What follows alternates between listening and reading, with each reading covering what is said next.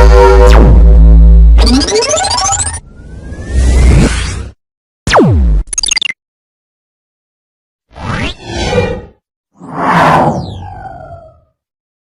in this ethical hacking full course video, you'll be learning almost everything that is required for you to get started as an ethical hacker. So come, let's quickly go over the topics that we are going to be covering today. Firstly, we're going to be going through the basics of cybersecurity and cryptography, where we'll be learning the key concepts of confidentiality, integrity, and availability, and how the cryptographic concepts also tie into the whole picture. Next, we'll be looking at some cyber threats. We'll be seeing how these cyber threats actually affect our computer, and then we'll also see how we can mitigate them. After which, we'll be looking into the history of ethical hacking. We'll learn how this all began in the Massachusetts Institute of Technology, and then we'll be looking into the fundamentals of networking and ethical hacking. In this, we'll be learning the various tools that are used in ethical hacking and also the network architectures that these tools are used in. After this, we'll be having a look into one of the most famous operating systems that is there, that is Kali Linux. Kali Linux is used by ethical hackers and penetration testers all around the world. We'll be learning how to install this on our local systems. We'll be learning the tools that come along with it and where we should be using them. After that, we'll be learning about penetration testing. And penetration testing is a subset of ethical hacking. So in this, we'll be learning about a tool called Metasploit, and using Metasploit, we'll be learning more about vulnerability analysis and how we can install backdoors in different computer systems and take advantages of these vulnerabilities. Now, Nmap is also another tool that we are going to be discussing in this course. We'll be learning how we can use Nmap to gather information from our networks and how we can use this information to our advantage. After that, we'll be learning deeply about 3 cyber attacks that are there in this industry. First is cross-site scripting, secondly, distributed denial of service, and thirdly, SQL injection attacks. Now, we'll be doing these attacks ourselves on dummy targets and learning more about these attacks and how they're orchestrated. And thus, we'll be learning more about how we can mitigate them if we actually become ethical hackers. Now, we'll also be discussing some very advanced cryptographic methods called steganography, which is basically used for hiding digital code inside images. Last but not the least, we'll be also discussing how you could become an ethical hacker yourself. So we'll be discussing a roadmap. We'll also be discussing the job profiles that are there in the industry, and we'll also be discussing the companies that are hiring for these job profiles along with the salaries that they are trying to offer. Also, we won't be leaving you hanging right there. We'll also be discussing the 50 most common interview questions that come along with these job profiles so that you can snag that job interview. And if you do like our content in the end, please leave us a like. Please leave a comment if you want to, and do hit the subscribe button so that you can join our ever-growing community of learners.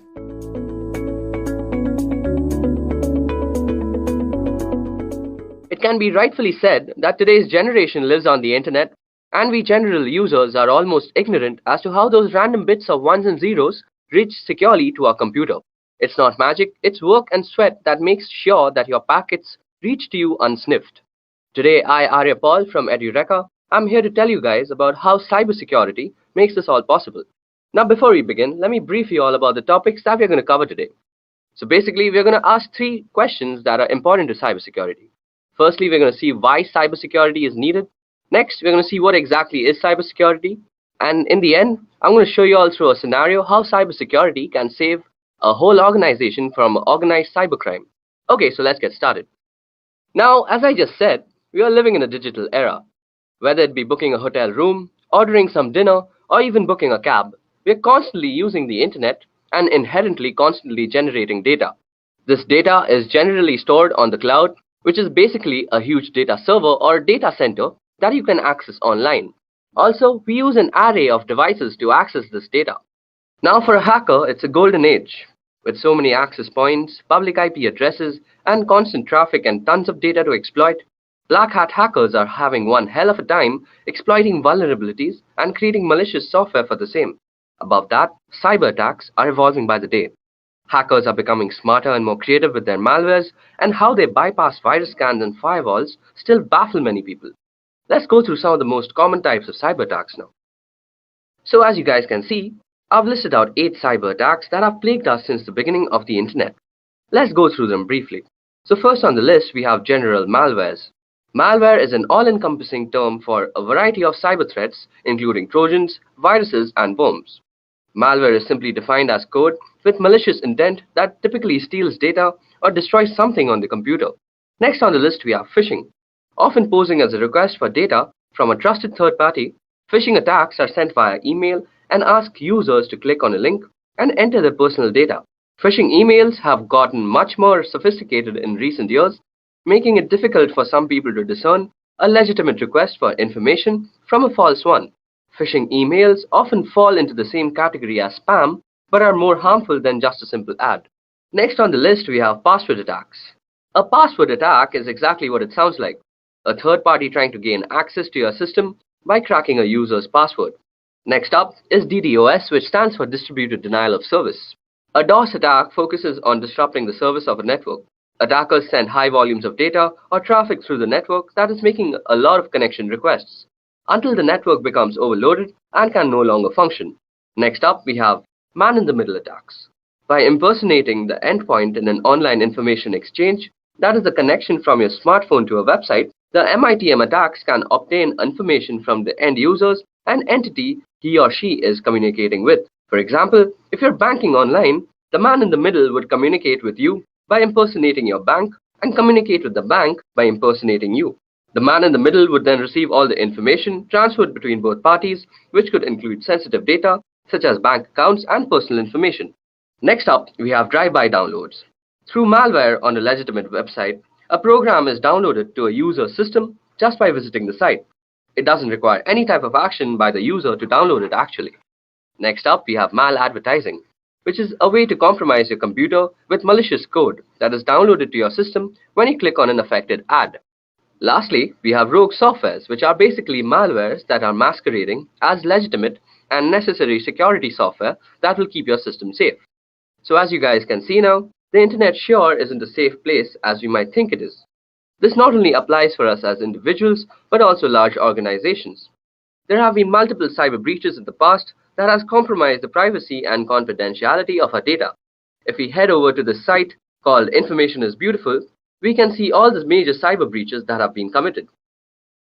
So as you guys can see, even big companies like eBay, AOL, Evernote, Adobe have actually gone through major cyber breaches, even though they have a lot of security measures taken to protect the data that they contain.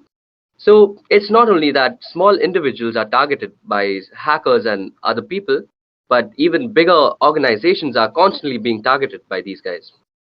So after looking at all sorts of cyber attacks possible, the breaches of the past, and the sheer amount of data available, we must be thinking that there must be some sort of mechanism and protocol to actually protect us from all these sorts of cyber attacks. And indeed, there is a way, and this is called cybersecurity. In a computing context, security comprises of cybersecurity and physical security. Both are used by enterprises to protect against unauthorized access to data centers and other computerized systems. Information security, which is designed to maintain the confidentiality, integrity, and availability of data, is a subset of cybersecurity. The use of cybersecurity can help prevent against cyber attacks, data breaches, identity theft, and can aid in risk management. So, when an organization has a strong sense of network security and an effective incident response plan, it is better able to prevent and mitigate these attacks. For example, end-user protection defends information and guards against loss of theft, while also scanning computers for malicious code. Now, when talking about cybersecurity, there are three main activities that we are trying to protect ourselves against, and they are unauthorized modification, unauthorized deletion, and unauthorized access. These three terms are very synonymous to the very commonly known CIA triad, which stands for confidentiality, integrity, and availability. The CIA triad is also commonly referred to as the three pillars of security, and most security policies of bigger organizations and even smaller companies are based on these three principles. So let's go through them one by one. So first on the list, we have confidentiality. Confidentiality is roughly equivalent to privacy.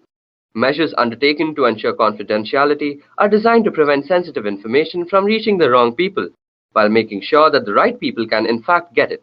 Access must be restricted to those authorized to view the data in question. It is common as well for data to be categorized according to the amount and type of damage that could be done should it fall into unintended hands. More or less, stringent measures can then be implemented across to those categories. Sometimes safeguarding data confidentiality may involve special training for those privy to such documents. Such training would typically include security risks that could threaten this information. Training can help familiarize authorized people with risk factors and how to guard against them. Further aspects of training can include strong password and password-related best practices and information about social engineering methods to prevent them from bending data handling rules with good intention and potentially disastrous results. Next on the list, we have integrity. Integrity involves maintaining the consistency, accuracy, and trustworthiness of data over its entire life cycle. Data must not be changed in transit, and steps must be taken to ensure that data cannot be altered by unauthorized people, for example, in a breach of confidentiality. These measures include file permissions and user access controls. Version control may be used to prevent erroneous changes or accidental deletion by authorized users becoming a problem. In addition, some means must be in place to detect any changes in data that might occur as a result of non-human caused events, such as electromagnetic pulses or server crash. Some data might include checksums, even cryptographic checksums for verification of integrity. Backup or redundancies must be available to restore the affected data to its correct state. Last but not the least is availability. Availability is best ensured by rigorous maintaining of all hardware, performing hardware repairs immediately when needed, and maintaining a correctly functional operating system environment that is free of software conflicts. It's also important to keep current with all necessary system upgrades. Providing adequate communication bandwidth and preventing the occurrences of bottlenecks are equally important. Redundancy, failover, and even high availability clusters can mitigate serious consequences when hardware issues do occur. Fast and adaptive disaster recovery is essential for the worst-case scenarios. That capacity is reliant on the existence of a comprehensive disaster recovery plan. Safeguards against data loss or interruption in connection must include unpredictable events such as natural disasters and fire. To prevent data loss from such occurrences, a backup copy must be stored in a geographically isolated location, perhaps even in a fireproof water-safe place. Extra security equipments or software such as firewalls and proxy servers can guard us against downtimes and unreachable data due to malicious actions such as denial of service attacks and network intrusions. So now that we have seen what we are actually trying to implement when trying to protect ourselves on the internet, we should also know the ways that we actually protect ourselves when we are attacked by cyber organizations. So the first step to actually mitigate any type of cyber attack is to identify the malware or the cyber threat that is being currently going on in your organization. Next, we have to actually analyze and evaluate all the affected parties and the file systems that have been compromised. And in the end, we have to patch the whole treatment so that our organization can come back to its original running state without any cyber breaches. So how is it exactly done? This is mostly done by actually calculating three factors. The first factor is vulnerability, the second factor is threat, and the third is risk. So let me tell you about the three of them a little bit. So first on the list of actual calculations, we have vulnerability. So a vulnerability refers to a known weakness of an asset that can be exploited by one or more attackers. In other words, it is a known issue that allows an attack to be successful. For example, when a team member resigns and you forget to disable their access to external accounts, change logins, or remove their names from the company credit cards, this leaves your business open to both unintentional and intentional threats. However, most vulnerabilities are exploited by automated attackers and not a human typing on the other side of the network. Next, testing for vulnerabilities is critical to ensuring the continued security of your systems by identifying weak points and developing a strategy to respond quickly. Here are some questions that you ask when determining your security vulnerabilities. So you have questions like, is your data backed up and stored in a secure offsite location? Is your data stored in the cloud? If yes, how exactly is it being protected from cloud vulnerabilities? What kind of security do you have to determine who can access, modify, or delete information from within your organization? Next, you could ask questions like, what kind of antivirus protection is in use? What are the license currents? Are the license current? And is it running as often as needed? Also, do you have a data recovery plan in the event of vulnerability being exploited? So these are the normal questions that one asks when actually checking their vulnerability. Next up is threat. A threat refers to a new or newly discovered incident with potential to do harm to a system or your overall organization. There are three main types of threat: natural threats, like floods or tornadoes, unintentional threats such as employee mistakenly accessing the wrong information, and intentional threats. There are many examples of intentional threats including spyware, malware, adware companies, or the actions of disgruntled employees.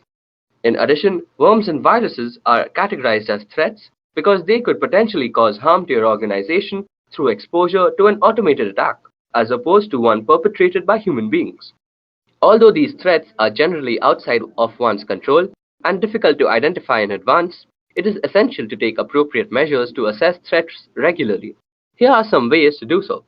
Ensure that your team members are staying informed of current trends in cybersecurity so they can quickly identify new threats. They should subscribe to blogs like Wired and podcasts like the TechGenics Extreme IT that covers these issues, as well as join professional associations so they can benefit from breaking news feeds, conferences, and webinars. You should also perform regular threat assessment to determine the best approaches to protecting a system against a specific threat, along with assessing different types of threat. In addition, penetration testing involves modeling real-world threats in order to discover vulnerabilities. Next on the list, we have risk. So risk refers to the potential for loss or damage when a threat exploits a vulnerability. Examples of risks include financial losses as a result of business disruption, loss of privacy, reputational damage, legal implications, and can even include loss of life. Risk can also be defined as follows, which is basically threat multiplied by the vulnerability. You can reduce the potential for risk by creating and implementing a risk management plan, and here are the key aspects to consider when developing your risk management strategy. Firstly, we need to assess risk and determine needs. When it comes to designing and implementing a risk assessment framework, it is critical to prioritize the most important breaches that need to be addressed. Although frequency may differ in each organization, this level of assessment must be done on a regular, recurring basis. Next, we also have to include a total stakeholder perspective. Stakeholders include the business owners as well as employees, customers, and even vendors. All of these players have the potential to negatively impact the organization, but at the same time, they can be assets in helping to mitigate risk. So, as we see, risk management is the key to cybersecurity. So, now let us go through a scenario to actually understand how cybersecurity actually defends an organization against very manipulative cybercrime. So, cybercrime, as we all know, is a global problem that's been dominating the news cycle. It poses a threat to individual security and an even bigger threat to large international companies, banks, and governments. Today's organized cybercrime far outshadows lone hackers of the past, and now large organized crime rings function like startups and often employ highly trained developers who are constantly innovating new online attacks. Most companies have preventative security software to stop these types of attacks, but no matter how secure we are, cybercrime is going to happen. So meet Bob. He is the Chief Security Officer for a company that makes a mobile app to help customers track and manage their finances. So security is a top priority. So Bob's company has an activity response platform in place that automates the entire cybersecurity process. The ARP software integrates all the security and IT software needed to keep a large company like Bob's secured into a single dashboard and acts as a hub for the people, processes, and technology needed to respond to and contain cyber attacks. Let's see how this platform works in the case of a security breach. While Bob is out on a business trip, irregular activity occurs on his account as a user behavior analytics engine that monitors account activity, recognizes suspicious behavior involving late-night logins and unusual amounts of data being downloaded. This piece of software is the first signal that something is wrong. An alert is sent to the next piece of software in the chain, which is the Security Information and Event Management System. Now, the ARP can orchestrate a chain of events that ultimately prevents the company from encountering a serious security disaster. The ARP connects to a user directory software that Bob's company uses, which immediately recognizes the user accounts belong to an executive who is out on a business trip, and then proceeds to lock his account. The ARP sends the incident IP address to a threat intelligence software, which identifies the address as a suspected malware server. As each piece of security software runs, the findings are recorded in the ARP's incident, which is already busy creating a set of instructions called a playbook for a security analyst to follow. The analyst then locks Bob's accounts and changes his passwords. This time, the software has determined the attempted attack came from a well-known cybercrime organization using stolen credentials. Bob's credentials were stolen when the hacker found a vulnerability in his company's firewall software and used it to upload a malware-infected file. Now that we know how the attack happened, the analyst uses the ARP and identifies and patches all the things. The ARP uses information from endpoint tool to determine which machines need to be patched, recommends how to patch them, and then allows the analyst to push the patches to all the computers and mobile devices instantly. Meanwhile, Bob has to alert the legal departments of the breach, and the ARP instantly notifies the correct person of the situation and the status of the incident after the attack is contained. And Bob's account is secured. The analyst then communicates which data may have been stolen or compromised during the incident. He identifies which geographies, jurisdictions, and regulatory agencies cover the users and information affected by the attack. Then the ARP creates a series of tasks so the organization can notify the affected parties and follow all relevant compliances and liability procedures. In the past, a security breach this large would have required Bob's company to involve several agencies and third parties to solve the problem, a process that could have taken months or longer. But in a matter of hours, the incident response platform organized all of the people, processes, and technology to identify and contain the problem, find the source of the attack, fix the vulnerability, and notify all affected parties. And in the future, Bob and his team will be able to turn to cognitive security tools. These tools will read and learn from tens of thousands of trusted publication blogs and other sources of information.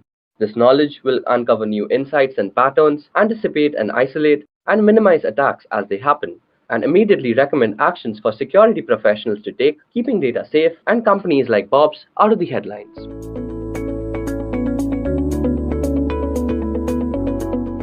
Cryptography is essentially important because it allows you to securely protect data that you don't want anyone else to have access to. It is used to protect corporate secrets, secure classified information, and to protect personal information to guard against things like identity theft. And today's video is basically going to be about cryptography. Now, before we actually jump into the session, let me give you guys a brief on the topics that we're going to cover today. So first of all, we're going to cover what is cryptography through the help of a very simplistic scenario. Then we are going to go through the classifications of cryptography and how the different classificative algorithm works. In the end, I'm going to show you guys a nifty demo on how a popular algorithm called RSA actually works. So let's get started. Now I'm going to take the help of an example or a scenario to actually explain what is cryptography. Alright, so let's say we have a person and let's call him Andy. Now suppose Andy sends a message to his friend Sam who is on the other side of the world. Now obviously, he wants this message to be private and nobody else should have access to the message. Now he uses a public forum, for example the internet, for sending this message. The goal is to actually secure this communication. And of course, we have to be secure against someone. Now let's say there is a smart guy called Eve who has secretly got access to your communication channel. Since this guy has access to your communication, he can do much more than just eavesdrop. For example, he can try to change the message in itself. Now this is just a small example. What if Eve actually gets access to your private information? Well, that could actually result in a big catastrophe. So how can Andy be sure that nobody in the middle could access the message sent to Sam? The goal here is to make communication secure, and that's where cryptography comes in. So what exactly is cryptography? Well, cryptography is the practice and the study of techniques for securing communication and data in the presence of adversaries. So let me take a moment to explain how that actually happens. Well, first of all, we have a message. This message is firstly converted into a numeric form, and then this numeric form is applied with a key called an encryption key. And this encryption key is used in an encryption algorithm. So once the numeric message and the encryption key has been applied in an encryption algorithm, what we get is called a ciphertext. Now this ciphertext is sent over the network to the other side of the world, where the other person who the message is intended for will actually use a decryption key and use the ciphertext as a parameter of a decryption algorithm, and then he'll get what we actually sent as a message. And if some error had actually occurred, he'd get an error. So let's see how cryptography can help secure the connection between Andy and Sam. So to protect his message, Andy first converts his readable message to an unreadable form. Here he converts the message to some random numbers, and after that he uses a key to encrypt his message. After applying this key to the numerical form of his message, he gets a new value. In cryptography, we call this ciphertext. So now if Andy sends the ciphertext or encrypted message over communication channel, he won't have to worry about somebody in the middle of discovering the private message. Even if somebody manages to discover the message, he won't be able to decrypt the message without having a proper key to unlock this message.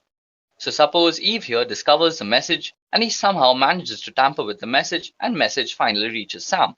Sam would need a key to decrypt the message to recover the original plaintext. So using the key, he would convert a ciphertext to numerical value corresponding to the plaintext. Now after using the key for decryption, what will come out is the original plaintext message or an error. Now this error is very important. It is the way Sam knows that message sent by Andy is not the same as the message that he received. So the error in a sense tells us that Eve has tampered with the message. Now the important thing to note here is that in modern cryptography, the security of the system purely relies on keeping the encryption and decryption keys secret. Based on the type of keys and encryption algorithms, cryptography is classified under the following categories. Now cryptography is broadly classified under two categories, namely symmetric key cryptography and asymmetric key cryptography, popularly also known as public key cryptography. Now symmetric key cryptography is further classified as classical cryptography and modern cryptography. Further drilling down, classical cryptography is divided into two, which is transposition cipher and substitution cipher. On the other hand, modern cryptography is divided into stream cipher and block cipher. In the upcoming slides, I'll broadly explain all these types of cryptography. So let's start with symmetric key cryptography first. So symmetric key algorithms are algorithms for cryptography that use the same cryptographic keys for both encryption of plaintext and decryption of ciphertext. The keys may be identical, or there may be some simple transformation to go between the two keys.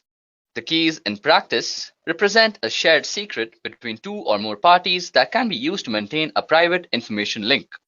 This requirement that both parties have access to the secret key is one of the main drawbacks of symmetric key encryption in comparison to public key encryption, also known as asymmetric key encryption. Now, symmetric key cryptography is sometimes also called secret key cryptography, and the most popular symmetric key system is the Data Encryption Standards, which also stands for DES. Next up, we're going to discuss transposition cipher.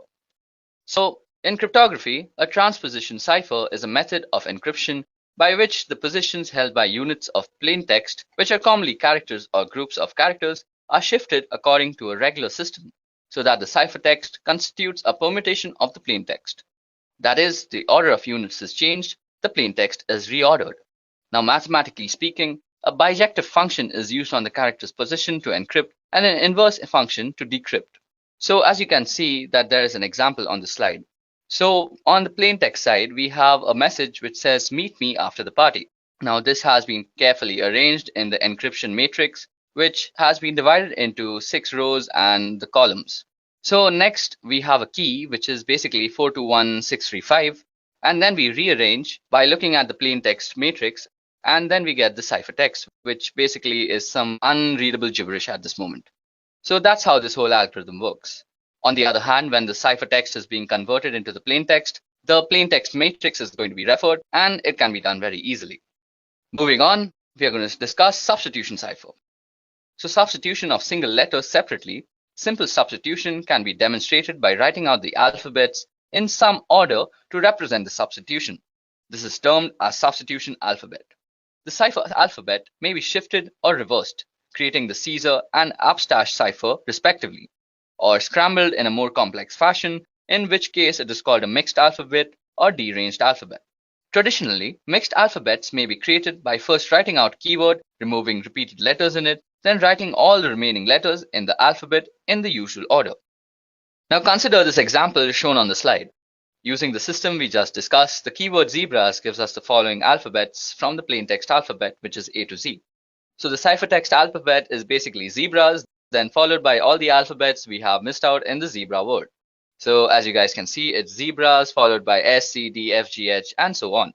Now suppose we were to actually encrypt a message using this code. So as you guys can see on the screen, I've shown you an example, which is a message, "Flee at once, we are discovered," is being actually encrypted using this code. So if you guys can see out here, the F letter actually corresponds to S, and then the L letter actually corresponds to I out here. Then we actually get the ciphertext, which is SIAAZQ, using the code and the process that I just discussed. Now traditionally, the ciphertext is written out in blocks of fixed length, omitting punctuations and spaces. This is done to help avoid transmission errors to disguise the word boundaries from the plain text. Now, these blocks are called groups, and sometimes a group count, that is the number of groups, is given as an additional check. Now, 5-letter groups are traditional. As you guys can see that we have also divided our ciphertext into groups of 5, and this dates back to when messages were actually used to be transmitted by telegraph. Now, if the length of the message happens not to be divisible by 5, it may be padded at the end with nulls, and these can be any characters that can be decrypted to obvious nonsense, so the receiver can easily spot them and discard them. Next on our list is stream cipher. So a stream cipher is a method of encrypting text to produce ciphertext in which a cryptographic key and algorithm are applied to each binary digit in a data stream, one bit at a time. This method is not much used in modern cryptography. The main alternative method is block cipher, in which a key and algorithm are applied to block of data rather than individual bits in a stream. Okay, so now that we've spoken about block cipher, let's go and actually explain what block cipher does. A block cipher is an encryption method that applies a deterministic algorithm to the symmetric key to encrypt a block of text rather than encrypting one bit at a time as in stream ciphers. For example, a common block cipher, AES, encrypts 128-bit blocks with a key of predetermined length that is either 128, 192, or 256 bits in length. Now, block ciphers are pseudo-random permutation families that operate on the fixed size of block of bits. These PRPs are functions that cannot be differentiated from completely random permutation and thus are considered reliable until proven to be unreliable by some source. Okay, so now it's time that we discuss some asymmetric cryptography. So, asymmetric cryptography, also known as public key cryptography, is any cryptographic system that uses pair of keys, which is a public key which may be disseminated widely, and private keys which are known only to the owner. This accomplishes two functions: authentication, where the public key verifies that a holder of the paired private key sent the message, and encryption, where only the paired private key holder can decrypt the message encrypted with the public key. In a public key encryption system, any person can encrypt a message using the receiver's public key. That encrypted message can only be decrypted with the receiver's private key. So to be practical, the generation of public and private key pair must be computationally economical. The strength of a public key cryptographic system relies on computational efforts required to find the private key from its paired public key. So effective security only requires keeping the private key private, and the public key can be openly distributed without compromising security. Okay, so now that I've actually shown you guys how cryptography actually works and how the different classifications are actually applied, let's go and do something interesting. So you guys are actually watching this video on YouTube right now. So if you guys actually go and click on the secure part besides the URL, you can actually go and view the digital certificates that are actually used out here. So click on certificates and you'll see the details in the details tab.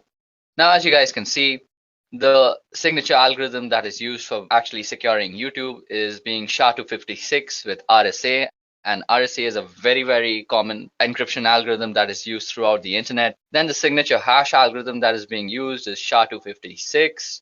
And the issuer is Google Internet Authority. And you can get a lot of information about sites and all their authority key identifiers, their certificate policies, the key usage, and a lot of things about security just from this small little button out here. Also, let me show you a little how public key encryption actually works. So on the site, which is basically cobwebs.cs.uga.edu, you can actually demo out public key encryption.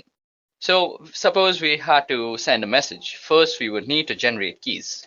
So as you can see, I just clicked generate keys and it got me two keys, which is one is the public key, which I will distribute throughout the network, and one the private key, which I will actually keep secret to myself. Now I want to send a message saying, hi there, when is the exam tomorrow? So now we are going to encrypt it using the public key because that's exactly what's distributed. So now as you can see, we have got our ciphertext. So this huge thing right out here is ciphertext, and it absolutely makes no sense whatsoever. Now suppose we were to actually then decrypt the message. We would use the private key that goes along with our account, and we would decode the message. And as you guys can see, voila, we have hi there, when is the exam tomorrow? So we have actually sent a message on the internet in a very secure fashion. Above that, there's also RSA that needs some explaining because I had promised that too. Now, RSA is a very, very commonly used algorithm that is used throughout the internet, and you just saw it being used by YouTube. So it has to be common. So RSA has a very unique way of applying this algorithm. There are many actual parameters that you actually need to study. Okay, so now we're actually going to discuss RSA, which is a very popular algorithm that is used throughout the internet. And you also saw that it's being used by YouTube right now. So this crypto system is one of the initial system. It remains the most employed crypto system even today. And the system was invented by three scholars, which is Ron Rivest, Adi Shamir, and Len Adelman. Hence the name RSA. And we will see the two aspects of the RSA crypto system. Firstly, generation of key pair, and secondly, encryption-decryption algorithms. So each person or a party who desires to participate in communication using encryption needs to generate a pair of keys, namely public key and private key. So the process followed in the generation of keys is as follows. First, we have to actually calculate n. Now, n is actually given by multiplying p and q, as you guys can see out here. So p and q are supposed to be very large prime numbers. So out here p will be 35, but for some very strong encryption, we are going to choose very large prime numbers. Then we actually have to calculate phi. Now phi, as you can see, the formula goes is p minus 1 into q minus 1. And this helps us determine for the encryption algorithm. Now then we have to actually calculate e. Now e must be greater than 1 and less than phi, which is p minus 1 into q minus 1. And there must be no common factors for e and phi except for 1. So in other words, they must be co-prime to each other. Now to form the public key, the pair of numbers n and e form the RSA public key system. This is actually made public and is distributed throughout the network. Interestingly though, n is a part of the public key, and the difficulty in factorizing a large prime number ensures that the attacker cannot find in finite time the two primes, that is p and q, that is used to obtain n. This actually ensures the strength of RSA. Now, in the generation of the private key D is calculated from P, Q, and E. For given N and E, there is a unique number D. Now, the number D is the inverse of E modulo phi. This means that D is a number less than phi such that when multiplied by E, it gives 1. So let's go and actually fill up these numbers. So N should be 35 out here. And if we generate them, we get the value of phi, which is 24, which is basically 4 into 6. And then we should also get E. Now E should be co-prime, so we are going to give it 11, as 11 is co-prime to both. So now for the actual encryption part, we have to put in E and N out here. So E out here for us is 11 and N is 35. And then we're going to pick a letter to actually cipher, which is A. And then we're going to encode it as a number. So as you guys can see, we've encoded it as 1. And out here, now after we've given the message its numerical form, we click on encryption and we get it. Now to actually decrypt the message, we are going to need D and N. Now D for us was 5 and N was 35. So 5 and 35. And then we're going to take encrypted message from above.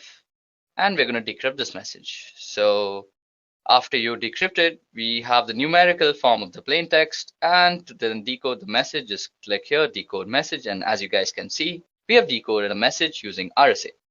So guys, that's how RSA works. I explained all the factors that we actually use in RSA, from N to 5 to E to D. And I hope you understood a part of it. If y'all are still more interested, y'all can actually research a lot on RSA. It's a very in-depth cryptographic system. D and N. Now D for us was 5 and N was 35. So 5 and 35. And then we're going to take encrypted message from above. And we're going to decrypt this message. So after you decrypt it, we have the numerical form of the plain text. And to then decode the message, just click here, decode message. And as you guys can see, we have decoded a message using RSA. So guys, that's how RSA works. I explained all the factors that we actually use in RSA, from N to 5 to E to D. And I hope you understood a part of it. If y'all are still more interested, y'all can actually research a lot on RSA. It's a very in-depth cryptographic system.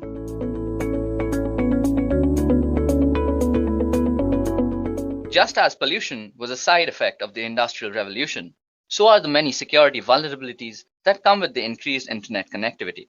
Cyber attacks are exploitations of those vulnerabilities. For the most part, individuals and businesses have found ways to counter cyber attacks using a variety of security measures and just good old common sense. We are going to examine 8 of the most common cybersecurity threats that your business could face and the ways to avoid them.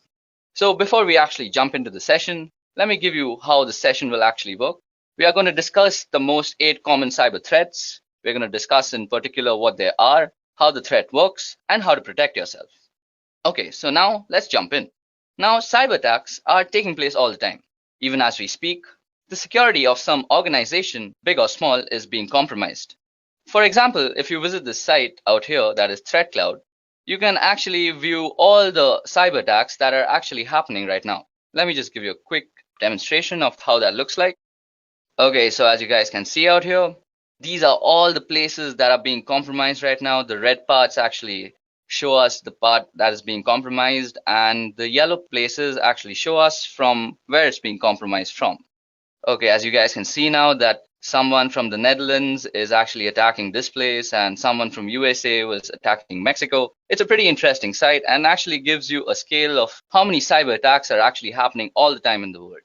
Okay, now getting back, I think looking at all these types of cyber attacks, it's only necessary that we educate ourselves about all the types of cyber threats that we have. So these are the 8 cyber threats that we're going to be discussing today. Firstly, we're going to start with malware. So malware is an all-encompassing term for a variety of cyber attacks, including Trojans, viruses, and worms. Malware is simply defined as code with malicious intent that typically steals data or destroys something on the computer. The way malware goes about doing its damage can be helpful in categorizing what kind of malware you're dealing with. So let's discuss it. So first of all, viruses. Like their biological namesakes, viruses attach themselves to clean files and infect other clean files, and they can spread uncontrollably, damaging a system's core functionality and deleting or corrupting files. They usually appear as executable files that you might have downloaded from the internet. Then there are also Trojans. Now, this kind of malware disguises itself as legitimate software or is included in legitimate software that can be tampered with. It tends to act discreetly and creates backdoors in your security to let other malwares in. Then we have worms. Worms infect entire networks of devices, either local or across the internet, by using the network's interfaces. It uses each consecutive infected machine to infect more. And then we have botnets and such, where botnets are networks of infected computers that are made to work together under the controller of an attacker. So basically, you can encounter malware if you have some OS vulnerabilities, or if you download some illegitimate software from somewhere, or you have some other email attachment that was compromised with. Okay, so how exactly do you remove malware, or how exactly do you fight against it? Well, each form of malware has its own way of infecting and damaging computers and data, and so each one requires a different malware removal method. The best way to prevent malware is to avoid clicking on links or downloading attachments from unknown senders, and this is sometimes done by deploying a robust and updated firewall, which prevents the transfer of large data files over the network in a hope to weed out attachments that may contain malware. It's also important to make sure your computer's operating system, whether it be Windows, Mac OS, Linux, uses the most up-to-date security updates. And software programmers update programs frequently to address any holes or weak points. And it's important to install all these updates as well as to decrease your own system weaknesses. So next up on our list of cyber threats, we have phishing. So what exactly is phishing? Well, often posing as a request for data from a trusted third party, phishing attacks are sent via email and ask users to click on a link and enter their personal data. Phishing emails have gotten much more sophisticated in recent years and making it difficult for some people to discern a legitimate request for information from a false one. Now, phishing emails often fall into the same category as spam, but are way more harmful than just a simple ad. So, how exactly does phishing work? Well, most people associate phishing with email messages that spoof or mimic bank, credit card companies, or other businesses like Amazon, eBay, and Facebook. These messages look authentic and attempt to get victims to reveal their personal information. But email messages are only one small piece of a phishing scam. From beginning to end, the process involves 5 steps. The first step is planning. The phisher must decide which business to target and determine how to get email addresses for the customers of that business.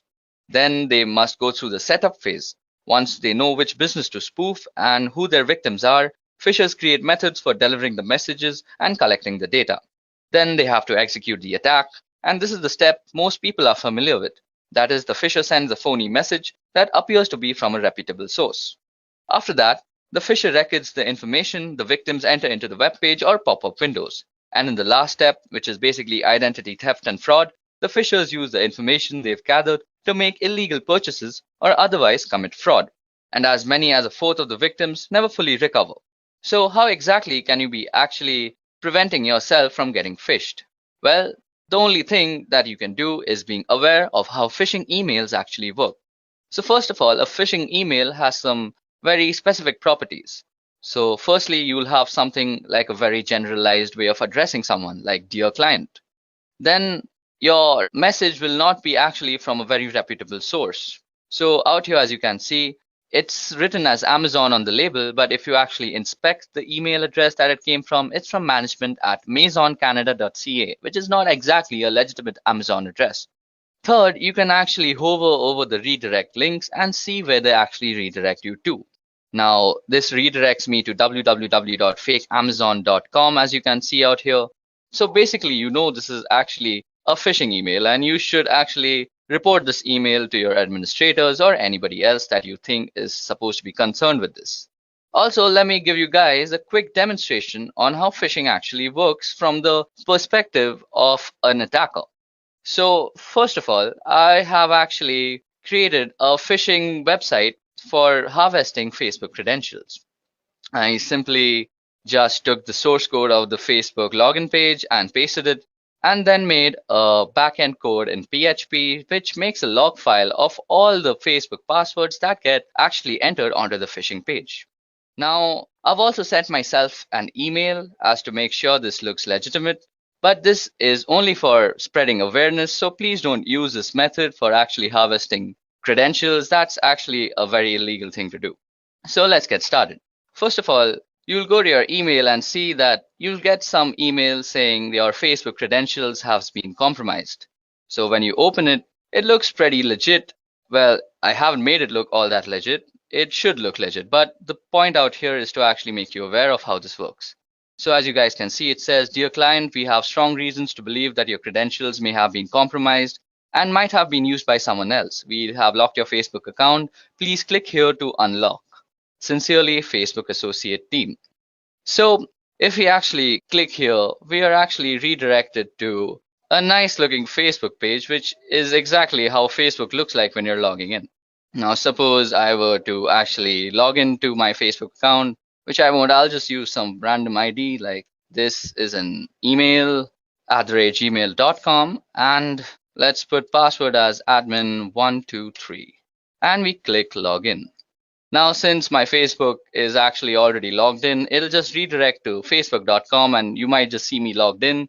But on a normal computer, it'll just redirect you to www.facebook.com, which should just show this site again. Okay, so once I click login out here, all that the backend code that I've written in PHP out here will do is that it's going to take all the parameters that I've entered into this website, that is my email address and the password, and just generate a log file about it. So let's just hit login and see what happens. So as you guys can see, I've been redirected to the original Facebook page that is not meant for phishing. And on my system out here, I have a log file. And this log file will show exactly, as you can see, I've fished out the email address. This is an email @gmail.com. And it's also showed the password, that is admin123. So this is how exactly phishing works. You enter an email address and you're entering the email address on a phishing website, and then it just redirects you to the original site. But by this time, you've already compromised your credentials. So always be careful when dealing with such emails. So now jumping back to our session, the next type of cyber attacks we're going to discuss is password attacks. So an attempt to obtain or decrypt a user's password for illegal use is exactly what a password attack is. Hackers can use cracking programs, dictionary attacks, and password sniffers in password attacks. Password cracking refers to various measures used to discover computer passwords. This is usually accomplished by recovering passwords from data stored in or transported from a computer system. Password cracking is done by either repeatedly guessing the password, usually through a computer algorithm in which the computer tries numerous combinations until the password is successfully discovered. Now, password attacks can be done for several reasons, but the most malicious reason is in order to gain unauthorized access to a computer with the computer's owner's awareness not being in place. Now, this results in cybercrime, such as stealing passwords for the purpose of accessing bank information. Now, today, there are three common methods used to break into a password protected system. The first is a brute force attack. A hacker uses a computer program or script to try to log in with possible password combinations, usually starting with the easiest to guess password. So just think, if a hacker has a company list, he or she can easily guess usernames. If even one of the users has a password 123, he will quickly be able to get in. The next are dictionary attacks. Now, a hacker uses a program or script to try to log in by cycling through the combinations of common words. In contrast with brute force attacks where a large proportion key space is searched systematically, a dictionary attack tries only those possibilities which are most likely to succeed, typically derived from a list of words, for example, a dictionary. Generally, dictionary attacks succeed because most people have a tendency to choose passwords which are short or such as single words found in the dictionaries or simple, easy predicted variations on words such as appending a digit or so. Now, the last kind of password attacks are used by keylogger attacks. A hacker uses a program to track all of the user's keystrokes. So at the end of the day, everything the user has typed, including the login IDs and passwords, have been recorded. A keylogger attack is different than a brute force or dictionary attack in many ways, not the least of which the key logging program used is a malware that must first make it onto the user's device. And the keylogger attacks are also different because stronger passwords don't provide much protection against them, which is one reason that multi-factor authentication is becoming a must-have for all businesses and organizations. Now, the only way to stop yourself from getting killed in the whole password attack conundrum is by actually practicing the best practices that are being discussed in the whole industry about passwords. So basically, you should update your password regularly. You should use alphanumerics in your password. And you should never use words that are actually in the dictionary. It's always advisable to use garbage words that make no sense for passwords, as they just increase your security. So moving on, we're going to discuss DDoS attacks. So what exactly is a DDoS or a DOS attack? Well, first of all, it stands for Distributed Denial of Service, and a DOS attack focuses on disrupting the service to a network, as the name suggests. Attackers send high volume of data of traffic through the network until the network becomes overloaded and can no longer function. So there are a few different ways attackers can achieve DOS attack, but the most common is the Distributed Denial of Service attack. This involves the attacker using multiple computers to send the traffic or data that will overload the system. In many instances, a person may not even realize that his or her computer has been hijacked and is contributing to the DOS attack. Now, disrupting services can have serious consequences relating to security and online access. Many instances of large-scale DOS attacks have been implemented as a single sign of protest towards governments or individuals and have led to severe punishment, including major jail time. So, how can you prevent DOS attacks against yourself? Well, firstly, unless your company is huge, it's rare that you would be even targeted by an outside group or attackers for a DOS attack. Your site or network could still fall victim to one, however, if another organization on your network is targeted. Now, the best way to prevent an additional breach is to keep your system as secure as possible with regular software updates, online security monitoring, and monitoring of your data flow to identify any unusual or threatening spikes in traffic before they become a problem. DOS attacks can also be perpetrated by simply cutting a table or dislodging a plug that connects your website server to the internet. So due diligence in physically monitoring your connections is recommended as well. Okay, so next up on our list is man-in-the-middle attacks. So by impersonating the endpoints in an online information exchange, the man-in-the-middle attack can obtain information from the end user and the entity he or she is communicating with. For example, if you are banking online, the man in the middle would communicate with you by impersonating your bank and communicate with the bank by impersonating you. The man in the middle would then receive all of the information transferred between both parties, which could include sensitive data such as bank accounts and personal information. So how does it exactly work? Normally, an MITM gains access through a non-encrypted wireless access point, which is basically one that doesn't use WAP, WPA, or any of the other security measures. Then they would have to access all of the information being transferred between both parties by actually spoofing something called address resolution protocol. That is the protocol that is used when you are actually connecting to your gateway from your computer. So how can you exactly prevent MITM attacks from happening against you? So firstly, you have to use an encrypted WAP, that is an encrypted wireless access point. Next, you should always check the security of your connection, because when somebody is actually trying to compromise your security, he will try to actually strip down the HTTPS or HSTS that is being injected in the website, which is basically the security protocols. So if something like this HTTPS is not appearing in your website, you're on an insecure website where your credentials or your information can be compromised. And the last and final measure that you can actually use is by investing in a virtual private network which spoofs your entire IP, and you can just browse the internet with perfect comfort. Next up on our list is drive-by downloads. So gone are the days where you had to click to accept a download or install a software update in order to become infected. Now just opening a compromised web page could allow dangerous code to install on your device. You just need to visit or drive by a web page without stopping, or to click accept any software, and the malicious code can download in the background to your device. A drive-by download refers to the unintentional download of a virus or malicious software onto your computer or mobile device. A drive-by download will usually take advantage or exploit a browser or app or operating system that is out of date and has security flaws. This initial code that is downloaded is often very small, and since its job is often simply to contact another computer where it can pull down the rest of the code onto your smartphone, tablet, or other computers. Often, a web page will contain several different types of malicious code in hopes that one of them will match a weakness on your computer. So how does this exactly work? Well, first you visit the site, and during the three-way handshake connection of the TCP/IP protocol, a backend script is triggered. As soon as a connection is made while the last ACK packet is sent, a download is also triggered, and the malware is basically injected into your system. Now, the best advice I can share about avoiding drive-by downloads is to avoid visiting websites that could be considered dangerous or malicious. This includes adult content, file-sharing websites, or anything that offers you a free trip to the Bahamas. Now, some other tips to stay protected include keep your internet browser and operating system up to date, use a safe search protocol that warns you when to navigate to a malicious site, and use comprehensive security software on all your devices like McAfee All Access and keeping it up to date. Okay, so that was it about drive-by downloads. Next up is maladvertising or malvertising. So malvertising is the name we in the security industry give to criminally controlled advertisements which intentionally infect people and businesses.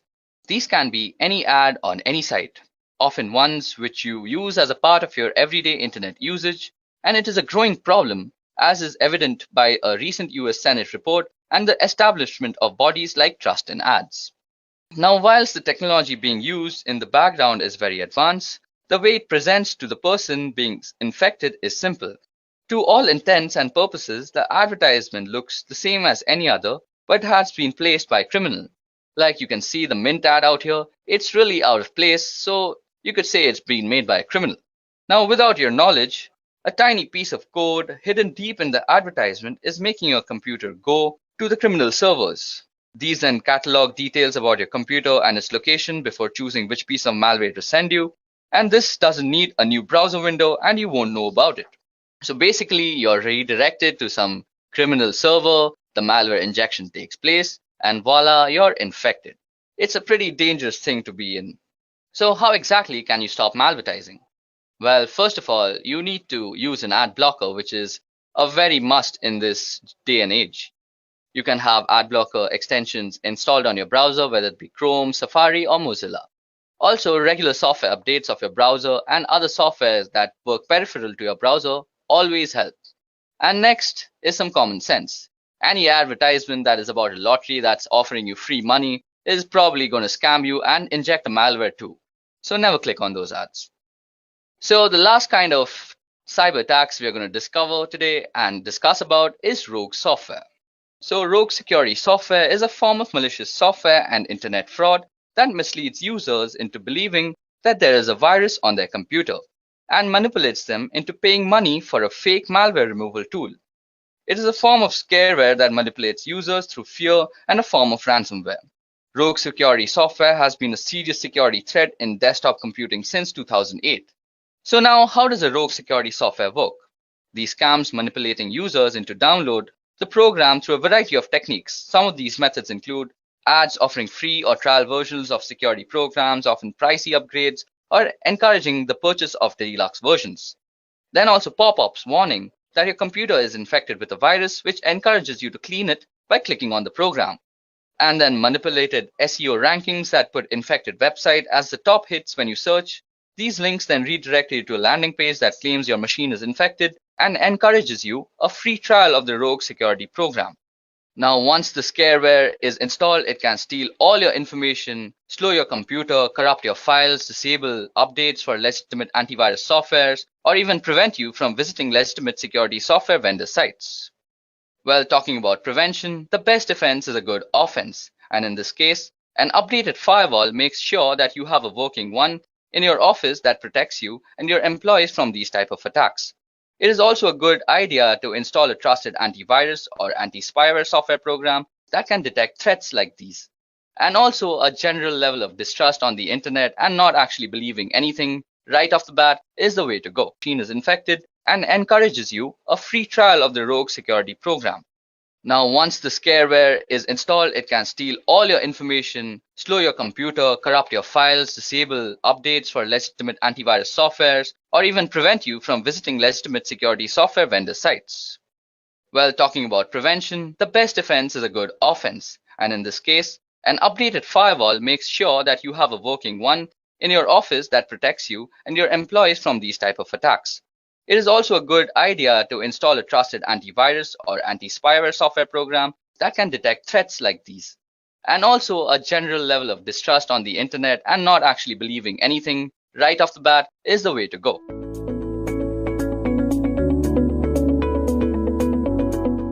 The keyword of this video is ethical hacking course.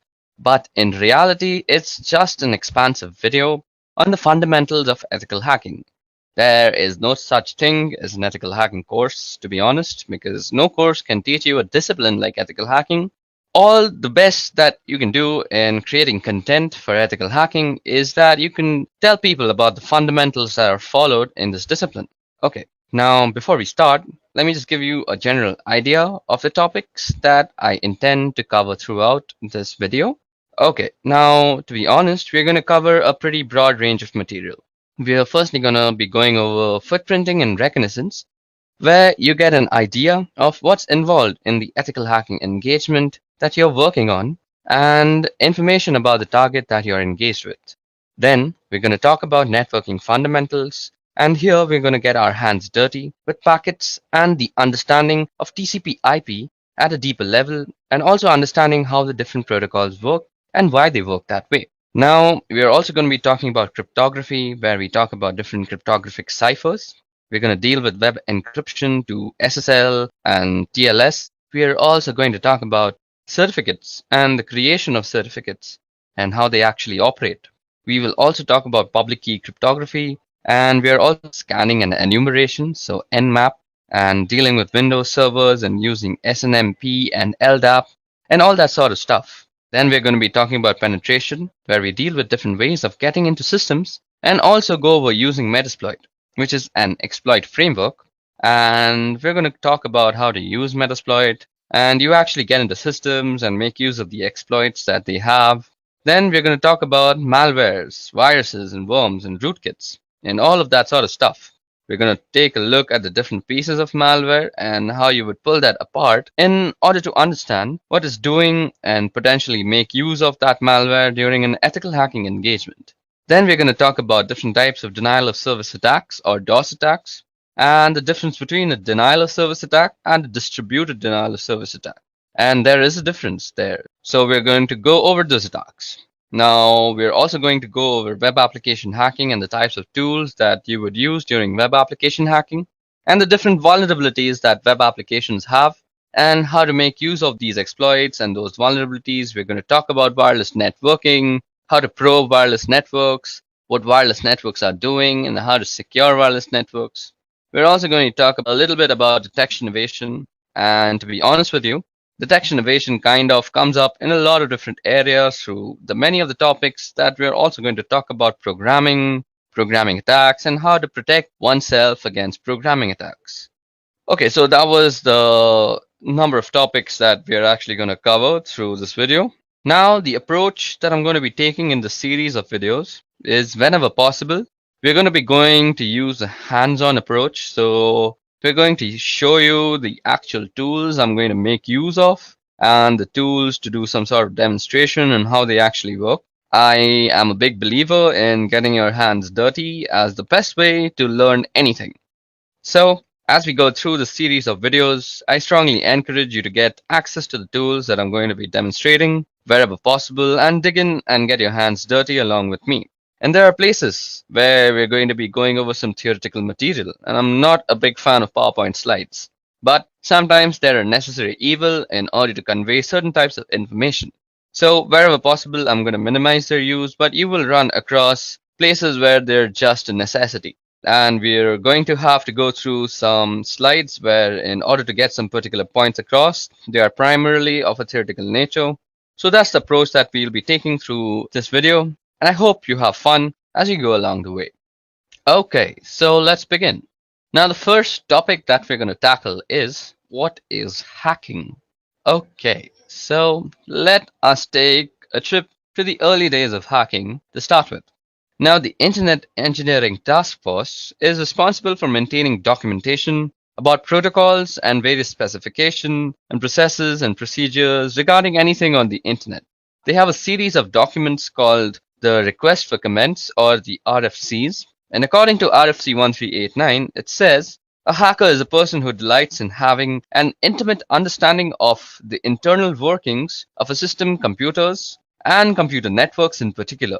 While the expression hackers may go back a long time and have many different connotations or definitions, as far as computers go, some of the earliest hackers were members of the Tech Model Railroad Club at the Massachusetts Institute of Technology.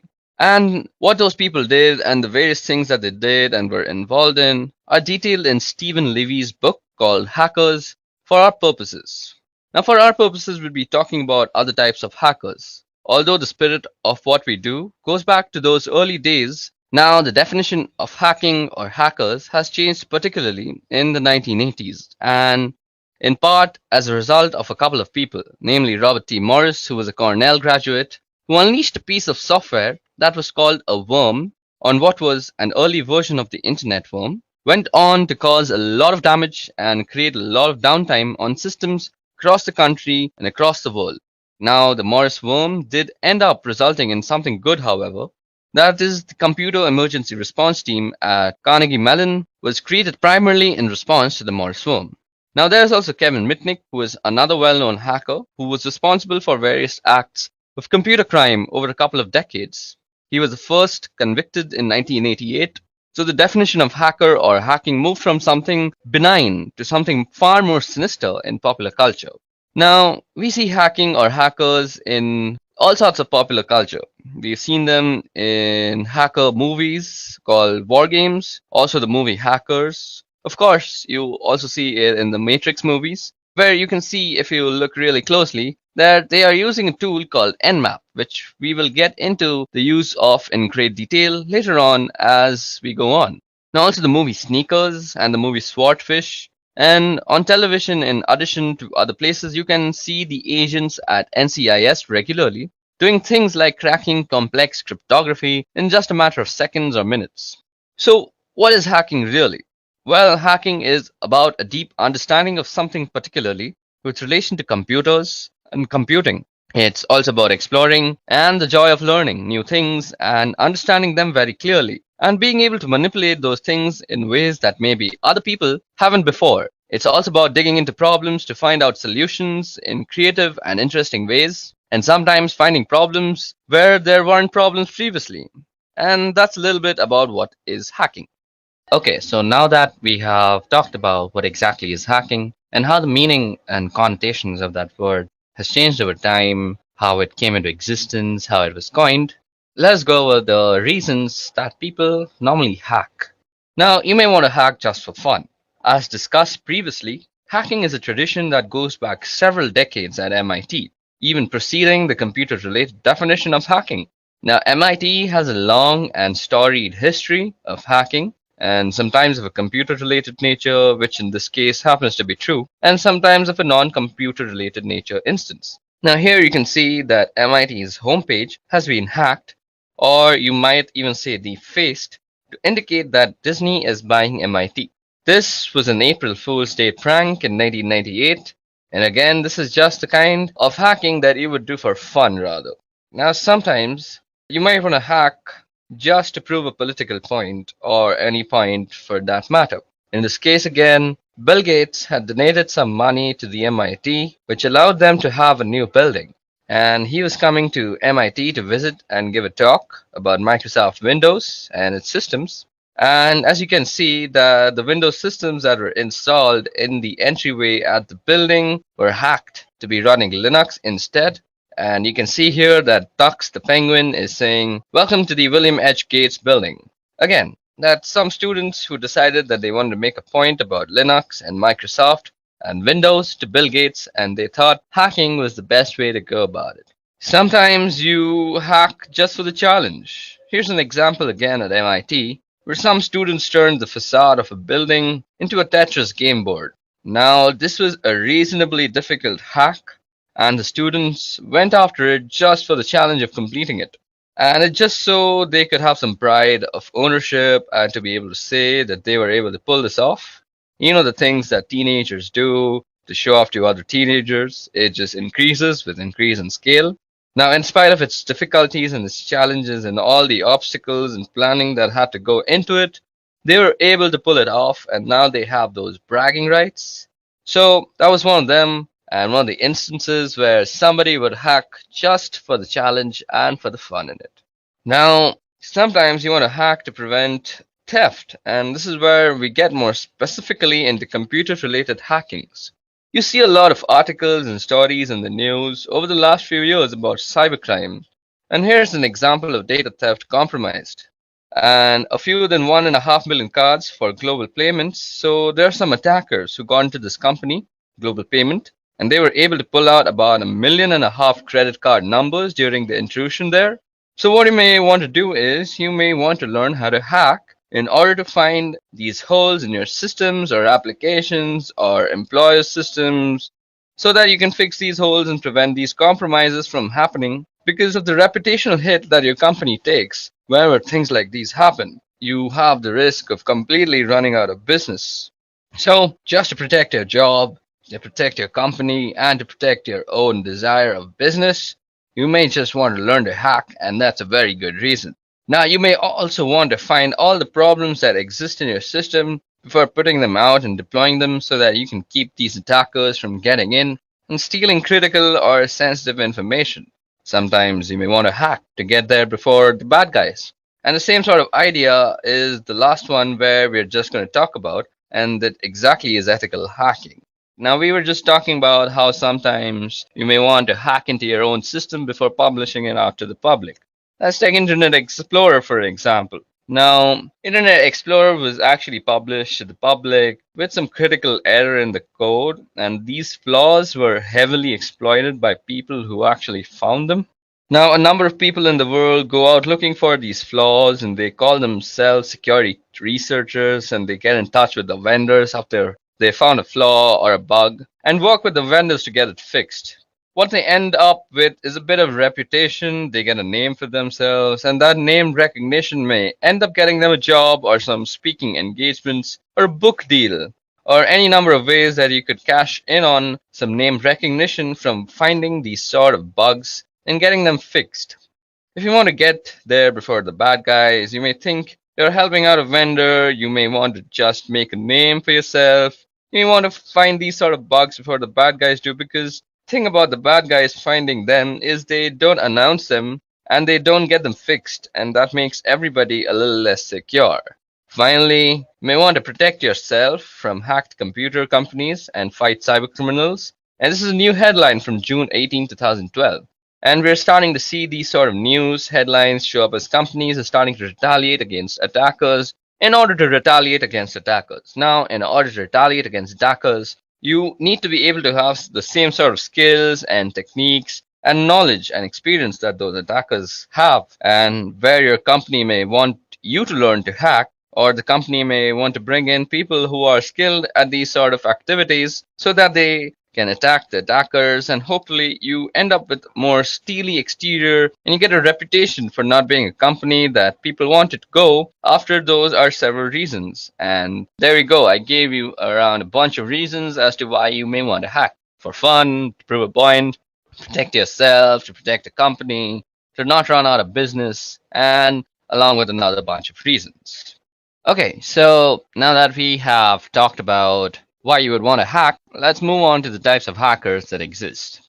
Now, we're going to be talking about the different types of hacking, and the first type of hacking that I want to discuss is ethical hacking and ethical hackers, which is really what we're going to be talking about through the rest of these lessons. Now, an ethical hacker is somebody who thinks like a black hat hacker, or thinks like somebody who's intent on breaking into your systems, but follows a moral compass that's more in line with probably the majority of the population. So, their intent isn't to do bad things. Their intent is to look for bad things and get them fixed so that bad things don't happen. Ethical hackers aren't out to destroy anything, and they're not out to break anything unless it's deemed to be acceptable as a part of the engagement, and also necessary in order to demonstrate a particular vulnerability to the organization that they're working with. So, that's an ethical hacker, and there's a certification that's available from the EC Council. It's a certified ethical hacker, and if you find certifications valuable and this sort of thing is what you want to do, pursuing a certified ethical hacker may be something you might want to look into. Now, let's talk about black hat hackers. There's plenty of cases of black hat hackers through years, and let's talk about a guy in particular called Kevin Mitnick. This guy right here is a particularly good example, probably because he was a black hat hacker for a lot of his years. His goal was to cause mischief, to steal where necessary, and just to be engaged in the lifestyle of being a hacker and doing whatever was necessary to continue doing whatever he was doing. It crossed moral boundaries or ethical boundaries. And so Kevin Mitnick here was involved for well over a decade in computer crime and was finally picked up by the FBI, and he was charged and prosecuted, and he was eventually convicted of some of the activities that he was involved with. Now, you may be able to argue that Kevin is a grey hat hacker, and a grey hat hacker is somebody who kind of skirts the line between black and white hat hacking. And white hat hacking is really what an ethical hacker is. So instead of saying ethical hacker, you could say white hat hacker. It's the same idea. A white hat hacker is somebody who hacks for good. If you want to think of it like that, if you want to think of it as a good versus evil, and what they're really doing is they're in it for the technical challenge. They're looking to make things better, make things more efficient, improve them in some way. On the other hand, a black hat hacker is out for the money, for the thrill. It's really a criminal activity. And a grey hat hacker is somebody who may employ the tactics and technique of a black hat hacker, but have sort of a white hat focus. In other words, they're going to do things that may be malicious and destructive in nature, but the reason they're doing it is to improve the security posture of an organization that they are working with. So you can see there's actually a book called Grey Hat Hacking. It's a pretty good book, and it details a lot of the tactics and strategies and techniques we'll be going over in subsequent lessons in this video.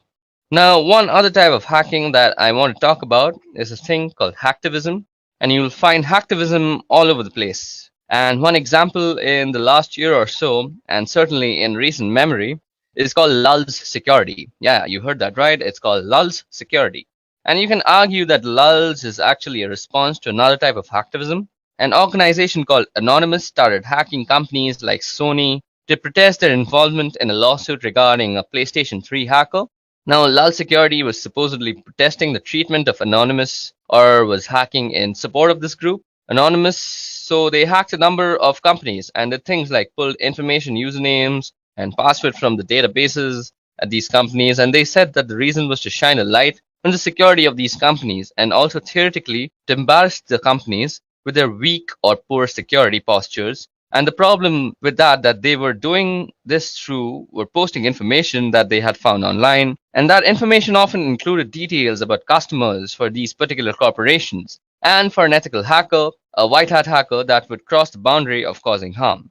So there's no reason for me as an ethical hacker to post information in a public forum about somebody because I could be doing damage to them. But in this case, Lal Security and Anonymous, specifically Lal Security, were engaged in a form of hacktivism, and what they were doing was not only damaging to the corporation, that certainly was detrimental to those people. So different types of hackers and different types of hacking. We've got ethical or white hat hacking, we've got black hat, gray hat, and then we've finally got hacktivism. It's really the goal and the means that vary from one to the other.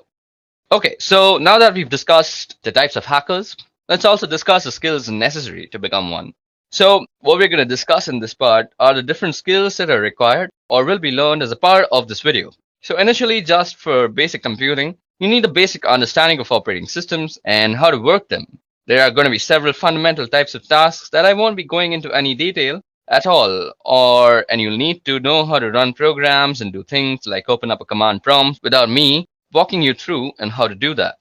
So I am going to assume that you have some basic understanding of how to do these sorts of tasks. Also, you need an understanding of the basic system software, and you'll need a basic understanding of how to use command line utilities. There are a number of tools and programs that we're going to be going through this video, and many of them use the command line. Now, whether it's on Windows or Linux, you'll need to be familiar with typing and being able to run programs from the command line and the various command line switches and parameters that those programs or types of programs are going to use. Now, from a networking perspective, you need a basic understanding of some simple networking concepts. You need to know what cables are and switches and hubs and how systems are networked together. You don't really need a deep level of understanding. I'll be going through some protocols at a reasonably deep level because I think it's important as an ethical hacker to understand what's going on at the protocol level so that you can know better what you are doing and how to achieve the goals and tasks that you have before you. So we're going to be going over some protocols. So just understanding what protocols are and how they go together, those sort of things are necessary from a networking perspective. Now, we're going to also be learning a bunch of life skills. Yes, there are some life skills that it's important to have. I think the most important one is the ability to accept failure and persevere. And by that, I mean you're going to be just running across several things that just don't work the first time around. And it's going to take a little bit of time and stick-to-itiveness to plug away and keep going until you get something to work. And the way that you get things to work is having an ability to problem solve. And sometimes solving problems requires being a little creative. Sometimes you need to think out of the box and come at a problem from a different perspective in order to find a solution. Throughout the course of this video, you're going to run across a lot of sticky problems through the course of learning about being an ethical hacker and just doing the work because it's not as simple. So here's a little recipe for how to do this. Now go follow this recipe every time and you're going to be successful. Every situation is different. Every system is different. You're going to run across some pretty sticky problems. And you're going to have to just wait and get your hands dirty and keep failing and failing and failing and failing until you find a way to succeed. So I think those skills are very necessary to learn how to be an ethical hacker. Digging through some of the material that we'll be going over in this video, as far as what you're going to be learning, you're going to be learning about how to use a lot of tools. You're going to learn networking, and by that I mean we're going to be talking about different protocols that are involved in networking systems together. You're going to learn about security and security postures. Security is the heart and soul of ethical hacking. It's why we do ethical hacking in order to make systems and networks more secure than they were previously. That's the goal from a networking perspective. We're going to be talking about how to read packets from network captures. We're going to be going into TCP/IP related protocols in a fairly significant amount of detail. And you're going to understand how protocols interact with one another. So we're going to do all that, and the reading packets is going to be really important. And we're going to do a fair amount of that in addition to just a fundamental approach to learning how to read packets in several lessons. We're going to read packets as a way of understanding the different tools that we're using and how they're going to learn tactics and methodologies. And you get to learn to use the information you've gathered in order to get more information. And information is really what is this all about. You can't do anything without information. And sometimes it takes a fair bit of digging in order to find that information. And what you're going to learn is the entry points and the stepping stones to get the information that you need. And then once you have that information, you're going to be learning about ways to exploit it in order to get deeper into the target. We're going to learn security awareness. We're going to talk about risk and understanding risks and vulnerabilities. Primarily, recognize the difference between a vulnerability and an exploit, and there's a significant difference. There's security awareness and understanding what a risk is and how that impacts your target, and it's going to be key to a lot of things that we talked about. So it sounds like a lot. We're going to cover a fair bit of ground, not all of it at a deep level. Sometimes we're going to skim the surface, but there's an awful lot of material to be covered. So let's get started into talking about the different skills that are required or will be learned as a part of the series of video. So initially, just for basic computing, you need a basic understanding of operating systems. So it sounds like a lot that we're going to cover. And a fair bit of it is going to be at a very deep level, and sometimes we're just going to skip the surface. But there's an awful lot of material to cover, so let's get started. Okay, so that was all about the skills that we're going to develop throughout this video, and that might be necessary for you to become an ethical hacker. Now, let's talk about the types of attacks that you might be dealing with as ethical hacker yourself. So now we're going to be talking about the types of attacks. Now, one type of attack that you'll find common, particularly in cases of hacktivism, for example, or cases where people are trying to make a particular point or just be a general pain, is this idea of defacing. Now, defacing goes back for quite a while. It's the idea of sort of digital graffiti, where you've left your mark or your imprint behind so that everybody knows you were there. Primarily a website thing, and it's really just making alterations to something that used to be pretty common a long time ago. Now, it's very particular for businesses or people or just organizations in general to have their homepages be replaced by this other thing that was along the lines of, hey, I was here and I took over your web page. We also have a pretty common one, or certainly has been common over the years, and it's a pretty good path towards quality exploits and high-profile vulnerabilities, and that's buffer overflow. Now, a buffer overflow is a result of the way programs are stored in memory. When programs are running, they make use of a chunk of memory called a stack. And it's just like a stack of plates. When you put a bunch of plates down, when you pull a plate off, you're going to pull the top plate. You're not going to pull the oldest plate. You're going to pull the one that was on top. So the same thing with the stack here. We're accessing memory, and this has to do with the way functions are called in memory. When you call a function, a chunk of memory gets thrown on top of the stack, and that's the chunk of memory that gets accessed. And you've got a piece of data in memory within that stack, and that's called a buffer. And when too much data is sent and tried to put into the buffer, it can overflow. Now, the bounds of the configured area for that particular buffer, it can overflow the bounds of the configured area for that particular buffer. Now, the way stacks are put together, we end up with a part of the stack where the return address from the function is stored. So when you overflow the buffer, you have the ability to potentially override that return. At which point you can control the flow of execution of programs, and if you can control the flow of execution of the program, you can insert code into that memory that could be executed. And that's where we get buffer overflow. That turns into exploits that creates the ability to get like a command shell or some other useful thing from the system where the buffer overflow is running. So that's a buffer overflow in short. Sometimes we also have format string attacks, and sometimes these can be precursors to buffer overflow formats. Now, format strings come about because the C programming language makes use of these format strings that determines how data is going to be input or output. So you have a string of characters that define whether the subsequent input or output is going to be an integer, or whether it's going to be a character, or whether it's going to be a string or a floating point, that sort of thing. So you have a format string that defines the input or the output. Now, if a programmer leaves off the format string and just gets lazy and provides only the variable that's going to be output, for example, you have the ability to provide that format string. If you provide that format string, what then happens is the program starts picking the next piece of data off the stack and displays them, because that way we can start looking at data that's on the stack of the running program just by providing a format string. And if I can look at the data, I may be able to find information like a return address or some other useful piece of information. There is also a possibility of being able to inject data into the stack. I may be able to find some information like a return address or some other useful piece of information. There is also a possibility of being able to inject data into the stack. I may be able to find some information like a return address or some other useful piece of information. There is also a possibility of being able to inject data into the stack using this particular type of attack. Now, moving on to our next type of attack is a denial of service. A denial of service, this is a pretty common one, and you'll hear about this a lot. This is not to be confused though with the one that I'll be talking about after this, and that is a distributed denial of service. So this one that you see this is a denial of service attack.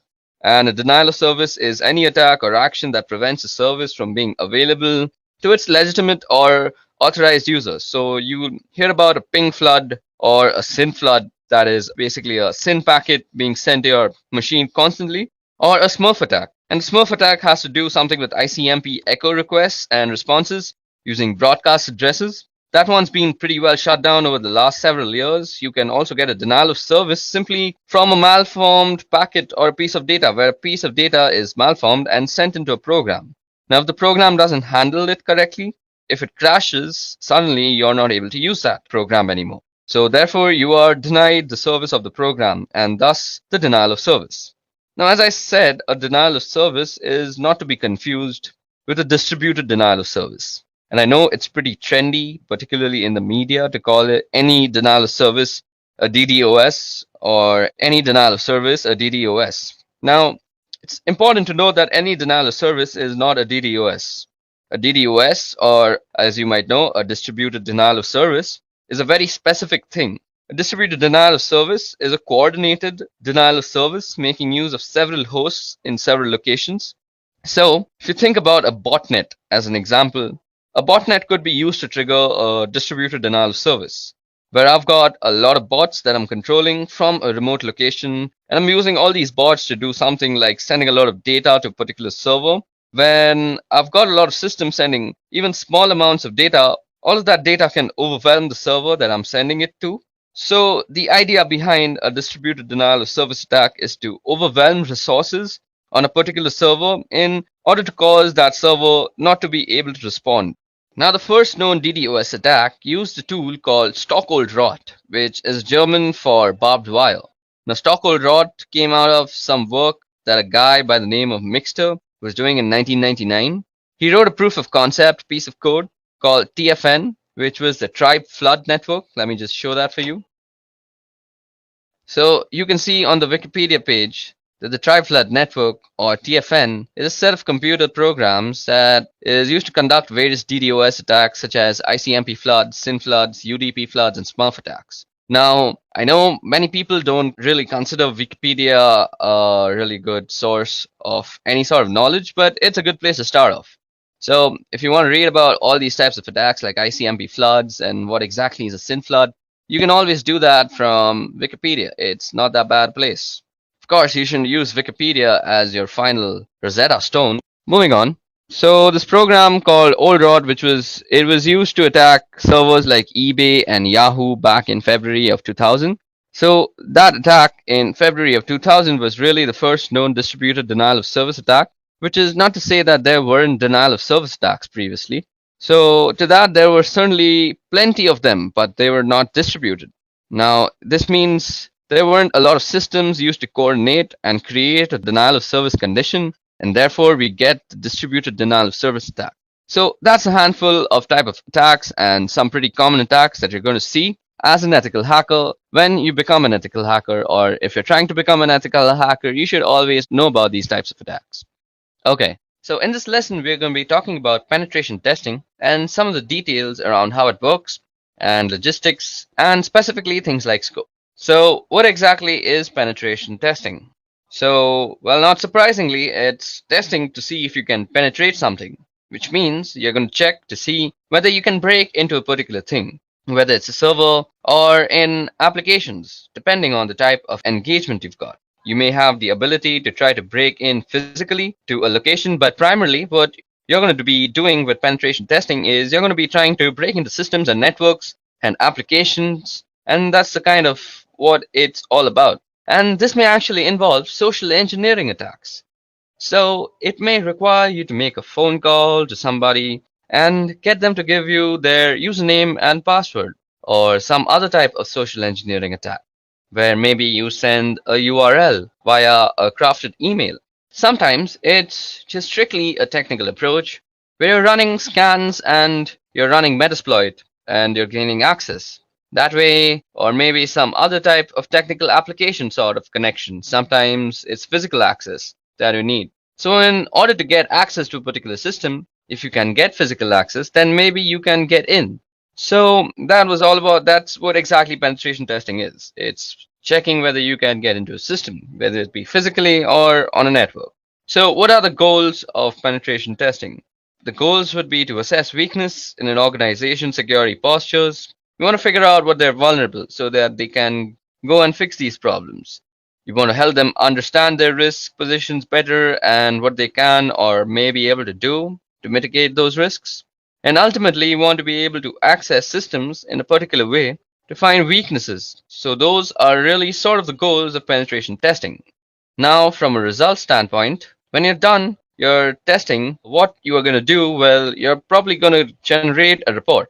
And by that, I don't mean you're going to run some automated tool and you're going to get it to generate a report for you. You're actually going to give that to the client. You're actually going to give your report to the client. And then they're going to write you a really large check. So that's not really how it works. You're going to write a report detailing the findings in a detailed way so that it includes what did you do to find out what you actually found out and how you can actually mitigate that particular risk. So you should really include remediation activities in order to fix these vulnerabilities that you find.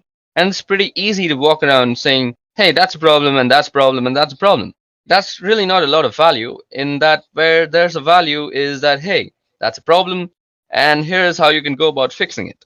So let's talk about the scope of penetration testing. So firstly, you want to actually realize how big is the breadbox and how specifically what is it that the two of you have agreed that being you, the ethical hacker, and the other guy being the authorized person to give you permissions to ethically hack, have specifically agreed that you can do penetration testing and you can target them as an organization or the client. And what you have agreed to are any exclusions or any sort of areas that they say you're not allowed to touch. So anything so, like if they've got a database server maybe, or there's a lot of really sensitive data on it, and there's a little hesitant, and they may put a don't touch this thing clause in the scope. So there are a lot of different reasons why they may exclude areas from the scope, and if they exclude them, then trust their reason and listen to them. What they have to say in terms of this is what we want you to accomplish. So along those lines, you really need to get a sign off from the target organization. Now, we've talked about this before, and this is certainly all about the ethics and trust, and it's also about legality because if you do something that you don't have permissions to do, you could be prosecuted for that. So, definitely get the scope very clear in writing and with signatures attached to it as to what you can and what you can't do, and always get approval from the right people and make sure you get somebody who has the right level of permissions and is the right level of management so that they can sign off on its understanding and accept the risk that is associated with a penetration test. So let me talk a little bit about security assessments and how they differ from penetration tests. The security assessment is a hand-in-hand approach with clients. So you would walk in doing a collaborative thing where you're a trusted partner and you ally with them, and your goal isn't to penetrate them and point out all the things that are really bad, but it's to get a full assessment of the risk that the organization is exposed to. And you would probably provide more details about fixes that maybe you would in a penetration test. Now, what we're going to do is we're going to walk in and make sure that the policies and procedures they have in place are really what they need for the organization and the risk appetite that they've got. And we're going to make sure that the policies and procedures have controls that can tell us whether they are being actually adhered to or not. So the procedures and policies are being followed. A security assessment is probably a little bit more comprehensive than a penetration test, and you would look at more factors to assess the security postures of the organization in their overall risk. And you would tailor the output based on their risk appetite and what they're most interested in. And that's not to say that I'm going to tell them what they want to hear, but if there's something that they know and I know that they're just not going to do, I'm not going to be making a big deal out of it because they're already aware of it. And I'll make a note of it in the report just for a completeness sake.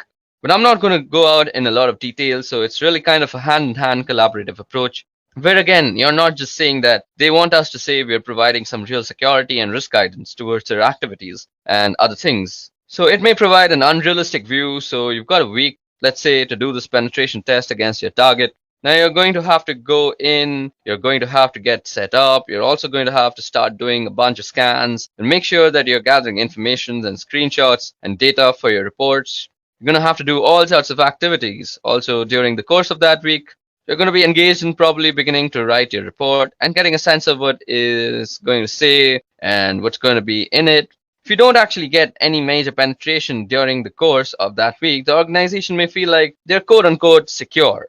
That's one of the reasons why penetration testing, while really sexy and show, is nice and all, but if an organization walks out of it believing that in a week you didn't manage to get the keys of the kingdom, then they must be secure. That's really misguided view, because a dedicated, skilled, and motivated attacker isn't going to just take a week or some portion of that week. If they're after something, they're going to dedicate themselves to it and really go after it. So just because you didn't find a penetration in some subset of a week doesn't mean that they're secure and invulnerable to attacks. It just means that during the course of that particular week and other circumstances that were in place, you didn't get a penetration that was really significant or major. That's all it means. It doesn't mean anything beyond that. And if an organization walks away feeling like they're secure, they're going to end up not fixing the real vulnerabilities that may be in place that could expose them to significant risks. So that's penetration testing, its scopes, its goals, and how it differs to security assessments. Now it's time to go over footprinting. So what is footprinting? Well, footprinting is getting an idea of the entire scope of your target. That means not just the scope that you were given, which may be an address block or it may be a domain name, that even may be a set of address blocks. Now what you want to do is you want to figure out all the information that's associated with that in great detail as you can possibly get. So you want a list of domain names. As you're going to go through this, you probably want some sort of database or Excel spreadsheet or something to keep track of all the information, because you're going to have a lot of it at the end. You want to be able to find the information quickly, so having some sort of either notepad going with your notes, or as I said, a spreadsheet or a database. So if you can get organized in that way, you want to keep all those sorts of things down.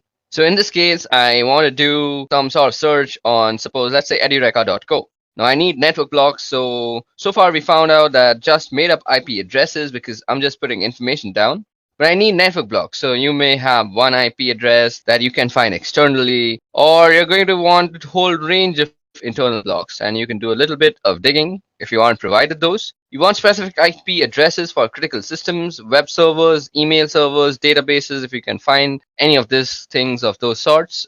And you want system architectures. And what kind of stuff are they running? Are they running Intel? Are they running Windows? Are they running some Unix systems? What are they running? What kind of access control list they have? These are going to be hard to get, but you may be able to guess them. And you can guess these by doing port scans. So what sort of responses you get back from the port scans with the filters, and or what you don't get back will tell you about if there's an IDS around, or you want to do a system enumeration, or you can get access to a system somehow. You want to know usernames, group names, so on. So the basic idea of footprinting is gathering information. Now, if you can get access to systems somehow, you want to know usernames, group names. So you want system banners, routine tables, SNMP information if you can get it, DNS host names if you can get those. So now this is for both internal and external on the side. If you're doing an internal penetration test or ethical hacking engagement, you want to know the networking protocols that are there. Are they using TCP/IP, or are they using some UDP, or are they on IPX or SPX? Are they using DECnet or AppleTalk? Or are they using some sort of split DNS? In other words, do they have internal DNS servers that give different form for their external? And will it give different information if you want to check for remote access possibilities? Now, in the footprinting process, you want to be very exhaustive. You might want to try and take out email addresses, server, domain name services, IP addresses, or even contact numbers. And you want to be very exhaustive with your approach. You don't want to miss anything out. Because if you do that, you can continue and also provide some launching points for additional attacks or tests that you may be able to do. But this is definitely a starting point of the types of information that you need to have as you go about footprinting your target. Now, next thing that we are going to see is very interesting. This is one of the many common tools that are out there on the internet, and that is the Wayback Machine, or also known as archive.org. Now, while it might not give you all the information that you need, but it certainly gives you a starting point. And what we're talking about out here is the Wayback Machine, or archive.org. So let me just give you a quick look at what archive.org looks like. Okay, I already have it open out here. So out here, what you can see is how a website looked like around some time ago. So for example, if you want to look at what Google looked like, so you just have to search for Google out here and wait for results to come back. Okay, so we see that Google goes way back to 1998. So that was the last capture, or the first capture rather. It was the first capture by the Wayback Machine, and we can see that it has a screenshot of November 11th and how Google looked. So let's see what Google looked like in November 11th of 1998. So this is what Google looked like. There was actually nothing to it. It just said, "Welcome to Google, Google search engine prototypes," and it has some link. So yeah, this is what the Google search engine looked like. It had a Stanford search, it had a Linux search, and you could do all sorts of stuff. You could just put the results. Now, what I'm trying to tell y'all is you can see the evolution of a website through time through the Wayback Machine. And this gives you rather informative look into how website has actually evolved. Okay, now that we know what footprinting is and how it falls into the whole reconnaissance process, so let's go over a couple of websites to do a little bit of historical digging about companies and the types of infrastructure that they may be using. And this information, of course, is useful so that we can narrow down our focus in terms of what we want to target against them for attacks. Now, over time, we've improved our awareness about what sorts of information we may want to divulge. So several years ago, you may have gone to a company's website and discovered that you could get email addresses and names of people in positions that you may find relevant. And there were all sorts of bits of information that could be used against the company. And over time, we have discovered that those sorts of pieces of information probably don't belong on a website where they can be used against a company, and so they've been pulled off. Now, it used to be also that Google had the ability to pull up information that it had cached so far. For example, if a website was no longer available, or if it was temporarily down and offline, there was a little cache button that you could click when you did, and the Google search, and you could pull up that cached information. So even though the website wasn't available, you could still get information from Google's servers. Now, Google's removed that, so we don't have that ability any longer. However, there is an internet archive that we can use. So this thing is called the Wayback Machine, and I have it open out here. So it's archive.org/web. So archive.org is a website that gives us information about other websites and how they looked like in years ago. And by so, I'm going to go to the Wayback Machine, which you can see is at the archive.org, and I'm going to go and try and search for edureka.co. So now we're going to take a historical look at edureka.co's website. And you can see we've got some years, and they've got information going back up to 2013. So let's look at what this website looked like when it was just 2013. Okay, there doesn't seem to be any snapshots out here. I wonder what's going on. Okay, so let's go to 2014. And the first snapshot seems to be on the September 12th of 2014. Actually, it's on May 17th too. So let's see what that looked like. Okay, so this is what Edureka looked like back in 2013, or rather 2014, September 12th, 2014 to be actually exact.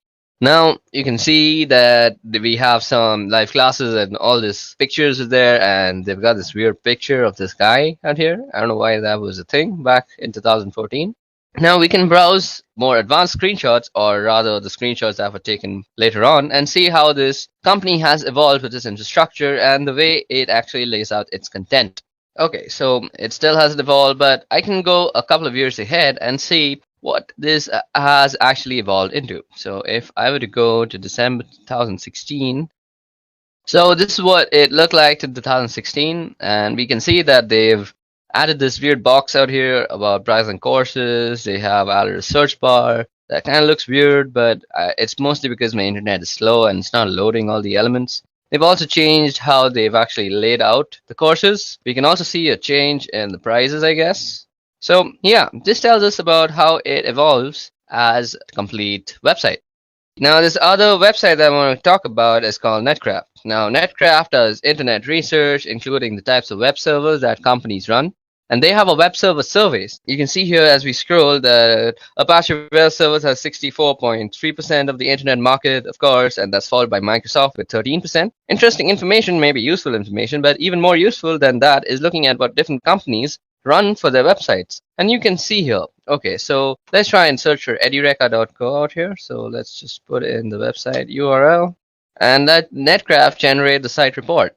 So as you can see that some of the stuff is not available. We know that the NetBlock owner is by Amazon Technologies. The name server is this thing right here. The DNS admin is AWS DNS host master. We also have the IP address. We can go for a look up the IP on VirusTotal. We can do that. There is no IPv6 present, so that's some information that we can see. So we can obviously opt out to not target IPv6 ranges. Then there's also reverse DNS. Then we also have a bunch of hosting history. So this is a history of it. And we know that it's hosted on a Linux system with an Apache web server. And it was last seen, and this was when it was last updated. So this is some very useful information. You can also get information on stuff like Netflix. So if you just type, okay, I just spelled that wrong. So let me just change it from the URL out here. So if you go and type for netflix.com, and you'll see that it'll show you all sorts of information. So as you see that it's on an AWS server, it's an Amazon Data Services Ireland, and this is all the hosting history that it goes along with. It has some sender policy frameworks, domain-based message authentication and reporting confirmations, and there's all sorts of information that you can get about websites and their web servers from Netcraft. So the Wayback Machine along with Netcraft make up for some interesting tools that are available on the internet from which you can do a little bit of your reconnaissance process. Okay, now that we have gone over Netcraft and the Wayback Machine, now it's time to actually get to know how to use the little information that this site actually provides. So what the next topic that we're going to go over is using DNS to get more information. Now, we're going to be going over a tool, and this is called Whois, and it is a utility that is used to query the various regional internet registries to store information about domain names and IP addresses. And let me just show it to you about all the internet registries that are there. So I have aaron.net open out here, and these are the internet registries that provides the ISPs and looks over the internet control as a whole. So out here we have Afrinic, we have Apnic, we have Aaron, we have Lacnic, and we have RIPE NCC. So these are all the regions and all the different types of stuff that they support, all the different countries. You can look at the map that it is supporting out here by just hovering over the providers. So as you can see, all these brown region out here is Africa, Afrinic. Then we have Apnic, which is this black or grayish thing, which is India and Australia and quite a lot of Asia. Then we have Aaron, which is a lot of North America and the United States mostly. Then is Lacnic, which is mostly the Latino side, which is the South American part. Then we have the rest of Europe, which is RIPE NCC, and this is the part that RIPE NCC is providing internet to. Okay, so that was all about the internet registries. Now let's get back to the topic, and that is using DNS to get more information. Now for this, we're going to be using a Linux-based system. So I have Ubuntu running on my virtual machine out here, and let me just log into it. So firstly, we are going to be using this query called Whois that looks up these internet registries that I just showed you. Let me just quickly remove this. Okay. So for querying information from the regional internet registries that I just talked about, you can use Whois to get information about who owns a particular IP address. So for example, I could do Whois, and let's see, I could do Whois Google, or rather Netflix.com, and we can get all sorts of information about Netflix. So we can see that we have the visit mark monitor. Then let's see, let's go up and look for all sorts of information that is being given to us by this Whois query. So as you guys can see, I just went a little bit too much. Okay, so registry domain ID. We have the domain ID where it is registered. The registered URL is mark monitor. Okay, so this is for marking actually. Now the creation date is 1997. So if you haven't realized, Netflix been around for a long time and it's been updated on 2015. And the registry expiry date, as we see, is 2019. So it's going to actually go off this year. Then this is all useful information. So we can see all sorts of domain status, the name server, the URL, the DNSSEC that it says unsigned. This is very useful information that is being provided by a very simple query. Now, if you want to know who owns a particular IP address, so let's see. Did we get back the IP address out there? We should have got back the IP address, but it's kind of lost on me. So to get back the IP address also for a domain name service that you know, so you could use this command called dig. So you dig netflix.com. Now, as you guys can see, that it has returned a bunch of multiple IP addresses. These are all the IP addresses that Netflix is. So I could do something like if I was trying to check out who owns a certain IP address, and for example, I have got one of these IP addresses, but let's just assume I don't know that it actually belongs to Netflix. So I can go who is 54.77.108.2, and it'll give me some information. So as you guys can see, it is giving us a bunch of information as to who this is and how it is happening. So we see that it is from Aaron.net, and so we can very smartly assume that it's from the North American part. Now, we can also see that it's in Seattle, so our guess was completely right. So it also gives us a range. So this is something very useful. So if you see, we now have the range of the IPs that might be being used by this guy. So we indeed have a 54, and it says it goes up to the 54. There's also a 34. Now let's check that out and see what information we get. So who is, and let's check it out. What was the IP that we were just seeing? It's 34.249.125.167. So 34.249.165. I don't know. Let's see. You can also put in a random IP address. It doesn't really matter, and it'll give you the information. So let's see. Is this in some IP address? Even this seems to be an Aaron IP address, and it's also based in Seattle. And we get a bunch of information. So that's how you can use the whois query and the dig query to actually get all sorts of information about a domain name service and get information from a DNS basically. So now let's go over some theoretical part that is for DNS. So using DNS to get information. So firstly, what is a domain name service and why do we need it? So a domain name service is a name given to an IP address so that it's easy to remember. Of course, it's easy to remember names and mnemonics rather than a bunch of random weird numbers. Now, this was mainly so that we can map names to IP addresses and we can get a bunch of information from the hostname resolution. So that's the purpose of IP addresses. Now, we will also be looking at how to find network ranges. Okay, now before we get on to actually moving on to how to find out the network ranges, let me just show you how you can also use whois. So whois, suppose you want to know the domains with the word foo in it. So you could go whois foo. And this will give you a whole bunch of things about how foo exists and all the sorts of foos that there is on the internet. So that was one interesting flag. And if you want to know how to use more about whois, you could just go -- help, I guess. Yeah, so this is all the types of stuff that we can do with whois. So we can set the host, we can set the port that we want to search for. Then we can set with the L flag, we can find one level less specific match. And we can do an exact match, do an inverse lookup for specified attributes. Then we can also set the source. We can set verbose type, and we can choose for a request template. There's a bunch of stuff they can do. So you could suppose say whois verbose and suppose edureka.co. And it'll give you a verbose version of this is a RIPE database query service. The objects are in RPSL format. The RIPE database is subject to. So, okay, let's try something else like whois netflix.com. Okay, I'm sorry. I was supposed to do verbose and I kept doing H. Silly me. So you do V and it'll give you a much more. Like this is a RIPE database. Again, I think I'm doing something wrong. Okay, just for that thing. Okay, V and type. Okay. Or let's just see. Let me just show you how to use it. Primary keys are returned. Only primary keys. Okay, let's see. Let's try that out. Okay, so it seems to be that this is a RIPE database query service, and the objects are in RPSL format, so it won't really work for that thing.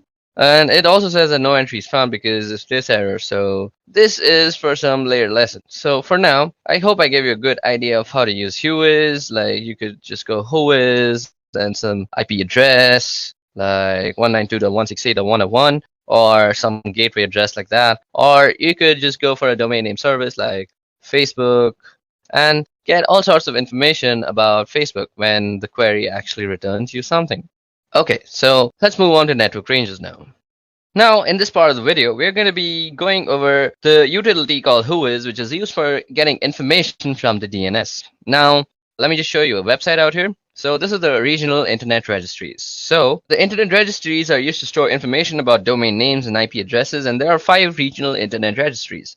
First is ARIN, which is responsible for North America, so that would be the US and Canada. Then we have LACNIC, which is responsible for Latin America and portions of the Caribbean. Then there's RIPE, that's responsible for Europe and Middle East and Central Asia. There's AFRINIC, which is responsible for Africa. And finally, we have APNIC, which is responsible for Asia Pacific Rim. So that's the regional internet registries. And as I said, Whois is responsible for acquiring information from the various regional internet registries, as you can use Whois to get information about who owns a particular IP address. So for example, let me just open up my Ubuntu system. Let me clear this out first. So as I was just saying, for example, you could go whoisfacebook.com. Okay, so as you guys can see, we could find out pretty quickly about who owns a particular IP address. So for example, I could do Whois and just go facebook.com. It tells me about who it belongs to. It also gives you who owns a particular IP address and who's responsible for them. From the information, you can get email addresses that belong to a particular company. This one has an email address for tech contact of ipreg @. So you can get all sorts of email addresses, tech contacts, and all sorts of stuff out there. The registry database contains only .com and .net and all sorts of information. Now, I want to query a different IP address, and different information belongs in the different regional internet registries, of course. So if I want to go to a particular database, I would have to use the -h flag. So I could do Whois ARIN net and remember the IP address, and I'm going to query that again. And of course, I get the same information back because I went there. So you could just go Whois h and then follow it with an IP address. So something like 34.205.176.98. So that's just some random IP address I just made up. And it says that Whois option. Okay, so it's a capital H. Okay, so let's see that. And we get all sorts of information back from that. So area 8, ARIN, and all sorts of stuff. Now I can get information about domains as well. So if I can query something like netflix.com, and I can find out that this is actually Netflix, and there's an administrative contact and a technical contact, and you can see the different domain servers. So the servers that would have authority of information about the DNS entries for that particular domain. You can also see other information like when the record was created, and a whole bunch of different phone numbers that you can contact. And additional to storing information about IP addresses and domain names, sometimes it will store information about particular host names. And there may be other reasons why you would store a host name or particular information about a host name on the system with one of the RIRS. Now, if I wanted to look up something specifically, once I had found that, I could now do a lookup on Whois, suppose, let's say, something like Whois foo. So let's say Whois foo. Now, if you already don't have Whois installed, you can easily install it by just going apt install Whois on your Unix system, and that should do the trick. And then you can start use this really nifty tool. Okay, so that was all about using Whois. Now let's get on to actually using how to find out network ranges for a domain. Okay, so now let's talk about how we are going to be going over and finding network ranges. So suppose you've got an engagement and you only know the domain name and you don't know much beyond that, and you're expected to figure out where everything is and what everything is. So how do you go about doing that? Well, you use some of the tools that we either have been talking about or will soon be talking about in more detail. And the first thing I'm going to do is I'm going to use the domain name edureka.co, and I'm going to look up edureka.co and see if I get an IP address back. So let's just head over there and go Whois edureka.co, or we could use the host keyword. So as you see, we get an IP address back, and that is 34.210.230.35, and that is the IP address. And you see that I've got back an IP address. So here's just an IP address, and I don't know what that IP address belongs to. I also don't know how big the network range or network block is, and that's associated with. So what I'm going to do is Whois, and I'm going to look up with ARIN who owns that IP address. So you can basically go Whois 34.210.230.35. So as you guys can see, that gives us a bunch of information and the who is. Now, this doesn't seem to have a very big network range, but unlike something like Netflix, so suppose we were to do something like host netflix.com and see. Now we have a bunch of IP addresses. So suppose we were to do who is, let's see, who is 52.19.40.147. Now I'm expecting Netflix to be a much larger company and have a better, yeah, now see, we get net range. So this is the network range that we're talking about. So we had a random IP address and now we have found the network range. So that's how you find network ranges, and this can be very useful. So this gives me evidence that Netflix.com has a presence on different addresses. The one I have also located by looking up that particular host name. So I've got one address here that I can look at, and let's take a look at the website because that may be a different address. Now, if I didn't have that, I could also go and do something like an MX flag. So let's see. I could go dig, and this will give us all the mails. So dig MX, and let's see what MX does actually. You go help. So we could do dig-h for a list of options. So these are all the options that we have, and the one that we're going to use is something like this. So dig MX, and we say something like netflix.com. So these are all the mailings and MXs that we have gotten from Netflix, and this is information regarding it's still producing information. That's a big thing to produce. Okay, so as I was just saying, you can use the MX flag, and I could get back all the mail handlers in this case, and their mail is being handled by Google. And let's see, wait, let's go on to then it's going to tell me that Google's not particularly surprising, and other things that you can do is check for different host names, since I'm assuming DNS probably doesn't allow zone transfers, since most DNS servers don't anymore. Although they used to, you may have to start guessing, so I could do something like webmails that we find out here. So this shows us a dump of all the outstanding memory stuff. Okay, so that was all about finding network ranges. Now moving on to our next topic is using Google for reconnaissance. Now some people also call this Google hacking. Now if you know how to use Google to exactly target and find what you are looking for, Google is an excellent tool for reconnaissance purposes. And today I'm going to show you how you could use Google exactly for your searches. So first of all, let's open a tab of Google. Let's open up here. So let's go to google.com. Okay, so now we're going to be talking about how we can use Google to actually gain some information or some targeted information. So this is in general called Google hacking. Now when I say Google hacking, I'm not meaning by breaking into Google to steal information. I'm talking about making use of specific keywords that Google uses to get the most out of the queries that you submit. So for example, a pretty basic one is the use of quotations. You quote things in order to use specific phrases. Otherwise, Google will find pages that have instances of all those words, rather than the words specifically together in particular order. So I'm going to pull this query up, and this shows a list of, let me just show it to you. So if you go index of, now this is showing us an index of all the films. Now this is basically all those index of sites that you want. So as you guys can see, this shows us an index of all sorts of films that are there. Now you can use the index of, and you see that we have also an index of downloads or something like that, hyphen.com/download. And it is an index of all sorts of stuff. Now you can go into some folder and check them out. G. Jones, G. Worthy, G. Perico. I don't know what these are, but some sort of stuff. And this is how you can use Google. Now let me just show you some more tricks. So you can use this. So suppose you're using Google to find for something like a presentation. So you could use something like file type PPTX, and it'll search for every type of file there that is PPT. Okay, let's try some other site, .ppt. So config. Okay, so this brings up all the types of files that have some configs in them. So this is some gaming configuration, as we see. This is some digital configuration of Liverpool.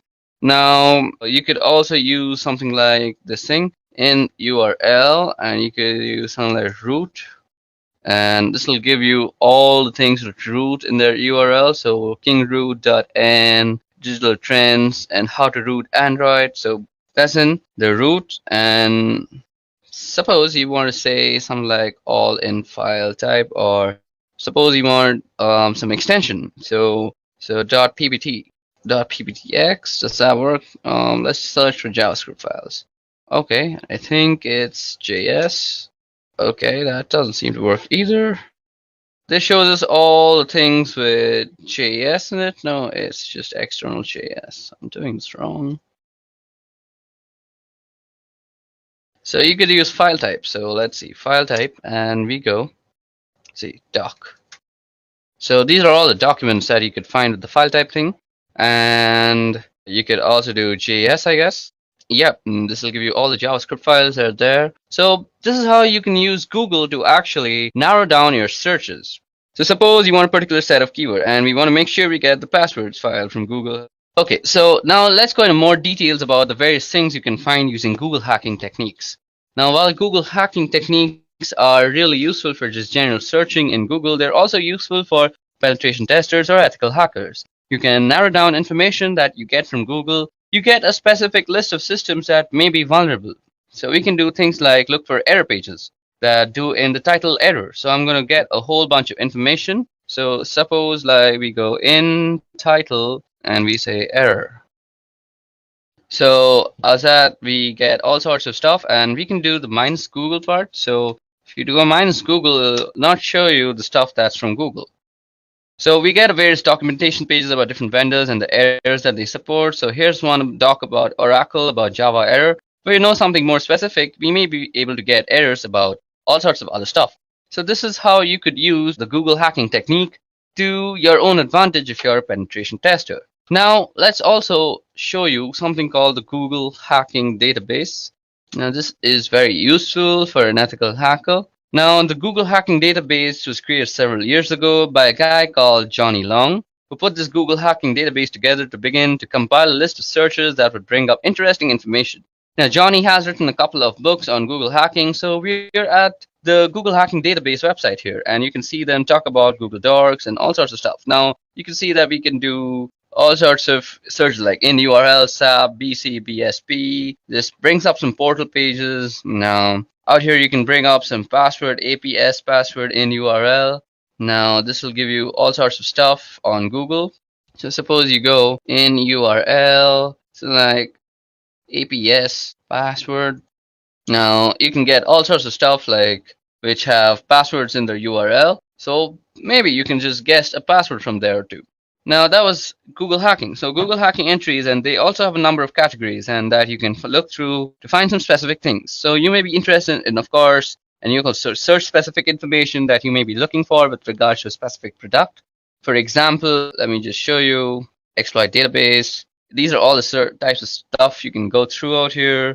And as you see, we have all sorts of stuff like this is an SQL injection thing. This is something regarding peer archive tars. So these let you get a foothold into some password cracking attempts, and you can do some brute force checking. And you can see here if it talks about the type of search it is and what it reveals. You can just click here on Google search, and it will actually bring up Google with a list of responses that Google generates. So let's look at this one here. This type is a log. So this is something about cross-site scripting logs, and we can also see some POTI logs if I was not wrong. So there's some denial of service POC. And we can see a bunch of stuff. And if you continue to scroll down, there are a lot of interesting information in here. So somehow somebody's got a POTI log that has a lot of information. They've got it up on a website. And it's basically a bunch of information that you can see. You can also get some surveillance videos sometimes, and you can look into them. And this is basically how you could use Google. So it's basically a list of queries that you can go through, and this is a very useful site if you're a penetration tester and looking for some help with your Google hacking terminologies. So that's it for Google hacking. Now let's move on. Okay, so now it's time for some networking fundamentals, and what better place to begin with TCP/IP. Now we're going to be talking about the history of TCP/IP and the network that eventually morphed into the thing that we now call the internet. So this thing began in 1969, and it spun out of this government organization called ARPA, which Advanced Research Projects Agency, and they had an idea to create a computer network that was resilient to a certain type of military attacks. And the idea was to have this network that could survive certain types of war and warlike conditions. So ARPA sent out this request for proposals to BBN, which is Bolt, Beranek, and Newman, and they were previously an acoustical consulting company, and they won the contract to build what was called the ARPANET. The first connection was in 1969, so that's where we get the idea that the internet began in 1969. And the internet, as we call it now, didn't really begin, but ARPANET did. And ARPANET has a long history that goes through NSF Net in 1980s, and after ARPANET was sort of decommissioned, and a lot of other networks were folded into this thing called NSF Net that then turned into what we now call the internet. And once a lot of other networks were connected into its first protocol on the ARPANET, initially there were 18 to 22 protocols, which was very first protocol defining communication on ARPANET. And it was called 1822 protocol because BBN report 1822, which describes how it worked shortly. And after that, there was this thing called the Network Control Program. And the network control program consisted of ARPANET's host-to-host protocol and an initial control protocol. Now, there's certainly not a direct correlation or an analogy here, but if you want to think about it in particular, where you could say that the ARPANET host-to-host protocol is kind of like UDP, and the initial connection protocol, or ICP, is kind of like TCP. So the host-to-host protocol provided a unidirectional flow control stream between hosts, which sounded a little bit like UDP. And ICP provided a bidirectional pair of streams between two hosts.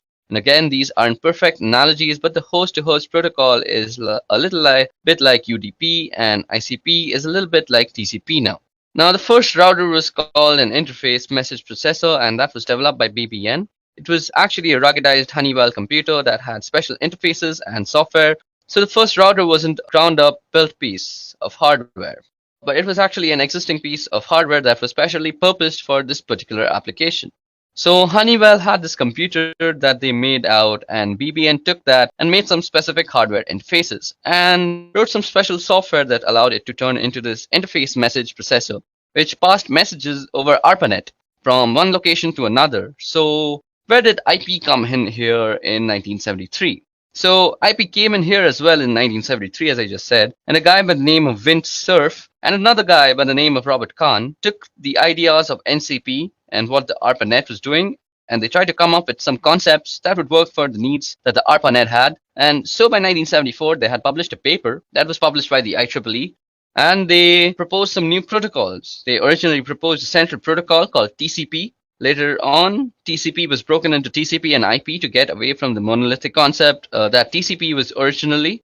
So they broke it into more modular protocols, and thus you get TCP and IP. So how do we get to our version 4, which is IPv4, since that's the kind of internet that we're using right now? Version 6 is coming and has been coming for many, many years now, but we're still kind of version 4. So how did we get here between 1977 and 79? And we went through version 0 to 3 by 1979, and 1980 we started using version 4. And that's eventually became the de facto protocol on the internet. In 1983, when NCP was finally shut down, because of all the hosts on the ARPANET were using TCP IP by that point in 1992, work began on an IP next generation, and for a long time, all of the specifications in the RFCs talked about PNG eventually, and IPNG became known as IPv6. You may be wondering where IPv5 went. Well, it was a specially purposed protocol that had to do something with streaming, and certainly not a widespread thing. One of the differences between IPv4 and IPv6 is that IPv6 has a 128-bit address, which gives us the ability to have some ridiculously large numbers of devices that have their own unique IP address. IPv4, by comparison, has only 32-bit addresses, and as you've probably heard, we're well on our way to exhausting the number of IP addresses that are available, and we've done a lot of things over the years to conserve address space and reuse address space so we can continue to extending to the point till where we completely run off IPv4 addresses. Another thing about IPv6 is it attempts to fix some of the inherent issues in IP, and some of those has to do with security concerns, and there are certainly a number of flaws in IPv4. And when they started working on IP next generation or IPv6, they tried to address some of those concerns in some of those issues. And they may not have done it perfectly, but it was certainly an attempt And IPv6 attempted to fix some of the issues that were inherently in IP, and so that's the history of TCP/IP till where we've reached today. Okay, so now that we've discussed a brief history on TCP/IP and how it came about to the TCP/IP version 4, let's discuss the model itself. Now we're going to be discussing two models, and those are the OSI model and the TCP/IP model. Now, as I said, we'll be talking about the OSI and TCP models for network protocols and the network stacks. OSI, first of all, is the one that you see out here. It's the one on the left-hand side of the screen. And OSI stands for Open Systems Interconnect. And in the late 1970s, they started working on a model for how a network stack and network protocols would look originally. The intent was to develop the model and then develop the protocols that went with it. But what ended up happening was after they developed the models, TCP/IP started really taking off. And the TCP/IP model was what went along with it and matched better. What was going on with TCP/IP, which became the predominant protocol, and as a result, the OSI protocols never actually got developed. However, we still use the OSI model for a teaching tool, as well as a way of describing what's going on within the network stack. And in networked applications, you'll often hear people talking about different layers, like that's a layer 2 problem, or we're under a layer 3 space. Now, continuing through these lessons, I'll refer occasionally to the different layers, and when I do that, I'm referring to the OSI model. So let's take a look at the OSI model. Starting from the bottom, we have the physical layer, which is where all the physical stuff lives. The wires and cables and network interfaces and hubs, repeaters, switches, and all that sort of stuff. So all that sort of physical stuff is sitting in the physical layer. Now sitting above this is the data link layer, and that's where the Ethernet protocol, ATM protocol, frame relay, those sort of things live. Now I mentioned the switch below the physical, the switch lives at layer 1, but it operates at layer 2. And the reason it operates at layer 2 is because it looks at the data link address and the layer 2 or physical address, and that's not to be confused within the physical layer. It does get a little mixed up sometimes, and we refer to the MAC address. Now, the MAC address is not the physical address that I'm talking about. It is the message authentication code address on a system the MAC address on a system as a physical address because it lives on the physical interface and bound physically. However, that MAC address or media access control address lives at layer 2, at the data link layer.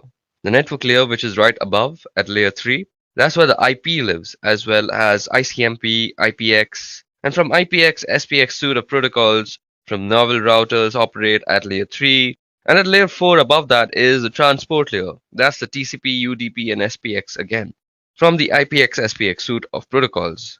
And above that is the session layer, and that's layer 5, and that's AppleTalk, SSH, as well as several other protocols. And then there's a presentation layer, which is layer 6, and you'll often see people refer to something like JPEG or MPEG as examples of protocols that live on that layer.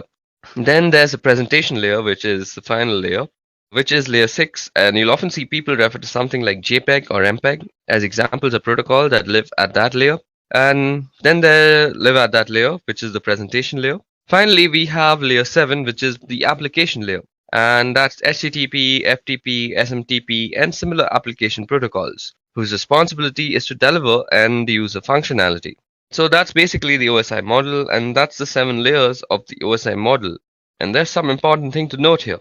That is, when we are putting packets onto the wire, the packets get built from top of the stack from the top of the stack to the bottom of the stack, which is why it's called a stack. Each layer sits on top of the other, and the application layer is responsible for beginning the process, and then that follows through the presentation session and transport layer and down through the network data link until we finally drop it on the wire at the physical layer. When it's received from the network, it goes from the bottom up, and we receive it on the physical, and it gets handled by the data link and then the network and till the application layer. So basically, when a packet is coming in, it comes in from the application, goes out from the physical, and then when it's going out also, it goes from the physical through the data link, then the network, transport session, presentation, and application, and finally to the target system. Now what we're dealing with is an encapsulation process, so at every layer on the way down the different layers add bits of information to the datagram or the packet.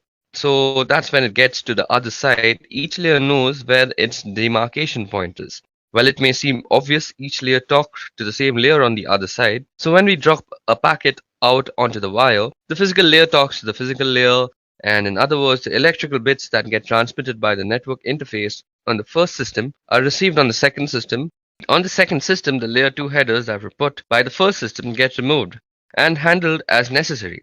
Same thing at the network layer. It's the network layer that puts the IP header, and it's the network layer that removes the IP header and determines what to do from there, and so on again. While it may seem obvious, it's an important distinction to recognize that each layer talks to each layer. While it may seem obvious, it's an important distinction to recognize that each layer talks to each layer. And when you're building a packet, you go down through the stack, and when you're receiving, you come up through the stack. And again, it's called a stack because you keep pushing things on top of the packet and they get popped off the other side. So that was detailed and brief working on how the OSI model is set up and how the OSI model works. Now let's move on to the TCP IP model, which is on the right hand side. And you'll notice that there's a really big difference here. That being that there are only 4 layers in the TCP IP model as compared with the 7 layers of the OSI model. Now we have the network access layer, the internet layer, the transport layer, and the application layer, and the functionality. Now we have the access layer, the internet layer, the transport layer, and the application layer. The functionality that the stack provides is the same, and in other words, you're not going to get less functionality out of the TCP IP model. It's just that they've changed where different functionality resides and where the demarcation point between the different layers are. So there are only 4 layers in the TCP IP model, which means there are a couple of layers that have taken in functions from some of the OSI models, and we can get into that right here. The difference between the models at the network access layer in the TCP IP model that consists of the physical and the data link layer from the OSI model. So on the right here, you see the network access layer that takes into the account the physical and the data link layers from the OSI model. On the left hand side, similarly, the application layer from the TCP IP model encompasses all the session presentation and the application layer of the OSI model. So on the right, the very top box, the application layer, encompasses the session presentation and application layer. And on the left hand side, that of course leaves the transport layer to be the same. And in the OSI model, they call it the network layer. And in the TCP IP model, it's called the internet layer. Same sort of thing, that's where the IP lives. And even though it's called the internet layer as compared to the network layer, it's the same sort of functionality. So those are the really big differences between OSI and TCP IP model.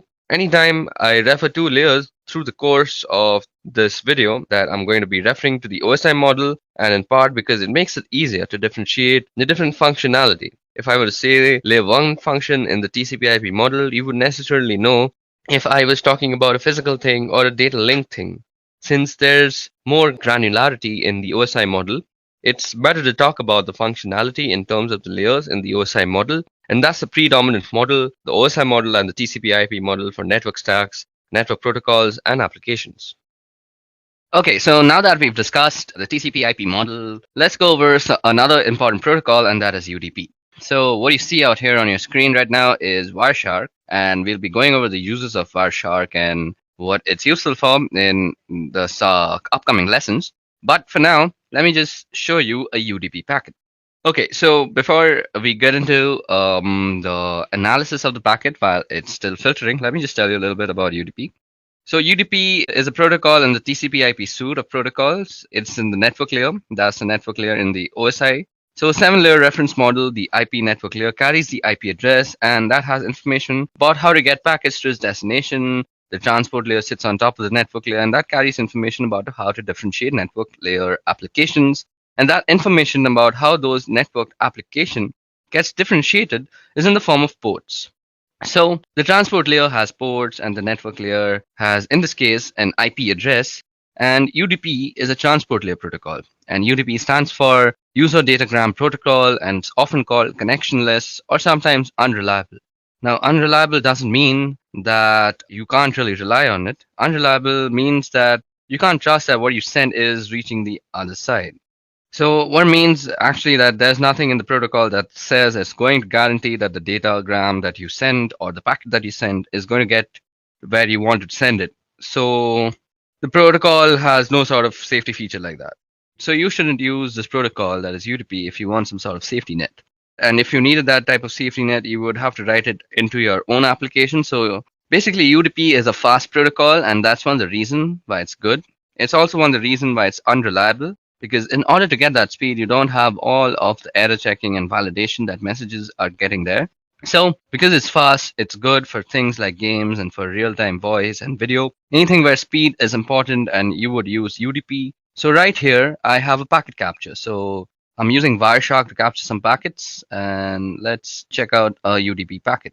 So out here, you see that there are some frames that says it's 167 bytes on wire, 167 bytes have been captured. But we're not really interested in the frame part. We're interested in the user datagram protocol part. So out here, you can see that the source port is 1853 and the destination port is 52081. Now it has a length and it has a checksum and stuff.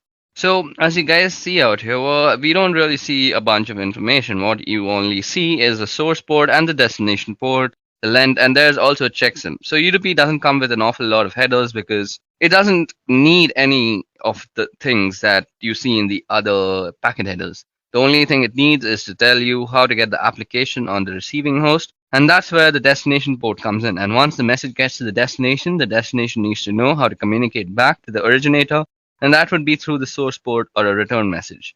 So a return message would convert the source port to a destination port and send back to that port in order to communicate with the originator.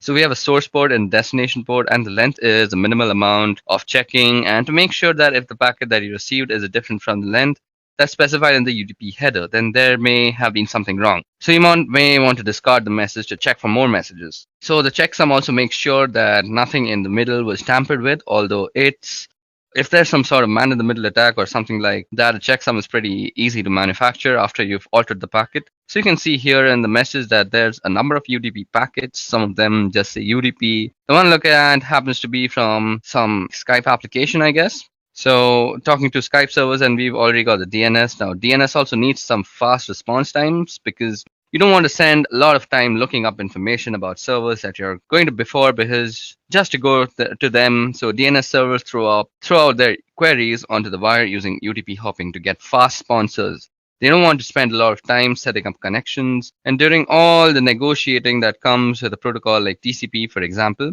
So here you see that the DNS is using UDP, and what we've got here is another UDP packet with port destination and all sorts of stuff. So you can see it out here. So you can see the checksum, it's unverified checksum status. So you can check out all sorts of stuff using Wireshark. So that was about UDP, or the user datagram protocol. Okay, so now that we're done with the user datagram protocol, let's talk about addressing modes. So addressing modes is how you address a packet to your different destinations. So there are three kinds of addressing modes. The first kind of addressing mode is unicast. This is a pretty simple one to understand. So there is one destination and one source, and the source sends the packet to the destination. And it depends on the protocol that you're using to actually address. So if it's something like TCP/IP, you're probably using a bidirectional stream, so the blue computer can talk to the red computer, and the red computer can talk back to the blue computer. But you can also use a UDP stream, which is like one directional stream. So I'm not sure if I'm using the correct word. So it's a stream that's in one direction. I guess I'm driving home the point here. So if it's a UDP, only blue is talking, and when blue stops talking, then red can talk. But if it's TCP/IP, blue and red can talk simultaneously at the same time. Now moving on, there's also broadcast. Now broadcast means that you are sending your packet to everybody on the network. So broadcast messages are very common from mobile network providers. So when you get those advertisements saying something like you have a new postpaid plan from Vodafone or Airtel or something like that, those are broadcast messages. So it's one server that is sending out one single message to all the other systems. Now there's also multicast. Now multicast is like broadcast but selective. Now multicast is used for actually casting your screen to multiple people. So something like screen share, when you're doing it with multiple people, is multicast, because you have the option to not show a particular computer what you are actually sharing. So those are the three modes of addressing: unicast, broadcast, and multicast. Okay, now moving on. Let's look into the tool that we just used to understand UDP, that is Wireshark. So what exactly is Wireshark? So this utility called Wireshark is a packet capture utility, meaning that it grabs data that's either going out or coming in of a specific network. And there are a number of reasons why this may be useful or important. One of the reasons why it's really important is what's going on in the network is always accurate. In other words, you can't mess around with things once they're on the network, or you can't lie about something that's actually on the network, as compared with applications and their logs, which can be misleading or inaccurate or if an attacker gets into an application, they may be able to alter the logging. Now, several other behaviors that make it difficult to see what's really going on. And the network, you can really see what's going on once it hits the wire. It's on the wire, and you can't change that fact. Now, once it hits the wire, so what we're going to do here is a quick packet capture. So let me just open up Wireshark for you guys. So as you guys can see, I have already Wireshark open for us. Let me just remove this UDP filter that was there. So Wireshark is recapturing. So let us go over the stuff that you can see on the screen. Some important features of Wireshark so that we can use it later. So what I'm doing here is a quick packet capture, and I'm going to show some of the important features of Wireshark so that we can use it later on. Now, when we're starting to do some more significant work, I select the interface that I'm using primarily, which is my Wi-Fi, and I'm going to go over here and we'll bring up a Google page so that we can see what's happening on the network. So let me just quickly open up a Google page. As you guys can see, it's capturing a bunch of data that's going around here. Now let me just open up a Google page, and that's going to send up some data. Let's go back. So it's grabbing a whole bunch of stuff off the network. I'm just going to stop that. I'm going to go back and take a look at some of the messages here. So some of the features of Wireshark, as you can see on the top part of the screen, here there's a window that says number, time, source, destination, protocol, length, and info. And those are all of the packets that have been captured. And their numbering starting from 1, and the time has to do with being relative to the point that we've started capturing. And you'll see the source and destination addresses, and the protocol, the length of the packet in bytes, and some information about the packet. At the bottom of the screen, you'll see detailed information about the packet that has been selected. So suppose I'm still selecting this TCP packet out here. So we can go through the frames. The frame also has some interface IDs, the encapsulation type, and all sorts of information is there about the frame. Then we can look at the source port, the destination port, the sequence number, the flag set, the checksums. We can basically check everything about a packet because this is a packet analyzer and a packet sniffer. Now you'll see some detailed information about the packet that has been selected. So I'm going to select, so as I've selected this TCP IP packet, we see that in the middle frame it says frame 290. It means that it has a 290 A flag packet, and the packet that was captured is 66 bytes. And we grab 66 bytes and it's 528 bits later. So what you see out here was the source and the destination MAC address of the layer to layer address. And then you can see the IP address of both source and destination. And it says it's a TCP packet, gives us a source port, destination port. And we can start drilling down into different bits of the packet. And you can see when I select a particular section of the packet down at the very bottom, you can see what's actually a hex dump of the packet. And on the right hand side is the ASCII. So this is the hex dump, and this is the ASCII that you're looking at. What's really cool about Wireshark it really pulls the packet into its different layers that we have spoken about, the different layers of the OSI and the TCP IP model. And the packets are put into different layers, and there's a couple of different models that we can talk about with that. What Wireshark does really nicely is it demonstrates those layers for us, as we can see here. It is actually 4 layers, and in this particular packet here, we can also do something. So I've got a Google Web request. So what I want to do here is I want to filter based on HTTP. So I find a filter. So let's see. We can do an HTTP. And what I see here is it gets text input, and it's going to get an image. So that's a PNG image. And this is a request to get the icon that's going to be displayed in the address bar. So you also see something called ARP out here, which I'll be talking about very soon. So let just the filtering be done. Now in the web browser, it's a favicon.ico that I can do here. I can select, analyze, and follow TCP streams. You can see all the requests related to this particular request, and it breaks them down very nicely. So you can see we've sent some requests to Spotify because I've been using Spotify to actually listen to some music. Then you can see all sorts of stuff like this was something to some not found place. So let's just take the Spotify one, and you can see that we get a bunch of information from the Spotify thing at least. You can see the destination, the source, it's an Intel Core machine. So the first part of the MAC address, the first few digits lets you tell if it's what is the vendor ID. So Intel has its own vendor ID. So F496 probably tells us that that's an Intel Core. So Wireshark does this very neat little thing that it also tells us from the MAC address what type of machine you're sending your packets to from the MAC address itself. So it's coming from a Sophos 4C and going to an Intel Core, and the type is IPv4.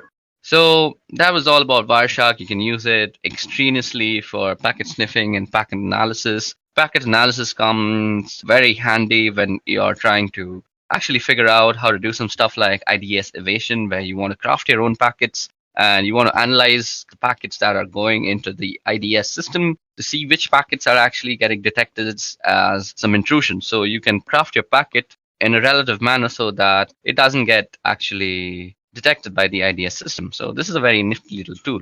We'll be talking about how you can craft your own packets just in a little while, but for now, let's move ahead.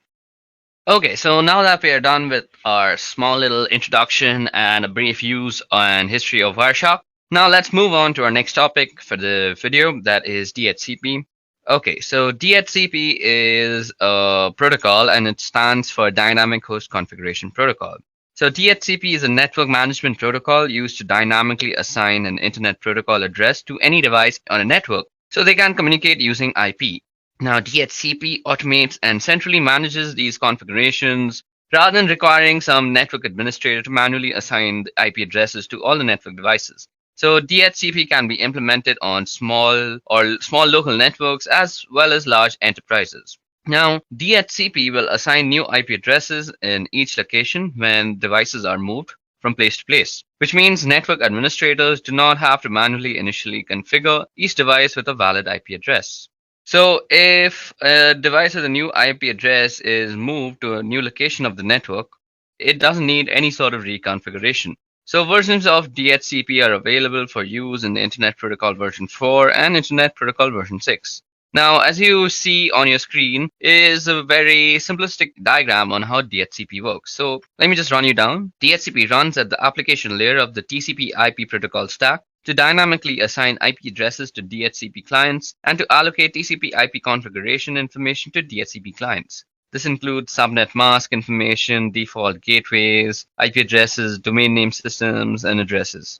So DHCP is a client-server protocol in which servers manage a pool of unique IP addresses, as well as information about client configuration parameters, and assign addresses out of those address pools. Now, DHCP-enabled clients send a request to the DHCP server whenever they connect to a network. The clients configured with DHCP broadcasts a request to the DHCP server and the request network configuration information for a local network to which they're attached. A client typically broadcasts a query for this information immediately after booting up. The DHCP server responds to the client request by providing IP configuration information previously specified by a network administrator. Now, this includes a specific IP address as well as for the time period, also called a lease, for which the allocation is valid. When refreshing an assignment, a DHCP client requests the same parameters, but the DHCP server may assign a new IP address based on the policy set by the administrator. Now, a DHCP server manages a record of all the IP addresses it allocates to networks, nodes. If a node is reallocated in the network, the server identifies it using its media access control address. Now, which prevents accidental configuring multiple devices with the same IP address. Now, DHCP is not a routable protocol, nor is it a secure one. DHCP is limited to a specific local area network, which means a single DHCP server per LAN is adequate. Now, larger networks may have a wide area network containing multiple individual locations depending on the connections between these points and the number of clients in each location. Multiple DHCP servers can be set up to handle the distribution of addresses. Now, if network administrators want a DHCP server to provide addressing to multiple subnets on a given network, they must configure DHCP relay services located on interconnecting routers that DHCP requests to have to cross. Now, these agents relay messages between DHCP client and servers. DHCP also lacks any built-in mechanism that would allow clients and servers to authenticate each other. Both are vulnerable to deception and to attack, where rogue clients can exhaust a DHCP server's pool. Okay, so let's move on to our next topic, and that is why use DHCP. So I just told you that DHCP doesn't really have any sort of authentication, so it can be fooled really easily. So what are the advantages of using DHCP? So DHCP offers quite a lot of advantages. Firstly is IP address management. A primary advantage of DHCP is easier management of IP addresses. In a network without DHCP, you must manually assign IP address. You must be careful to assign unique IP addresses to each client and to configure each client individually. If a client moves to a different network, you must make manual modifications for that client. Now, when DHCP is enabled, the DHCP server manages the assigning of IP addresses without the administrator's intervention. Clients can move to other subnets without manual reconfiguration because they obtain from a DHCP server new client information appropriate for the new network. Now, apart from that, you can say that DHCP also provides a centralized network client configuration. It has support for boot TP clients. It supports the local clients and remote clients. It supports network booting. And also, it has a support for a large network, and not only for short, like small scale networks, but for larger networks as well. So that way, you see DHCP has a wide array of advantages, even though it doesn't really have some authentication. So because of these advantages, DHCP finds widespread use in a lot of organizations. Okay, so that winds up DHCP for us. So let us go into the history of cryptography now. So let me give you a brief history of cryptography. Now, cryptography actually goes back several thousand years before, shortly after people began to find ways to communicate. There were some of us who were finding ways to make the understanding of that communication difficult so that other people couldn't understand what was going on. And this led to the development of Caesar cipher that was developed by Julius Caesar. And it's a simple rotation cipher. And by that, I mean that you rotate a portion of the key in order to generate the algorithm.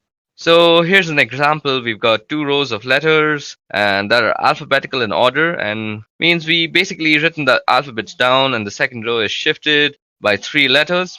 So a B is a Z actually, because if you move that way, a B is a Z from the first row gets shifted back to the second row, and then the letter D becomes the letter C. That's an example of how encryption works. So if you try to encrypt a word like hello, it would look completely gibberish after it came out of that algorithm. So if you count the letters out, you can see that the letter H can be translated to letter L. So that's a Caesar cipher. Now you must have heard of things like ROT13, which means that you rotate the 13 letters instead of 3 letters. That's what we can do here again. And this is just a simple rotation cipher or Caesar cipher. That's what, of course, the ROT stands for. It's rotate or rotation. Now, coming forward a couple thousand years, we have the Enigma cipher. Now, it's important to note that the Enigma is not the word given to this particular cipher by the people who developed it. It's actually the word given to it by the people who were trying to crack it. The Enigma cipher is a German cipher. They developed the cipher and a machine that was capable of encrypting and decrypting messages so that they could messages to and from different battlefields and war fronts, which is similar to the Caesar cipher. Caesar used it to communicate with his battlefield generals, and the same thing with the Germans. You've got to get messages from headquarters down to where the people are actually fighting, and you don't want it to get intercepted in between by the enemy. So therefore you use encryption. And lots of energy was spent by the Allies, in particular the British, trying to decrypt the messages. One of the first instances that we are aware of where a machine was used to do the actual encryption, and we're going to come ahead a few decades now into the 1970s, where it was felt that there was a need for a digital encryption standard. Now, the National Institute of Standards and Technology is responsible for that sort of thing, so they put out a proposal for this digital encryption standard. And an encryption algorithm, what ended up happening was IBM came up with this encryption algorithm that was based on the Lucifer cipher. That was one their people had been working on a couple of years previously in 1974. And they put this proposal together based on the Lucifer cipher, and in 1977 that proposal for an encryption algorithm was the one that was chosen to be the digital encryption standard, and so that came to be known as DES over time. And it became apparent that there was a problem with DES, and that was it only had a 56-bit key size, and while in the 1970s that was considered adequate to defend against brute forcing and breaking of code, by 1990s it was no longer considered adequate, and there was a need for something more, and it took time to develop. Something that would last long for some long period of time, and so in the meantime a stopgap was developed, and this stopgap is what we call the triple DES. The reason it's called triple DES is you apply the DES algorithm 3 times in different ways, and you use 3 different keys in order to do that. So here's how triple DES works. Your first 56-bit key is used to encrypt the plain text, just like you would do with the standard digital encryption standard algorithm, where it changes, and you take that ciphertext that's returned from the first round of encryption, and you apply the decryption algorithm to the ciphertext. However, the key thing to note is that you don't use the key that you use to encrypt. You don't use the first key to decrypt it, because otherwise you'll get the plain text back. So what you do is you use a second key with the decryption algorithm against the ciphertext from the first round. So now you've got some ciphertext that has been encrypted with one key, and decrypt it with a second key, and we take the ciphertext from that and we apply a third key using the encryption portion of the algorithm to that ciphertext to receive a whole new set of ciphertext, obviously. To do the decryption, you do the third key and decrypt it. With the second key, you encrypt it. And then with the first key, you decrypt it. And so you do reverse order and the reverse algorithm at each step to apply triple DES. So we get an effective key size of about 168 bits, but it's still only 56 bits at a time. Now, I said triple DES was only a stopgap. What we were really looking for was the advanced encryption standard once again. And NIST requested proposals so that they could replace the digital encryption standard in 2001. After several thousands of looking for algorithms and looking them over, getting them evaluated and getting them looked into, NIST selected an algorithm and it was put together by a couple of mathematicians. The algorithm was called Reindoll, and that became the Advanced Encryption Standard, or AES. It's one of the most advantages of AES is it supports multiple key lengths. Currently, what you'll typically see is as we are using 128-bit keys. However, AES supports up to 256-bit keys. So if we get to the point where 128-bit isn't enough, we can move all the way up to 256 bits of keying material. So cryptography has a really long history. Currently, we are in a state where we have a reasonably stable encryption standard in AES. But the history of cryptography shows that with every set of encryption, eventually people find a way to crack it.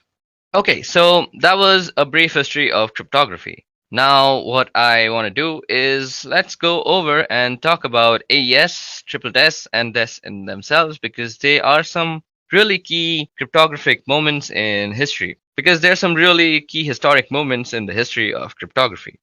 Now, we're going to talk about the different types of cryptographic ciphers, and primarily we're going to be talking about DES, triple DES, and AES.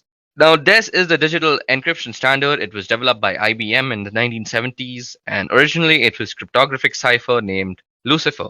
And after some modifications, IBM proposed it as the digital encryption standard, and it was selected by the digital encryption standard. Ever since then, it's been known as DES. Now, one thing that caused a little bit of controversy was during the process of selection, NSA requested some changes, and it hasn't been particularly clear what changes were requested by the NSA. There has been some speculation that wondered if the NSA was requesting a backdoor into this digital encryption standard, which would allow them to look at encrypted messages in the clear. So basically, it would always give the NSA the ability to decrypt DES encrypted messages. It remained the encryption standard for the next couple of decades or so. So what is DES and how does it work? Basically, it uses 56-bit keys rather than a stream cipher. It's a block cipher and it uses 64-bit blocks. And in 1998, DES was effectively broken. When a DES encrypted message was cracked in 3 days, a year later, a network of 10,000 systems around the world cracked the DES encrypted message in less than a day. And it's just gotten worse since then, with modern computing power being what it is. Since DES was actually created, we already had come to the realization that we needed something else. So along came triple DES. Now, triple DES isn't 3 times the strength of DES necessarily. It applies DES just 3 times. And what I mean by that is what we do is we take a plain text message, then let's call that P, and we're going to use a key called K1, and we're going to use that key to encrypt the message. And use a key that we will call K1, and we're going to use that to encrypt the message. And that's going to result in the ciphertext, and we'll call the C1. So C1, the output of the first round of encryption, we're going to apply a second key, and we'll call that K2 with that second key. And we're going to go through a decryption process on C1. Since it's the wrong key, we're not going to get plain text out on the other end. What we're going to get is another round of ciphertext, and we will call this C2. What we do with C2, we are going to apply a third key, and we will call this K3, and we're going to encrypt ciphertext C2, and that's going to result in another round of ciphertext, and we will call that C3. So we have 3 different keys applied in 2 different ways. So with key 1 and key 3, we do a round of encryption, and with key 2, we do a round of decryption. So it's an encrypt, decrypt, encrypt process with separate keys. While that doesn't really yield a full 168-bit key size, the 3 rounds of encryption yields an effective key size of 168 bits because you have to find 356-bit keys. So speaking of that, technical detail for triple DES, we're still using the DES block cipher with 56-bit keys, but since we've got 3 different keys, we get an effective length of around 168 bits. Triple DES was really just a stopgap measure. We knew that if DES could be broken, triple DES could surely be broken with just some more time, I guess. And so the NIST was trying to request a standard that was in 1999, and in 2001, NIST published an algorithm that was called AES. So this algorithm that was originally called RAINDAL was published by NIST as the Advanced Encryption Standard. Some technical specifications about AES is that the original RAINDAL algorithm specified variable block sizes and key lengths. And as long as those block sizes and key lengths were multiples of 32 bits, so 32, 64, 96, and so on, you could use those block sizes and key lengths. When AES was published, AES specified a fixed 128-bit block size and key length of 128, 192, and 256. AES with 3 different key lengths, but 1 block size, and that's a little bit of detail about DES, triple DES, and AES. So when AES was published, AES specified a fixed 128-bit block size and a key length of 128, 192, and 256 bits. So we've got with AES 3 different key lengths, but 1 block size. And that was a little bit of detail about DES, triple DES, and AES. We'll use some of these in doing some hands-on work in the subsequent part of this video. Okay, so now that I've given you a brief history of how we have reached to the encryption standards that we are following today, that is the Advanced Encryption Standard, let's go ahead and talk a little bit more about DES, triple DES, and AES. So DES is a digital encryption standard. It was developed by IBM in the 1970s, and originally it was a cryptographic cipher named Lucifer. And after some modifications, IBM proposed it as the digital encryption standard. It was selected to be the digital encryption standard, and ever since then it's been known as DES or DES.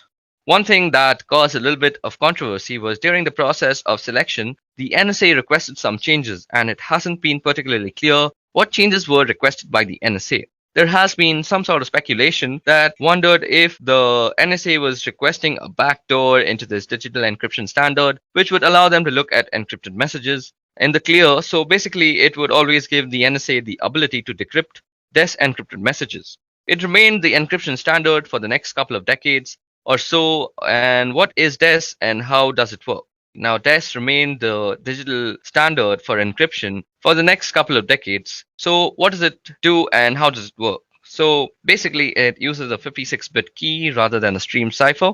It's a block cipher and it uses 64-bit blocks. And in 1998, if you know, DES was effectively broken when a DES encrypted message was cracked in 3 days. And then a year later, a network of 10,000 systems around the world cracked a DES encrypted message in less than a day. And it's just gotten worse since then with modern computing being what it is today. Now, since DES was created and broken, we knew we needed something. And what came in between advanced encryption standards and DES is triple DES. Now, triple DES isn't 3 times the strength of DES necessarily. It's really DES applied 3 times. And what I mean by that is we take a plain text message, then let's call that P, and we're going to use a key called K1. And we're going to use that key to encrypt the message, and that's going to result in the ciphertext 1. So we'll call that C1. Now C1 is the output of the first round of encryption, and we're going to apply a second key called K2. And with that second key, we are going to go through a decryption process on C1. Now, since it's the wrong key, we are not going to get the plain text out of the decryption process. On the other end, we are going to get another round of ciphertext, and we're going to call that C2. Now with C2, we are going to apply a third key, and we are going to call that K3, and we're going to encrypt ciphertext C2, and that's going to result in ciphertext C3. So we have 3 different keys applied in 2 different ways. So with key 1, key 3, we do a round of encryption. With key 2, we do a round of decryption. So it's basically an encrypt, decrypt, encrypt process with 3 separate keys. But what it does really is it doesn't really yield a 168-bit key size, because in effectiveness, it's basically 56-bit keys that are being used thrice, whether it be 3 different keys. So in effectiveness, you could say that it's a 168-bit key, but it is not the same strength, because people realize that triple DES can be easily broken, because if DES is broken, you can do the same thing with 3 different ways with whatever key that you use. So it just takes longer time to decrypt if you don't know the key, and if you are just using a brute force attack, you know that triple DES can be broken if DES can be broken. So triple DES was literally a stopgap between DES and AES, because people knew that we needed something more than triple DES. And for this, the NIST, or the National Institute of Standards and Technology, in 2001, they chose AES as the algorithm that is now called the Advanced Encryption Algorithm. So it was originally called the Reindoll algorithm. And the main thing about the Reindoll algorithm and the Advanced Encryption Standard algorithm is that the Reindoll algorithm specifically states in its papers that it has a variable block size and a variable key size as long as they are in multiples of 32. So 32, 64, 96, like that. But what AES does differently is that it gives you one block size that is 128 bits and gives you three different key sizes that is 128, 192, and 256. So with AES, three different key lengths but one block size. Okay, so that was a little bit more information on AES, DES, and triple DES, and we are going to be using this information in some subsequent lessons. Okay, now moving on.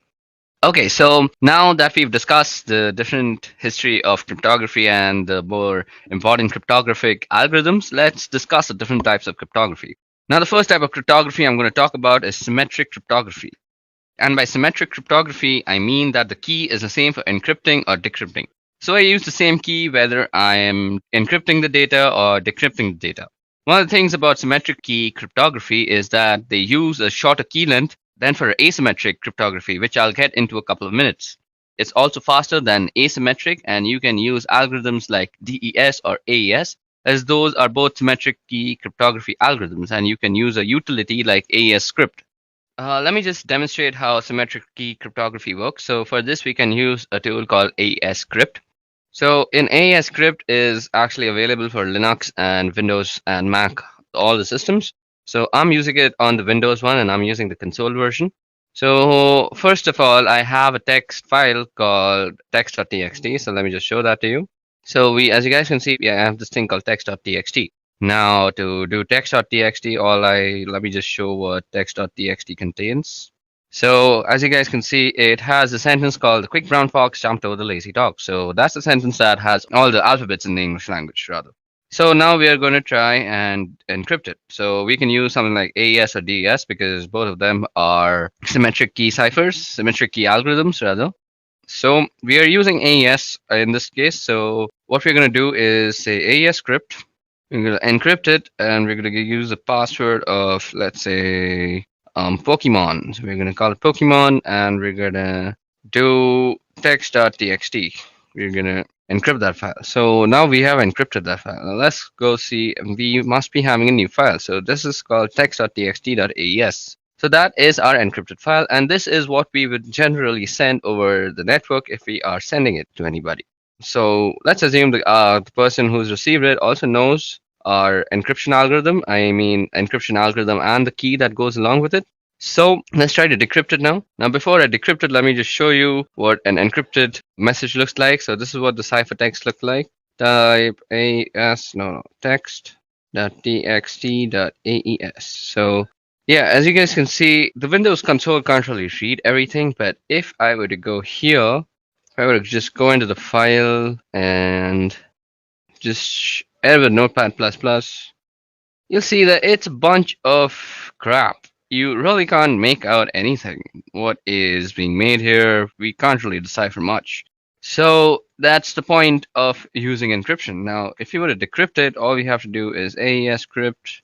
We're trying to decrypt. We're trying to give the password is going to be, what was the password? Pokemon. Okay, so, and we're going to try and decrypt text.txt.aes. Now let's dir that again.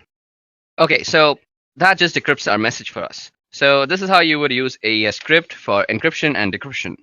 So that just decrypts it, and that's how you would use symmetric key encryption to encrypt a file for this example.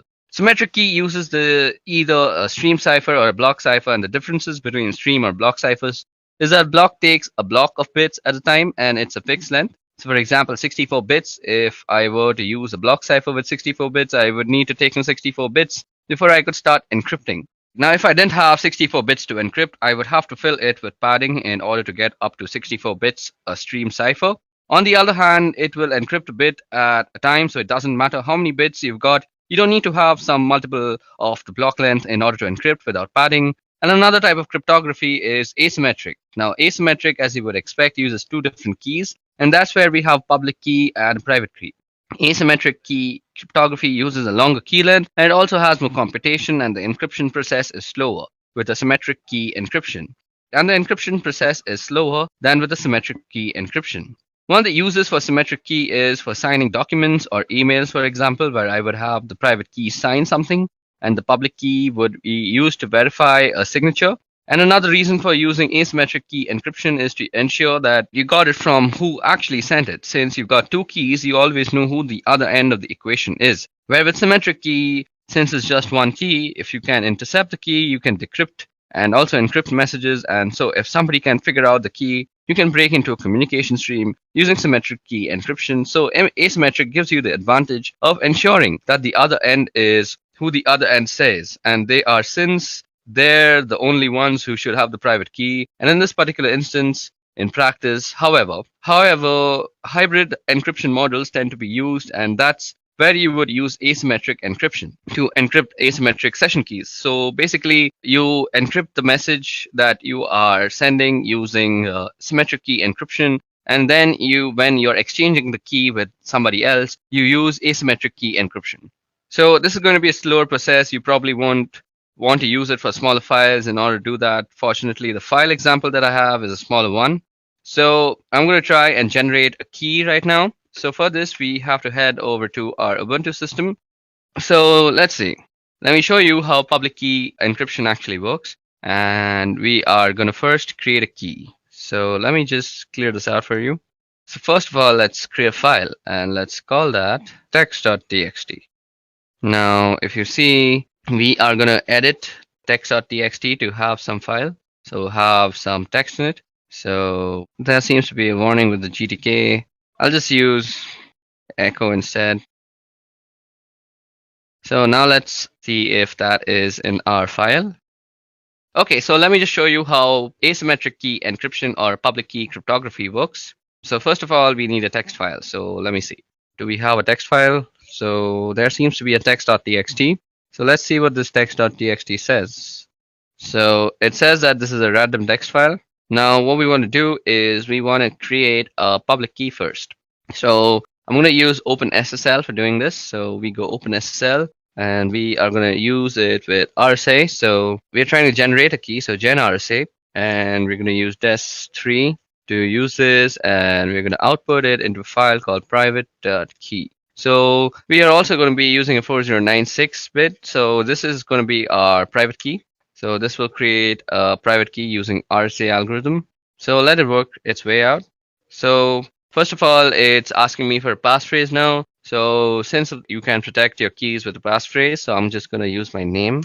Okay, so now we see if we ls, and we have a private.key, I guess. Yep. So we have this private.key. Now, we're using this private key, we are going to generate a public key. So for this, I'm again going to be using OpenSSL. And OpenSSL is a Unix based, so you will need a Unix system. So you go RSA-UTL, that's RSA utility, and what we want to do is encrypt. And we want the public key in key, and we want to use the public key that we just generated. I'm sorry, guys. So we are going to be using RSA.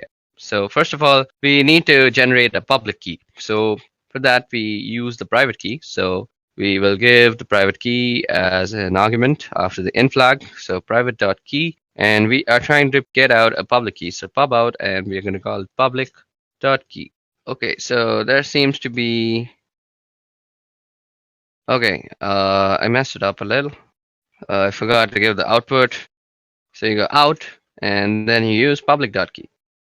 So it's asking me for a passphrase, and now it's writing the RSA key, and since the password was correct, we have a public key too. So if you see, now we have a public key and a private key. So we are going to encrypt our file using the public key. So we go OpenSSL, and we go RSA-UTL, and we go encrypt, and we can do pub in.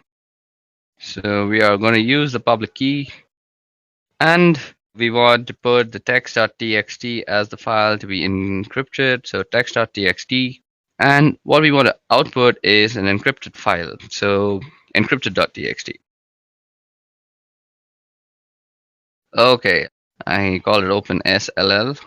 I need to go and edit that out now. Yes, so that makes it a correct command. And now we have an encrypted file. So let's see. Ls and yep, encrypted.txt. So if we just cut that out, so we see it's a bunch of garbage and we really can't read it unless we decrypt it. So for decrypting the key, all we have to do is again use OpenSSL. Let's clear this out first. So OpenSSL, and we are going to be using the RSA utility again. So RSA UTL, we're going to decrypt this time. So we go with the decrypt flag, and then we are going to be giving the in key, and that is going to be the private key. And what we want to decrypt is encrypted.txt. And what we want to output it is as, let's say, plaintext.txt. So it's going to ask me for my passphrase, which is my name, and I've entered the passphrase, and now we have a plaintext.txt. Now, if we are to go in ls, we see that we have a plaintext.txt out here, just replied info.txt. Now let me just cat that out. So plaintext.txt.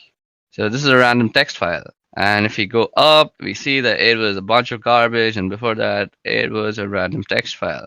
Now, you can also run this command called diff plaintext.txt text.txt. So this will give you a difference in the text strings.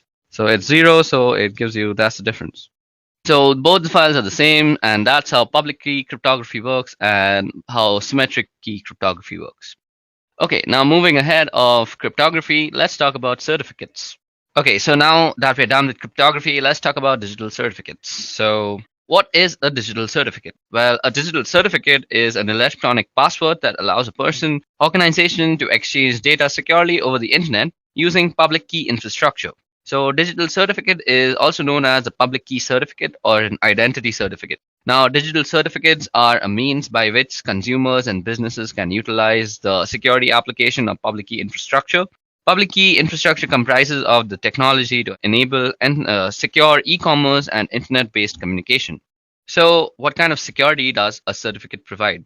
So, firstly, it provides identification and authentication. The person or entities with whom we are communicating are really who they say they are. So that is proved by certificates. So then we have confidentiality. The information within the message or transaction is kept confidential. It may only be read and understood by the intended sender. Then there's integrity, there's non-repudiation. The sender cannot deny sending the message or transaction. The receiver, we'll get to non-repudiation, and I'll explain how non-repudiation comes into digital certificates. So digital certificates are actually issued by authorities who are business, who make it their business to actually certify people and their organization with digital certificates.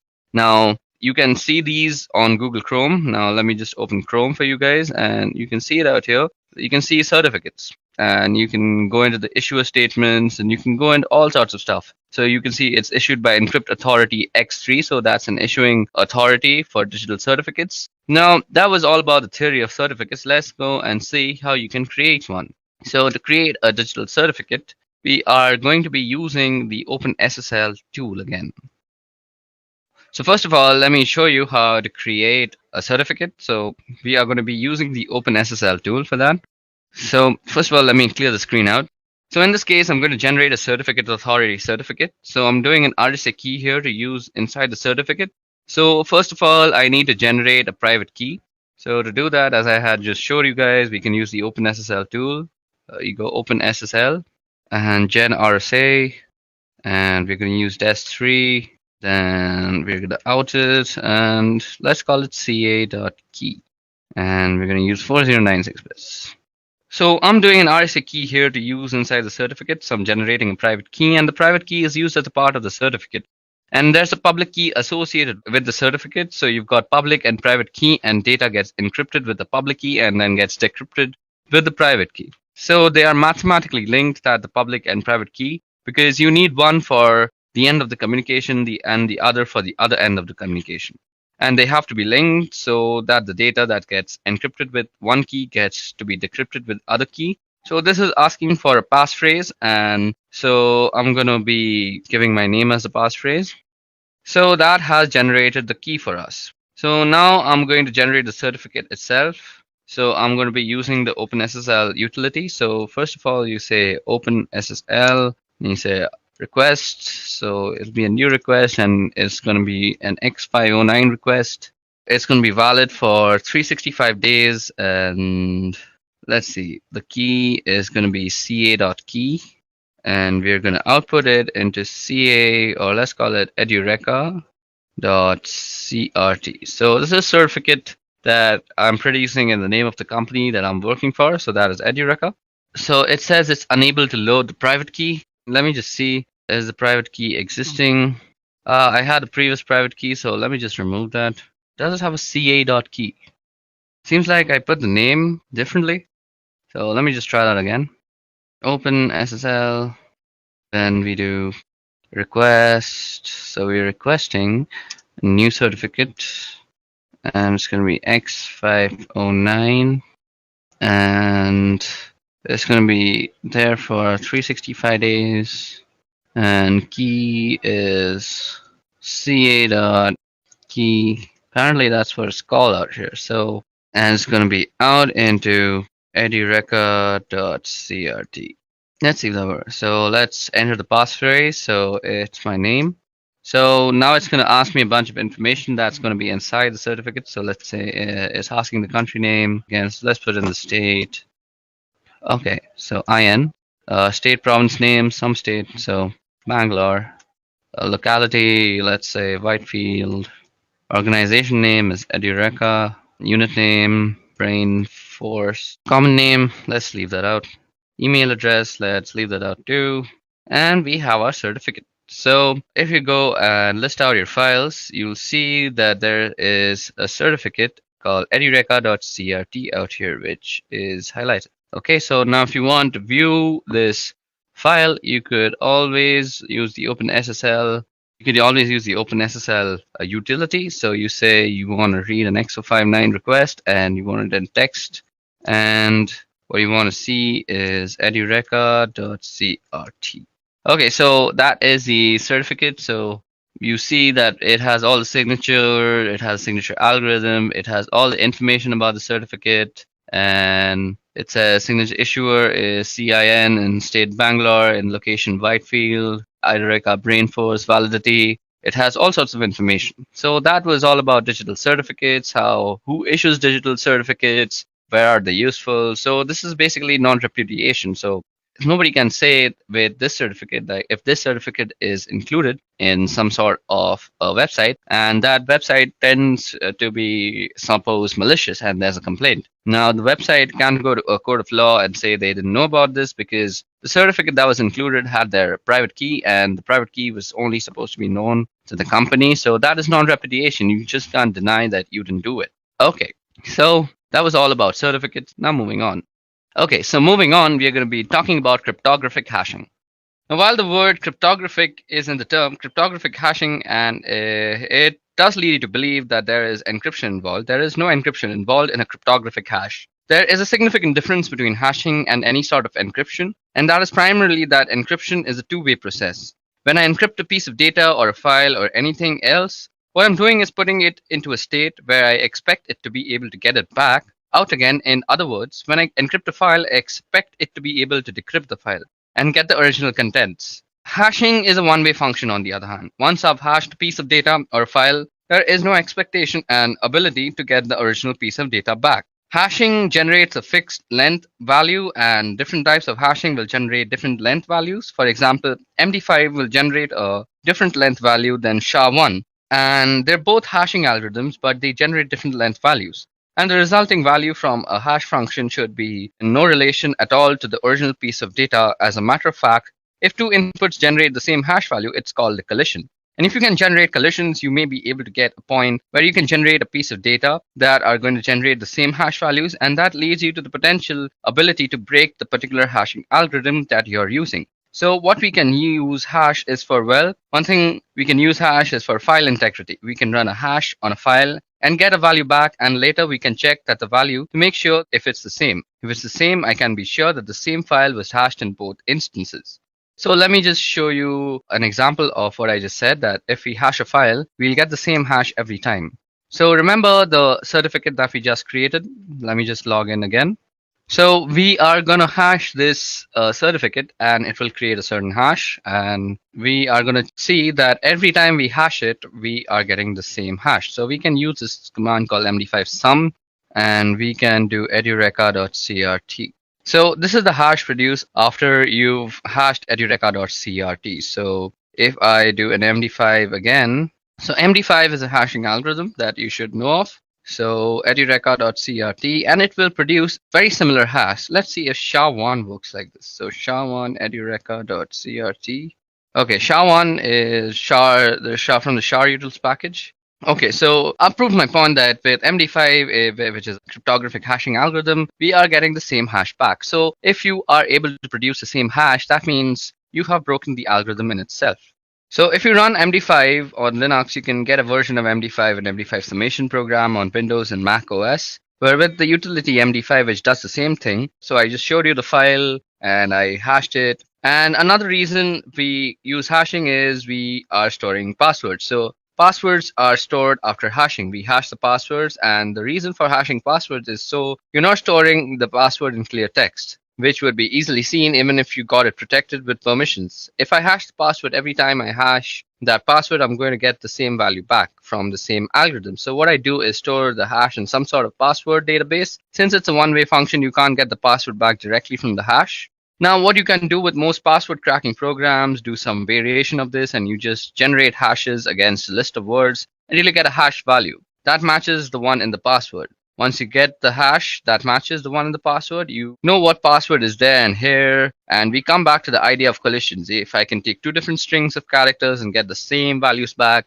then it's easier to crack the password because I may not necessarily get the password, but if the hash that I get back from a particular string of data is the same as that I get from the original password, then it doesn't matter whether I know the password because the string of data that I put in is going to generate the same hash value that you're going to compare when you log in. And this hash value will just give you that it's valid and you'll be able to log in. So suppose the password that you chose while making your account is dog, and the dog word produces this hash value. And if I were to like hash cat with the same algorithm, and if the algorithm was prone to collisions, it might produce the same hash value as dog. So with the password cat, I could open up your password. I could open up your account. So that was all about hashing and hashing algorithms. Let's move on now. Okay, so in this part of the video, we're going to go over SSL and TLS. Now, SSL and TLS are ways of doing encryption, and they were developed in order to do encryption between websites, web servers, and clients or browsers. SSL was originally developed by a company called Netscape, and if you don't remember, Netscape eventually spun off their source code and became Mozilla Project, where we get Firefox from. So back in 1995, Netscape released version 2 of SSL, and there was a version 1, but nothing was ever done with it. So we got to version 2 of SSL, and that was used for encryption of web transmission between the server and the browser to do a whole number of flaws between the server and the browser. Now, SSL version 2 had a whole number of flaws, and SSL 2 has the type of flaws that can lead to decryption of messages without actually having the correct keys and not being the right endpoints. And so Netscape released SSL version 3 in 1996. And so we get SSL 3.0, which is better than 2.0, but it still had some issues. And so in 1999, we ended up with TLS. Now, SSL is secure socket layer and TLS is transport layer security. They both accomplish the same sort of thing, and they're designed for primarily doing encryption between web server and web browsers because we want to be able to encrypt the type of traffic. So let me show you what kind of traffic looks like. So first of all, let me open Wireshark. And out here, I already have a TLS scan ready for you guys that you can see. We have all sorts of TLS data. So you can see that here's my source and it's 1.32 and destination is 7612.4059.46, doing a client key exchange and the change cipher spec and an encrypted handshake message. And then we start getting application data. So there are some other steps involved here, and you're not seeing all of it with this particular Wireshark capture because, again, you know we get fragmented packets, and at some point it starts getting encrypted. And you can't see it anyways because Wireshark, without having the key, can't decrypt those messages. But what ends up happening is the client sends a hello, and the server responds with a hello, and they end up exchanging information as a part of that. Now, including version numbers supported, and you get random number, and the client's going to send out a number of cipher suits that may want to support an order, and it can support the server, and it's going to pick from those suite of ciphers. Now, then we start doing the key exchange and then do the change cipher spec and from the client and server, and eventually the server just sends a finished message. And at the point we've got this encrypted communication going on, but there's this handshake that goes on between the two systems. And there's a number of different types of handshakes depending on the type of endpoints that you've got. But that's the type of communication that goes on between servers and the client one. Important thing about using SSL and TLS is, as I mentioned, some of the earlier versions had vulnerabilities in them, and you want to make sure that the servers aren't actually running those. So you want to run some scans to figure out the type of calls and ciphers that different systems use. So for this, we can use something called SSL scan. So this is available for Unix. I'm not really sure if there is something that is similar for Windows or Mac, but on a Unix-based system that is Linux, we can use SSL scan. So let me just show you how to use that. Clear this part out. So what we can do is run SSL scan again, suppose www.edureca.co.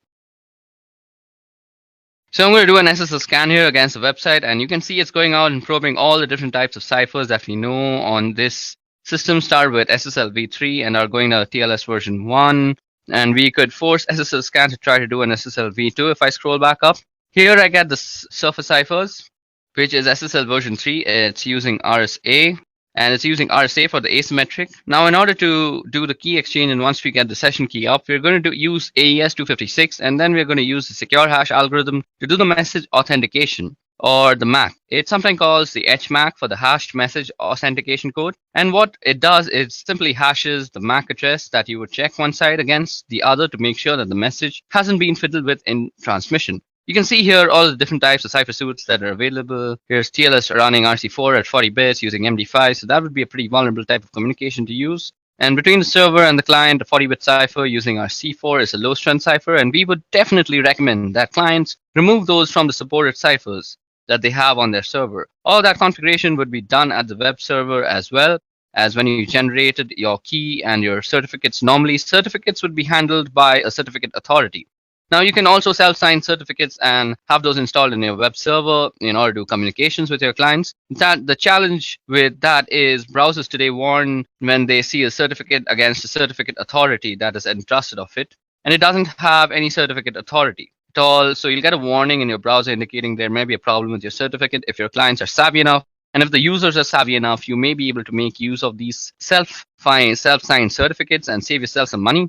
But generally, it's not recommended simply because clients are starting to get these bad certificates. And when they run across one that's really a problem, a real rogue certificate, they're going to ignore the certificate message in their browser and just go to these sites that could have malicious purposes in mind and may end up compromising the clients or your customers or users. So that's SSL and TLS and how they work and negotiate between servers and endpoints. Okay, so now that we've talked about TLS and SSL, let's talk about disk encryption. Now, disk encryption is actually something that was not really difficult to do, but sort of out of the reach of normal desktop computers for a really long time. Although there have long been ways to do encryption of files, and to a lesser degree maybe entire disks, as we get faster processors, certainly encrypting the entire disks and being able to encrypt and decrypt on the fly without affecting performance is something that certainly comes within reach. And it's a feature that shows up in most modern operating systems to one degree or another. Now, these days, we're going to look at a couple of ways here of doing disk encryption. I'm going to tell you about one of them first, and it's not the one I can show. I can't really show the other one either. So with Microsoft, their Windows system have this program called BitLocker. Now, BitLocker requires either Windows Ultimate or Windows Enterprise. I don't happen to have either version, so I can't really show it to you, but I can tell you that BitLocker has ability to do entire disk encryption, and they use AES for the encryption cipher. And the thing about BitLocker is that they use a feature that comes with most modern systems, particularly laptops. They'll have a chip in them that's called the Trusted Platform Module, or TPM. The TPM chip is what it does is it stores the keys that allows the operating system to be able to access the disk through this encryption and decryption process. And they use a pretty strong encryption cipher, which is AES, but you have to have one of the couple of different versions of Windows in order to be able to use BitLocker. And it's one of those things you would normally run in an enterprise, and so that's why they included it on its enterprise version. Now, on the macOS side, they have this thing called File Vault, and you'll see in the system preferences, on the security and privacy, if you go to File Vault, you can turn on File Vault. Now, if you have the little button that there says turn on firewall, then you can turn on the firewall and it would ask you about setting up keys, and it works similar to Windows BitLocker. Now, PGP happens to have the ability to do disk encryption, and you can see that in the case of this, you burn the system. They've got a package called GDE Crypt, which is a GUI that allows you to map and mount a created encrypted volume. So I could run GDE Crypt, and it would help me set up the process of encrypting the volumes that I've got on my system. Now, disk encryption is a really good idea because when you are working with clients, the data is normally very sensitive. So, as I mentioned, you can always use things like BitLocker and Windows Vault or other such softwares for disk encryption. So, what I mentioned before is now not only possible, it's very much a reality with current operating systems. Now, let's talk about scanning. Now, scanning refers to the use of computer networks to gather information regarding computer systems. And network scanning is mainly used for security assessment, system maintenance, and also for performing attacks by hackers. Now, the purpose of network scanning is as follows. It allows you to recognize available UDP and TCP network services running on a targeted host. It allows you to recognize filtering systems between the users and the targeted hosts. It allows you to determine the operating systems in use by assessing the IP responses. Then it also allows you to evaluate the target host TCP sequence numbers and predictability to determine the sequence prediction attacks and the TCP spoofing. Now, network scanning consists of network port scanning as well as vulnerability scanning. Network port scanning refers to the method of sending data packets via the network to a computer system specified service port. This is to identify the available network services on that particular system. This procedure is effective for troubleshooting systems issues or for tightening the system security. Vulnerability scanning is a method used to discover known vulnerabilities of computing systems available on a network. It helps to detect a specific weak spot in an application software or the operating system, which could be used to crash the system or compromise it for undesired purposes. Now, network port scanning as well as vulnerability scanning is an information gathering technique, but when carried out by anonymous individuals, they are viewed as a prelude to an attack. Network scanning processes like port scans and ping swipes and return details about which IP address map to active live host and the type of service they provide. Another network scanning method known as inverse mapping gathers details about IP addresses that do not map to live hosts, which helps an attacker to focus on feasible addresses. Network scanning is one of the three important methods used by an attacker to gather information during the footprint stage, and the attacker makes a profile of the target organization. This includes data such as organization's domain name systems and email servers, in addition to its IP address range. And during the scanning stage, the attacker discovers details about the specified IP addresses that could be accessed online, their system architecture, their operating systems and services running on every computer. Now, during the enumeration stage, the attacker collects data, including routing tables, network user, and group names, simple network management protocol data, and so on. So now let's talk about intrusion detection evasion. So before we get into IDS evasion, let's talk about what exactly is an IDS. Now, an intrusion detection system, or IDS, is a system that monitors network traffic for suspicious activity and issues alerts when such activity is discovered. While anomaly detection and reporting is primary function, some intrusion detection systems are capable of taking actions when malicious activity or anomalous traffic is detected, including blocking traffic sent from suspicious IP addresses. Although intrusion detection systems monitor network for potentially malicious activity, they are also prone to false alarms or false positives. Consequently, organizations need to fine-tune their IDS product when they first install them. That means properly configuring their intrusion detection system to recognize what normal traffic on their network looks like compared to potentially malicious activity. An intrusion prevention system also monitors network packets for potentially damaging network traffic, but where an intrusion detection system responds to potentially malicious traffic by logging the traffic and issuing warning notification, intrusion prevention systems respond to such traffic by rejecting the potentially malicious packets. So there are different types of intrusion detection systems. So intrusion detection systems come in different flavors and detect suspicious activities using different methods. So kind of intrusion detection is a network intrusion detection system. So that is NIDS is deployed at a strategic point or points within the network where it can monitor inbound and outbound traffic to and from all the devices on the network. Then there is host intrusion detection system, that is HIDS, which runs on all computers or devices in the network with direct access to both the internet and the enterprise internal network. HIDS have an advantage over NIDS in that they may be able to detect anomalous network packets that originate from inside the organizations or malicious traffic that NIDS has failed to detect. HIDS may also be able to identify malicious traffic that originates from the host itself, as when the host has been infected with malware and is attempting to spread to other systems. Signature-based intrusion detection system monitors all packets traversing the network and compares them against a database of signatures or attributes of known malicious threats, much like antivirus softwares. So now let's talk about into IDS evasion. Okay, so now let's talk about IDS evasion. Now, IDS is an intrusion detection system, as we just spoke about, and is there to detect exactly the types of activities that we are engaged in sometimes. And sometimes you may be called in to work on a target where activities are known and should be known by the operators or the operations people involved in monitoring and managing the network. And the idea being not only do they want to assess the technical controls that are in place, but they also want to assess the operational procedures and ensure that the systems and processes are working the way that they are supposed to be working. Now, when you are engaged with a target that you are in full cooperation with, you don't need to do these types of evasion tactics. All these techniques may be actually avoided. But if you're asked to perform an assessment or a penetration on a target where they are not supposed to see your activities, then you need to know some different techniques to evade detection from an IDS. So we're going to talk about a couple of different things that you can do. So one thing that you can do is manipulate packets to look a particular way.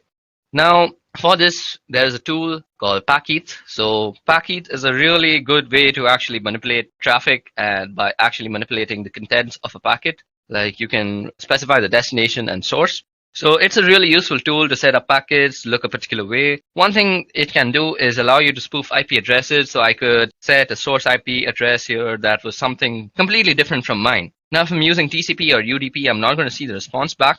And in this case, TCP, I'm not even going to get the three-way connection made because the responses are going to go back to the source IP. But what you can do is, in addition to spoofing, you can set up particular ways that a packet may look, like changing the type of service, or by changing the fragmentation offset, or by different flag settings that may allow you through an IDS without maybe getting flagged. And it may also allow you through a firewall. Now, it's a slim possibility, but it's a possibility. Now, another thing you can do is use Packeth to generate a lot of really bogus data. And what you might do is hide in the noise generated by Packeth. So you could create some really bogus packets that are sure to set off IDS alarms, and then you can run some legitimate scans underneath and hopefully be able to get some responses different from mine. Now, if I'm using TCP or UDP, I'm not going to see the response back.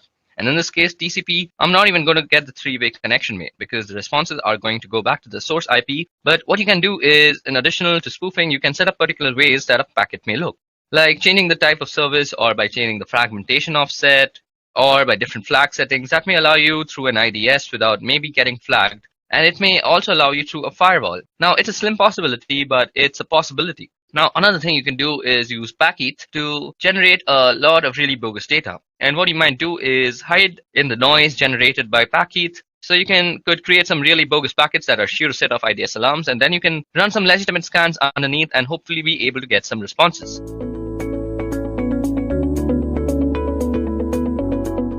Kali Linux is the industry's leading Linux distribution in penetration testing and ethical hacking. It offers tons and tons of hacking and penetration tools and different kinds of softwares by default. It is widely recognized in all parts of the world, even among Windows users who may not even know what Linux is. Well, to be precise, Kali Linux was developed by Offensive Security as the rewrite of Backtrack. Backtrack, just like Kali Linux, was a Linux distribution that focused on security. It was used for digital forensics and penetration testing purpose. But the question here is, why should you choose Kali Linux when you have other choices like Parrot Security Operating System, Backbox, BlackArch, and many more out there? Let me list out few reasons as to why Kali Linux is the best choice. First and foremost, it offers more than 600 penetration testing tools from different kinds of security fields and forensics. Secondly, Kali Linux is customizable. So if you're not comfortable with current Kali Linux tools or features or graphical user interface, you can customize Kali Linux the way you want. It is built on a secure platform. The Kali Linux team is actually made up of a small group of individuals.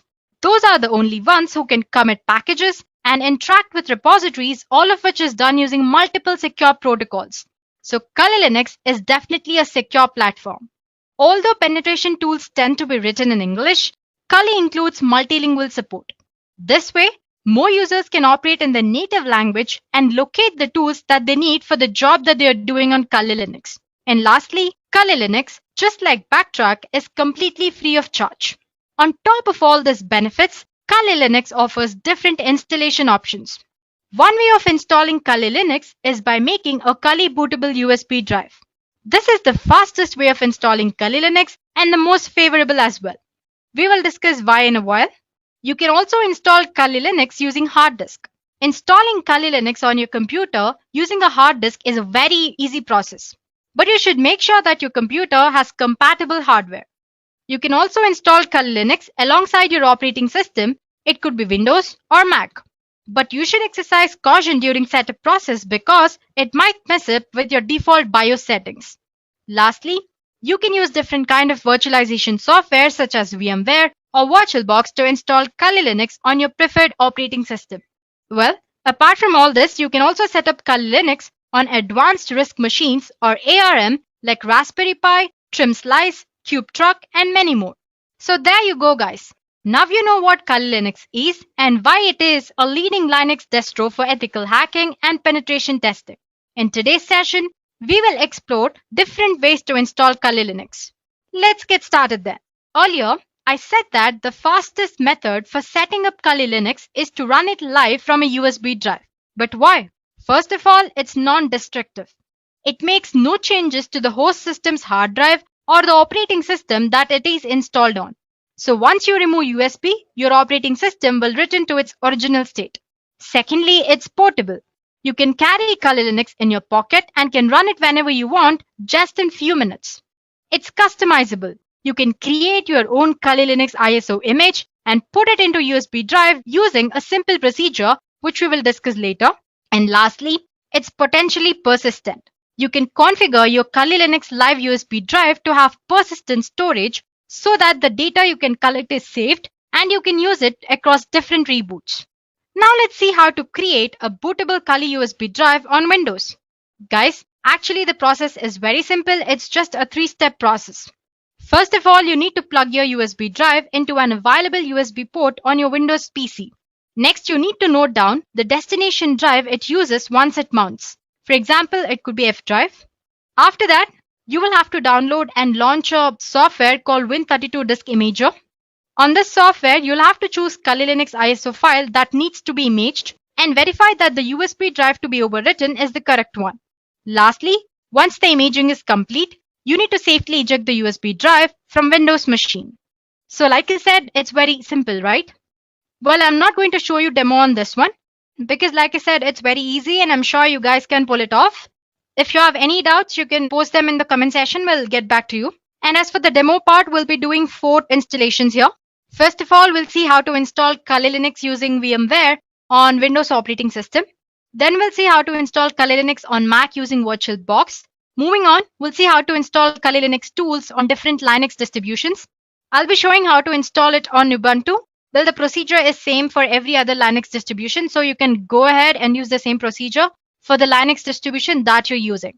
And lastly, we'll see how to install Kali Linux on Windows 10 using Windows Subsystem for Linux. So I hope it's clear that what we'll be learning in the session. Let's get started with the first demo. In this demo, we'll see how to launch Kali Linux using VMware. So guys, you can install Kali Linux using any virtualization software. It could be VMware or VirtualBox. In this demo, I'll show you how to install it using VMware. So first of all, obviously, we'll have to install VMware, right? So just type of VMware. And it's the first link that you find. You can go ahead and download VMware Workstation Pro. You have it in the downloads. Here you can download Workstation Player as well. Or you can download VMware Workstation Pro. Now, once that is downloaded, you'll have to download a Kali Linux ISO image. For that, you'll have to go for official Kali Linux website. Just type for Kali Linux and it's the first link. You can see downloads option here. Click on download. And yeah, you can see different download options here. You have Kali Linux Lite for 64-bit as well as 32-bit. And then there is Kali Linux 64-bit and 32. And you have separate images for VMware and VirtualBox as well. Suppose you want to skip the entire lengthy procedure of installing it and you want to just use the image, then you can go ahead and use this Kali Linux 64-bit for VMware or VirtualBox. Same goes for the 32-bit as well. But since we are focusing on installing right now, let's just go ahead and download our ISO file and install it from the beginning until last step. I've already downloaded it. So I have a ISO file downloaded on my computer. So all you have to do is just click on the torrent link. It'll be downloaded. Let's open VMware then. So as you can see, I have VMware Workstation Pro installed here. So I already have about two virtual machines installed on my VMware Workstation. As you can see on the home page, 3 different options. It says create a new virtual machine or open a virtual machine and connect to remote server. So if you want to create a Kali Linux or any other virtual machine from step 1, you can use this create a new virtual machine option. Well, if you have an image of a virtual machine already, and if you want to just use it and avoid installation procedure, then you can go ahead and use this open a virtual machine option. Well, just click on this create a new virtual machine and click on next. As you can see here, you have an option which says installer disk image file ISO file you'll have to attach here. So click on browse. Let's see where I've stored my Kali Linux. As you can see, I already have it here. And there's one file here. Let me click on that and open. So yeah, don't bother about this error. It usually shows that. And then click on next here. So it's asking which operating system will be installed on this virtual machine. I want it to be Linux. So make sure you select Linux 64-bit and click on next. You have an option to name your virtual machine. Let's say Kali Linux. And where do I want to store it? In my documents under virtual machines, Kali Linux. Sure. And click on next. It says it already exists. Let me try this one then. Let's say Kali Linux 1 and next. Yeah. So basically your Kali Linux will need about a 20 GB. Let's assign some 40 GB here.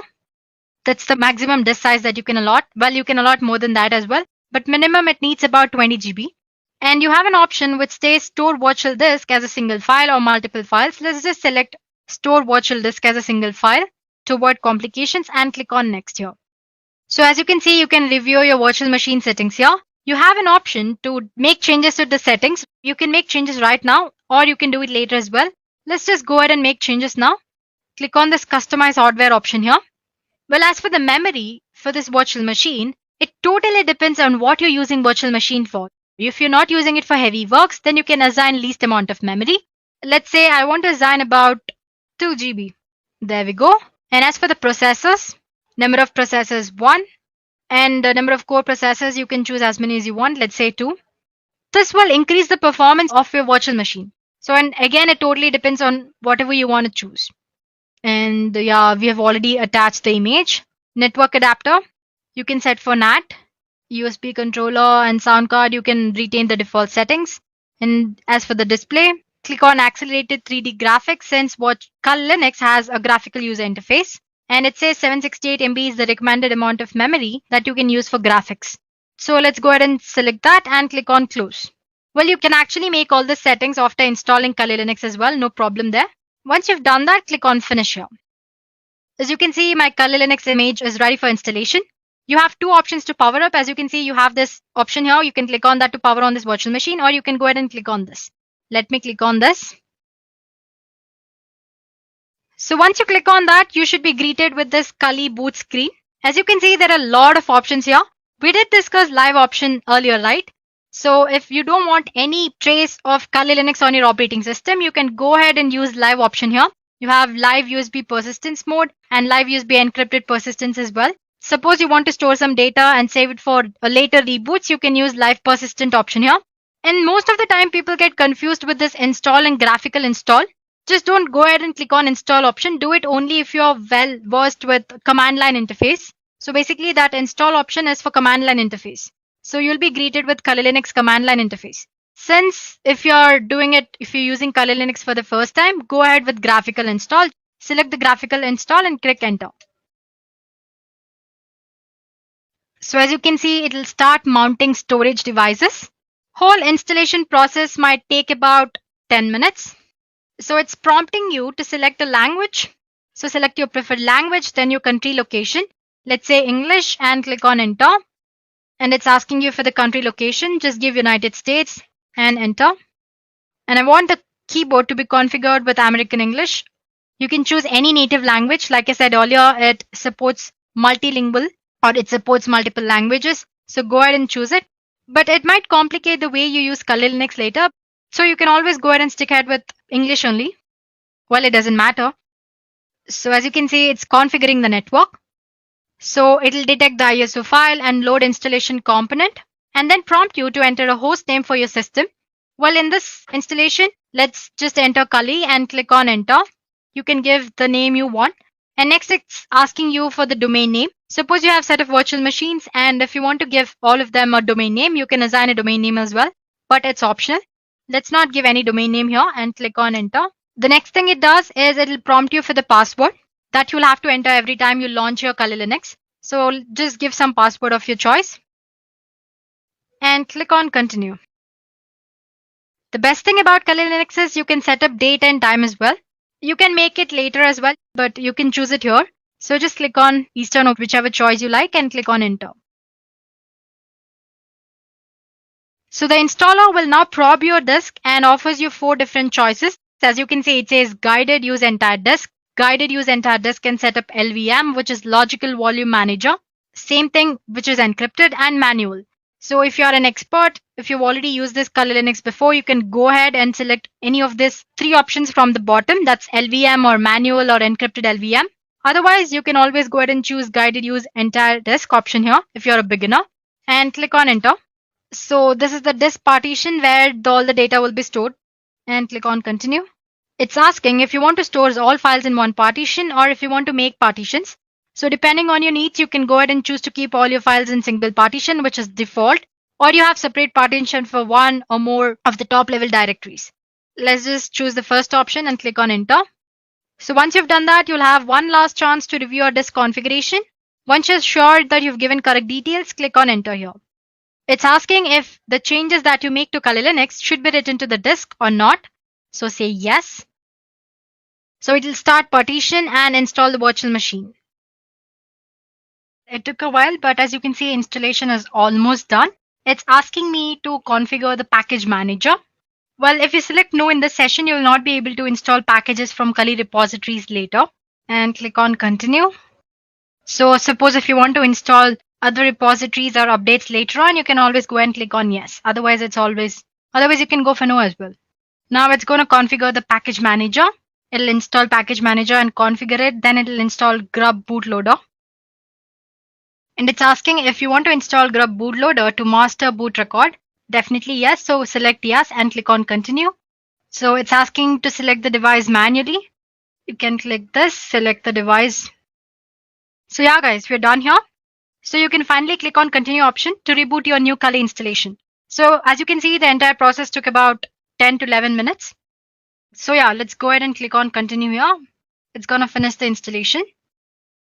So guys, as you can see, the installation process from the step where we selected the language till the last step is same. It's just the medium on which you're installing is different. For example, right now we used VMware. Later on, I'll show you how to use VirtualBox. But once your Kali Linux image is ready to boot, the rest of the installation process is similar to this. So it's finished installing. It's loading the image. So if you have done everything right during the installation process and according to your needs, you'll land up in this page. Username. So we've given it this Kali, right? Kali and password. As you can see, it's showing an error. It says that didn't work. Please try again. This is mostly because first time when you log in, you should use word root as your default username. But later on, once you've already logged in, you can change the username according to your need. So root and password, you can use the same password which you set during installation process. So as you can see, login is successful. And here I go. My Kali Linux is up and running. So I can start using Kali Linux according to my needs. So once you've done that, you can go ahead and install VMware tools so that you can maximize it, full screen and all that stuff. You can also go ahead and change the date and time settings. As you can see here, you can go for the settings option here and do the settings. And you can start using Kali Linux for hacking and penetration testing purposes. So it's as easy as that, guys. So please go ahead and try installing it. Well, if you find any errors during installation process, let us know in the comment section. We'll get back to you as soon as possible. Now let's move on to our second demo. Now we'll see how to launch Kali Linux on Mac operating system using VirtualBox. In the previous demo, we used VMware, and now we'll be using VirtualBox. But actually, I'm not using any Mac system here, operating system. But I'll show you how to install using VirtualBox. The procedure is very similar. So all you have to do is on your Mac operating system, go ahead and click for VirtualBox download. So this is the VirtualBox official page. You can go ahead and click on downloads here. As you can see, you have different options here. It says Windows for Windows operating system, OS X host, Linux, and Solar host. Since if you're using Windows, then go ahead and select Windows host. But as for Mac, you'll have to select this. It's mostly a .exe file. Once you've done that, you can install VirtualBox. It's just click on next, next, next, and it'll work out and provide settings according to your need. I already have installed VirtualBox. The next thing you do is similar as what you've done with VMware. Go ahead and download official Kali Linux image. Make sure you don't download any duplicate versions of ISO file from other websites. Make sure you download it from original website. If you want to do it from the beginning, go ahead and install ISO file here, torrent, or you can just go ahead and download just the image for VirtualBox here for 64-bit, and you have option for 32-bit as well.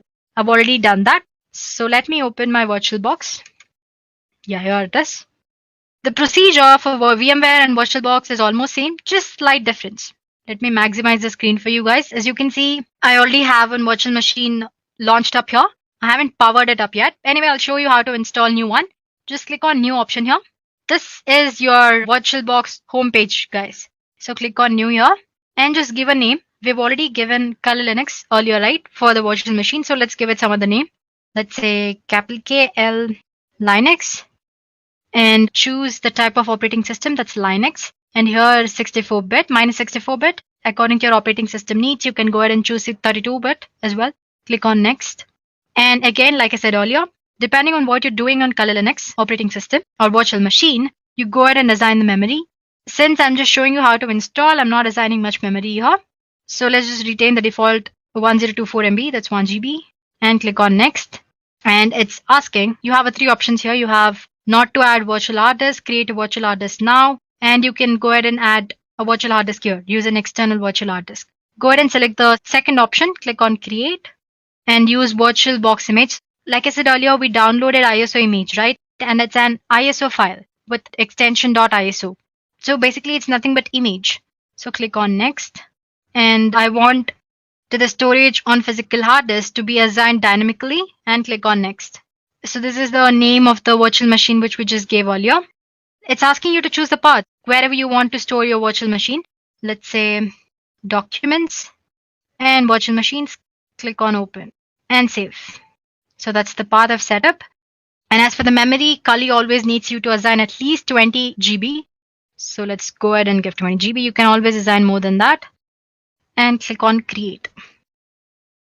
So this is the one we just created, right? It's ready.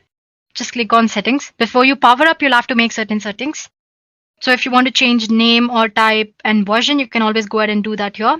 We don't have anything in advance. It's just the folder where your virtual machine will be stored. Go for systems. We won't be using any floppy disk here. So untick it or uncheck it. And yeah, this is memory. If you want to go ahead and change or assign more memory because the performance of your virtual machine is not that great, you can go ahead and do that. For the processor, make sure you enable this extended features.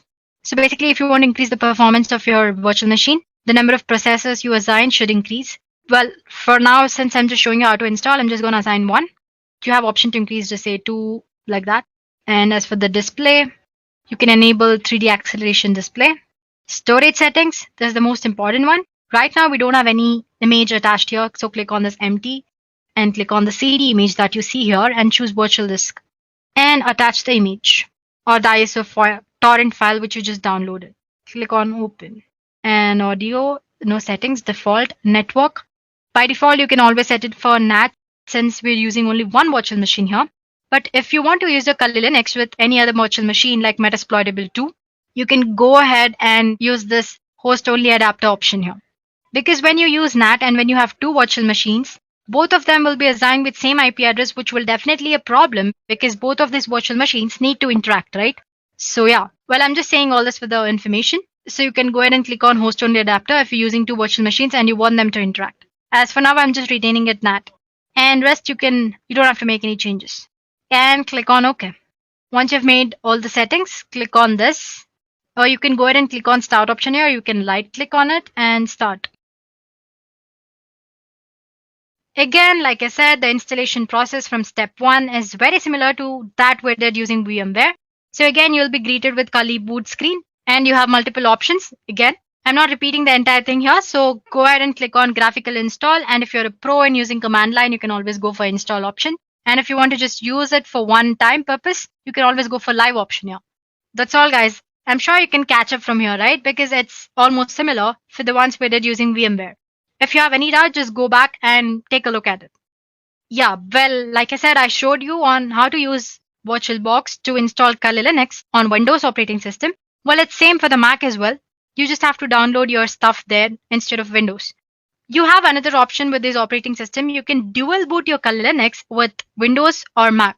It's not as easy as these installation process because it will involve you setting the BIOS changes that you get to see when you power up your computer initially. So make sure you refer to Kali Linux official documentation and make sure you've done the installation properly so that you won't mess up your default settings.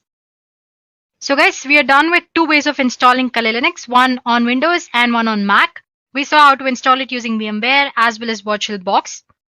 In the third part, we'll see how to install Kali tools on any Linux distribution. It could be Ubuntu, Fedora, Peppermint operating system, or any other version or distribution of Linux. The procedure is actually similar in every Linux distribution. So if you follow up on one Linux distribution, you can go ahead and do it on the Linux distribution of your choice or the one that you're using. One thing you should remember is that Kali Linux is not for the daily Linux purposes. Well, it's only for ethical hacking or web application penetration testing for these purposes. So guys, we'll be using a tool called Katulin. Let me spell it for you guys. It's Katolin. So let's just search for that. There we go. It's a script that helps you to install Kali Linux tools on your Linux distribution of your choice. So it's usually the GitHub script. So click on the first link that you find. So for those of you who like to use penetration testing tools provided by Kali Linux development team, you can effectively do that on your preferred Linux distribution using this tool, which is Katulin or Katolin. So as you can see, once you've installed Katulin properly on your operating system, you should be greeted with this page. I'll show you how to do that. Don't worry about it. So the purpose of asking you to see this page is to take a look at prerequisites. So first thing, you need to have a Python of version 2.7 or above installed in your operating system. And you need a Linux distribution system. It could be Ubuntu or it could be Fedora or Peppermint, any other Linux distribution. I have Ubuntu here. I'll be using VMware Workstation Pro. It's already open, but let me just go back. All you have to do is search for Ubuntu and click on the first link. So as you can see, there are a lot of options to install Ubuntu. Just click on this and you'll be able to download a file, ISO image. I've already done that. I'm not doing it again. Let's go back to VMware Workstation. As you can see, I already have my Ubuntu operating system installed. Installing Ubuntu is very straightforward. So just take a look at the instructions that you need to know when you're installing Ubuntu. Once you've done the installation, it should look something like this. So let me power up my Ubuntu operating system.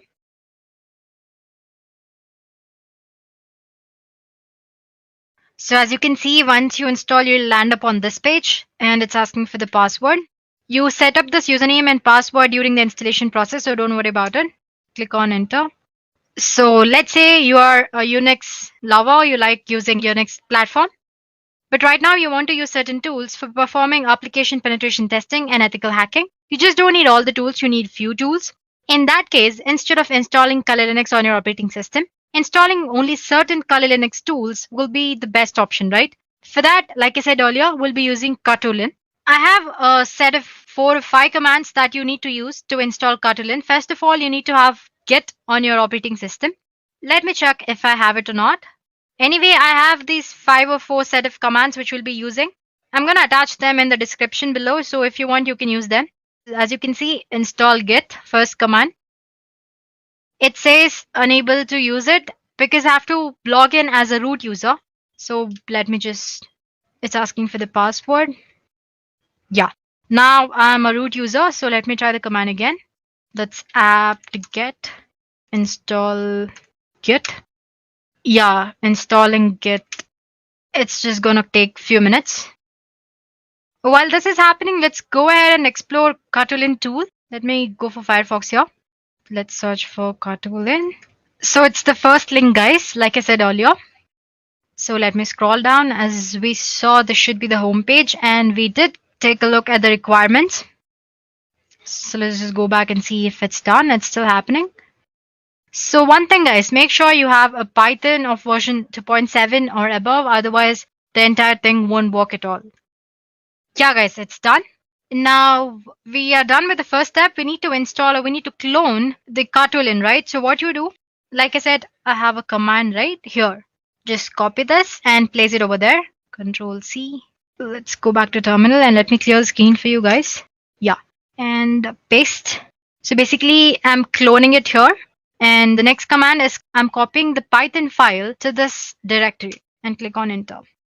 It's done. It's just quick process. Now we'll have to change permissions so that we have access to use cartoolen. For that, basically we are giving execute permission. So chmod +X. Make sure you take a look at that. +X and enter. We are ready guys. Now our cartoolen is installed. Say lin.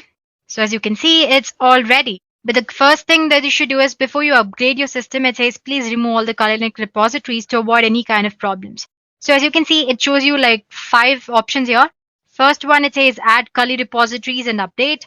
Next, view categories. Like I said, Kali Linux has 600 plus tools, right? So you have different tools categorized under different headings. Then you have classic menu indicator. It's nothing here. As you can see, I have a small icon here.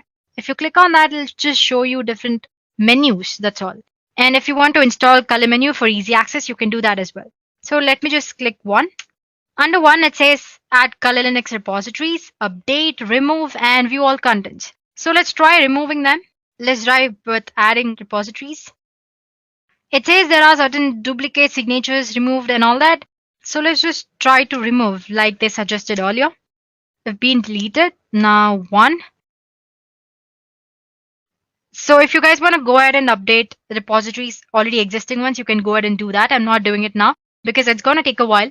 So if you want to go back, just click back. It's as easy as that. Now let's say I want to view categories and install one tool of it. As you can see, there are like huge number of categories here. So I have web application penetration tools here. I have password attacks. I have exploitation tools. Well, if you're interested, there's an introduction video of what is Kali Linux by Edureka in the cybersecurity playlist. So go ahead and take a look at that. We have explained like about 5 to 6 popular tools in Kali Linux. Anyway, getting back to today's session, let me just say 4. As you can see, it lists all the web application tools. So if I want to install all tools, there's an option that's 0. But let's just say I want to install a tool called SQL Map. I'm sure you might have heard SQL Map. If not, it's okay. It's a tool which you use for checking out vulnerabilities that are present in application database system. So anyway, it asks insert the number of the tool that you want to install. Let's say 27. So as you can see, it's installing. So it's as easy as that, guys. So once you're done installing, I'll get back to you. Any tool, I just showed you how to install SQL Map, which is there in web application tools. You can go ahead and do that for other different types of tools as well. Suppose you want to install all the tools, you can go for 0, as in click on 0 option.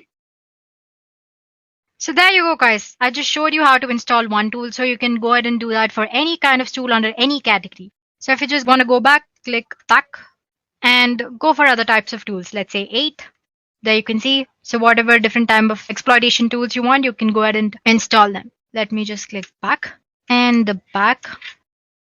Sometimes when you try to install all the tools, you might get an error saying that the file doesn't exist or repository doesn't exist. All you have to do is go for first option here.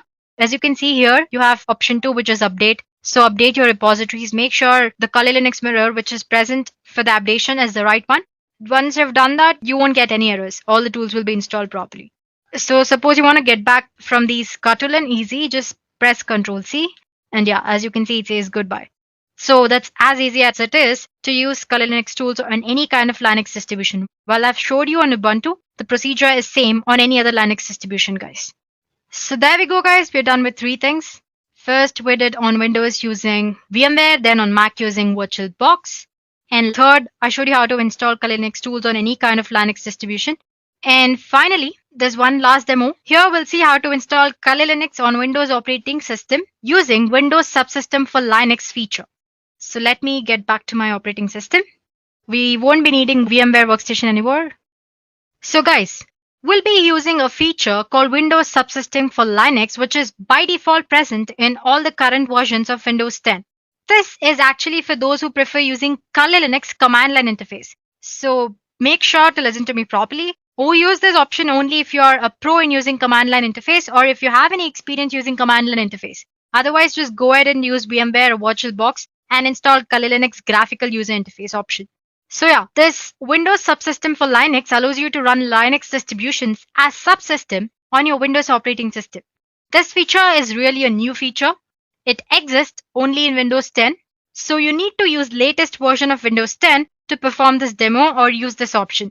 And in addition to that, we also have other prerequisites, especially we need to have Git installed, or you can go ahead and zip the file, which is Windows Subsystem for Linux files normally, but having Git is also a nice thing.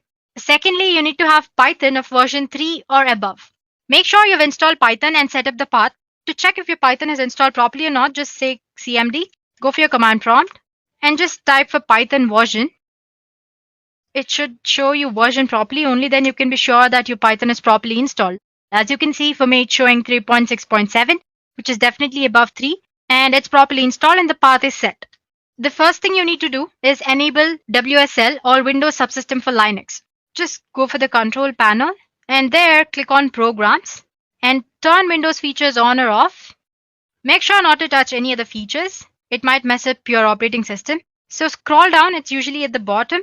By default, it's never enabled. If you're using it for the first time, you need to enable it. So first thing you do is enable it. As you can see here, it says Windows Subsystem for Linux. Make sure you enable it, check mark it and click on OK. Once you have done that, run your command prompt or terminal as an administrator. All you have to do is right click on it and click on Run as Administrator and yes. Now we'll be enabling base distribution. That is, like I said, Windows Subsystem for Linux allows you to run a Linux distribution as subsystem, right? But for that, we need to enable this base distribution. For that, you need to install the base distribution or any kind of Linux distribution that you need. So just use lxrun and install. So once you type that, this is the output which you get. It says it's the legacy Windows system for Linux distribution. So you can go ahead and install other Linux distribution which are available in Microsoft Store. But unfortunately, Kali Linux is not available, but it doesn't matter, right? We are anyway installing it using the procedure. Just click on Y here, saying yes. I've already installed, so it's showing Legacy Windows System for Linux distribution is already installed on my system. For you, it might take a while. After installing, the most important thing is it'll ask for you to set up a password and username. Don't skip that step, wait for a while, and make sure you set up the password and username properly. Only then the entire thing will work out. Once you've done that, we are done here. You can close the command prompt. The next thing you need to do is install Git. I already have it installed. It's very easy. Install.exe file and click on the installation process. It's very straightforward. And open Git bash. Yeah. Before that, let me go ahead and create a folder called text here. And as you can see, it's stored on my desktop. Right now it's empty. Anyway, let me go back to Git here and cd desktop test. Earlier, we enabled Windows Subsystem for Linux, but now we have to download the script, right? For that, search for Windows Subsystem for Linux switcher. And the first link is the GitHub link. Click on that. There you go, guys. It says Windows Subsystem for Linux distribution switcher. It says the purpose is to let you easily download and install Linux distribution as subsystem on your Windows operating system. So yeah, as you can see, you have different options here for the base operating systems. So yeah, copy this link here, Control C, and go back to Git clone, and paste the link which you just downloaded, paste it. It shouldn't take very long. It's done, guys. So now if you check your test folder, Windows Subsystem for Linux will be downloaded properly. Let's just go back and check that. Here is our test folder. As you can see, Windows Subsystem for Linux is already there. Now open your command prompt, cd, let's go for the text file. And if you search for the directories under that, you can see WSL here. Now let's go for that as well. You can just press tab, directories under that. So as you can see, the two things, the most important things is this get prebuild.py and install py. This get prebuild.py will fetch Kali Linux Docker files, and install.py will install Kali Linux for you. I already have it installed, but I'll just show you how to do it. So go back to the browser and type Dockerfile. Click on the second link. I just wanted you to copy the command easily so that you won't make mistakes. This is the one which you'll have to copy to fetch the Kali Linux Docker file. So you can just copy this part and go for command prompt. Let me maximize this for you. Here you can say, so if you remember, I said Python is must. So make sure you've installed it properly and set up the path. Python get pre-built. Let me just prebuild.py and copy it. As you can see, it's installing. It's going to take probably like 2 minutes.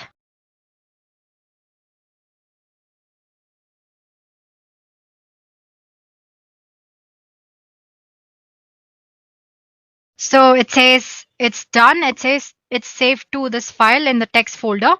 Let's go back and check if it's happened. Here is a test folder. Under WSL, you have Python. Yeah, as you can see, you have Python folder, a zip folder of Kali Linux installed or fetched. You'll have to install it now, right? So let me now just type Python. This is the command that you want to use. That's install.py, and copy this, or just type and enter tab, root fs tab, and click enter.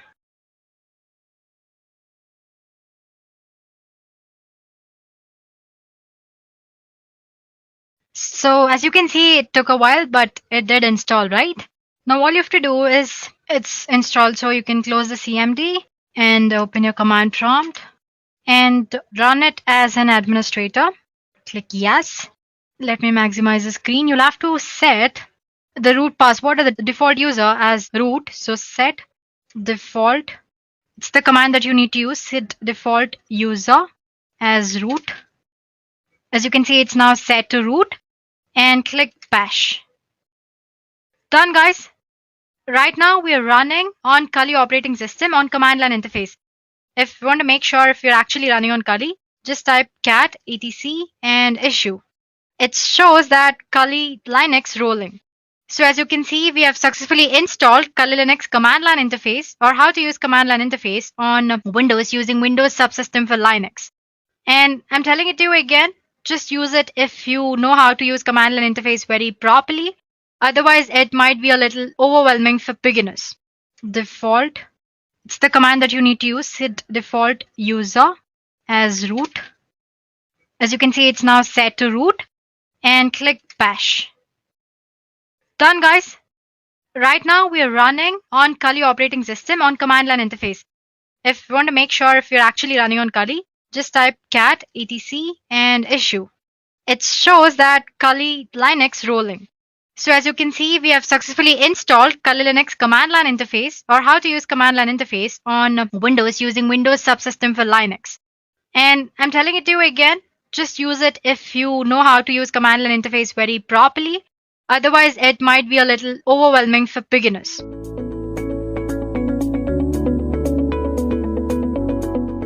So now it's time that we go through the command line basics of any Linux terminal. Now the Linux terminal is a very powerful tool. It allows you to move around the whole operating system through the files and folders. It allows you to create files, change their permissions, change how they behave, and a bunch of other things. You can do filtering, you can grab stuff, the specific stuff from a specific file, and there's a bunch of interesting things that you can do. And as an ethical hacker, you will be working with a Linux distribution most of the time, whether it may be Kali Linux or some other thing like Parrot OS. But you will be working on Linux most of the time because it's a powerful tool for networking analysis and scanning and all sorts of stuff that you want to do as an ethical hacker. So the first essential step is to actually know how to use the tool that is available to you. And that is out here, which is the terminal. Now, as I'm running this on a virtual machine, you might find it that my execution times are much slower. And that is because I have a very, very slow laptop because my virtual machine is actually eating up a lot of my RAM. And I have a bunch of other processes that are also rendering. I do this on my free time. So let's go ahead and go through the commands that we are going to actually go through. Now, let me actually make a list of commands that I want to teach you guys. So let me see if LeafPad is available. Firstly, LeafPad is basically a text editor. So the first command that we are going to start off with is cd. Now cd stands for change directory. Now at this moment we are in the root directory, as you guys can see. We can print the current working directory with this thing called pwd, and that is a current working directory. As you see, it's called root. And suppose we want to change our directory to the home directory. So all we have to do is cd, which stands for change directory, as I just said, and specify the path. Now cd/home. Okay, so once we're in home, I want to make a list of commands that are used on the CLI that I want to teach to you guys. So what would I do? I would firstly see if any files are available that I can edit. Okay, so these files are available, but let's create a new file for ourselves. So firstly, let's do nano list.txt. Now what nano does is Nano will open up a small command line text editor. Now, command line text editors are very much used by ethical hackers because they save a bunch of time.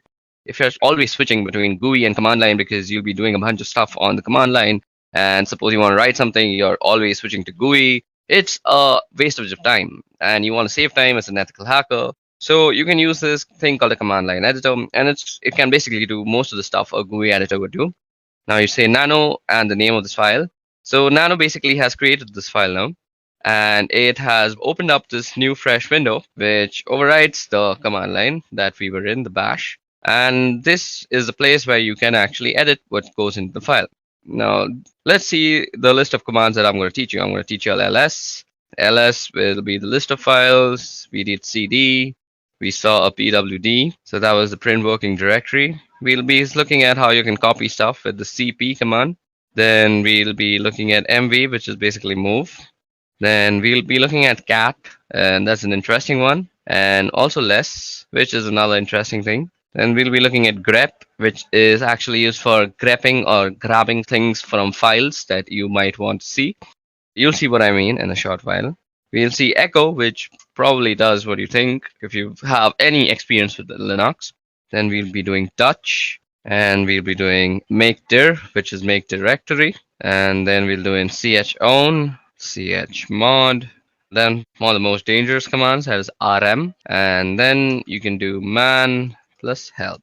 Okay, so these are the list of commands that we are going to go through in this part of the video. So suppose I was making this video and I wanted to save this somewhere. So if you see down here, there are a bunch of options that are shown to you. Now this caret sign might be not what you're thinking, that the shift 6 one, it's not shift 6. It's actually a control. So caret is control, and then G of course means G. So if you go control G, it will actually get help. Now what we want to do is save the file, and that is control O, and that is write out. So what we want to do is say control O, and now it's going to say if we want to name the file list.txt, and we want to name the file, and it says that we have written down 15 lines. So that's how you save a file. Now all we want to do is exit out of here. Okay, so first let's go ls, and let's go through whatever there is. So ls shows us the list of files that are there in that directory. Now ls can also show you the list of files in a directory with the path that you specify. Like if I say ls var, it'll show me everything that is in var. Okay, there are a lot of interesting things in var, so let's head over to var. So cd/var, and you hit enter, and now we are in the folder var. So now to actually demonstrate how powerful ls is, we have a few flags. Now to see the flags of any command, you can just do --help universally throughout the Unix command line. So out here you see some information that is kind of tough to read, but if you go on top and scroll out here, you'll see all the flags that you can use with the command, that is ls, and how you can use them. So you can see what to use, and you can read a little bit about it.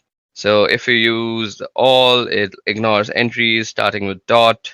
So suppose we were to do ls in var, let's see. So it shows us like this. Now if we do lsl, it'll show a long list with more information. So these are the permissions that you see out here. We'll be seeing how we can change the permissions of files soon enough. And this is who owns the file, the user and the user group. This is the file number, I guess. I'm not sure. This is when they were created. This is the name of the file. This is the time when the file was created, I guess. Okay, so that's how you get very detailed information about all the files. Now, there's another thing you might want to use with ls, and that is the a tag. So you can go lsa, and it will show you all the hidden files also. So now you see some two files that were not shown out here. Our file list begins from backup, but when we do ls slash, I mean hyphen la, we see two more files, that is dot and dot dot. So let's see if we can move into that cd dot. So we can't even move into that. So that's interesting. So these are hidden files. So these are not seen to random users, and we can actually do stuff with them. We'll see how we can use hidden files later on. So if you want to show hidden files through ls, all you have to do is ls and hyphen la. So that was all about ls. So let's move back to slash home, where our list of commands that I want to show you all was.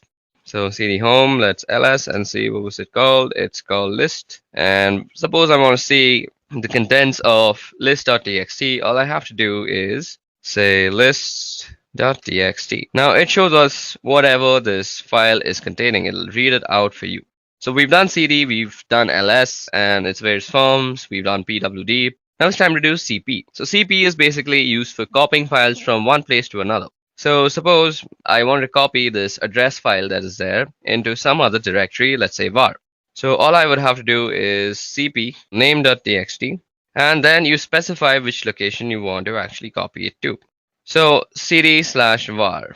So this is where I want to copy my file to, and you hit enter and it's copied.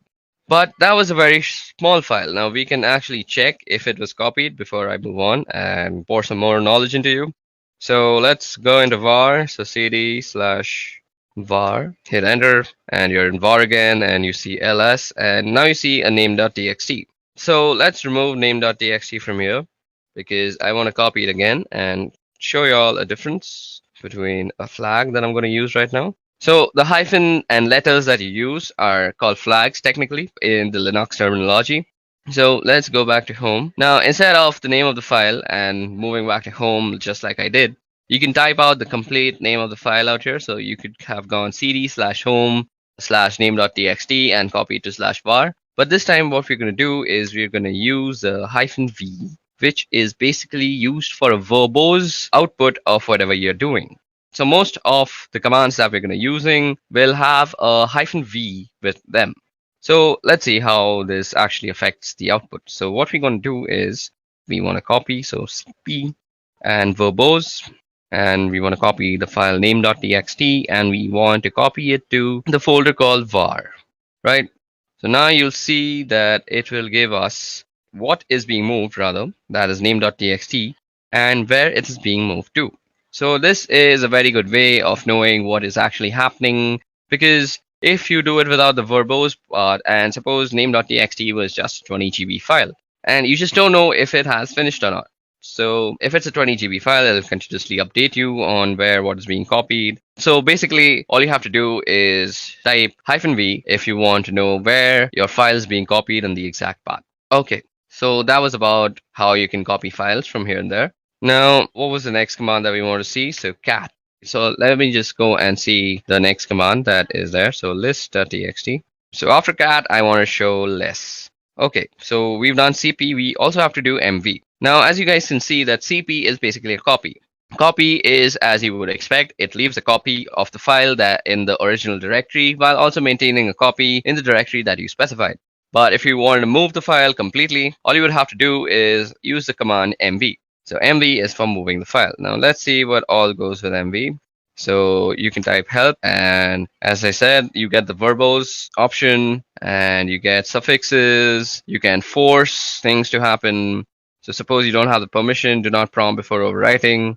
So it'll give you a prompt, and you can completely overlook the prompt with the F thing. So let me just show you how that looks like. We'll be doing a verbose, and we will be copying the address.txt file. And okay, so every time I've been actually typing, so you can do address.txt by just pressing tab, and it'll autocomplete. So address.txt to /var. Now it'll show you that it is actually renamed address.txt to var address.txt. Now, if you go and do ls out here, you will see that address.txt is not actually here, but if we were to move to var, so cd/var. Okay, I've also been typing out commands that I've been previously using, and you can simply toggle through all the commands that you've used by the up and down keys. So ls, mv, mvb help, cat list. I did cd home, and now I have to go through all this just to prove a point. So cd var, we want to change there. Now we're in the variable folder, and we also want to see what we have out here. So address should be out here, and ls, and as you guys can see, address.txt is the first file that has come up. And it is basically the same file, and I can prove that to you by just catting the file, and there's address.txt. And you see that is some random address for some random person. Okay, now let's quickly clear out our file, our window. You can do that with the control L, or you can just type out clear. Now, what we want to do is move back to home. So, yeah, cd home. Okay, so now that we're back in home again, let's cat out our next file. So list.txt, and after move, I wanted to go through cat. Now, cat, as you guys can see, is printing out the contents of a file, and there's also less, which does something very similar to cat. So let's see what it does. So if you go less and do list.txt, you actually see the contents of the file in a completely new window which overlays on the previous window. And this is a very neat way to actually see the contents of a file, which is through less if you want to keep your main command line interface not so cluttered, which cat clutters it completely. So if you want to get out of this place, this less place, and all you have to do is press Q, and Q gets you back. And as you see, nothing was printed out on our main interface. So this is a very cool way to actually keep your command line interface neat and tidy when you're doing work. Okay, so grep. So grep is used for actually filtering out stuff from a file. So suppose we want to see whether a command has some verbose option to it or not. So now I know that mv has a verbose command, but suppose I didn't know that. So mv -- help. Then you use the pipe sign. So what the pipe sign means is you have to take this command, the first command, and then you pipeline it through the second command. And you want to see grep-v if that exists. Okay, so let's see grep verbose. Yep, so a verbose exists, and that is -v, and that's -- verbose. So explaining what is being done. So what happened out here is basically we took this first command and then we filter it, and filtering is done through the piping. So basically think about you're taking some information and pipelining it through something else which funnels it out of this command, which is grep. So you can use mv/help in conjunction with a bunch of other commands, just not grep. And I'll leave the creativity up to you. So grep is basically used for getting what you want from a file. And grep is used very, very much throughout this course of this video, through this Kali Linux tutorial that you're going to be watching. So that is a very easy way to see if you have a particular option, or let me do something else also. So cd/var. Now we're in the var folder, and let's ls. We actually have name.txt. Now let's also go into backup. So cdb and tab, and that brings us the backup folder, and we're now in the backup folder. Let's do an ls out here. Okay, so we have a bunch of files. Okay, we have some password.back. Now, see, if you have cat and you go password.back, you can see the entire thing. Now, what if you didn't want this entirety of it? Or if you want something in particular? You want to be very neat. So you can do that same command. You can pipeline it, and you can say grep, and you want everything with no login. So we can see that there are a bunch of things that say no login, and we only want those. And these are all the things that say no login in them. And it's a much lesser list, and it gives us a very particular list that you are looking for. So that is how you use grep. So now let's head back to home. Okay, I typed that wrong. And again, let's see what the next command is. So now let's start txt. So we've done grep. We now have to do echo. Echo and then touch. Okay, let's go back. Q. So we press Q and we get out of there. So what did I have to teach again? I'm such a dummy. We have to do echo. Okay, so what is echo used for? So suppose you were to say echo and open quote hello world. It would basically do what command says, and that is echo whatever you say. Now it'll say echo hello world, and that will basically echo whatever you typed out in the quotations, that is hello world. spelled very wrong. Okay, now suppose you want to actually put this into a file. So you could do echo hello world, let's spell it properly this time. And you want to insert into file. We had a phone number, I guess, phone number.txt, yep. And we can echo it into that thing. Now that was done. Now let's see what is in phone number.txt. Phone number.txt, and it says hello world. So you can basically input text into a certain file with the echo command, and that's how you do it. Okay, now let's also see how you can make directories, and that is with the make directory command. So, okay, we also have to do touch before that, I forgot. Now, touch is used for quickly creating files. So, touch, you could say touch and then the file name. So, we can create a name file again, name.txt. Or that will create a name.txt. Let me just show it to you, lsl. And we have a name.txt. We can also create multiple files with touch. And we could say file 1, file 2, and file 3. So like this, you can create multiple files, and let me just ls that out and show it to you, lsl. And we have file 1, file 2, and file 3. Now we can also create a directory. So make dir and the name of the directory. So suppose you wanted to save all your movies in one directory. Make directory movie, and now you have a directory called movies. And you can also move into movies. So cd movie. Okay, so that's how you create directories, and you can move into them with the change directory folder. Now let's see what the next command was. So cd and dot dot. So with cd dot dot, you can move back to the previous folder if I'm already not told you that. And since we're in movies, we can just go back to home with cd dot dot after. Now let's see what else is there. So cat list.txt. And okay, now chown chmod. Now chown will be a little tough to show because we don't have any sort of other user out here. The root user is the only user that we have on this VirtualBox as set up. But if you want to change the ownership of a file, let's say, so you can see the ownership of a file through the lsl command, and you see that root and root. So this is the owner name and this is the owner group, and they're mostly the same thing. So our next command that we're going to actually see is called chown. So let's see how chown is actually used. Chown is used for changing the ownership of a file. So I actually don't remember how to use chown. So if you actually don't remember or you're getting stuck somewhere, just use the help function. So if a command line argument is symbolic, so let me just go through this once. So this is how you use it, owner and then colon group. Okay, and then the file name. So you go chown, and then you want to say the name of the owner and the group you want it to belong to, that is root and root, and then you specify the name of the file. So suppose I want to change file 1. Now it already belongs to root and root, so it doesn't really matter because I don't have any other username to actually change the ownership to. So this is how you would normally change ownership. So let me just show you where you can see the ownership, and that is ls-l. And out here, the root and root you see on file 1 is basically this is the owner and this is the owner group. They're normally the same thing and the same name, but if you had some different owner like a guest, you could change it by actually using the chown method, the command. Methods are different things. I always get confused because of the programming. Okay, now the next command that is left is called chmod. To actually show you how chmod works, let me show you an interesting file. So suppose, let me just do this once. Okay, now echo. What we want to echo is, let's echo hello world. And let's put that in quotation, and we want to put this in test. Now, once we've done that, let's ls, and we see that we have a test file out here. And we want to move test to test.sh.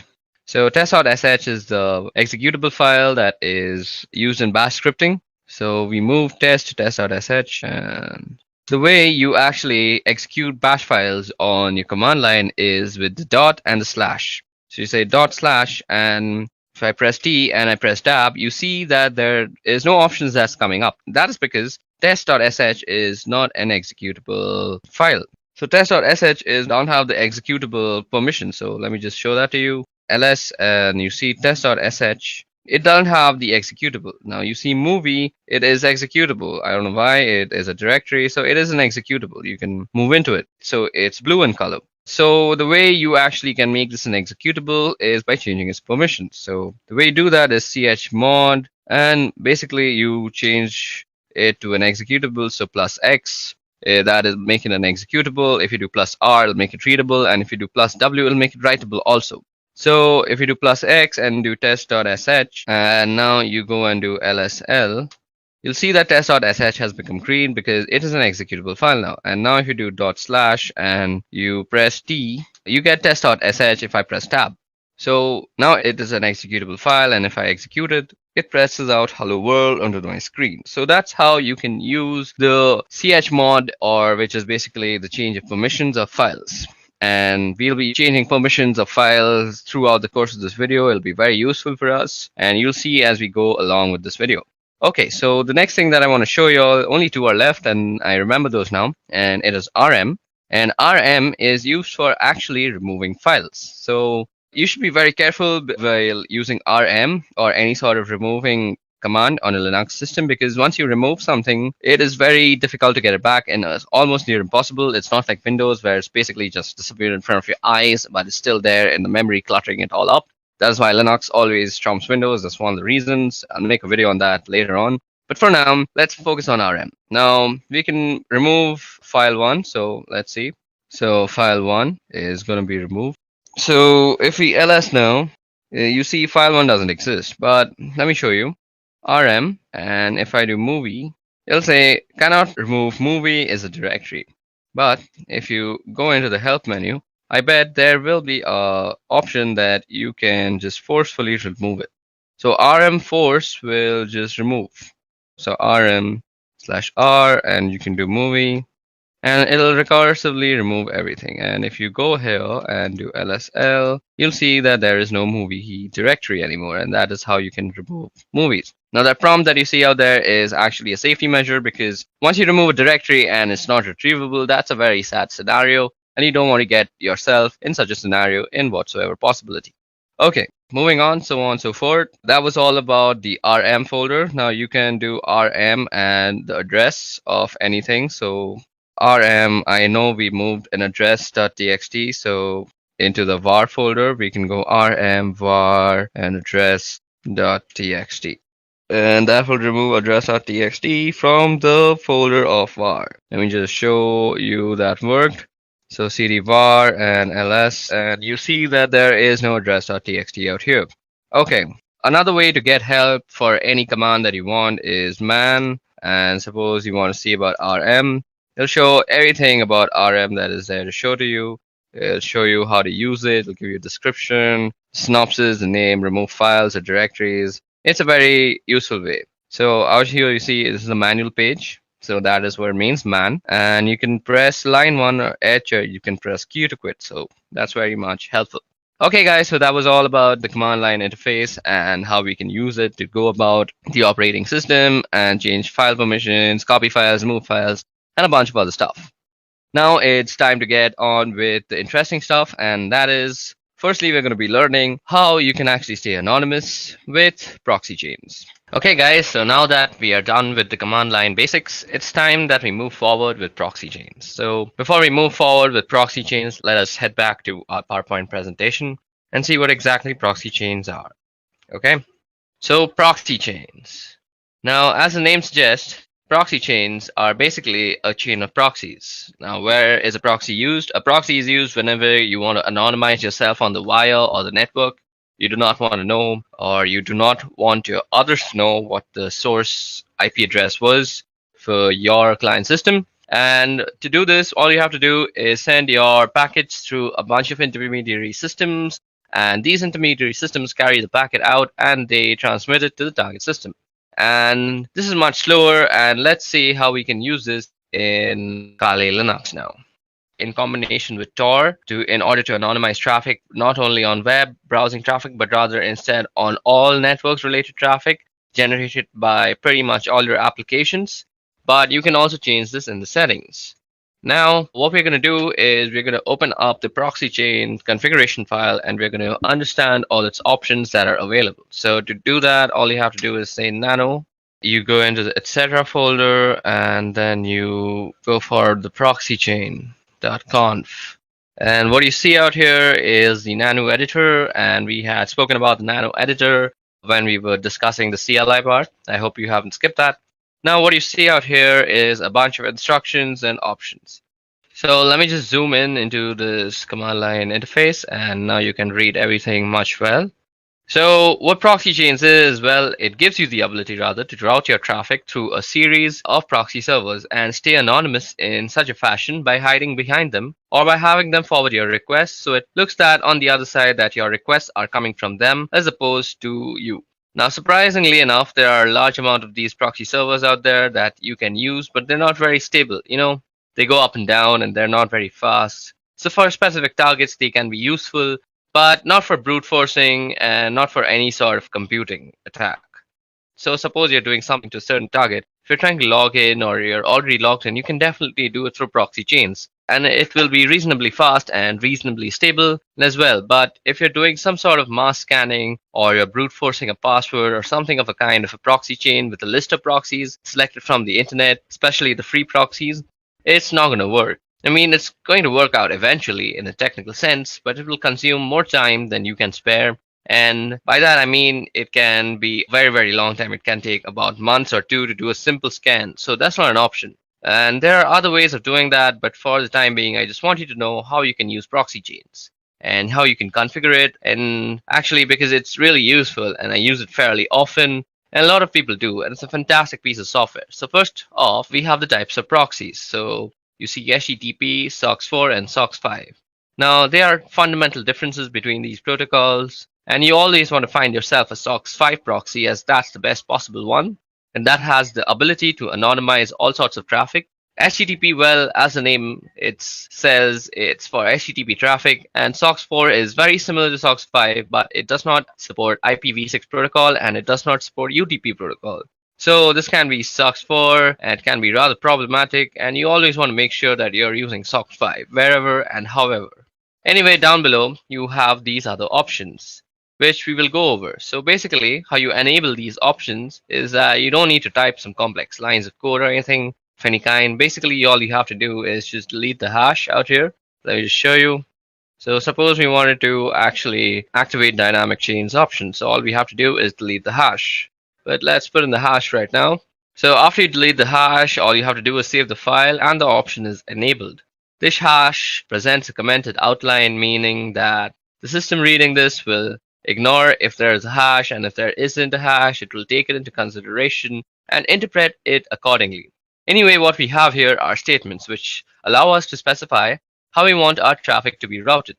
So first off, we have dynamic chain. Now, dynamic chain is a sum and is an option which you will find people using the most. It is most commonly used option and a preferable one too at that. And honestly, I think it's the best one out there, primarily because it's the most stable one. And here's why. Now, suppose you have ABCD proxies. So those are some servers with IP addresses, with open ports. And if you have a strict chain policy, which is enabled on this computer right now, as you see, if you have a strict chain policy, we can only be able to access any site on the internet in general by going through ABCD. So you have to go through all of them, and you have to go through them in that specific order, that is ABCD. And that's not always a good thing. I mean, if you're paying for 5 proxies, that's not a problem because they will always be operational and they will always be up. And why not? That's not a bad idea or an option. But there are, however, people who use proxies for free and they don't tend to pay for them. Why would you pay for like 5 proxies for a simple scan or something of that kind? They're not free and they cost money and they're rather expensive also. But still, I mean, the act of paying itself identifies you and kind of diminishes the amount of anonymity you have on the internet. So some complex payment methods can still be used to actually anonymize yourself, but it's fairly simpler to just use a dynamic chain. So firstly, we're going to go ahead and uncomment the dynamic chain option, and we're going to comment out the strict chain option. So strict chain will no longer be used, and I will be using dynamic chains. And one more thing to note here is that if you want to use proxy chains in combination with Tor, if you want to route all your traffic through the Tor network, not just web traffic, you must be enabling dynamic chains. I mean, there's a chance that it will work with strict chains, but due to the instant instability of Tor nodes, it is highly unlikely you will need dynamic chains, and that is why I'm using them. Anyway, if you're using dynamic chains, just give you the ability to go from ABCD to your desired destination by not having to adhere to any order. So let's say C is down and you would go a BD and it would work with no problems. Even if P was down, you would go to a D and you would go and still reach the destination. So as long as one single proxy is functional, it's going to work and you don't require any specific order to do it down below. Now down below you have some other options too. So first is random chains. Now random chains in effect are basically the same thing as resetting your service. I mean, if you're resetting your Tor, you will be now assigned a new IP address. Tor assigns you a new IP address every 10 minutes or so. Anyway, with the random chain, you can specify a list of IPs, and then you can tell your computer, okay, I want you to try, and I want you to connect to this point. And every time you connect, every time you transmit a packet, I want you to use a different proxy. And we can do that as well. And that's one of the options, definitely. And you can say, okay, use this is phone 5 times and then change to another one or some kind of like that. There are a lot of options to specify there, primarily the chain length. Anyway, down below there's quiet mode. You don't really need that. Then that's proxy DNS request no leak from DNS data. This is very important. You cannot have any DNS leak. And let me explain to you what DNS leaks are. And even though somebody cannot get your particular IP address, they can get the IP address of the DNS server that you are using. And that DNS servers do is resolve the main domain to the IP address and vice versa. So for example, if you typed in youtube.com, the DNS server of your local ISP provider will resolve that into some sort of IP address that YouTube has, and it will make a request. No problem. And you do not want that happening because your local DNS server will be discovered, and that is information that can be used in order to figure out your personal IP address. And when that is done, your physical location is pretty much compromised, and that's a no-go. And you definitely need proxy DNS here. It might slow you down a bit, but without that, you're practically not anonymous, and it's just a matter of time before somebody finds you. Now, if you go down below, we have some other options here, but we're not really interested in them at the moment. What we here are for the formats for entering proxies, and I'm going to leave it at that. So what you see out here is first the type of the proxy, that is SOCKS5, then the IP address, then the port number, and then 2 words, that is Llama secret and then juice to hidden. Okay, so now what you see out here, as I just said, is how you would actually write down your proxy chains. And now, as I had already also said, you always want to be using SOCKS5 and you don't want to be using HTTP because they're not really that safe. And SOCKS5 doesn't support a lot of options anyway. And this is the IP address of the proxy server that we will enter a few of them manually later on. And this here is the port number that you see on which the proxy server is listening. And that port is open over here. These 2 words now, what some proxy servers, especially paid ones, will always have a username and password. So you can just type them here in plain text. Unfortunately, it is assumed that only you and you alone have access to this computer besides this file. And besides, this file is not everybody can read this file. Anyway, so if you can just type in the username here and password here, you will gain access to a certain proxy that you have chosen or that you have paid for. Anyway, these are just some examples, and we won't actually be using these proxies or anything of a kind. We need to go down below here. Out here you see. And at the end of the file, so if I just press enter a couple of times, there we go. So here is only one proxy active at the moment, and since SOCKS4 and all traffic being routed here through Tor by default. So let's set to Tor now, and Tor default listens on this port. So this 9050 port is where Tor listens on. Now what we want to do is we want to add a SOCKS5 proxy address. So what you want to do is just type in SOCKS5 and the same IP address, SOCKS5, and you want to be keeping the spacing correct, just use tab. So 127.0.0.1, and then you want to specify the port number also, so 9050. So what you see out here, the 127.0.0.1, this is the loopback address of your computer. So this is for inter-device communication, and if you ping this address in, if you're pinging yourself basically, and usually people ping this address in order to make sure that the IP protocol is set up correctly, even though they don't have internet connectivity. So let's just type in 1.27.0.0.1 and the same port number and 9050. So now we have to press Ctrl O to save our file, and we're going to save under the same name, and we wrote 65 lines of codes down, and that's written. And now you have to press Ctrl X and you exit out. So let's press Ctrl L and clear out our screen. Now we just edited our proxy chains configuration in a very neat environment. So to go ahead and type in our service door status, so we want to check the status of our Tor service. So service Tor status. So Tor service could not be found. So do we have the Tor service installed? Okay, so Tor service is not installed. Just give me a little moment. I'll quickly install it. Okay, so now that we have set up our proxy chains configuration file and we have put in a SOC5 proxy chain giving it the Tor service, now what we need to do first is start up our Tor service. Now to actually check if Tor is running or not, or if the Tor service is running or not, let me just clear that out. We need to go service Tor status. And you see it says it's inactive, so what you have to do is say service Tor start, and that will start the Tor service. It might take some time depending on the system that you're using, and voila, there it has started it for me. Now, what you have to do to actually use proxy chains before you go to any website. So all you have to do is say proxy chains, then you specify the browser that you're using. So we're going to be using Firefox, and you could say something like www.duckduck.com. So now here you will see how your thing is being transmitted to DuckDuckGo.com. When I say thing, I mean your packets and your requests. I'm sorry for my vocabulary. So now your packets are going to be directed through a bunch of IP addresses, but we haven't actually put a bunch. We just have put the loopback for the Tor network. So we will let Tor do the rest of the things for us. Okay, so depending on your system, this might take a little bit of time to actually open up. Okay, so let's go ahead and see what's actually happening on the terminal while this thing is loading up. Okay, as you can see, it's going through a bunch of proxies out here, and some are denying it, and some are saying it's okay. So as you guys can see, most of the time you might get denied, and it'll be a lesser number of okays, and that is exactly what we're looking for. Because primarily we have gone a great extent for the anonymity, and what you want to do is stay like that.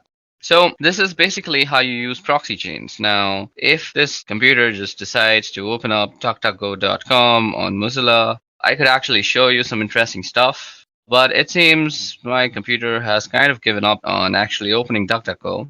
It's still waiting for DuckDuckGo's actually confirmation, but that's about it. So this is how you can actually configure proxy chains. I'm really sorry that my computer isn't working right now so well, and nothing is actually opening on Mozilla. It's mostly because my RAM is overloaded. I think I should go ahead and get myself a new RAM. But for now, let me just also say that we can put some custom proxy lists, and instead of just saying, let me just go ahead and open up that file again. As you guys can see out here, I'm going to end this right now because my computer can't really take all this pressure. See, it's lagging so hard. Okay, let me just quit out of that and let me just open up a new one. Now, as I had said that you can put up some custom proxy lists. Not really going to do that, but let me just show you how you can do that. You go nano and you go etc and proxy. So you basically have to go into the proxy chain. Okay, so I think I have to put this again. Yeah, now if you just go in and edit out here, all you have to do is set up dynamic chains, and you can go online and search for free proxy lists, and that'll give you everything with the port number to the IP address. Let me just show it to you. Free proxy server list. So all you have to do is search for free proxy server list, and you can see out here the proxy type is HTTPS, and you basically want to find a SOC5 proxy. To find SOC5 proxies, just add that into your keyword. And once you find those proxy addresses, all you have to do is take down this IP address and followed by the port number, and you go ahead and just put it down in this configuration file, and then you hit Control O and you just save it, and then you just go back. So that was all about proxy chains and how you can set up proxy chains to make yourself very anonymous. I'm sorry, the whole Mozilla part didn't work. That's the sad state of my computer. But moving on, let's go ahead and study about MAC changers. Okay guys, so that was all about proxy chains. Let's move ahead to MAC changer. Okay. Now before we go into the tool called MAC changer, let's just see what a MAC address is. Now, MAC address actually stands for Media Access Controller Address of a device and is a unique identifier assigned to a network interface controller for communication purposes. Now, MAC addresses are used as a network address for most IEEE 802 network technologies, including Ethernet, Wi-Fi, and Bluetooth. Now, in this context, MAC addresses are used in the medium access control protocol sublayer, and as typically represented as MAC addresses are not recognizable as 6 groups of 2 hexadecimal digits each. Now, these are separated by a colon, and the first 3 hexadecimals are actually the organizationally unique identifier, so they actually represent your vendor, and the next three hexadecimals actually represent your network card uniquely. Okay, so when you are actually on a network, you are recognized on something called an ARP table. Let me just show you the ARP table, how you can see it. Let's go in. So the password is root. So an ARP table is basically an address resolution protocol table. And well, this is a virtual machine and it doesn't really know many machines on the local network. But if I were to go on my Windows system and show you my ARP table, let's see.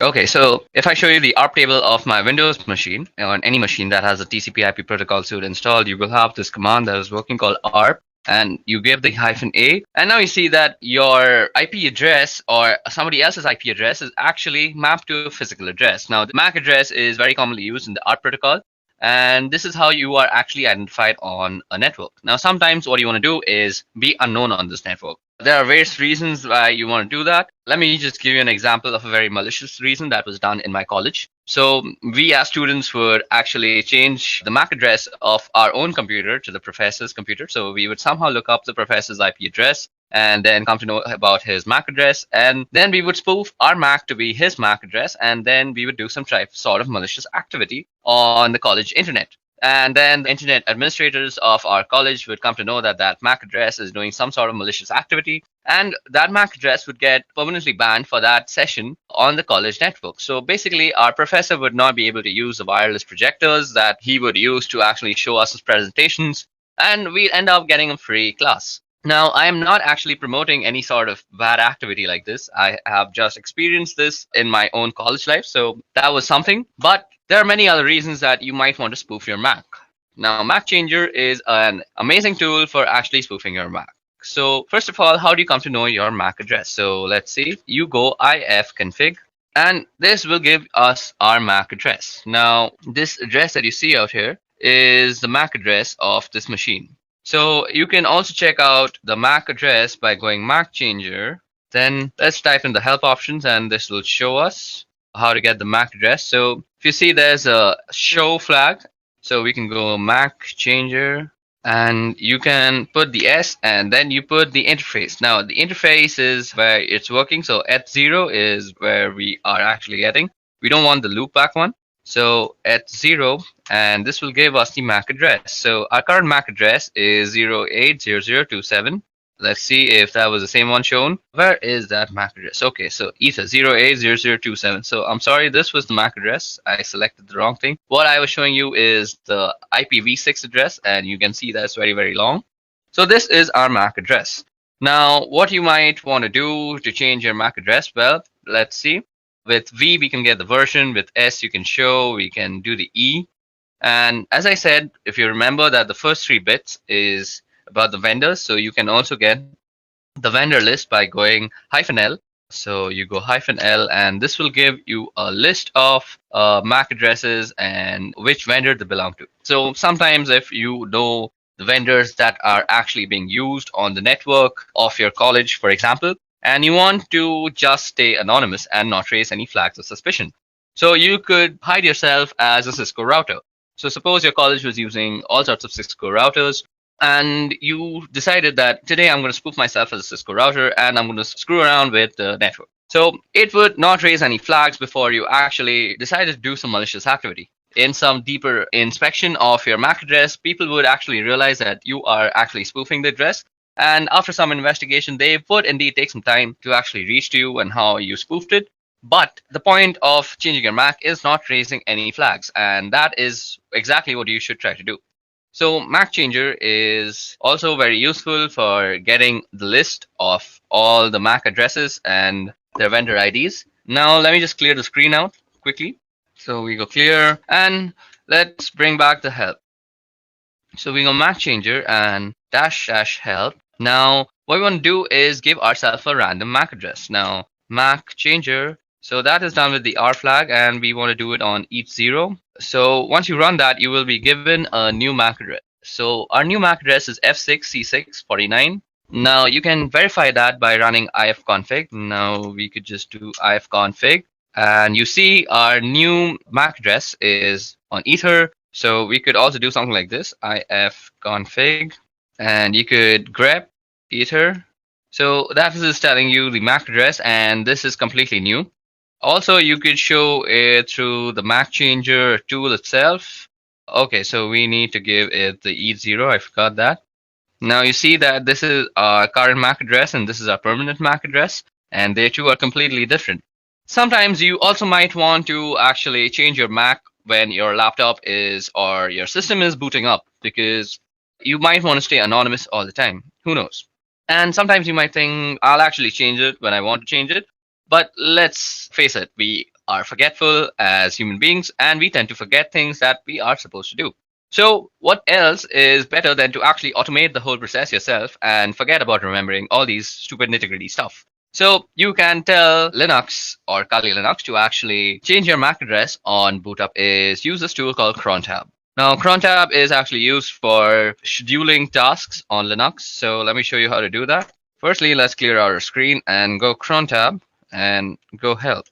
Now you see it's a pretty small menu. So first we start with the U flag, which user this file is going to work for. Then we got the E flag, which is for editing crontab users, the users crontab list. And you can see the list of users crontab. And let's see, so do we have any crontab lists? So there is no cron tab at this moment, so we can set up one for ourselves by going to the E. Then there's the R, which is delete users cron tab. And I want to tell you all, be very careful when deleting anything of that sort, because once you delete something from Linux, as I've already said, that it is very, very difficult to actually retrieve it back. You might get fragmented pieces of what you had actually deleted, and that will only leave you with sadness and devastation. Now, what you want to do is go through crontab and press E, and this will bring us to select an editor. To change, later run select editor. So we'll do with nano. So what you have out here is the readme file of crontab, and if you read this entire thing, you will get how to use crontab completely. But if you have any sort of doubts even after reading it, you can leave them down in the comment section below. Now what you want to do is actually set up a crontab so that you can change your MAC address whenever you reboot your computer. So all you have to do is say at reboot, what you want it to run is Mac Changer. And if you remember, we want a random MAC address and we want it on ETH0. So that's done. Now all you have to do is save this thing. So you go Control O, and that will write it out to crontab. And you press enter and you have written down one line. Now you go Control X and you have exited out. So now let's us clear the screens by pressing Control L and enter. And let's go ahead and get our MAC address. So if we go ahead and run that, our MAC address is set to F6, C6, 49. So just remember the first few letters, F6, C6, and 49. Now let me just reboot my computer, and you will see after I reboot and run ifconfig again with grep etho, we will see a different MAC address. Now, rebooting might take some time because I'm actually using a virtual machine, but till now it's given problems with the Firefox, but let's hope this won't take much time. Okay, so now that our computer has booted up and we have actually opened up our terminal, let's go in and type ifconfig and let's get in our ether, that is the MAC address. So if you remember the MAC address, now you see that it has completely changed. And that's how you can spoof your MAC address on your local network. And this will basically help you in staying anonymous on our protocols and anything that actually maps your IP address to the MAC address. Okay, so that was all about MAC changers. I'll meet you in the next section now. So in this section, we'll be talking about wireless encryption protocol cracking. So that is basically Wi-Fi cracking. Now, Wi-Fi in today's day and age uses pins or passwords to normally encrypt their data usage. Basically, if you want to access the wireless access point, you need a password or a pin to actually gain authorization. Now, this authorization is done using a four-way handshake, which we will try to capture using a tool called AirCrackNG. And then we will try to crack into the password using a wordless generator called Crunch. Now you can use AirCrackNG to crack WPA and WPA2. There's also another protocol called WEP or WEP, and that is not normally used these days. If you find anybody using that, you should always advise them to actually upgrade to WPA or WPA2, because WEP is actually very easily cracked in these days, and people are generally punished for using WEP by hackers all around the world. Okay, so now you can actually go ahead and go into a terminal and type ifconfig to actually look at your network card name. As you guys can see out here, it's called WLO1. So the first step that we need to do to actually go into the process of Wi-Fi cracking is set up our network access card or our access point into monitor mode. So as you guys can see out here, after typing ifconfig, it shows me that my Wi-Fi access card is WLO1 interface.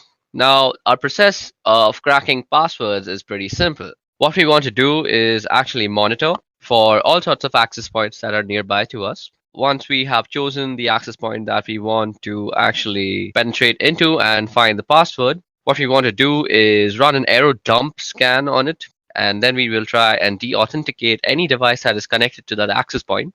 Now, one assumption out here is that the password is saved in that device and it will automatically try to re-authenticate itself with the access point. And we want to catch and log this re-authentication process, which will actually have a four-way handshake between your device and the access point.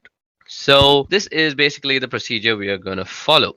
Now, another thing that you need to know before actually using this process to gain any access to any Wi-Fi is that you need to know a little bit about what the password is. Maybe it could be the length, or it could be something like a specific character at a specific place.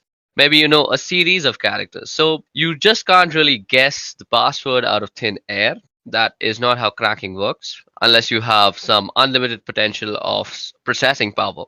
In that case, you can very well brute force it and just find the password.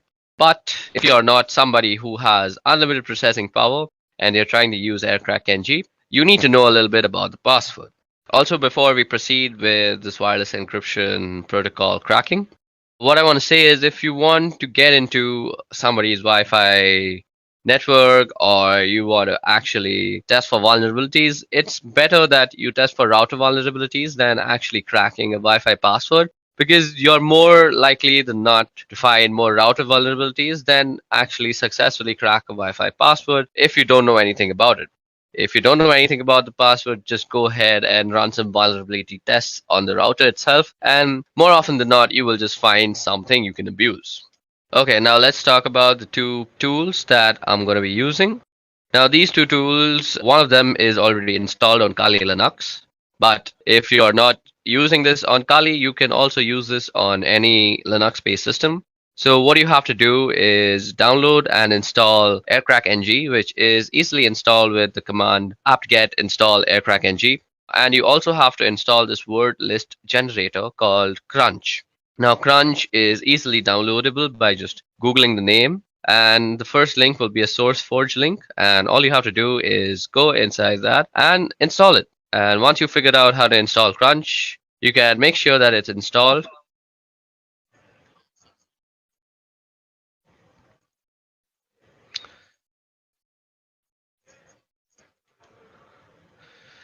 Now, once you have installed both the softwares, you can check out if the manual pages are opening up.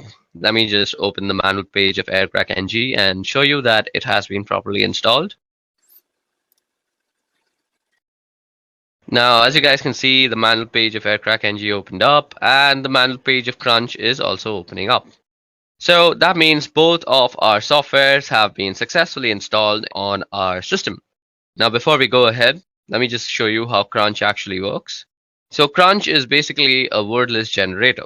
What you would do is you try and generate a word list with given characters. So what you can see out here is I've typed in Crunch 35. So that means the minimum length is 3 and the maximum length is 5.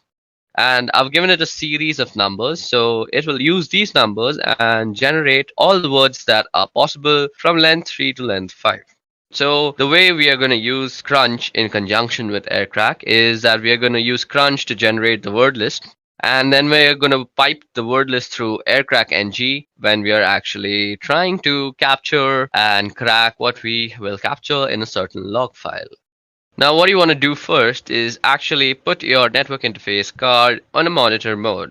Now, you can do that by typing in ifconfig and then the interface name, which happens to be WLO1. And first, you have to put it down. So ifconfig WLO1 down. Now, to put your interface card into monitor mode, you have to type in iwconfig and you go the name of the interface and then you go mode monitor. Okay, it seems I've spelled it wrong, so let me just do it once again. So that has put our network interface card into monitor mode. And what we need to do after that is we need to start up our network interface. So all we have to do is type in ifconfig WL1 up.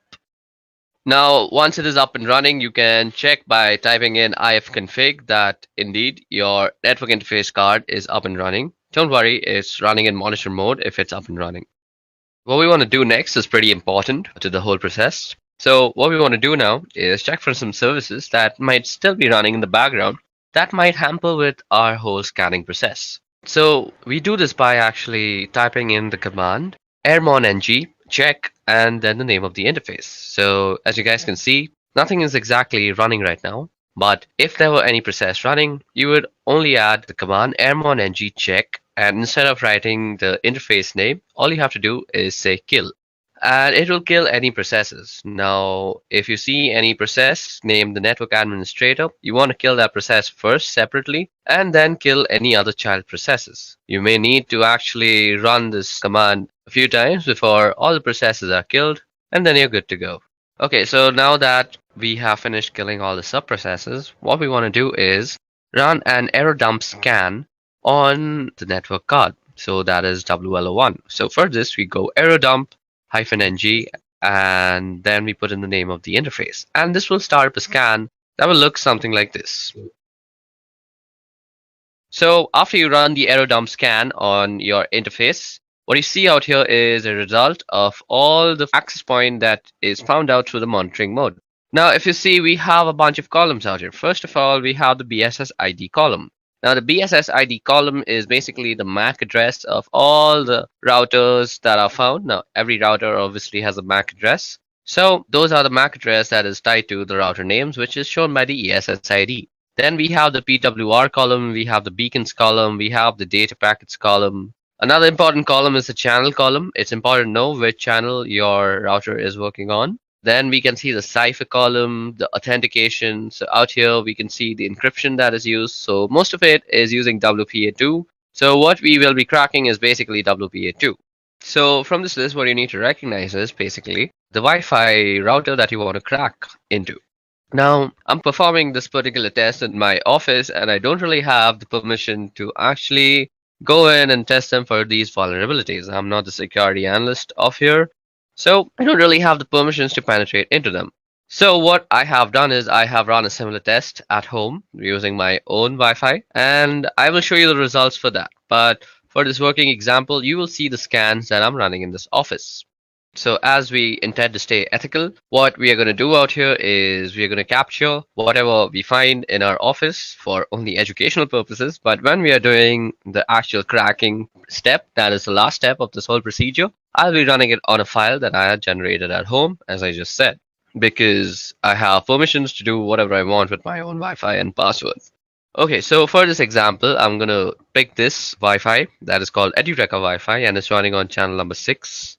So what we want to pick from here is the BSS ID and the channel number. We need to remember these two things. First, the BSS ID, and second, the channel number. Now, what you want to do after that is open up a new window on your terminal and log in as root. Now, what we want to do here is run a separate error dump scan on this specific BSS ID and check for all the devices that are actually connected to this access point. Now, we do this by running the command error dump ng, and while we are doing this, we also want to capture all the scan outputs that we actually get into a certain file. So we'll be actually storing it in a file called capture, and then we just have to pass in the BSS ID and the interface. We also have to specify the channel. So let's see what the channel is once. So the channel is channel 6, so that's what we want to do. And we specify the channel with the -C flag.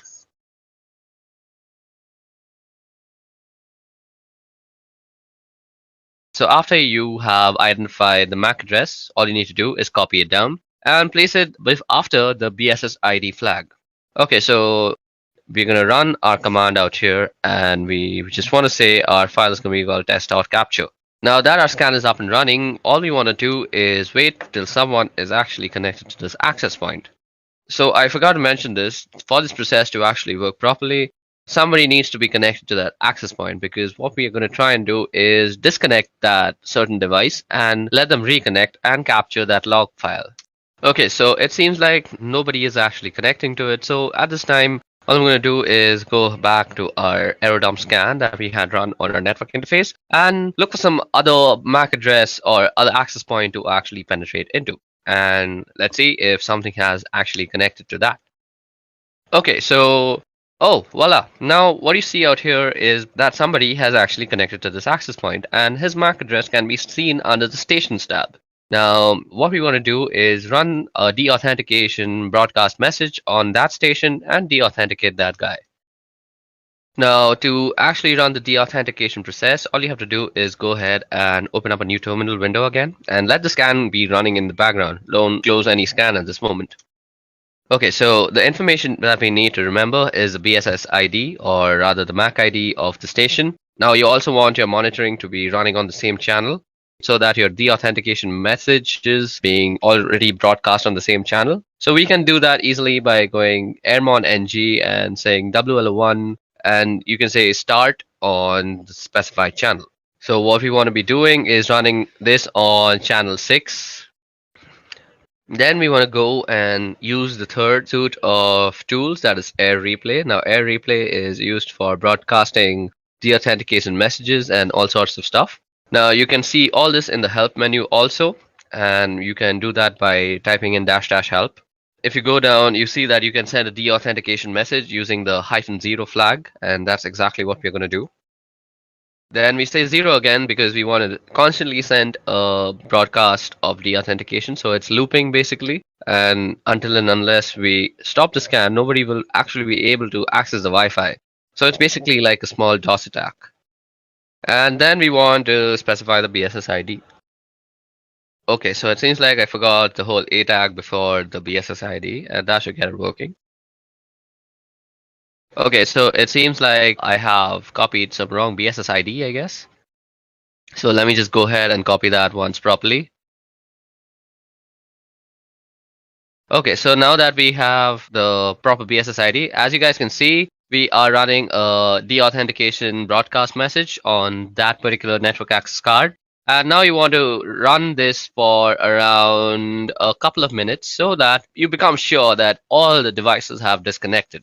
Now, while this is happening, what you're doing is basically sending a DOS attack to that small little Wi-Fi, and you want to catch the handshake that occurs between devices and the router that it is connected to while reconnecting themselves.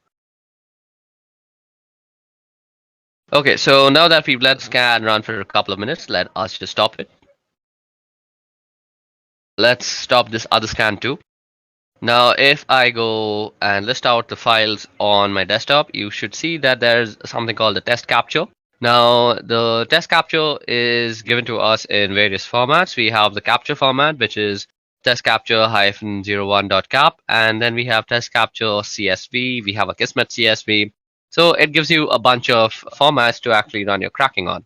Now, if you remember, I had told y'all that I have already generated a similar file at home, basically, when I was trying to crack into my own home password. So I will be running the test on that file, or the cracking procedure on that file, and that is the last step of this whole procedure. So let me just go ahead and move into that folder. So I go cd scan. Now, as you guys can see out here, if I list down the files, you can see a capture1.cap, capture1.csv, there's a Kismet CSV, and there's a netxml. So I was not lying when I said that I have already done this at home. So we are going to run our cracking process on capture01.cap. Now, let me just tell you guys, the password for my home Wi-Fi is sweetship346. So you can say that I know the entire password, but I'm going to act like somebody who only has a general idea of what my password looks like. So let's say I know that my password contains sweetship, but I don't really know the last 3 numbers or letters or whatever they may be. Okay, so we are going to use Crunch once again to generate a list of words that might include sweetship 346. And let me just open the Crunch manual for once. Now, if you go down in the Crunch manual, what you'll see is the -T. So as you guys can see, there is a pattern that is specified like @ God, and then followed by 4 other at the rates, and all the at the rates will be replaced by a lowercase character. Now you can remove at the rate and use a comma and it'll be replaced with an uppercase character, or you can use percentages, which in case it'll be numbers, or you could use the caret sign, in which case it'll insert symbol. So when you know the length of the password and also a certain degree, a few letters, you can use the -t flag. So that is exactly what we're going to use with Crunch out here for this example. So let me just remind you guys that the password for my home Wi-Fi is sweetchip346. Now what we can do is we can ask Crunch to actually generate something that looks like sweetchip346. So what I could do is say Crunch. So the minimum length is 12. I already know that. And the maximum length is also 12. Now let me just input in the pattern. So we put in the pattern after -t. So now I'm going to just show you how long it can take. So we are just going to say sweet and then put in some at the rates and then also try and guess in the numbers. So after you put in the pattern, you want to also input which letters and numbers they could be. And I'm just going to input my entire keyboard out here. Now what you want to do is pipe this command through aircrackng's cracking procedure. Okay, so now what we want to do is pipe this command through aircrackng, and we want to write from, or rather read from, the capture file. So what we go is -w and then hyphen and then the capture file name. So capture01.cap.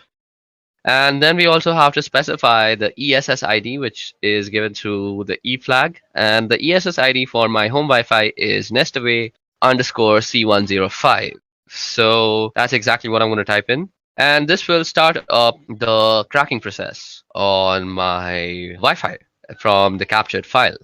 So as you guys can see, this is going to take a long time, and I'm not really actually going to complete it. So in this time, I'm actually just going to try and explain why this is not very feasible on a virtual network. So basically, this is not feasible because at this moment, my computer is using all 4 of its cores and all the memory that is possible.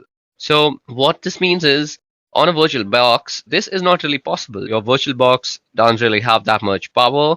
If you're using a 4-core processor computer, only 2 of its maximum cores can be actually allotted to your VirtualBox machine. Above that, you can't really give it the entire memory because that will make your computer crash. So if you want to do something like this, it's better that you install Kali Linux as a dual boot or as your own daily driver, and then you can do this. So this is why I have not done this on a virtual machine and instead done this on Deepin Linux, which is my daily driver operating system. Now, as you guys can see, it is constantly trying to actually guess the password by actually going through all the permutations and combinations. That is basically, it's taking in all the words generated from Crunch, piping it into the current command, that is the aircrackng command, and it's comparing everything.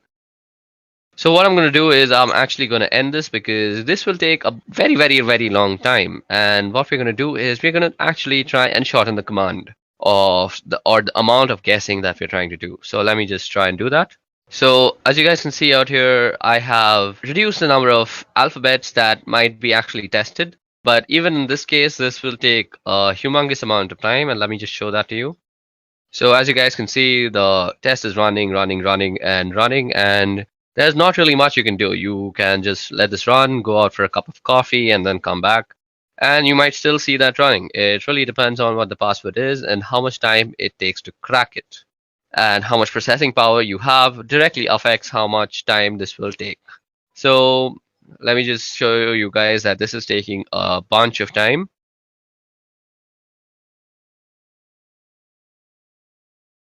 Okay, so now that I have fast forwarded a lot into the scan, you can see that I have tried almost 2127608 keys. So that's more than 1 million keys. That's 2 million keys that I've tried. So, and it still hasn't reached sweetchip346. So what we're going to do is, just to show you for demonstration purposes that this procedure actually works, let me just shorten our guessing even more.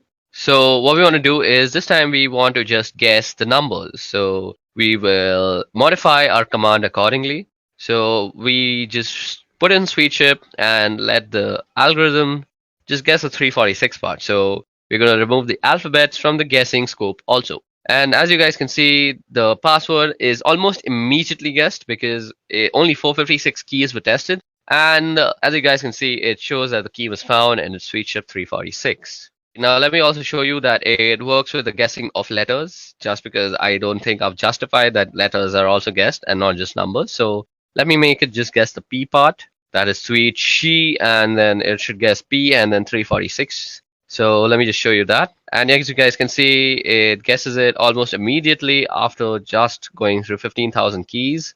Okay, so that brings us to the end of this Wi-Fi cracking tutorial and also to the end of this video, which was regarding ethical hacking using Kali Linux. I hope you guys had a bunch of fun learning about MAC changes, proxy chains, and a bunch of stuff that we did, like Wi-Fi password cracking. I hope you practice these procedures and methodologies that I've taught you only for your own educational purposes and not use it to harm anybody or do anything harmful with it, because let me just tell you very seriously that you can be prosecuted by the law. So let's end this video on a good note by saying please practice this for only educational purposes. Let me just show you that. And as you guys can see, it guesses it almost immediately after just going through 15,000 keys. Okay, so that brings us to the end of this Wi-Fi cracking tutorial and also to the end of this video, which was regarding ethical hacking using Kali Linux. I hope you guys had a bunch of fun learning about MAC changes, proxy chains, and a bunch of stuff that we did, like Wi-Fi password cracking. I hope you practice these procedures and methodologies that I've taught you only for your own educational purposes and not use it to harm anybody or do anything harmful with it, because let me just tell you very seriously that you can be prosecuted by the law. So let's end this video on a good note by saying please practice this for only educational purposes.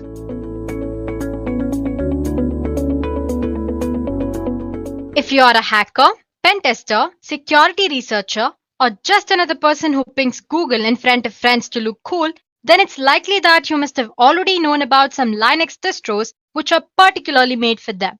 Today, we are going to explore one such Linux distro, Parrot Security OS, one of the leading Linux distribution in penetration testing and ethical hacking. So let's quickly go through today's agenda first. We will begin by discussing how Linux distributions are suitable for ethical hacking and different type of Linux distros that are available for ethical hacking and penetration testing. Then, we will begin with our today's topic, which is Parrot Security OS. We will discuss its features, its history, if or not Parrot Security OS is suitable for you. Moving on, we will see how Parrot Security OS is different from Kali Linux. And then I'll show you how to install Parrot Security OS using VMware software. And finally, we'll end this session by taking a look at few popular Parrot Security OS tools. So I hope agenda was clear to you guys. Let's get started then.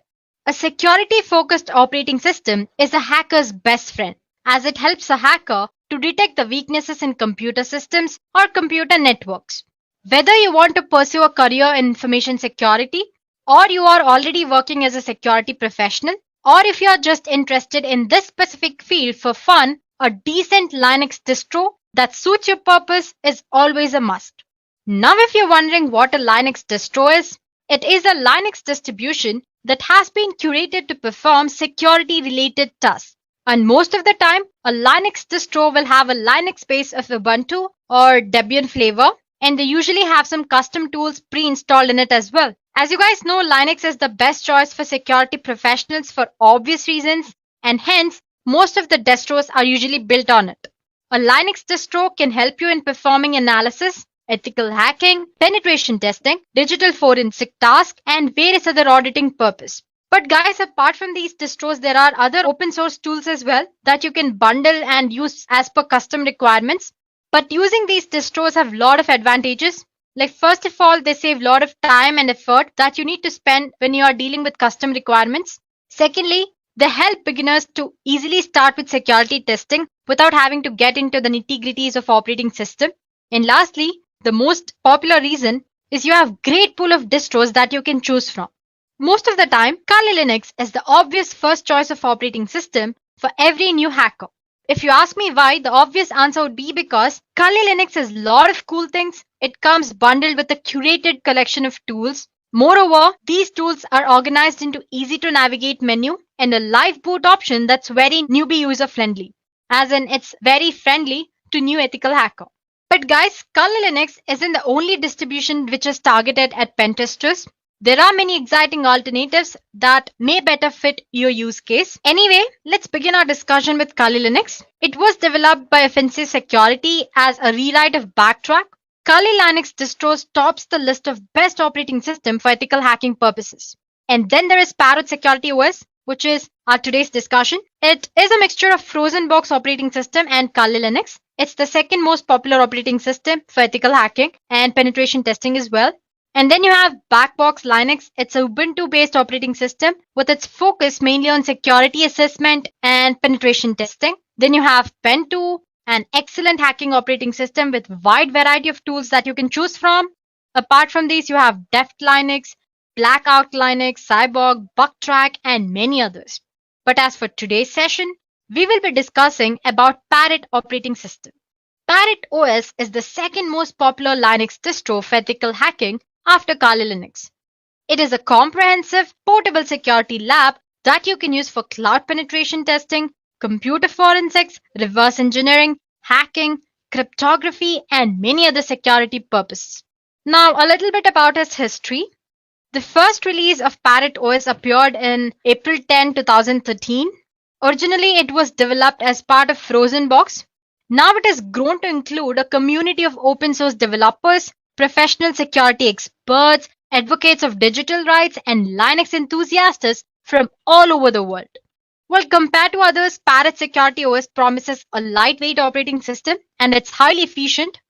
Along with its plethora of legally recognized tools, you also get the opportunity to work and surf anonymously, which is like a granted wish to an ethical hacker or any penetration tester. We'll learn about other features in the later part of the session. So moving on, since its release in 2013, Parrot has grown rapidly and currently offers many different flavors targeted towards different use cases. For example, like I said, we have Parrot Security. It's the original Parrot OS and is designed with penetration testing, forensics, hacking, development, and privacy in mind. Then you also have Parrot Home, which is targeted towards desktop users. It strips out the penetration testing packages and presents a nicely configured Debian environment. Then you have Parrot Air. It's focused on wireless penetration testing. Parrot Studio. It's designed with multimedia creation in mind. Then you have Parrot Cloud, the most popular. It targets server applications, giving the user access to full suite of penetration testing tools included in Parrot Security. But it doesn't have a graphical front end like we do in Parrot Security. Moving on, we also have Parrot IoT. It's designed for low resources devices such as Orange Pi, Raspberry Pi, and you have Pine64 and many others. So it's true that Parrot Security OS doesn't have large community of users behind it as Kali Linux does, but the distribution has been gaining a lot of momentum recent years, so things could be very different just a year or two from now. So let me convince you more. Let's just discuss the features of Parrot Security OS. Let's start with the system requirements. It's based on Debian 9. It runs on a custom hardened Linux 4.5 kernel. It uses a Mate desktop and LightDM display manager. It requires a minimum of 256 MB RAM and works with both 32 and 64-bit systems as well as ARM compatible version. Apart from this, Parrot OS can also be installed on cloud and updated to perform cloud-based security testing.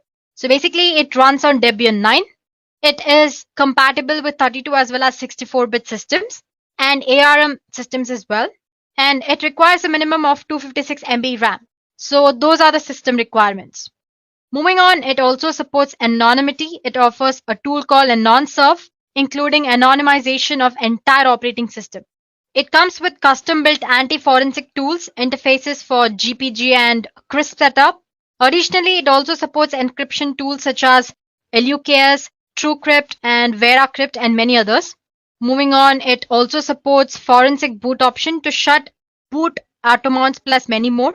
It braces Falcon programming language, multiple compilers, debuggers, and beyond. It also provides full support for developing frameworks for embedding systems and many other amazing features.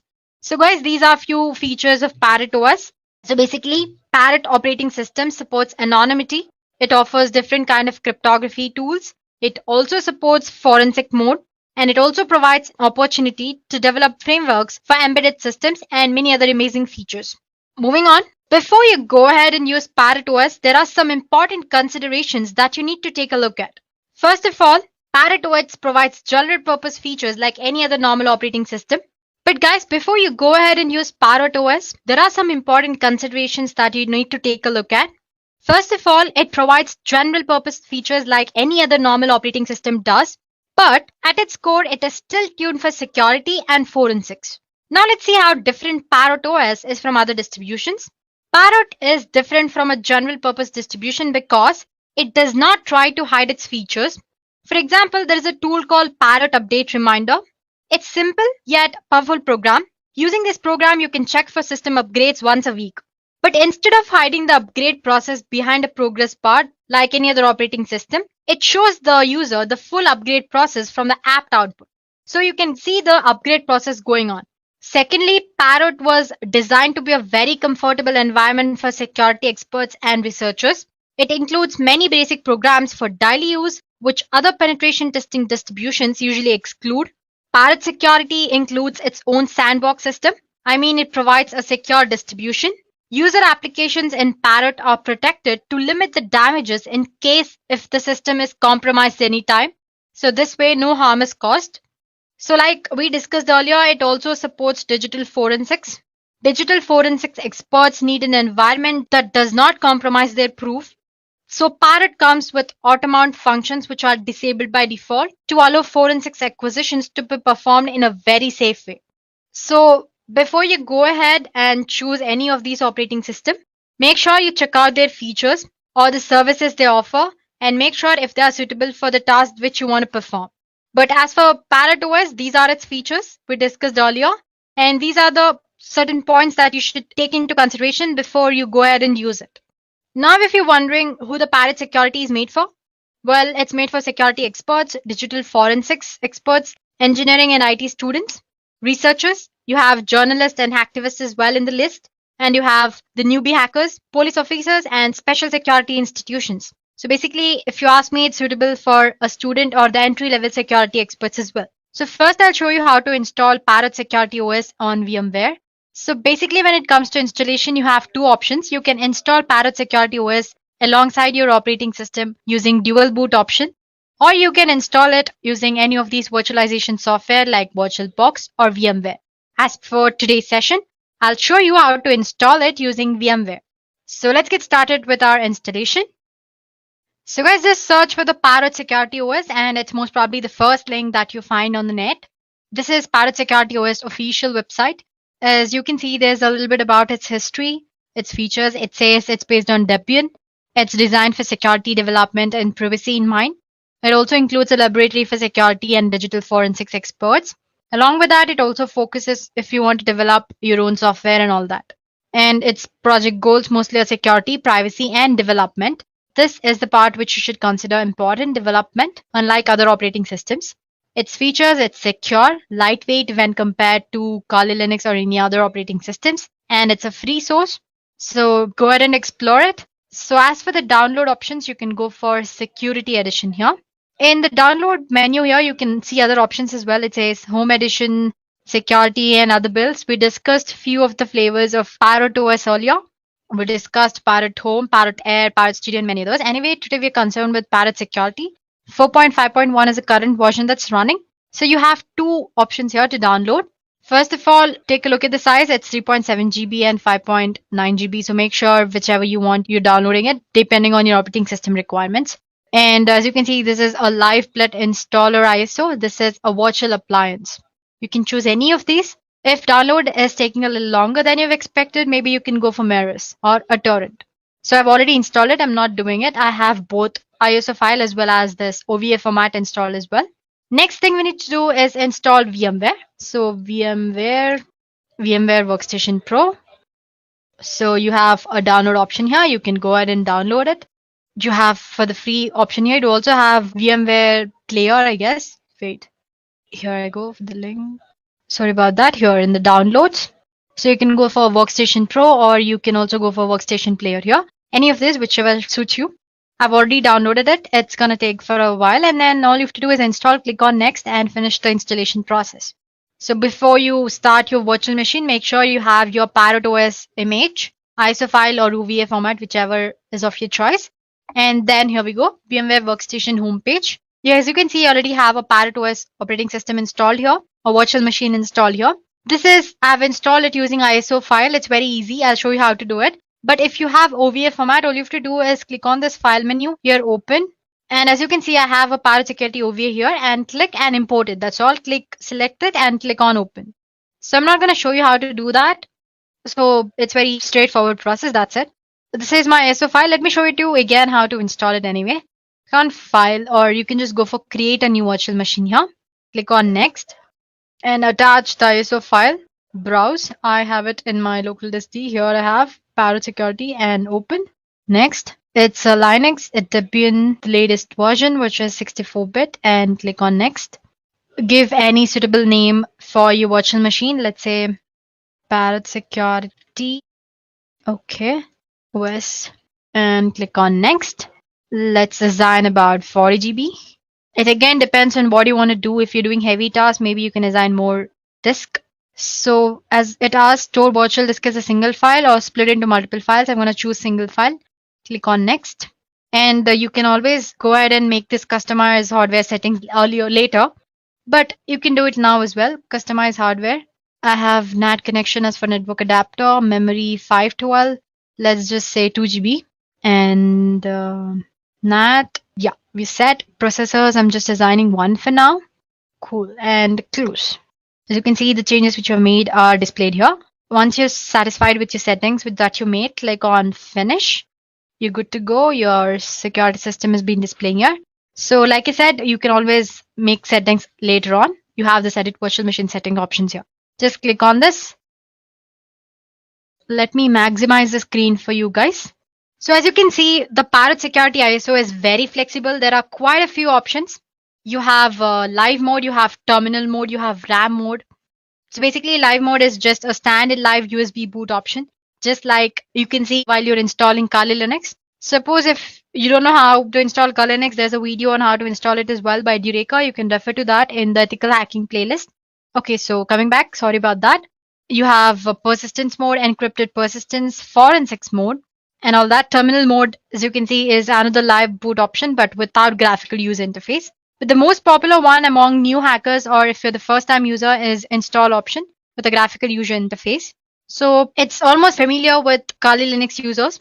If you want to get a feel of Parrot Security, and all its features, maybe you can go for live mode. But if you want to get just started, then you can always go for install mode. I'm going to click on that and click on standard installer. So it's mounting all the installation tools and all that. So once the machine is booted up, you'll be asked to select your preferred language. In the grub menu, select the graphical installer options and click on, let's say, English and United States, American English. So then the loader will automatically install some additional components and configure your network related settings. It might take a while. So basically then the installer should prompt you for a host name and the root password. Let's give some root password. Give the password of your choice. Re-enter the password for verification. And now it's going to ask you to set up a user apart from the root user. So let's just say test user. Continue. I'm going to keep it as test. Continue and choose a password for the new user, which is different from the root user password that you'll have to remember. So just give this new user a password. Continue. Re-enter the password. Okay, let me just go back and my mistake. Let me try it again. Select your time zone. So basically after you've set your password, it's asking you for the time zone. Let's say Central, Eastern. So now the installer will provide you 4 choices about the partition of the disk.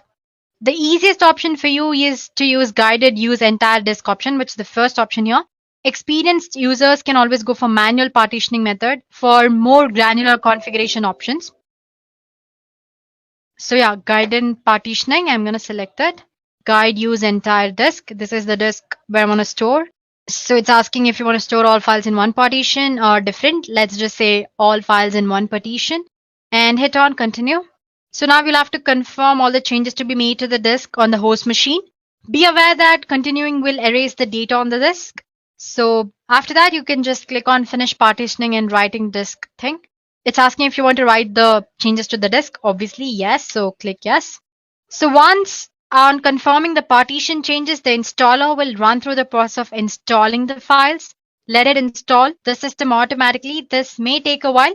So I'm going to meet you guys once the installation is done.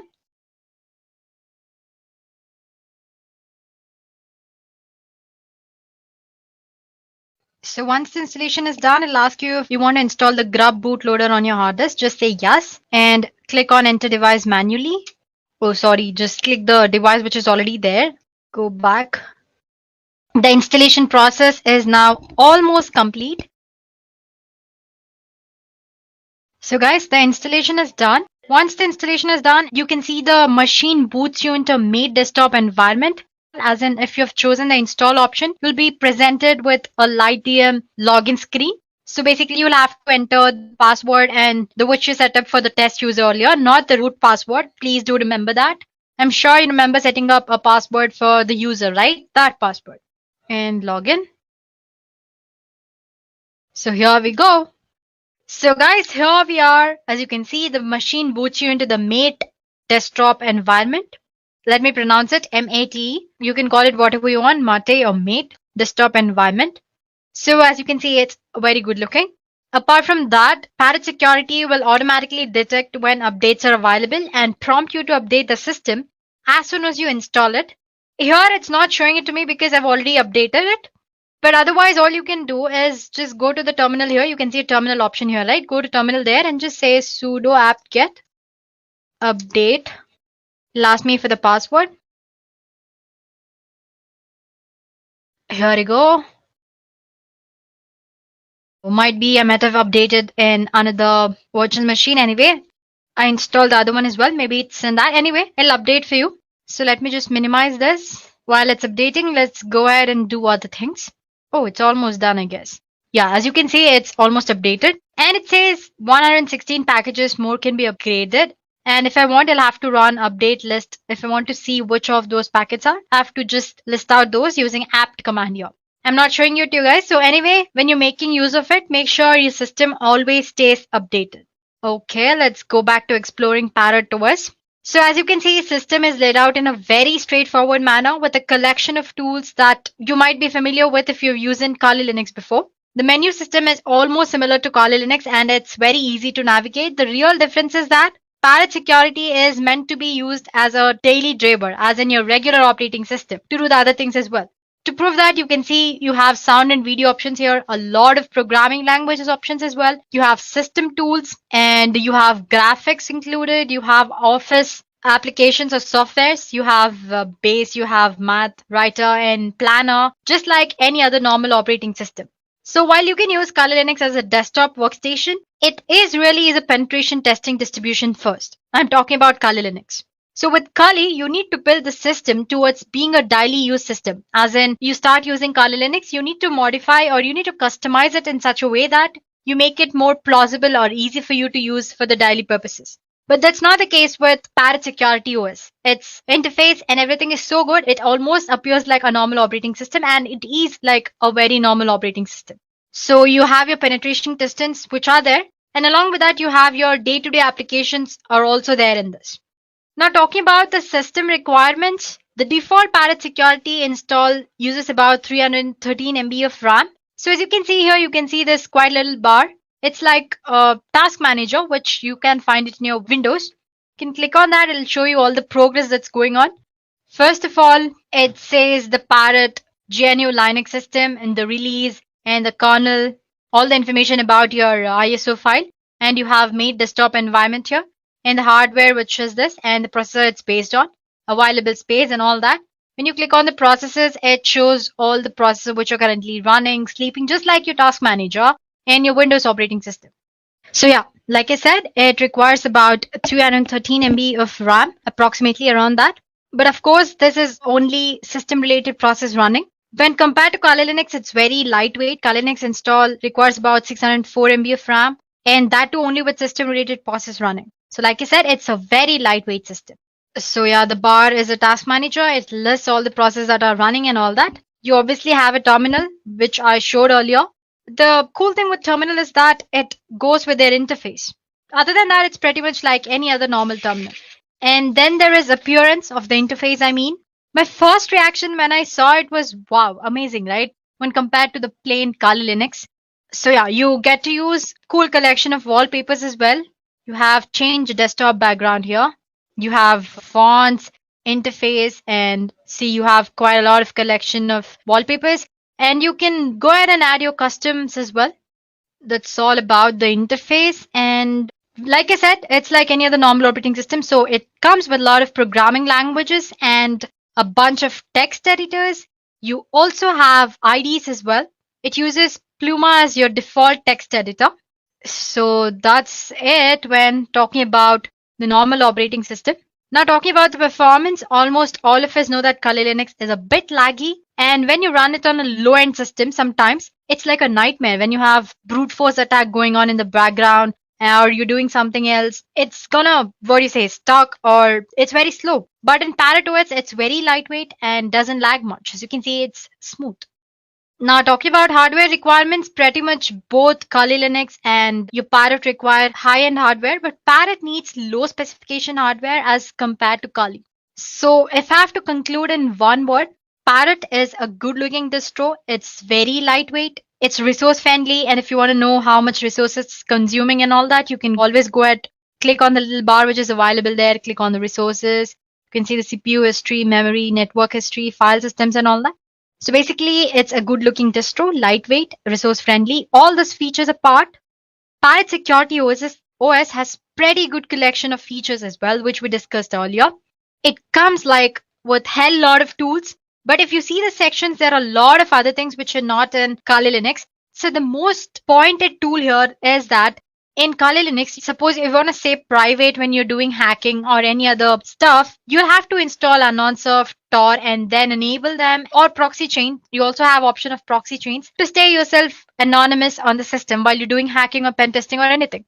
But with Parrot OS, you already have AnonSurf pre-installed. All you have to do is click on that start button. So let me show you how to stay anonymous. So this is one of the best feature in Parrot Security OS. It has proxy chains as well as AnonSurf to make yourself anonymous. So you can go for this AnonSurf and click on Anon Start here. Before that, you can check your IP of your system. So it says 106.51.73. Just remember it. You don't have to note it down anywhere. 106.51.73. Now, if I go and enable this, first of all, it'll ask you for the administration password. Give that. Okay. So basically, once you enter the password, it'll ask you if you want the AnonSurf to kill the dangerous process, which that can be de-anonymize your clear cache files or modify your IP table rules and all that. It'll ask you if you want to do that. Just say yes. So basically, as soon as you click on S, as you can see the notifications here, the tool will attempt to kill dangerous processes that can de-anonymize you anytime.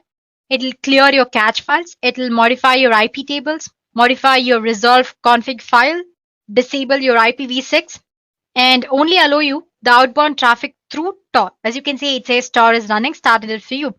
Imagine doing all this stuff by yourself if you don't have AnonSurf, like in Kali Linux. This would be quite a bit of effort manually, but with the script already present here, it's just a click away. So Parrot Security also includes a similar script for I2P as well.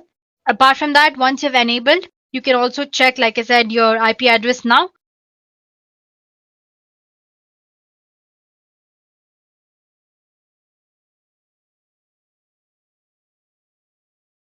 So as you can see, it says global anonymous proxy activated, dance like no one's watching, encrypt like everyone is. So basically, it's saying that Surf is started up. As you can see, my IP address has been changed. It was something of 160 something, but right now it's 182. So AnonSurf has made me anonymous. Now I can do whatever you want in an anonymous mode. So that's all I wanted to show you here. Now going back to Firefox, it has quite a documentation part. Well, it's still in the creation stage here. As you can see, documentation. It's not all that well prepared or created yet. So if you have any minor doubts, you can go ahead and refer to the documentation part here. So yeah, here you go. Okay, then let's go back to the distro. One thing that you can point out about Parrot OS is that it has a lot of cryptography tools, such as it has Zulu script, Zulu mount, a graphical utility that will help you mount your encrypted volumes. Then there is something called CryptKeeper. It's another graphical utility that allows you to manage encrypted folders and much more. These utilities makes confidentiality easily accessible even with the minimal experience. I mean, if you do not have any idea about cryptography, you can easily start learning here. That's what I meant. So it just doesn't stop with cryptography or a non-surf. You have a lot of other tools which you might not find in Kali Linux. So let me show you guys that Parrot, as you can see, you have a lot of tools. You have most used tools, which is Armitage, you have Wireshark, ZenMap, OWASP and all that. Then you have wireless testing tools. Give me a second. Yeah, post exploitation. This set of tools, mostly you can't find them in the Kali Linux. You have OS backdoor tools, web backdoor tools, you have Webco, Weavly, and all that. And you have something called social engineering kit. If I'm right, it should be in the exploitation tools. Where's exploitation here? You can see a social engineering toolkit. Just click on that. Password. So it has started up all that. So if I just click one, you have a lot of options. The update set configuration, you have social engineering attacks. So you have different type of attacks here. You have PowerShell attack vectors, you have mass mailer attack, you have phishing attack vectors and all that. So basically you can click on that and enable all the attacks. Not going to show you in this demo how to do it. This is just the basic introductory video about Parrot OS. So let me just close the terminal. Well, there are common tools like you have Nmap. I'm sure you know how to use Nmap. Let me just show you anyway. Nmap is one of the scanning tools. You can find it in information gathering. I'm sure Nmap is here. Yeah, it's one of the basic tools. Okay, let's just explore Nmap and Dimitri here. Let me just show you how to use Nmap first. Just click Nmap. You have all the help or the Nmap configuration options are displayed in front of you. If you don't know how to use, just go through them. It's pretty easy.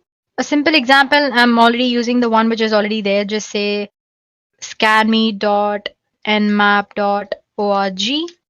Okay, here I go, making spelling mistake again. Sorry about that. It's gonna take a little while, that's all. While it's scanning, let me just show you another tool, which is Dimitri. It's a deep magic information gathering tool. It has ability. So here it is. It should be in the information gathering only. You have, yeah, here it goes. So basically, like I said, it has ability to gather as much information as possible about a host subdomains, its email information, TCP port scan, who's lookup, and all that. Well, let's just check out if the Nmap scanning is done. Here is the terminal. Yeah, it's going to take a little while. So once the scanning is done, it's going to show you how many seconds it took, what are the ports which are open, and the closed ports and all that. Now about Dimitri, you can enable it from your terminal, but you can also do it from here, information gathering, and click on Dimitri. Password. So let's say, here we go. So let me maximize. All you have to do is you have a lot of options here. You have W, which performs a who's lookup. You can do it online as in using Firefox. As well, you have a lot of websites where you can gather all the information once you have your IP address and all that. And you have retrieve ncraft.com information on a host, perform search for possible subdomains, email address, and all that. So basically, you can give all these options in one go. Let's say try -o option says the output your host.txt or to the file specified by -o. So I just press click 0. Let me just give sudo. Let me just check if I have given any file here. I do have a file called test.txt. Okay. So like I said, in the -o option, it will save your output to the .txt file or to the file specified by -o option. So basically just specify the file name where you want to store all the scan info and the website where you want to, website of whose information you want to scan. So let's say www.pinterest.co. Here you go. It started a scanning. Let me just scroll up. The host name and the host IP address it's showing. Once you have IP address, as you know, you can gather almost all the information. It's also showing the places where it's originated, it's created, lost, modified. You have sources, you have address here, and then, yeah, last modified, created, source, and all that. So basically, It's showing a lot of information here. Similarly, you can, using Dimitri or a deep magic information gathering tool, you can actually gather information about any other website you want to know. Let's just check out if Nmap is done scanning. So, see, as you can see, it's done. So I've given a website name here. Instead of that, you can go ahead and give the IP address, which is this one, and it will show you the same results. As you can see, there are a lot of ports. Usually Nmap scans about more than 1,000 ports. As you can see, it says 992 are the closed ports and these are the open ports. And suppose you want to know information about each port, because basically if you're an hacker, if you try to hack something, you don't need information about all the ports. It's basically the one port which you want to. So to know that, there are a lot of options which are provided by Nmap. If you want to know more about by Nmap, there's a video in the Edureka playlist all about Nmap. It's under network security. So you make sure to take a look at that. So while you are taking a look at Parrot Security OS, make sure you go ahead and watch a video on Kali Linux as well. So you will know how different Parrot OS and Kali Linux are, though they are similar in few parts. So yeah, that's it about system as in Parrot OS. So like I said, it's one good looking distro, which is lightweight when compared to Kali Linux, and lot of tools, lot of unique tools as well when compared to Kali Linux. And it's very smoother, way smoother. Apart from all these good things, there are a few things that are problematic with Parrot OS. First of all, like you don't find a search bar here. That's not a problem, but that's one demerit you can say. And it's also a little problematic when it comes to launching your application. The process is a little slow, unlike Kali Linux. So guys, this is your Parrot OS. So basically, this was a crisp video on what Parrot OS is, its review, its features and all that. And make sure to watch a video on Parrot OS versus Kali Linux.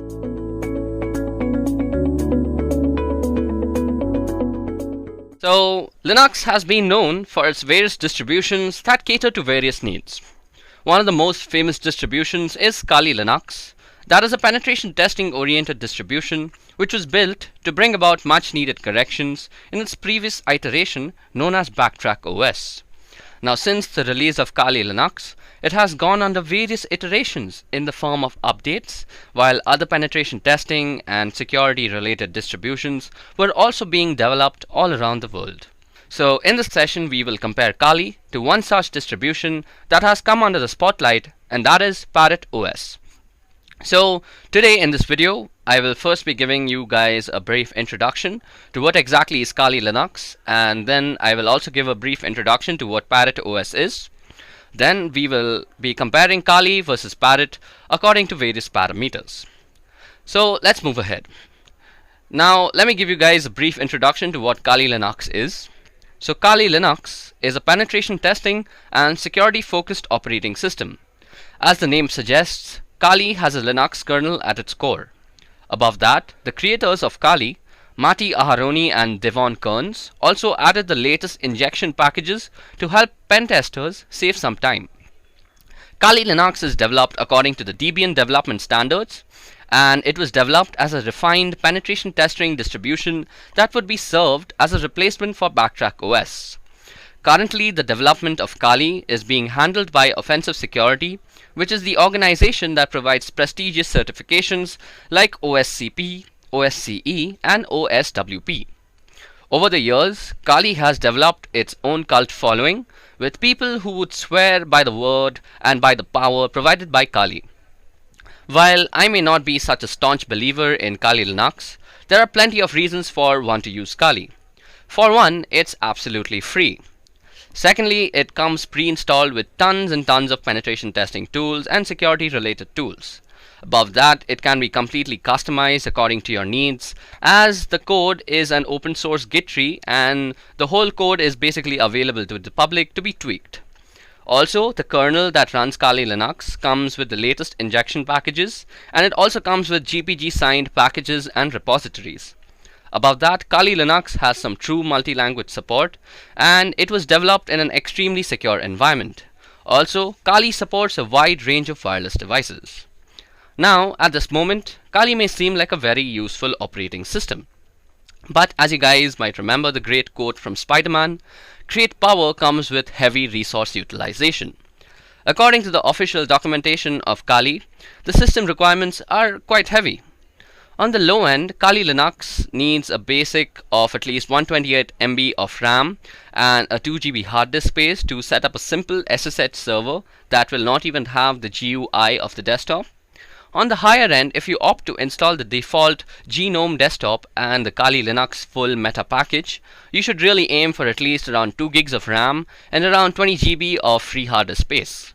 Now, besides the RAM and hard disk requirement, your computer needs to have CPU supported by at least one of the following architectures, them being AMD 64, i386, and ARML and ARMHF, and ARM ARM 64. Now, even though the official documentation says 2 GB of RAM is enough, I have personally faced numerous lag and stutter issues when running Kali on a virtual machine with 6 GB of allocated RAM, which in my opinion is a definite bummer. Now, let's take a moment to discuss about Parrot OS. So, Parrot, much like Kali, is also a Debian-based distribution of Linux. When I say Debian-based, it means that the code repositories adhere to the Debian development standards. Parrot OS 2 comes with its own arsenal of penetration testing and security-related tools. Most of these tools are also available on Kali. Now, Parrot was first released in 2013 and was developed by a team of security experts, Linux enthusiasts, open source developers, and advocates of digital rights. The team was headed by Lorenzo Falletra, and Parrot is designed in a very unique way. While the operating system has everything that is needed for a security expert, it doesn't present itself to be a daunting learning experience for beginners who want to set foot into the world of ethical hacking and vulnerability analysis. Parrot OS can be very well used as a daily driver, as it provides all of the necessary tools to complete day-to-day tasks. So, who exactly is Parrot OS made for? Well, first of all, it is made for security experts and digital forensic experts. It can be also used by engineers and IT students who are enthusiastic about ethical hacking. Then Parrot OS can be also used by researchers, journalists, and hacktivists. And last but not the least, Parrot OS is also meant for police officers and special security institutions. Okay, so now let's take a moment to actually discuss the system requirements that one might need to run Parrot OS. So the system requirements for Parrot is much more forgiving than Kali Linux. On the CPU side, you need an x86 architecture with at least 700 MHz of frequency. And architecture-wise, you need i386, AMD 64, or AMD 486, which is basically the legacy x86 architecture, or ARML and ARMHF, which are basically IoT devices like Raspberry Pi. On the side of RAM, you need at least 256 MB on an i386 architecture, 320 MB on an AMD 64 architecture, and as a general documentation, 512 MB of RAM is generally recommended by the ParrotSec OS people. On the GPU side, Parrot OS is very surprising as it needs no graphic acceleration. That means you can run this without a graphic card.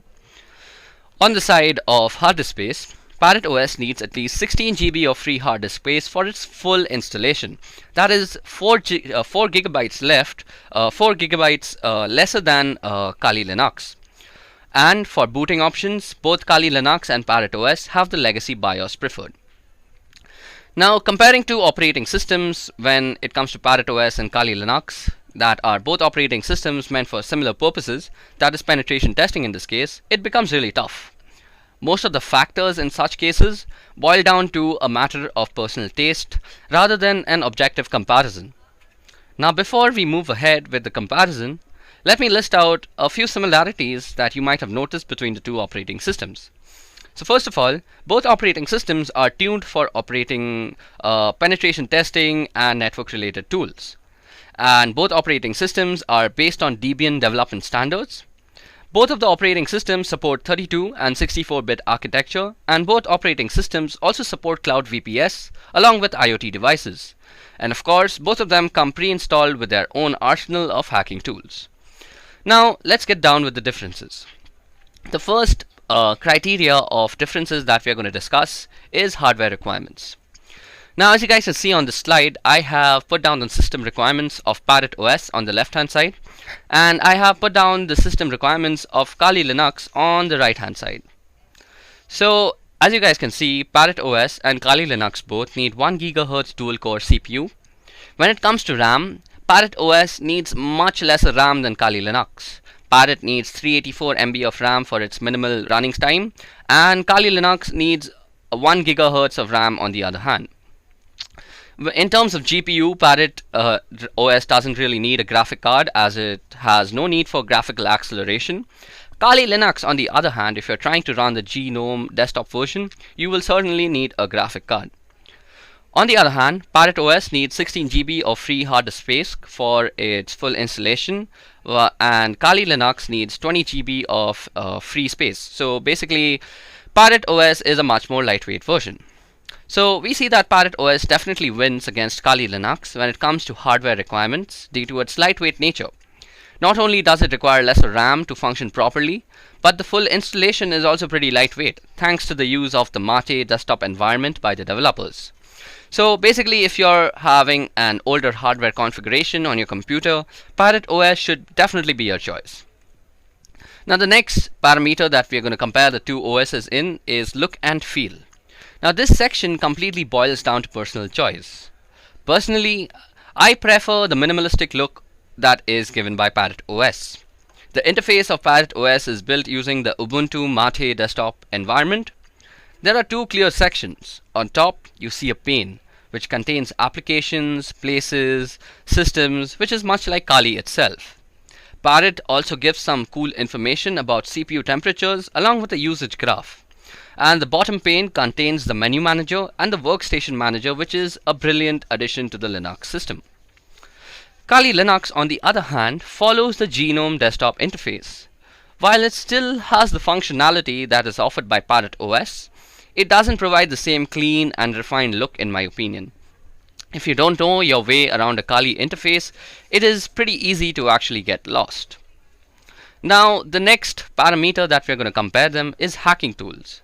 Now, since both these operating systems are tuned for penetration testers and ethical hackers, I think hacking tools is the most important criteria that both the operating systems are going to be compared in. So when it comes to general tools and functional features, Parrot OS takes the prize when compared to Kali Linux.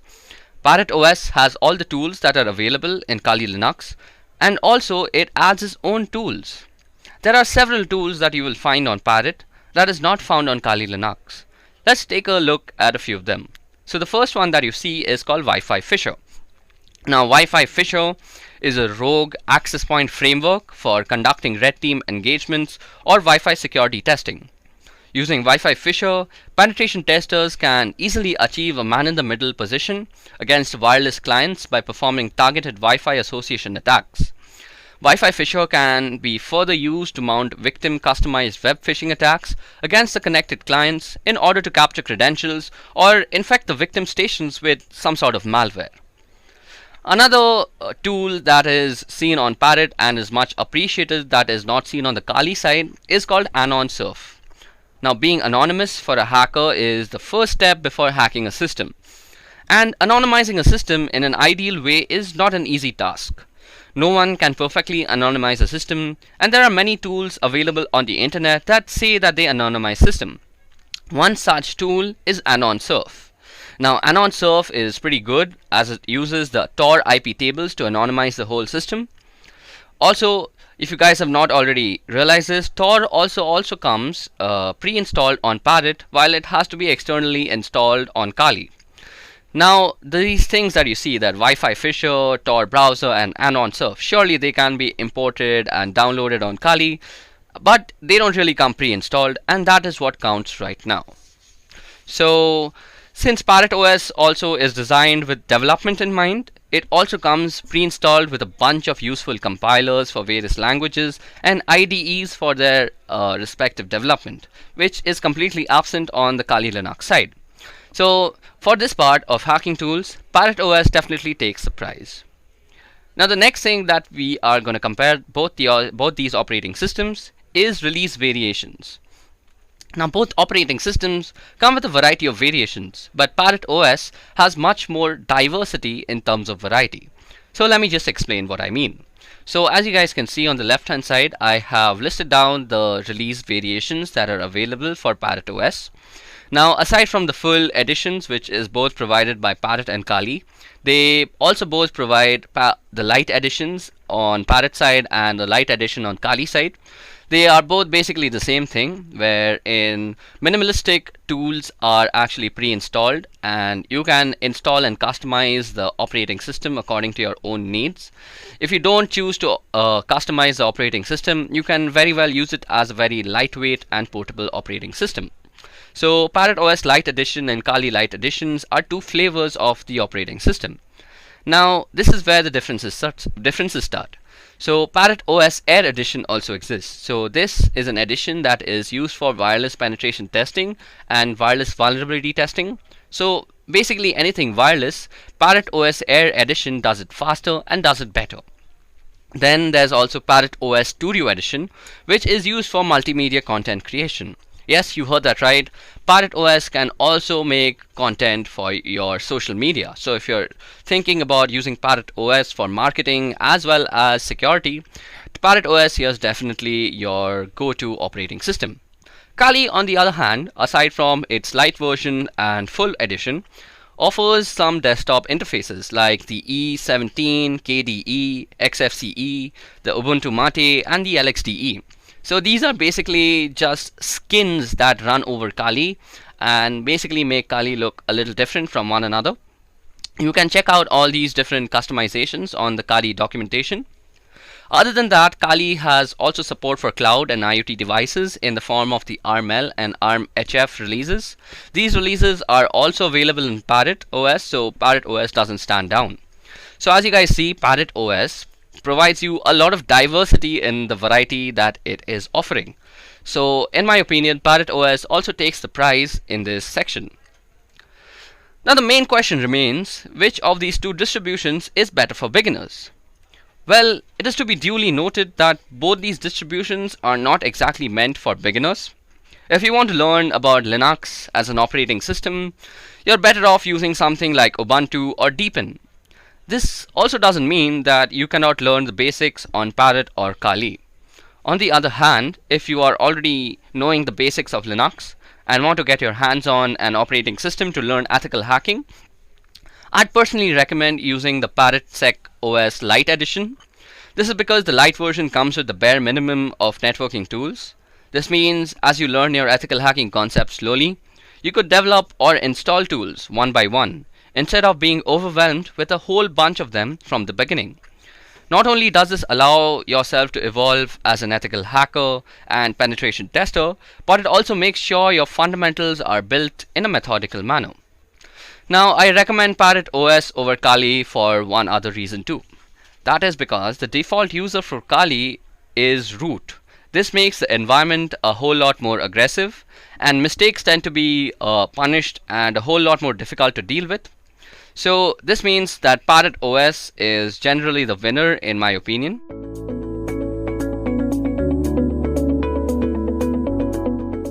When you get hired as a penetration tester or a security analyst, one of your main roles is vulnerability assessment.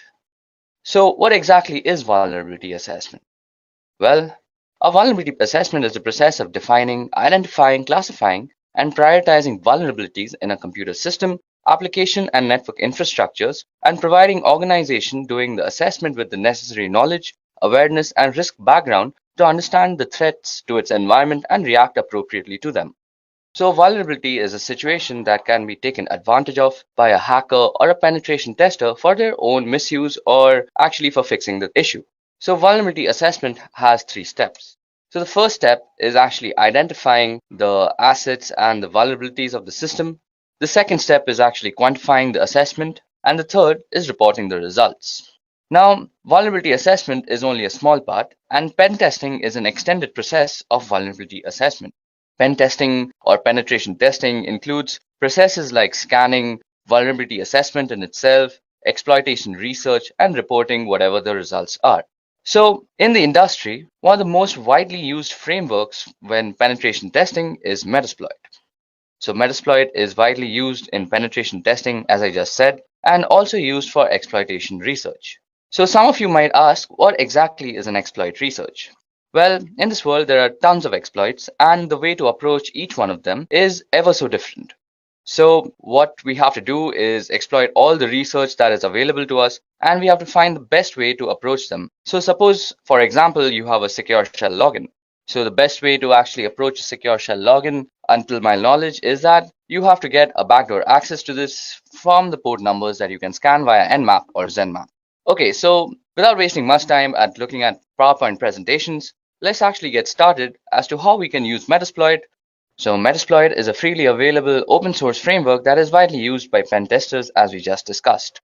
So to actually install Metasploit, which is easily available on Linux and Windows, I guess. Let me just check it out. So you go on your browser and you type Metasploit downloads. Now you just visit the first link, and as you guys can see, it says it's the world's most used penetration testing tool. And then you just download the Metasploit framework by clicking the download button here. So y'all might also find a pro version, which is a paid thing. And this has a little bit of extra features like group support and actually helping a company work as an organization. But we don't actually need that when practicing our pen testing abilities. So for that, you just go ahead and download Metasploit framework and install it on your system. Above that, there's another thing I want to make you guys aware of, and that is Metasploitable. So when actually pen testing, we need a server or a website to actually pen test things on. So normally this is a very illegal thing to do without permission. So Metasploitable has actually created a server with a lot of vulnerabilities on it, and it's called Metasploitable 2. So Metasploitable 2 is easily downloadable from this link, and it's a VirtualBox file. So you guys must have a virtual machine software on your system to actually set this thing up. I'll also go through how to actually set up Metasploitable because it has a lot of configuration and network management to go with it. So we'll get to that later. But for now, let's get started with Metasploitable. So before that, Metasploitable is written in Ruby.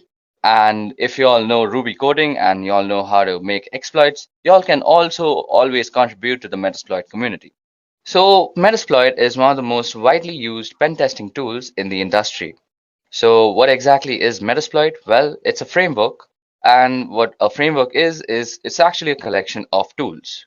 So these tools are majorly used for penetration testing and exploitation research. Now one might ask, what exactly is exploit research? Well, there are tons of exploits out there and there are tons of ways to actually approach them. And this only comes to us from thorough research as to how we can approach each and every exploit in their best way. So talking about Metasploit, well, it's open source and it's free, and it's also written in Ruby. So if you guys know Ruby coding and know how to make exploits, y'all can always contribute to the Metasploit framework. Now talking about the download part, well, y'all can easily download Metasploit from its download page, which is www.metasploit.com/download. I'll be leaving the download link in the description. And once you're on the download page, you'll see two versions. One is the free version, which is the original Metasploit framework, and it's the core framework that everybody works on. And then there's Metasploit Pro, which comes with a 14-day free trial. So Metasploit Pro actually has a few extra features, which is great for an organization, like it helps you work as a team. But if you're a guy who's just practicing pen testing like me, Metasploit Framework, the free version, is the absolute way to go.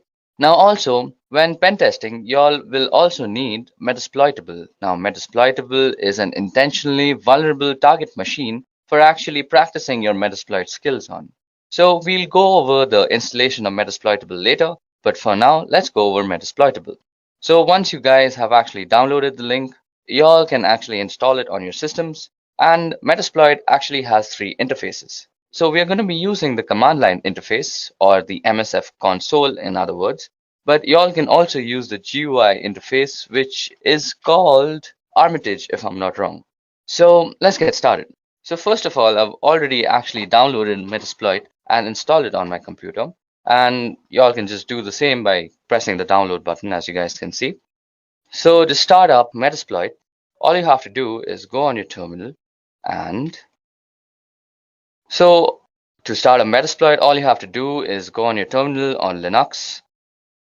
Well, we're starting a PostgreSQL server because, first of all, the PostgreSQL server is the basis of all the Metasploit exploits that are stored, and starting it will just make it run faster. So we go service PostgreSQL and start. So that should start up a service, and indeed it has. So next thing you want to do is go in and type MSF console. and that's going to take a little bit of time because I have a very slow computer, and it's going to start up our Metasploit frame. So as you guys can see, we got a big banner out here which says Metasploit Cyber Missile, and the banner changes every time. Don't get worried if you have a different banner. And the main thing is that you should see this MSF thing out here. So this means we are in the MSF shell right now, which is the Metasploit framework shell. So let's get started by actually clearing our screen. So first things first, the first command that you might want to run on Metasploit is the help command. So help will tell us everything that we can do with this framework. So as you guys can see, there are a bunch of commands and their descriptions to go along with it. Y'all can give it a quick read and find the things that are interesting to you. So as you guys can see, banner is display an awesome Metasploit banner. Y'all can change the banner. As you guys can see, there are a lot of juicy commands, like there's a banner command which I just had used. So if you go and type banner, it'll give you a nice cool banner about Metasploit. And there are other commands which work very similar to Linux, like cd, which changes the current directory. You can change the color by toggling colors. And then you can connect with a host and all sorts of stuff. So Metasploit has a bunch of exploits. So before we go further, I want to make you guys aware of 3 important terms regarding Metasploit.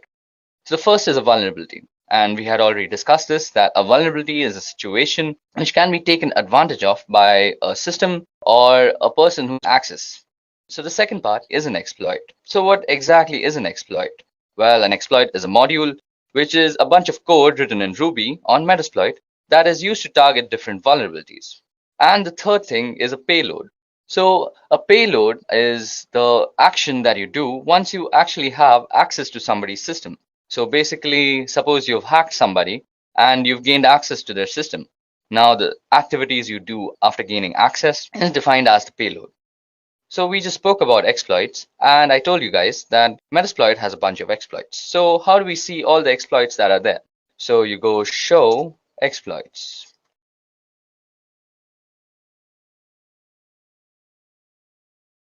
Well, as you guys can see, we've loaded up a bunch of exploits, which is basically all the exploits that Metasploit has to offer at this moment. So let me just increase the screen a bit. And let's scroll completely to the top. Yep.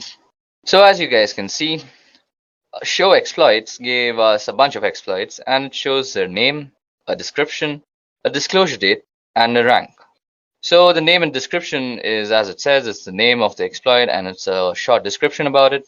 The disclosure date is when the exploit was actually released by Metasploit, and the rank is how it has fared against the vulnerability it was released for since it was actually released.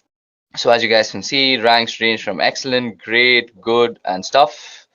And we have a bunch of exploits. So as you guys can see, there's an Android exploit, there's a Samsung Galaxy Knox Android exploit, there are a bunch of Windows exploit, Adobe Flash exploits, FTP exploits, MySQL exploits, ASP.NET exploits, and a bunch of other stuff.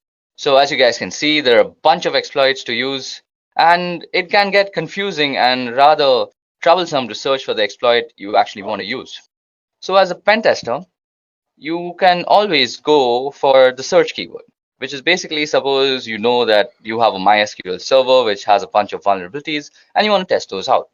So you simply go search MySQL. Now I'll search the database for all the exploits that are related to MySQL and present them to you.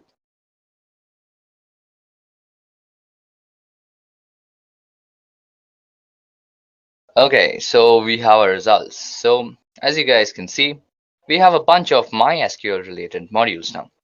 Now this makes it way easier if you're a pen tester and you're looking for MySQL exploits. Now suppose you choose your exploit, and let's see. Let's choose, which one do we want to use today? We're going to just use this MySQL hash dump. So to actually use this, we have to copy the name.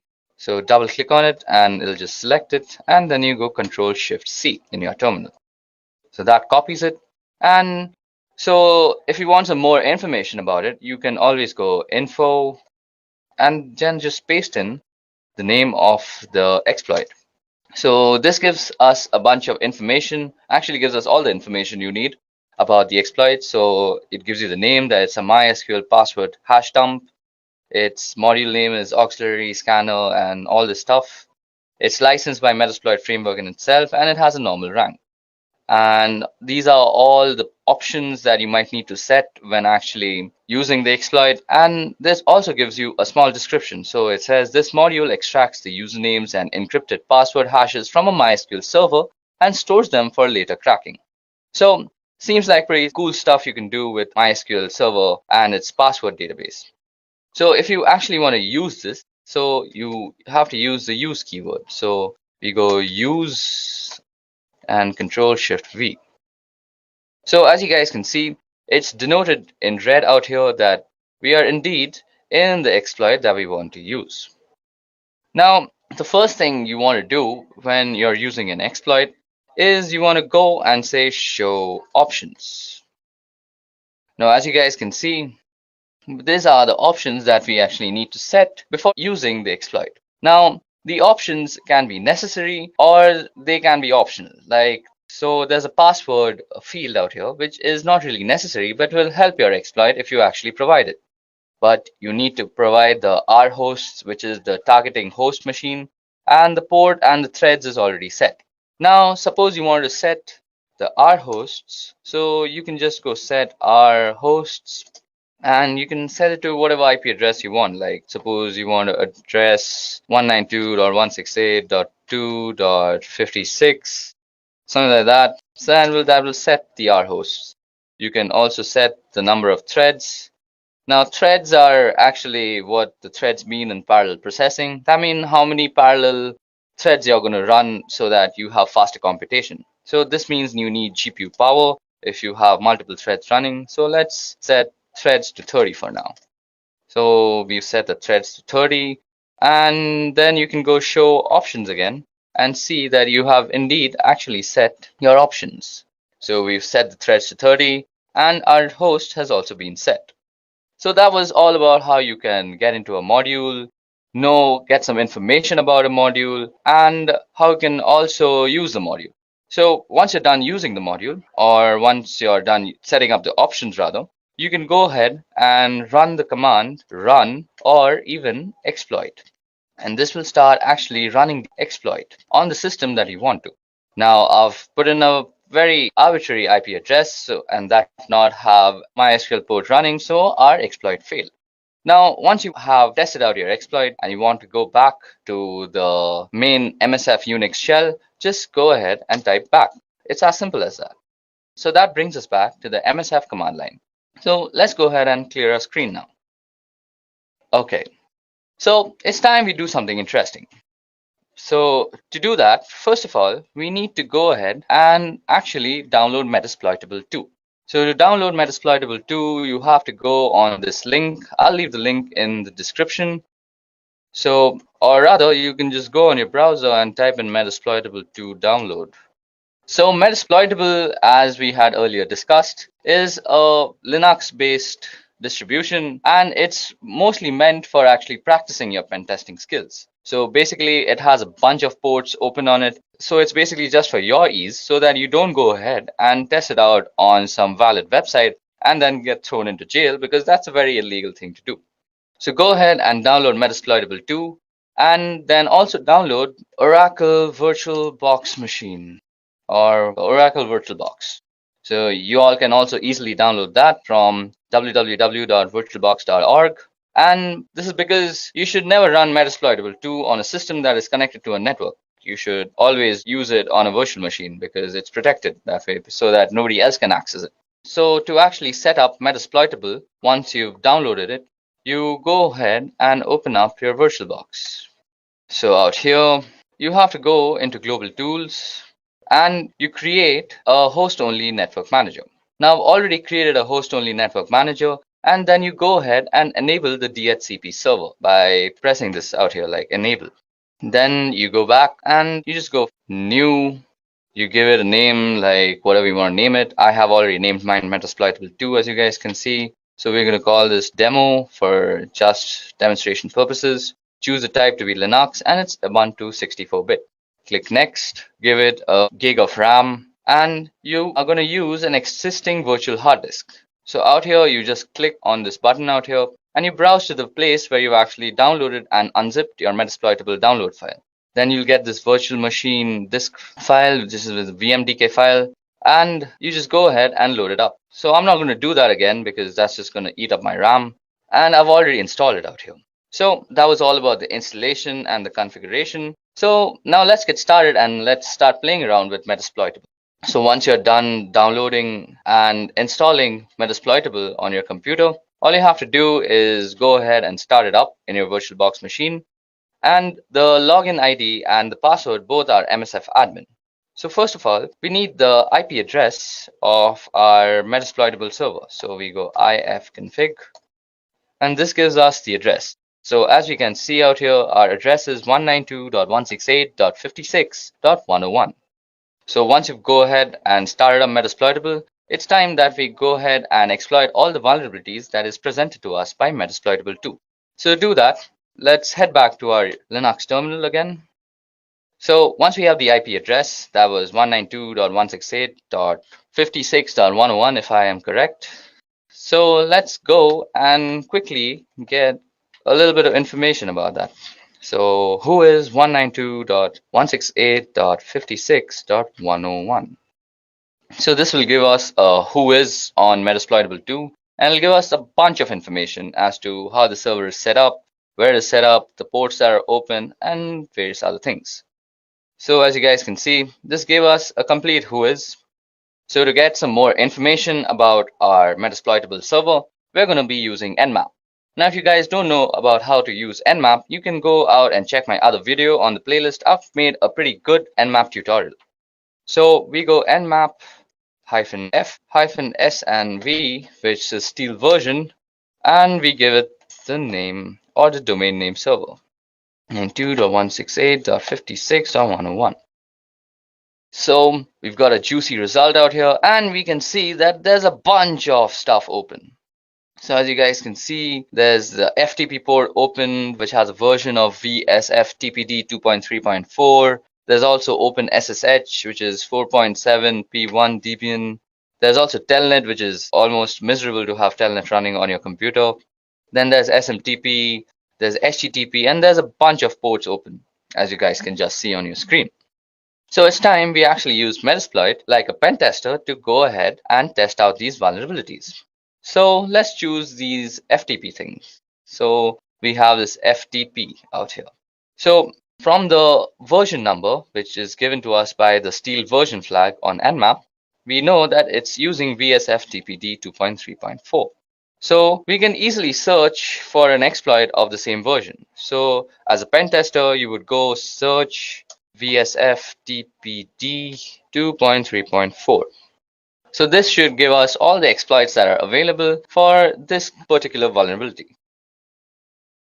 So as you guys can see, after a long search from the search VSF-TPD, we found a vulnerability or an exploit that can take advantage of the vulnerability. So it's time we actually use this. So first of all, let's get some info about this. So info, let's copy down this thing, and then let's get some info about this. So as this module description says, this module exploits a malicious backdoor that was added to VSF-TPD download archive. This backdoor was introduced in the VSF-TPD 2.3.4 tar.gz archive between June 30th and Walla Walla. So we have the options of setting an R host. It has an available target. It's provided by these guys, and it's a pretty good exploit in my opinion. So let's go ahead and use it. So we go use and the name of the exploit. So it's visible to us that we've again entered the exploit module, which is unix/ftp/vsf-tpd234 backdoor. So what we're going to do is we are going to actually gain a backdoor access to our Metasploitable system. So to actually make this more believable, so if you guys go into your Metasploitable system, so you guys can see that you're in the root directory. So you can gain some root access by going sudo su and going msf admin.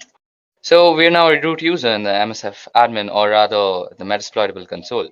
So if we go ls, we can see the various files. And if we go /home, we're in the home directory now. And if we do ls out here, we can see that there are a bunch of stuff. So there's an FTP folder, there's a hacked folder, there's an MSF admin folder, and there's service and there's user. So that's 5 folders if you guys remember. So now what we're going to do is we're going to gain some backdoor access into this system, and we're going to create a bunch of folders in the home directory. So let's get on doing that. So to do that, we head back to our Metasploit terminal and we go show options as we had already entered our exploit. So go show options. So as we see, the options that we have to provide is the R host and the port number. Now the port number has already been set because it's 21. And that's where FTP runs, or rather TCP runs. And we now just have to set the host. So to set the host, we have to just put in the IP address of our Metasploitable server. So if I remember correctly, it's set our hosts to 192.168.56.101. So that has set our hosts. So we can again check that if we've done it correctly by going show options. And we indeed have set our hosts. Now all we have to do is run the exploit. So we go and hit run. So as you guys can see, we have actually gained a backdoor service has spawned and it's handling, and the command shell session has started. Now you might be confused as to why do I have this blinking line? Well, this blinking line actually means that you are inside the Metasploitable server. That means we have already gained a backdoor access, and this blinking line denotes that we are on the terminal of Metasploitable 2. Now if you guys don't believe me, let's do some experimenting. So as I had said, I'll create a bunch of folders in the home directory. So let's change to the home directory first. Or rather, first you can also do a who am I, and instead you that you're the root user. Next, you go and do cd/home, and I'll change to the home directory. Now, let's make a bunch of folders, like make directory, this is a test. So that should have made a directory. So let's go into that directory, cd, this is a test. So we're already into the directory, this is a test. Now let's make a file called targets.txt. So that creates the file. So just to see if you have actually done it properly, let's go back to our Metasploitable server. Now in the home directory, you go and type in ls again. Okay, so let's type in ls and see. So as you guys can see, we have created a this is a test folder, and it's already available there. So let's go and move into that folder. So this is a test, and we are already in that folder. So, and we had also created a text file, which was called targets. So that was ls, and it should give us a targets.txt. So as you guys just saw, we gained a backdoor access into a remote system through a vulnerability that was available to us on the FTP port. So we first did that by scanning the entire domain name server of Metasploitable via Nmap and gaining some intelligence as to what ports are running and what ports are actually open. Then we found out that the FTP port was open. Then we went on to Metasploit and we found out exploit that vulnerability very successfully. We found out how to use the exploit, some information about that exploit, and in the end, we actually executed our commands. And we are already in that folder. So, and we had also created a text file, which was called targets. So that was ls, and it should give us a targets.txt. So as you guys just saw, we gained a backdoor access into a remote system through a vulnerability that was available to us on the FTP port. So we first did that by scanning the entire domain name server of Metasploitable via Nmap and gaining some intelligence as to what ports are running and what ports are actually open. Then we found out that the FTP port was open. Then we went on to Metasploit and we found out exploit that vulnerability very successfully. We found out how to use the exploit, some information about that exploit, and in the end, we actually executed our commands.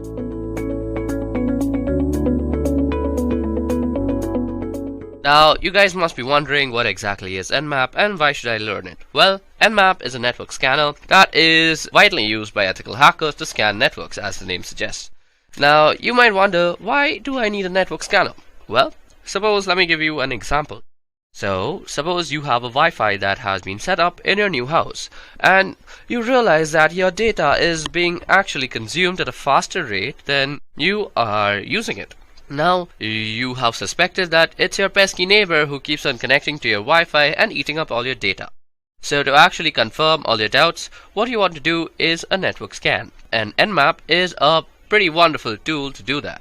Now, Nmap runs on Linux, Mac OS, and Windows, and I'm mostly going to be running this on Linux because that's what I do most of my penetration testing and network testing on. So let's go ahead and get on with the installation of Nmap on your computer. So what you do is go apt-get install Nmap. Now for this you have to be logged in as root. If you're not logged in as root, just add sudo before this whole command and it will install it. Now I already have Nmap installed, so I'm not really going to install it again and again. So let's just go ahead and just do a few scans on our website, that is www.edureka.co, and we are going to see what we get back as results. So first of all, let me just show you how you can scan a certain domain name service or DNS. So Nmap, we are going to use a flag all the time. Now let me just tell you what are flags. So if you just go into Nmap and type --help, this will give you all the flags and options that are available to actually use on Nmap. So if you are actually stuck and you can't remember stuff, just go in and type nmap --help and it will give you all the stuff. Now, network scans generally take a long time, so I'm going to be using the fast mode most of the time. So for fast mode, all you have to do is type in edureka.co and sit and wait for this scan to get over. Now when the scan gets over, you will see a bunch of information, and let me just wait till that information pops up and then we'll talk about the information together. Okay, so as you guys can see, our scan has been completed. It took 13.71 seconds to actually do the scan. Now as you guys can see, it shows us the ports, the states, and the services. Now the ports is basically the port number which our service, that is also binded to, is working on. So we can see that SSH service is working on port number 22, SMTP on 25, HTTP on 80, RPC bind on 111, and HTTPS on 443. So that is how you can use Nmap to scan a certain website.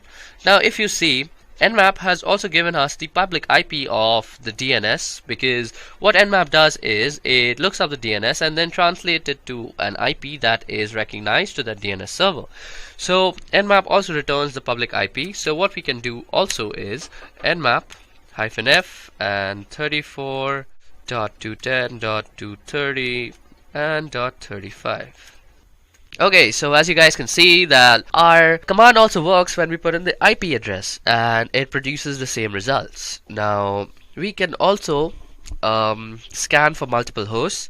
Now suppose you are on a network and you want to scan for multiple hosts. Now you don't really want to run different commands for that. Now what you can do is just go in and type nmap and a bunch of IP addresses like 192.168.1.1 and 192.168.1.2 and 192.168.1.3. And what this will do is it will run an Nmap scan on these three different IP addresses, and you did this in just one command. So that's a way that you can do this.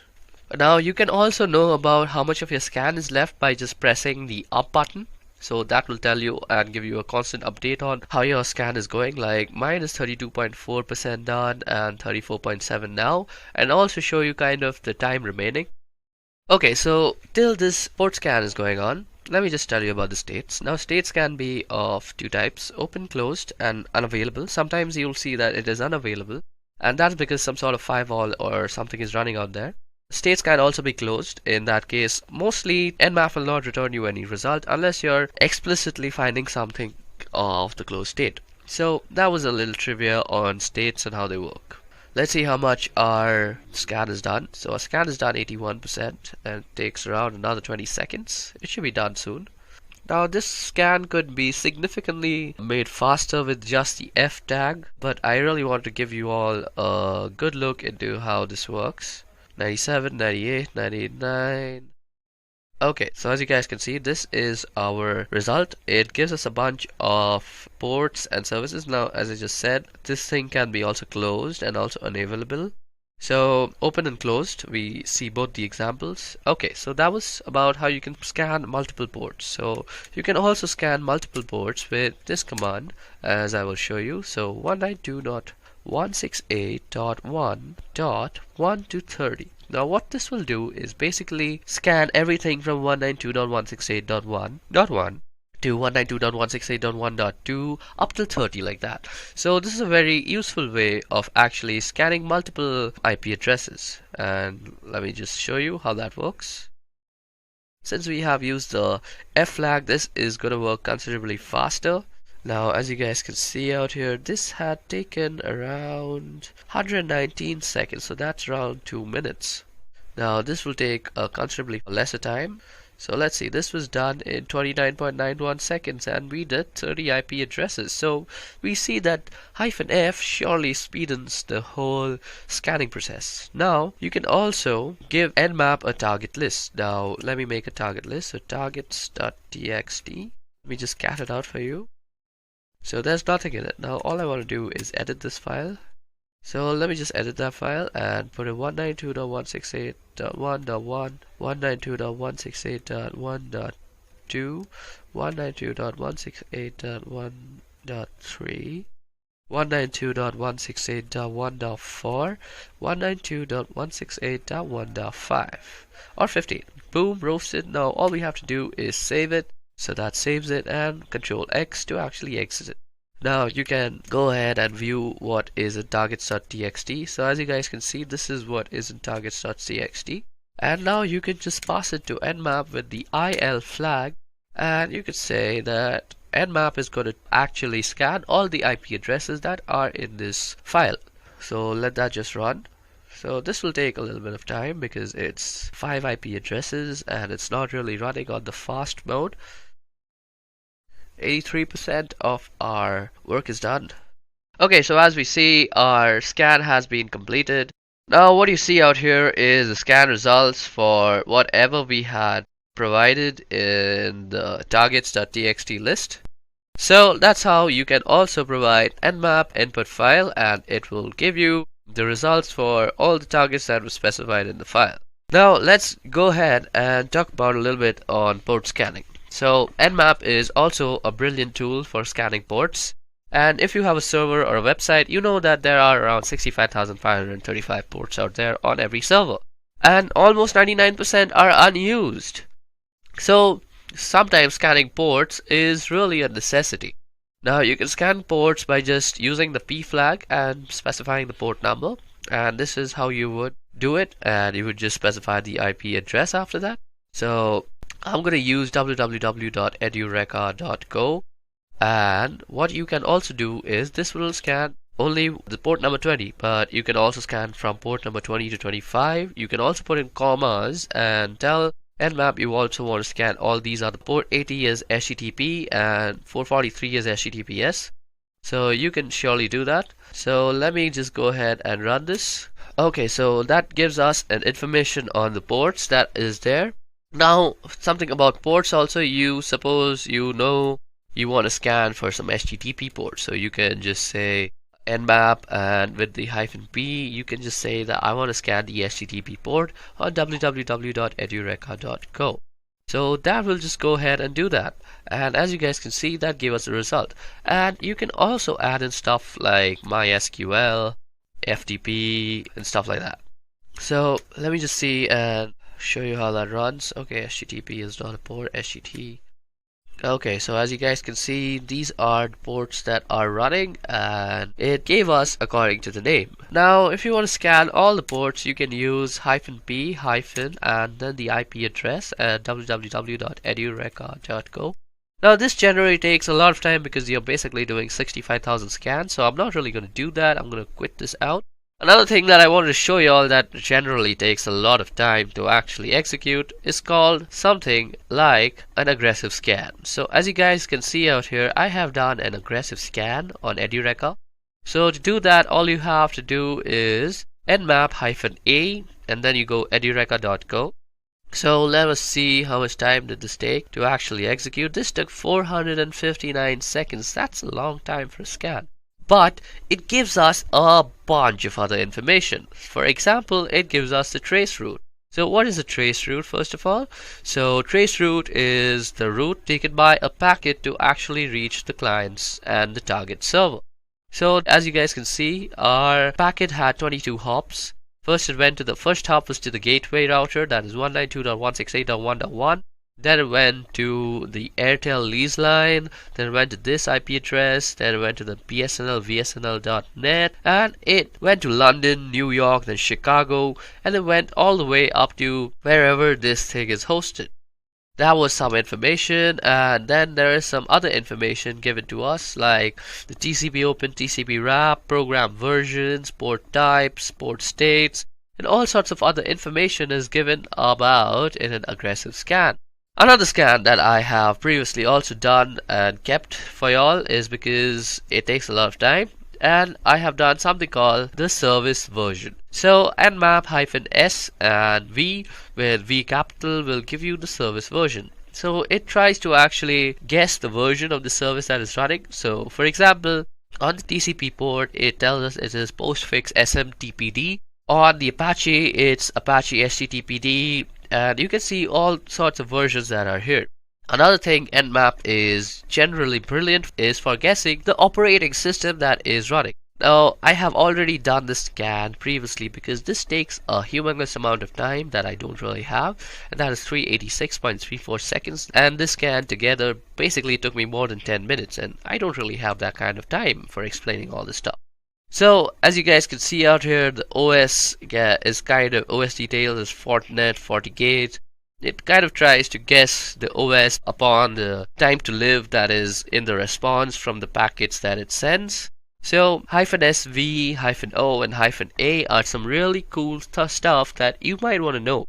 Another thing that you can do is traceroute, as I had just told y'all, and y'all can do traceroute separately. So you go -traceroute, and then you say the name of any sort of website. So suppose I want to know how I reach Netflix.com. So I go netflix.com, and this will give me a traceroute that shows me how my packet actually reaches Netflix.com. Okay, so this is basically it was a direct one hop. Okay, so that was surprising. On the other hand, if I were to do this on edureka.co, it would take a bunch of hops to actually reach there. Okay, this might just take some time to run. Okay, so it's 94% done. I'm just waiting for it to get completed. Okay, so this gave us the hop, and as you guys can see, we took 22 hops to actually reach edureka.co, and it's the same process. You go through a bunch of IP addresses, and then you reach this thing called US West to compute.amazon AWS. Okay, so that was about traceroute. Now, just to end this tutorial, let me just tell you guys that you all can also save a file to Nmap, and that is basically save all whatever you found from a search into a file, and let me just show you how to do that. Now, sometimes when you are working as a security analyst, you will have to perform network scans on a wide area network that is huge. It's basically huge. And these scans take a lot of time, and you don't really have the space on your command line to actually store that and see that in a way that is feasible for analysis. So what you want to do is actually save it in a file. So what you can do is say nmap on, and then you can say the name of the file. We could say results.txt, and we could save this in file. So www.edureka.co. So whatever search result is going to be generated is going to be stored in this file called results.txt. Now this file need not exist from before. It will just be created by nmap, and now you see if I do ls, we have a targets or a results.txt. Now if I just cat out that file, let me just less it actually, results.txt, and what you see out here is an nmap scan result that is stored. Another thing that I would like to show you all before I end this nmap tutorial is a verbose mode. So for verbose mode is basically when we were pressing up arrows to see how much of our scan is done, you can basically do that with verbose mode. So you go -F and -V for verbose, and you could say www.edureka.co. And this will basically give you a verbose mode of what is actually going on. It'll tell you everything, and boom, roasted, there it's done. And we have finished our nmap tutorial. And now you see if I do ls, we have a targets or a results.txt. Now if I just cat out that file, let me just less it actually, results.txt, and what you see out here is an nmap scan result that is stored. Another thing that I would like to show you all before I end this Nmap tutorial is a verbose mode. So for verbose mode is basically when we were pressing up arrows to see how much of our scan is done, you can basically do that with verbose mode. So you go -F and -V for verbose, and you could say www.edureka.co. And this will basically give you a verbose mode of what is actually going on. I'll tell you everything, and boom, roasted, there it's done. And we have finished our Nmap tutorial.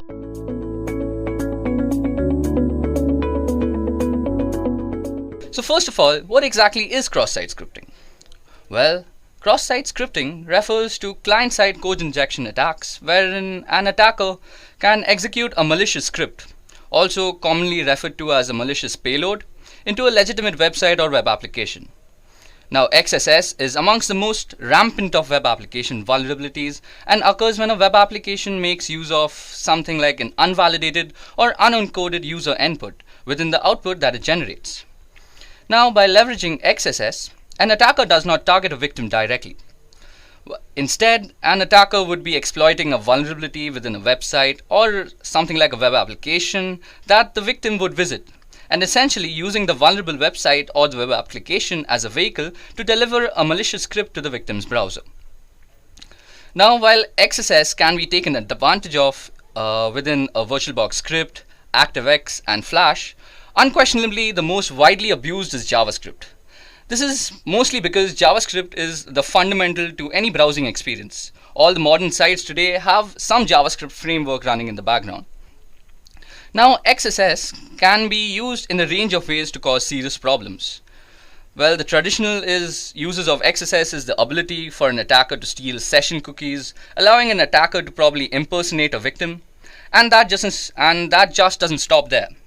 So XSS has been used to wreak havoc on social websites, spread malware, website defacements, and phish for credentials, and even used in conjunction with some clever social engineering techniques to escalate to even more damaging attacks. Now, cross-site scripting can be classified into three major categories. So the first is reflected cross-site scripting, the second is stored or persistent cross-site scripting, and the third is DOM-based cross-site scripting. So out here, DOM refers to the document object model that is used while web application building. So let's take a moment to discuss the three types of cross-site scripting. So the first one we're going to be discussing is reflected cross-site scripting. Now, by far the most common type of cross-site scripting that you'll be coming across is probably reflected cross-site scripting. Here, the attacker's payload is a script and has to be part of a request which is sent to the web server and reflected back in such a way that the HTTP response includes the payload from the HTTP request. Now, using a phishing email and other social engineering techniques, the attacker lures in the victim to inadvertently make a request to the server which contains the cross-site scripting payload, and then he ends up executing the script that gets reflected and executed inside his own browser. Now, since reflected cross-site scripting isn't really a persistent kind of attack, the attacker needs to deliver this payload to each victim that he wants to serve. So a medium like a social network is very conveniently used for dissemination of these attacks. So now let's take a step-by-step look at how cross-site scripting actually works. So firstly, the attacker crafts a URL containing a malicious string and sends it to the victim. Now the poor victim is tricked by the attacker into requesting the URL from the website which is running a website response script, and then the website includes the malicious string from the URL in the response. And then in the end, the victim's browser executes the malicious script inside the response, sending the victim's cookies to the attacker's server. Okay, so at first, reflected XSS might seem very harmless because it requires the victim himself to actually send a request containing a malicious string. Now, since nobody would be willingly attacking himself, so there seems to be no way of actually performing the attack. But as it turns out, there are at least two common ways of causing a victim to launch a reflected cross-site attack on himself. So the first way is if the user or targets a specific individual and the attacker can send a malicious URL to the victim, for example using email or for example instant messaging, and then trick him into visiting the site. Secondly, if the user targets a large group of people, the attacker then can publish the link or the malicious URL on his own website or social media, and then he'll just wait for visitors to click on it. So these two methods are similar and both can be very successful with the use of a URL shortening service like one provided by Google. So this masks the malicious string from users who might otherwise identify it. Okay, so that was all about reflected cross-site scripting. Let's move on to stored cross-site scripting now. So the most damaging type of cross-site scripting that is there today is persistent or stored cross-site scripting. In stored cross-site scripting attacks, in stored cross-site scripting attacks, the attacker is injecting a script into the database that is permanently stored on the target application. So a classic example is a malicious script inserted by an attacker in the comment field or on a blog or a forum post. So when a victim navigates to the affected web page now in a browser, the cross-site scripting payload will be served as a part of the web page, just like any legitimate comment would be. Now this means that the victim will be inadvertently ending up executing the malicious script once the page is viewed in the browser. Now let's also take a step-by-step look at how cross-site scripting in the stored version works. So the attacker uses one of the website's form to insert a malicious string into the website's database first. Now the victim unknowingly requests a page from the website, and then the website includes the malicious string from the database in the response and then sends it to the victim. Now the poor victim will be actually executing the malicious script inside the response and sending all the cookies to the attacker's server. So that's basically how stored or persistent cross-site scripting works. Now it's time for the last type of cross-site scripting, which is document object model based cross-site scripting. So DOM based cross-site scripting is an advanced type of cross-site scripting attack. So which is made possible when the web application's client-side script writer uses provided data to the document object model.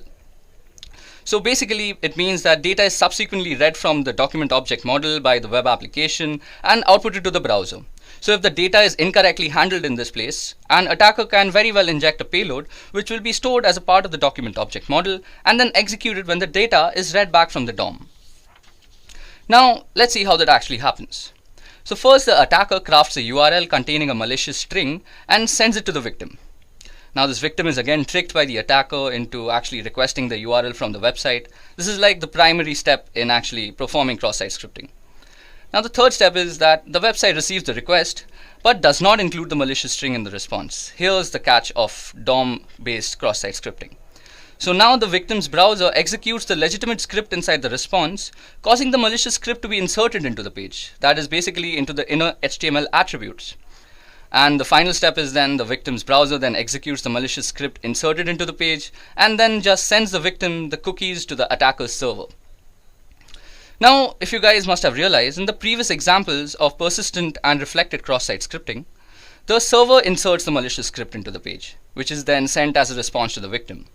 Now, when the victim's browser receives the response, it assumes that the malicious script is to be a part of the page's legitimate content and then automatically executes it during page load as with any other script would be. But in a DOM-based attack, there is no malicious script inserted as a part of the page. The only scripts that are being actually automatically executed during the page load is legitimate part of the page. So that's the scary part.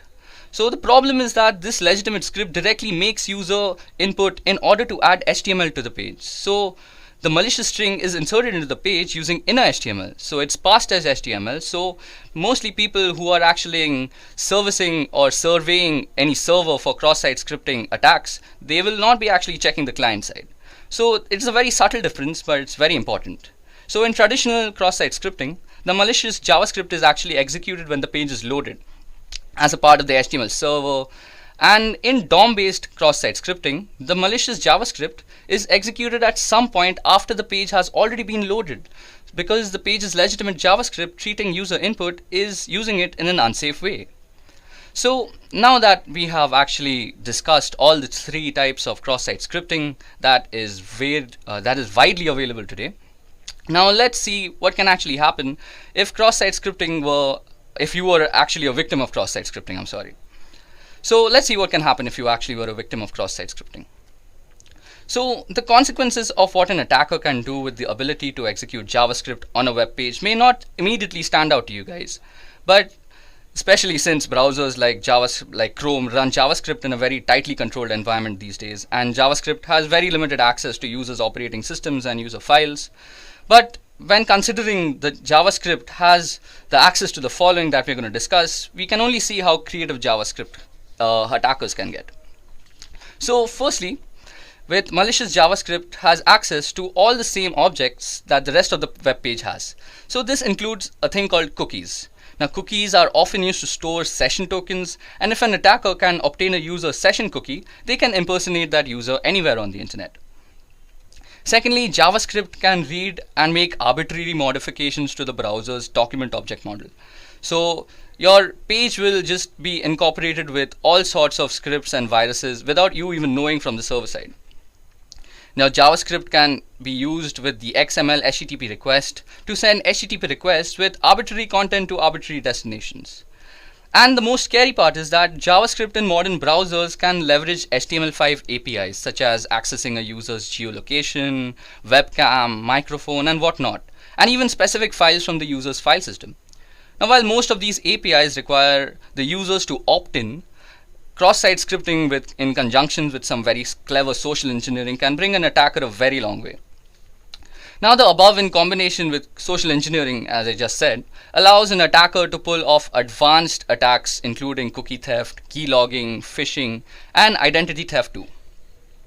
Now critically, cross-site scripting vulnerabilities provide the perfect ground for attackers to escalate attacks to more serious ones.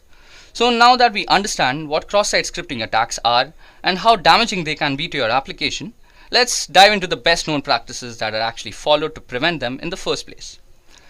So the first mechanism that is used is called escaping. So escaping data means that taking data an application has received and ensuring that it's secure before actually rendering it for the end user. Now by escaping user input, key characters in the data received by a web page will be prevented from being interpreted in any malicious sort of way. Now in essence, you're censoring the data your web page receives in a way that will disallow characters, especially those brackets that begin the HTML attributes, like in HTML and IMG. So these will be stopped from being rendered, which would otherwise cause harm to your application and users and database. But if your page doesn't allow users to add their own code to the page, a good rule of thumb is normally to escape any and all HTML, URL, and JavaScript entities. However, if you are running a forum and you do allow users to add rich text to your content, you have a few choices. So firstly, you will need to carefully choose which HTML entities you will escape and which you won't, or by replacement format for raw HTML such as Markdown, which will in turn allow you to continue escaping all the sorts of HTML characters. Now the second method that is normally used is called validating input. So validating input is the process of ensuring an application is rendering the correct data and preventing malicious data from doing harm to the site, the database, and the users.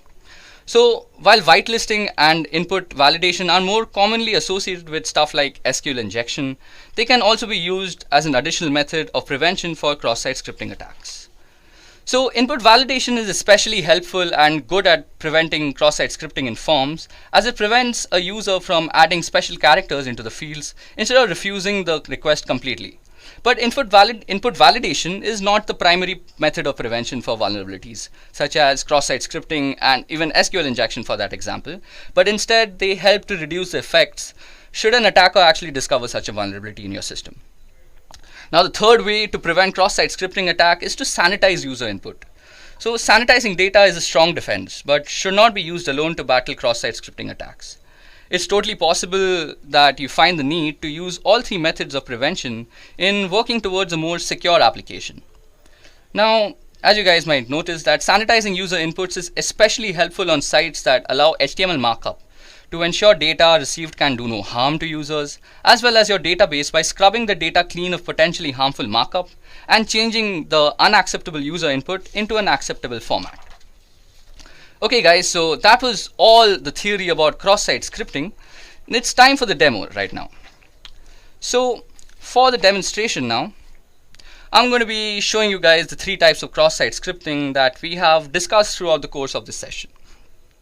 So not only will this be rather interesting to see how cross-site scripting works on a vulnerable web application, but it will also give us a better understanding of cross-site scripting in itself. Now, to perform cross-site scripting is a very big crime, so we really can't target any random website or web application for that matter. So keeping that thing in mind, I have chosen the Broken Web Application project. So this is brought to us by OWASP, which stands for Open Source Web Application Security Project. Now, the Broken Web Application Project, or BWAP, is a broken web application that is intentionally vulnerable, and it incorporates a majority of the known bugs that are out there.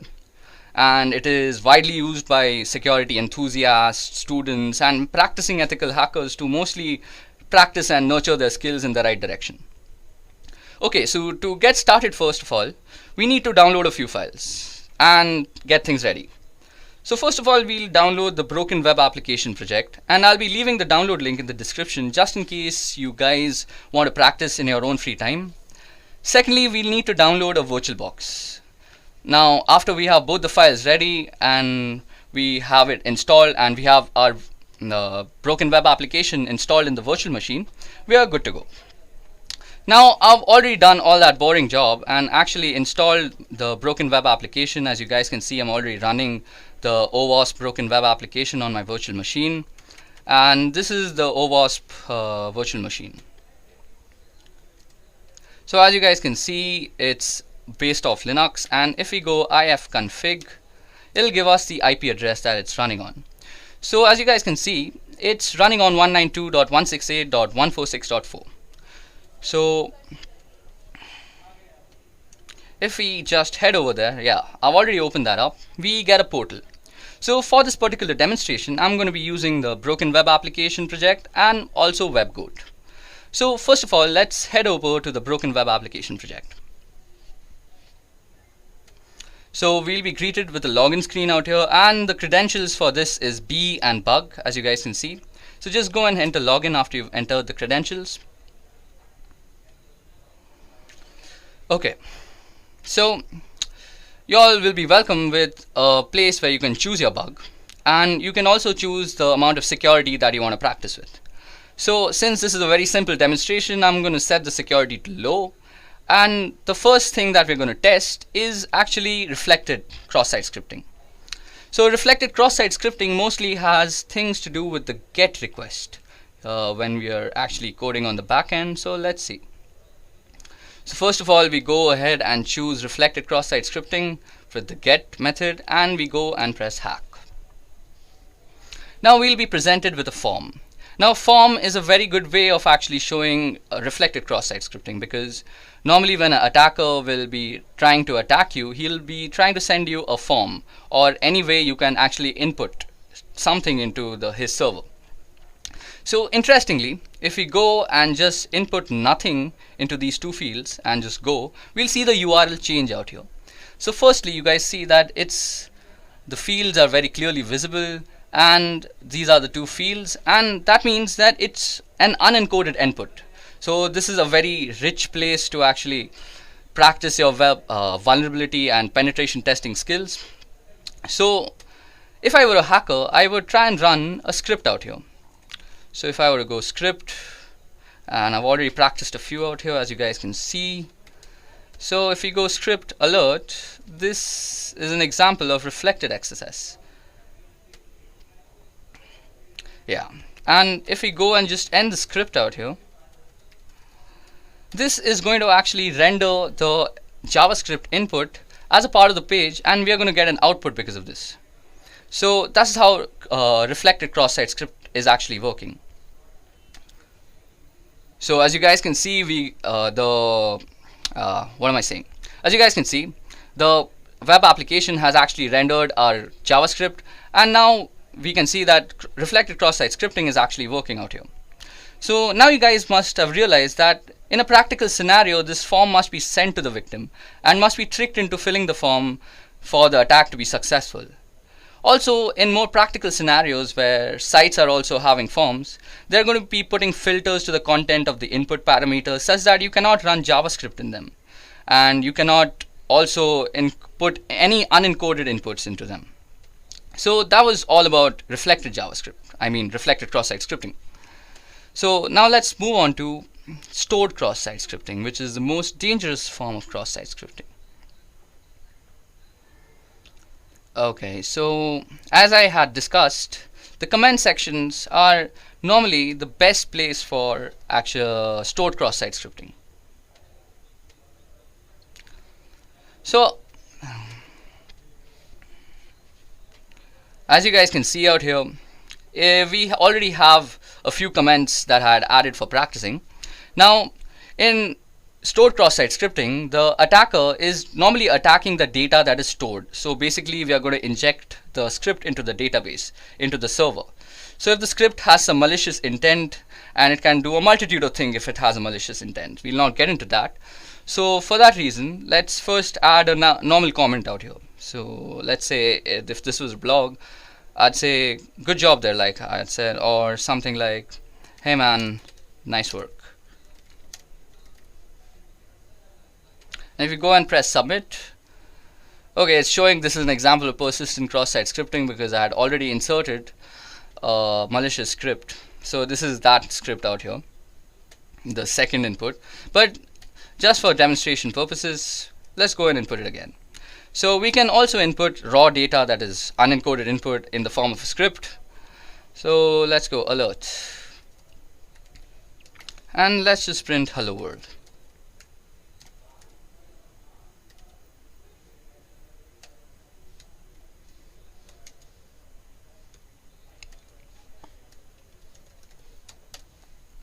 So if we go and press submit, so it first runs that other cross-site script, and then it'll say that this page isn't working. So this is also a very good example. Now we have two scripts actually running on this page. So the first one is actually, this is an example of cross-site scripting, persistent. So that was the second one. And then comes the hello world. So that's actually two scripts running back to back. So anybody, if I were to actually come back to this site any other day and these comments existed, it would just get automatically executed from the database because we are referring to it. Okay, so time for DOM-based cross-site scripting, and I was using this application for the first time yesterday, and I realized that there is actually no way that we can actually test DOM-based cross-site scripting here. So to actually test DOM-based cross-site scripting, we are going to be using this thing called WebGoat. Now the login credentials to WebGoat is guest for the username and guest for the password. I had already logged in, so it didn't ask me. So now if you go out here and go under cross-site scripting in XSS, you will also see that there is no options available for actually DOM-based cross-site scripting. This is because it's under AJAX security, or AJAX if you might pronounce it that way. So this is under AJAX security because if you guys remember, we had just discussed that DOM-based cross-site scripting is a client-side cross-site scripting. So things like a normal script would normally be checked on the server side. But when we are talking on client side, we are talking about languages like HTML, AJAX, etc. So you can put your scripts in HTML form. So suppose we were to go, so let's input a script first. So suppose we were to go script hello world. Now if we go and submit the solution, nothing actually happens because we are actually putting in encoded inputs out there. It's the DOM that is unencoded. Now if we were to actually go in and input in a language that the client side actually understands, for example HTML, so we'd immediately get a result. So first of all, it's going to actually manipulate the inner HTML attributes of the site. So if we go image and we put a source, now let's not give the source anything, and on an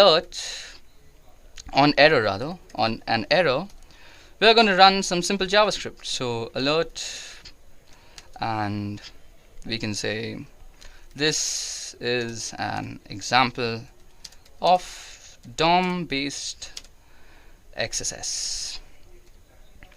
Now as soon as I end the image tag, this is going to get run because the client side is always rendering the client side page. So watch this. Sorry, I think I mistyped somewhere. Okay, let's go again. So image. Okay, let's use something I've already used. And you can see that it says hacked. And out here, we've not even pressed submit solution. So out here, you can see that as soon as we completed it, it's again saying hacked. So that means as soon as you complete the query or the client-side HTML language, so that will completely trigger the cross-site payload. Image tag, this is going to get run because the client side is always rendering the client side page. So watch this. Sorry, I think I mistyped somewhere. Okay, let's go again. So image. Okay, let's use something I've already used. And you can see that it says hacked. And out here, we've not even pressed submit solution. So out here, you can see that as soon as we completed it, it's again saying hacked. So that means as soon as you complete the query or the client-side HTML language, so that will completely trigger the cross-site payload.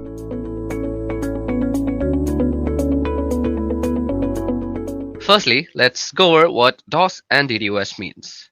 Now, to understand a DDoS attack, it is essential to understand the fundamentals of a DOS attack. DOS simply stands for denial of service. This service could be of any kind.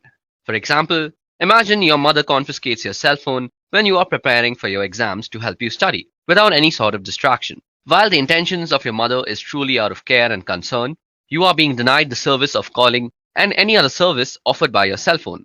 Now, with respect to a computer and computer networks, a denial of service could be in the form of hijacking web servers, overloading ports with requests, rendering them unusable, denying wireless authentication, and denying any sort of service that is provided on the internet. Attacks of such intent can be performed from a single machine. While single machine attacks are much easier to execute and monitor, they are also easy to detect and mitigate. To solve this issue, the attack could be executed from multiple devices spread across a wide area. Not only does this make it difficult to stop the attack, but it also becomes near impossible to point out the main culprit. Such attacks are called distributed denial of service or DDoS attacks. Now let's see how they work. The main idea of a DDoS attack, as explained, is making a certain service unavailable. Since everything that is attacked is in reality running on a machine, the service can be made unavailable if the performance of the machine can be brought down. This is the fundamental behind DOS and DDoS attacks. Now, some DOS attacks are executed by flooding servers with connection requests until the server is overloaded and is deemed useless. Others are executed by sending unfragmented packets to a server which they are unable to handle. These methods, when executed by a botnet, exponentially increase the amount of damage that they are doing, and their difficulty to mitigate increases in leaps and bounds. To understand more about how these attacks work, let us look at the different types of attacks. Now, while there are plenty of ways to perform a DDoS attack, I'll be listing down the more famous ones. These methodologies have become famous due to their success rate and the damage they have caused over time. It is important to note that with the advancement in technology, the more creative minds have devised more devious ways to perform DOS attacks. Now, the first type of methodology that we're going to discuss is called ping of death. Now, according to the TCP/IP protocol, the maximum size of a packet can be 65,535 bytes. The ping of death attack exploits this particular fact. In this type of attack, the attacker sends packets that are more than the max packet size when the packet fragments are added up. Computers generally do not know what to do with such packets and end up freezing or sometimes crashing entirely. Then we come to reflected attacks. This particular attack is more often than not used with the help of a botnet. The attacker sends a host of innocent computers a connection request using a botnet, which are also called reflectors. Now, this connection that comes from the botnet looks like it comes from the victim, and this is done by spoofing the source part in the packet header. This makes the host of computers send an acknowledgement to the victim computer. Since there are multiple such requests from the different computers to the same machine, this overloads the computer and crashes it. This type of attack is also known as a Smurf attack. Another type of attack is called mail bomb. Now, mail bomb attacks generally attack email servers. In this type of attack, instead of packets, oversized emails filled with random garbage values are sent to the targeted email server. This generally crashes the email server due to a sudden spike in load and renders them useless until fixed. Last but not the least, we have the teardrop attack. So in this type of attack, the fragmentation offset field of a packet is abused. One of the fields in an IP header is the fragment offset field, indicating the starting position or offset of the data contained in a fragmented packet relative to the data in the original packet. If the sum of the offset and the size of one fragmented packet differs from that of the next fragmented packet, the packets overlap. Now, when this happens, a server vulnerable to teardrop attacks is unable to reassemble the packets, resulting in a denial of service condition. Okay, so that was all the theoretical portion of this video. Now it's time to actually perform our very own DDoS attack.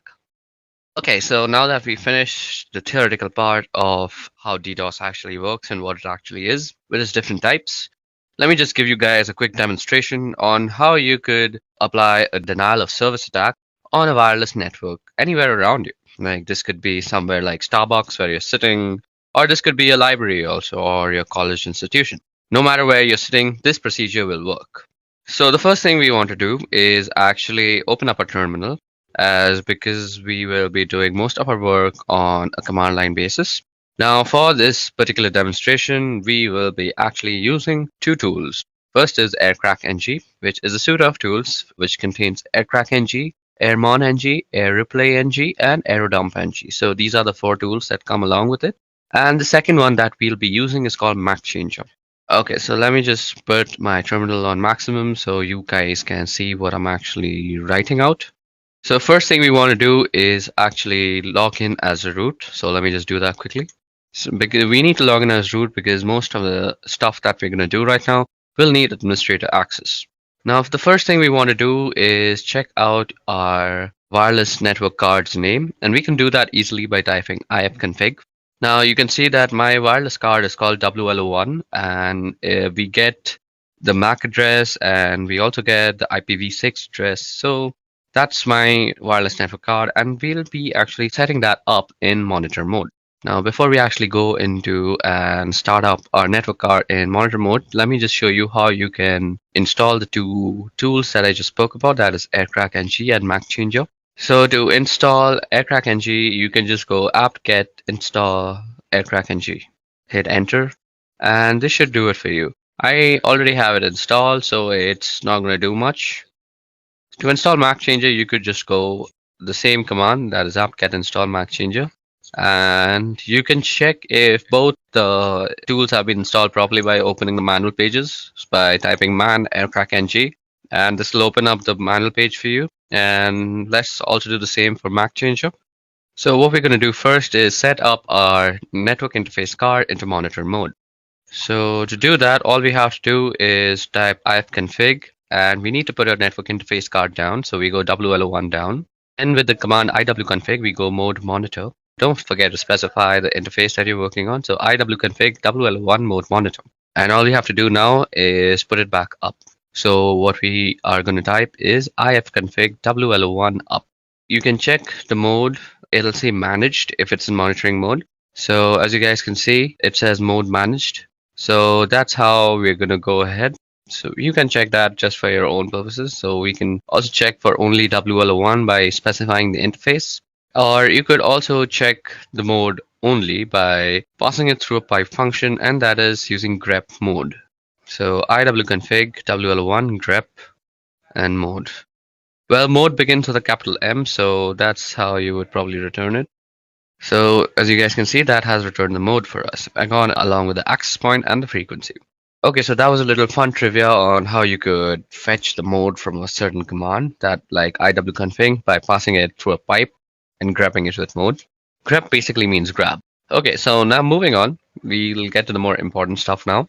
So firstly, we need to check for some sub-processes that might still be running and that might actually interfere with our scanning process. So to do that, what we do is airmonng check and then the name of the interface.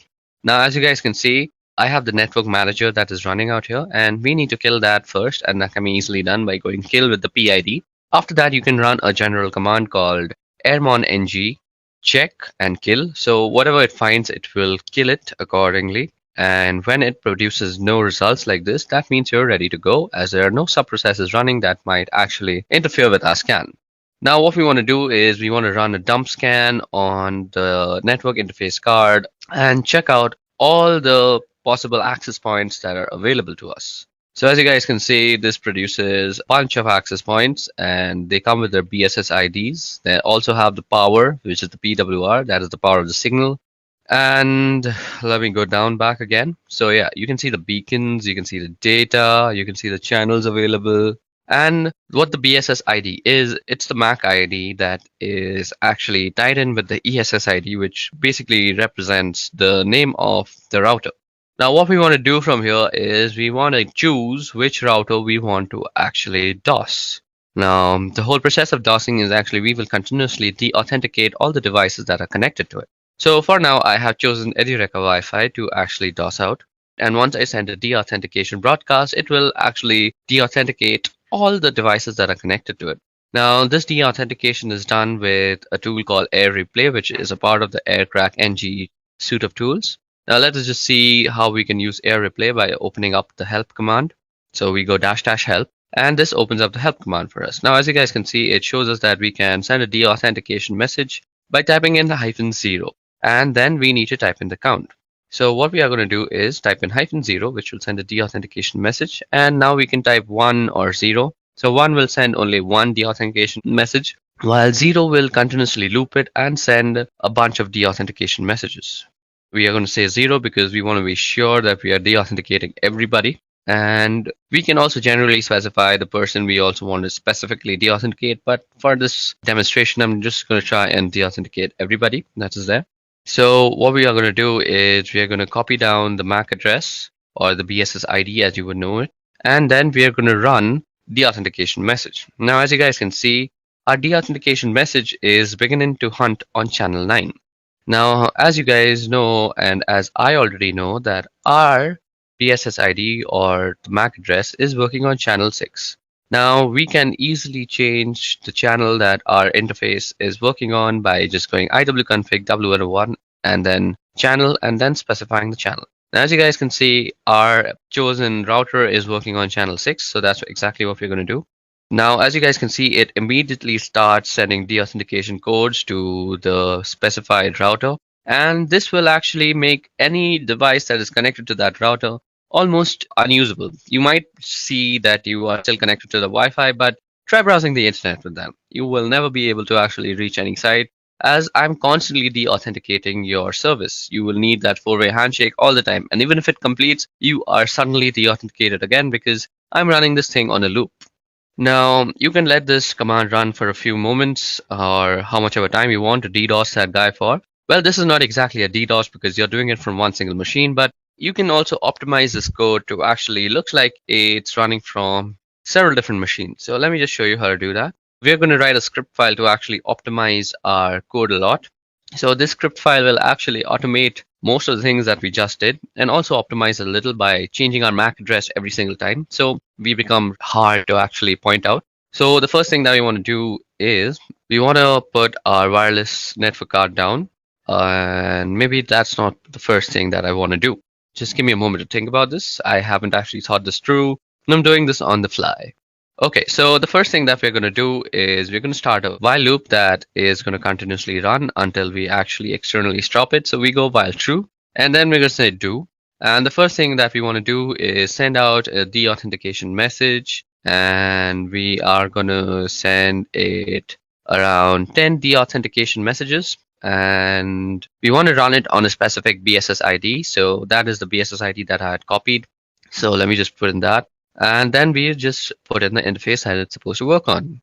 Now, what we want to do after that is we want to change the MAC address after we have sent all these 10 packets. So what we will need to do is put down our wireless network. And as I already discussed, we can do that with ifconfig w1 down. And now what we want to do is change our MAC address. So we can do that with the simple tool that we had installed and saying MAC changer -r. So let me just open up a quick tab and show you guys how MAC changer actually works. Now you can already check out my other video called the Ethical Hacking course, which actually covers a lot of topics, and MAC changer is just one of them. And you can check how to use it in depth in that video. But for now, let me just give you a brief introduction to how MAC changer works. The MAC changer will basically give you a new MAC address every time. Let me just open up the help menu for you guys. So as you guys can see, these are the options that are available to us. We can get a random MAC address. We can also tell it to show our MAC address. And we also have to specify the interface when we want to show us the MAC address. Now let me just generate a new MAC address.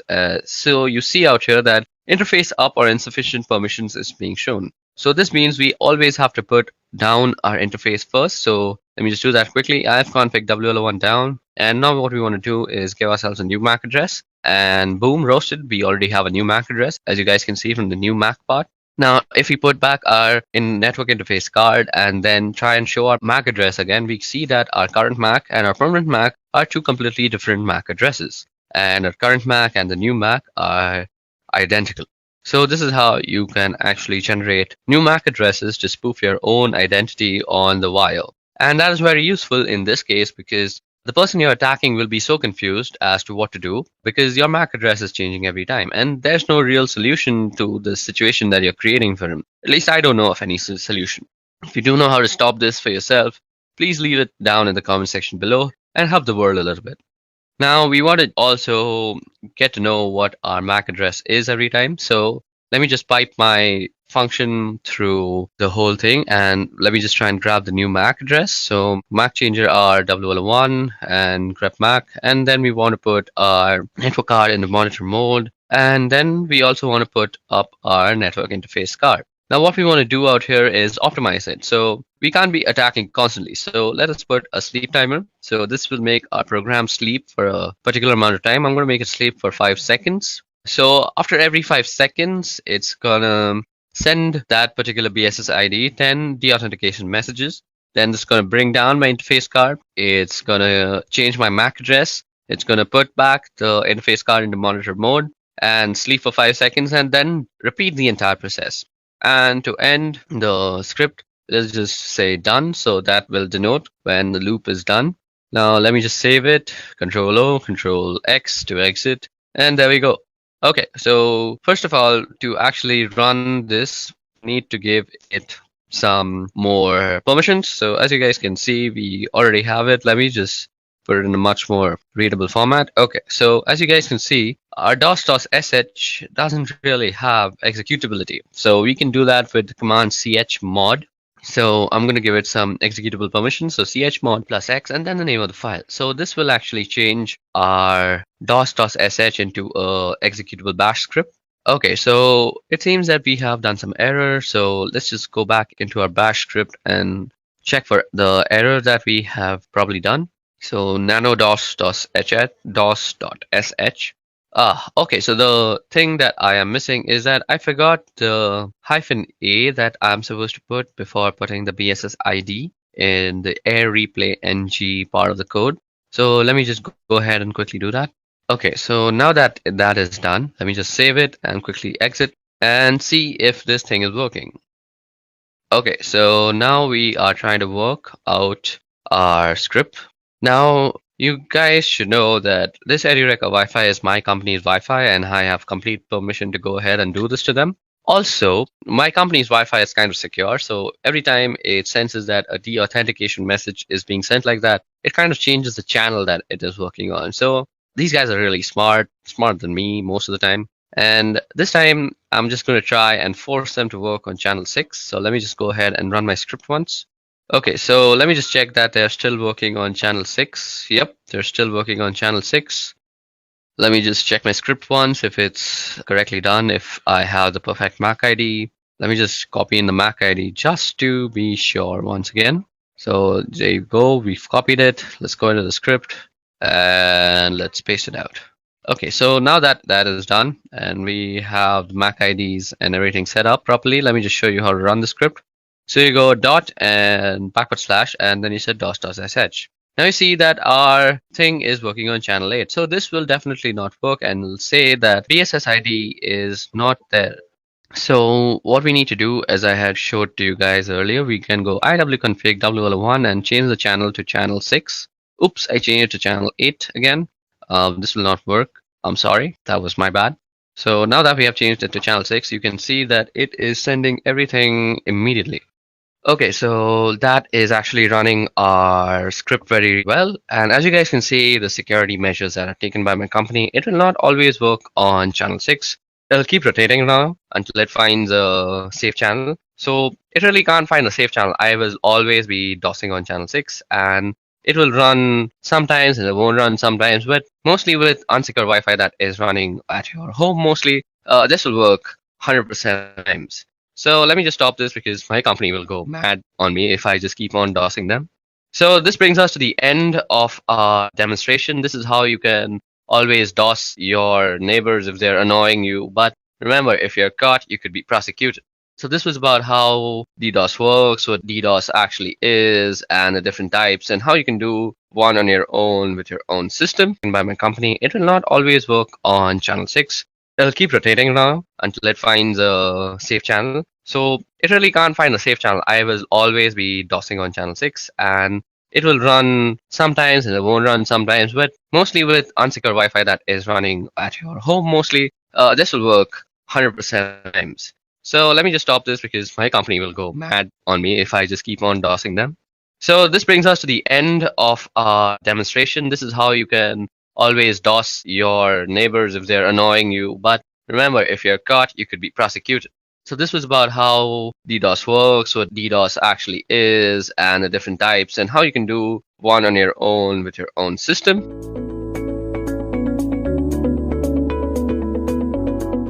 In early days of internet, building websites was straightforward. There was no JavaScript, no backend, no CSS, and very few images. But as web gained popularity, the need for more advanced technology and dynamic websites grew.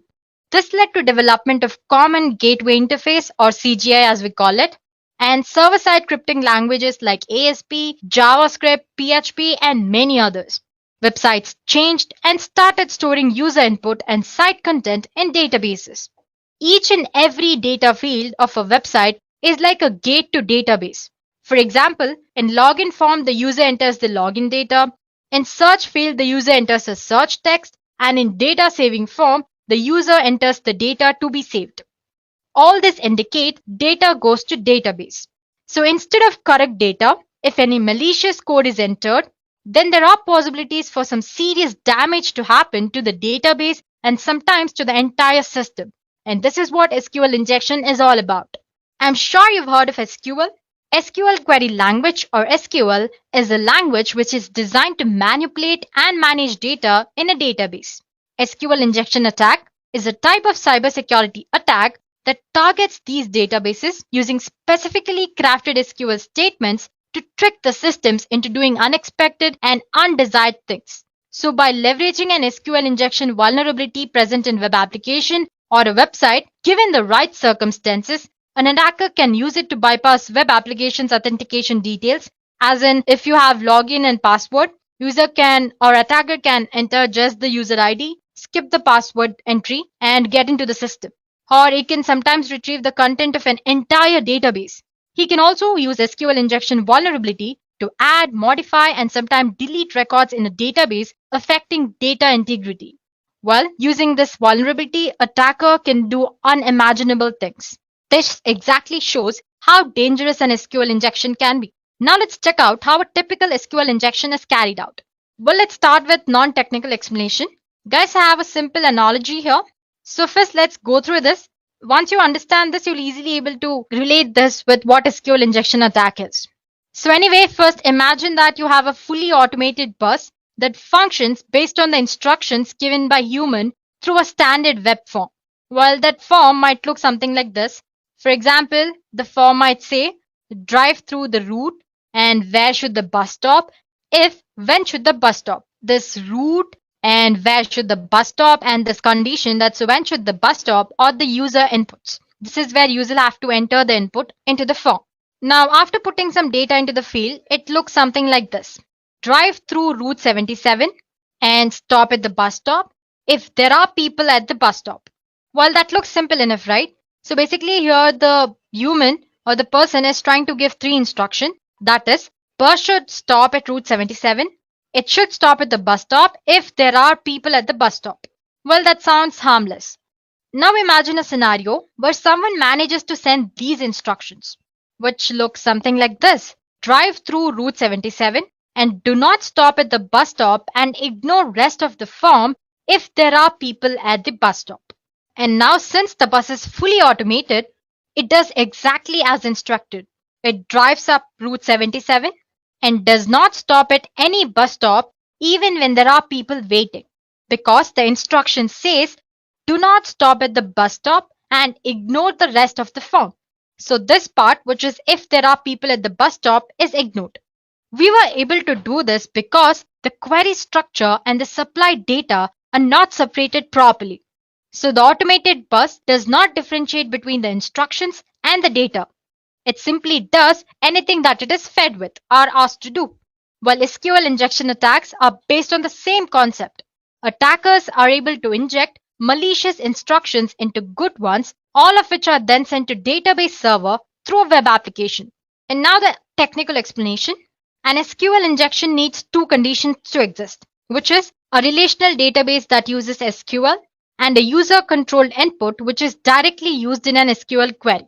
Let's say we have an SQL statement, a simple SQL statement.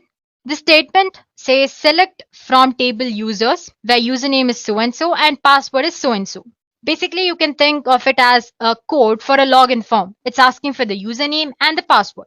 This SQL statement is passed to a function that sends the entire string to connected database where it will be passed, executed, and returns a result at the end. If you have noticed, the statement contains some special characters, right? We have asterisk here to return all the columns for selected database row.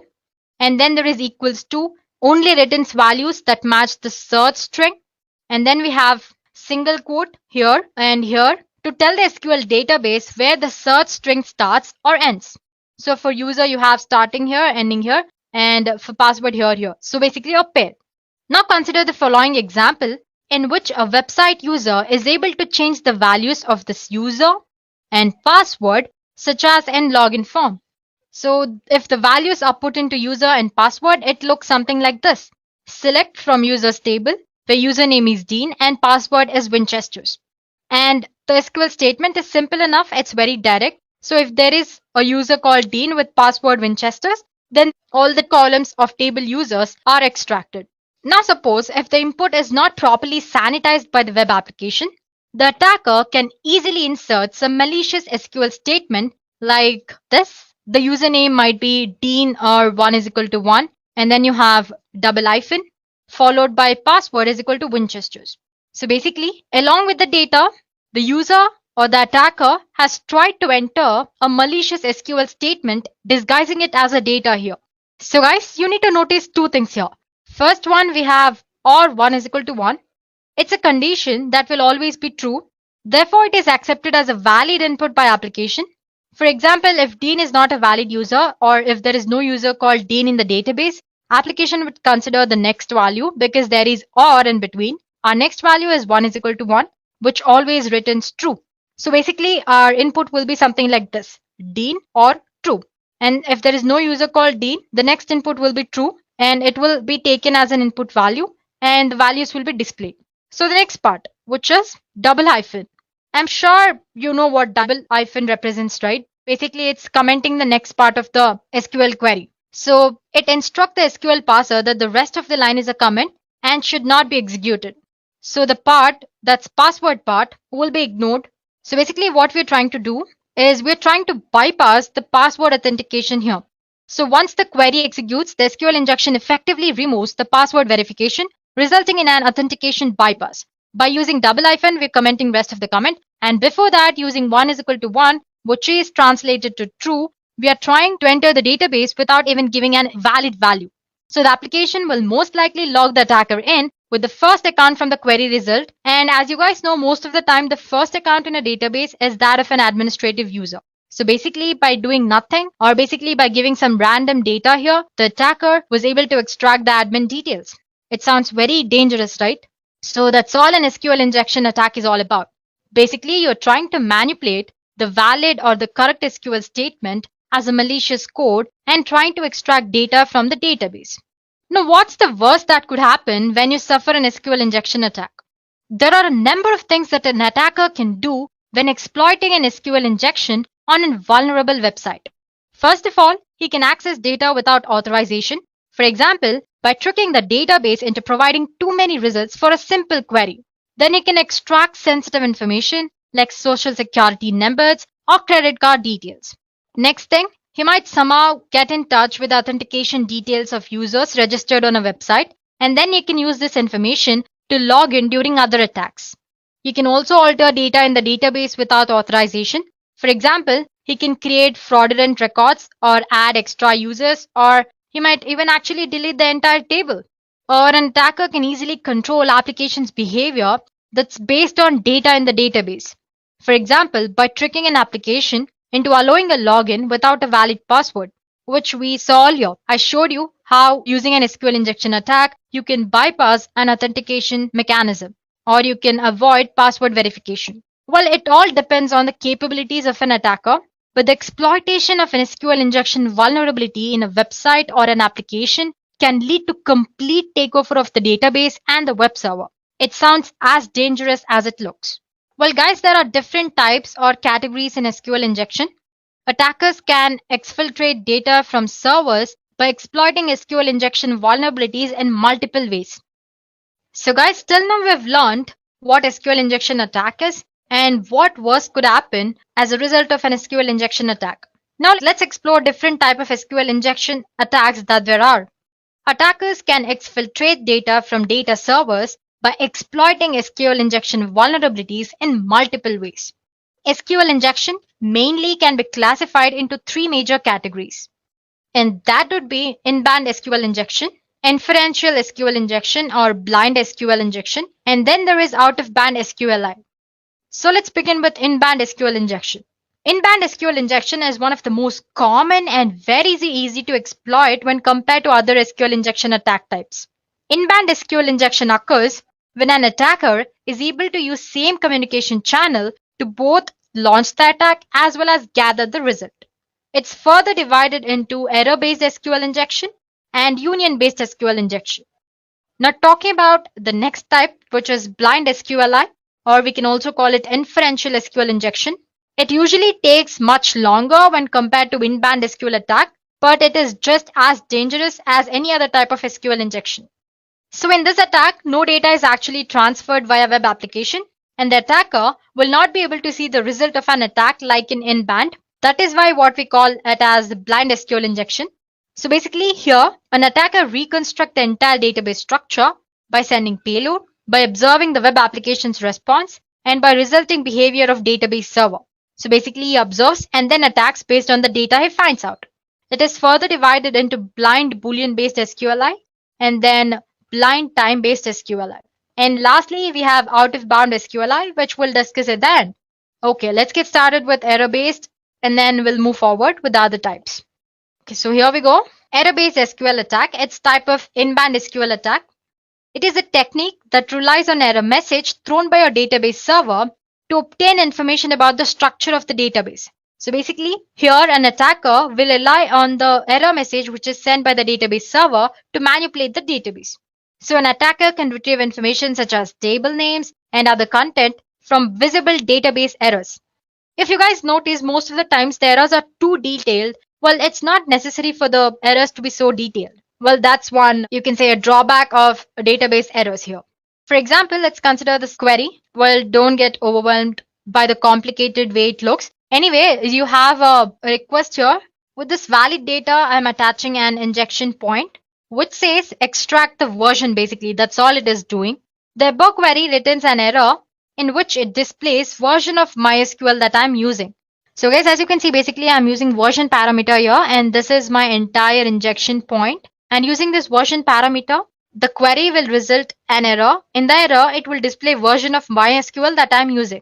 Similarly, I can fetch existing database, tables in the database, and finally the content which is present in the table. So the best way or the way to avoid here is you can avoid displaying database error messages in very detailed format, which in turn prevents hackers from fetching the information. So basically make errors as little informative as possible, up to the point. So that's all about the error-based SQL attack. So in simple terms, the attacker makes use of the information which is provided in the error to extract data from the database.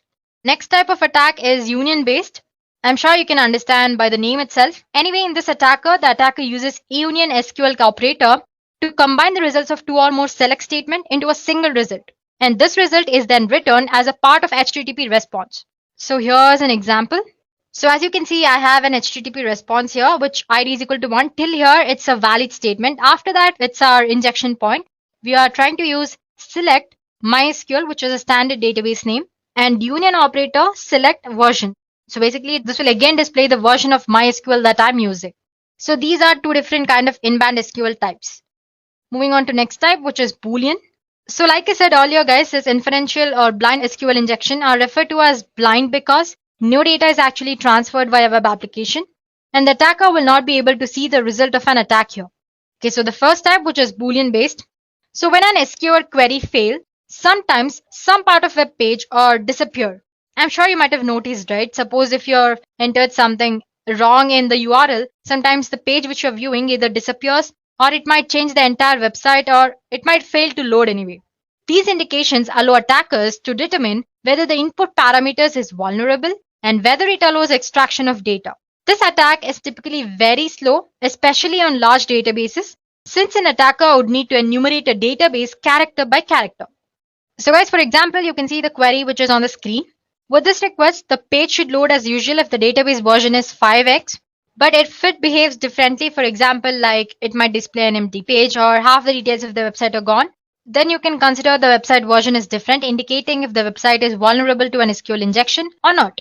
So basically what he does is here, the attacker gives some sort of input. He observes what kind of response does a database server gives to that query. Based on that, he'll determine if it's possible to exploit the SQL vulnerability present in that application, or if at all the SQL vulnerability is present or not. So that's all about Boolean based. Then comes the time based SQL injection. In some cases, even though a vulnerable SQL query does not have any visible effect on the output of the page, it may still be possible to extract information from an underlying database.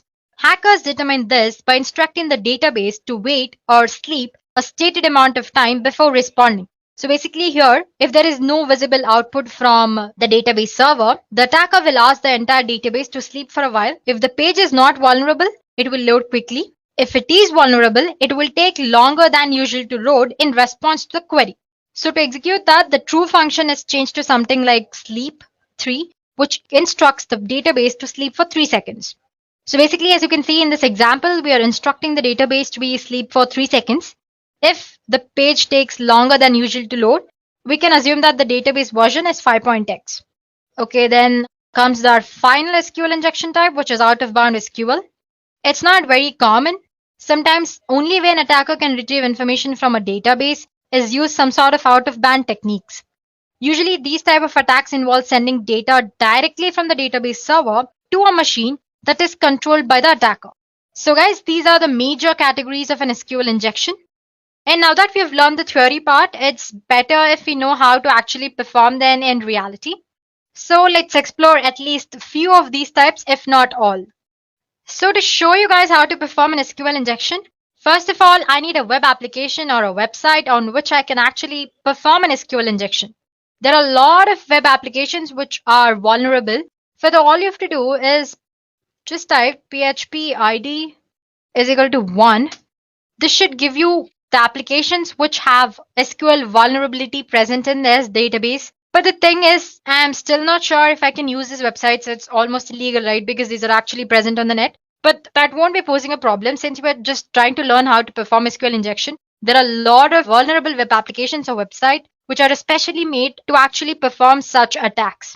I'm sure you might have seen in other previous videos related to ethical hacking and cybersecurity, where we used Kali Linux and we used Metasploit Level 2. We had different other kind of vulnerable web applications like a DAM vulnerable application and Mutiliday and many others. As for today's session, we'll be using another such web application, which is called WebGoat. As you can see, it says WebGoat is a deliberately insecure web application maintained by OWASP designed to teach web application security lessons.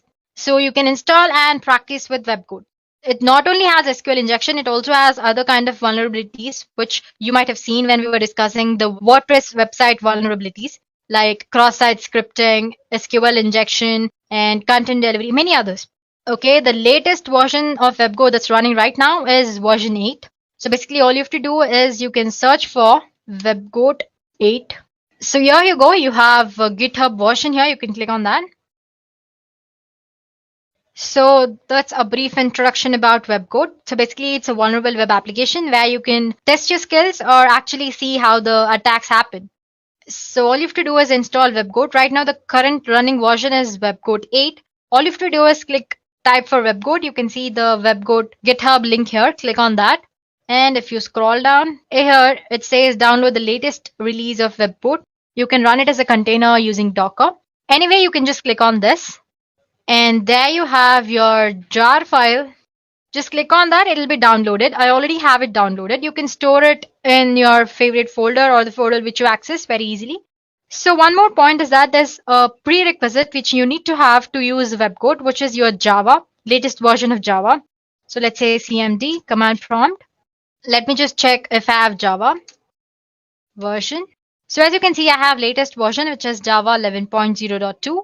So if you have older versions, delete them or just update them to the new version. And sometimes it also says that to actually use webcode, you need to have Tomcat, but it runs without Tomcat as well, as when it comes with the pre-installed JVM and Tomcat. But to be on the better side, please do make sure you are using JVM. Okay, guys, I have my webcode stored in my D folder. So all I have to do is dir. Let me maximize the screen for you guys. So here you go. You can see my webcode jar file here. So now to start using that, all you have to do is java-jar and webcode. Let me just press tab. There it goes. Click enter. Well, it starts a webcode application for us. It might take about like half a minute.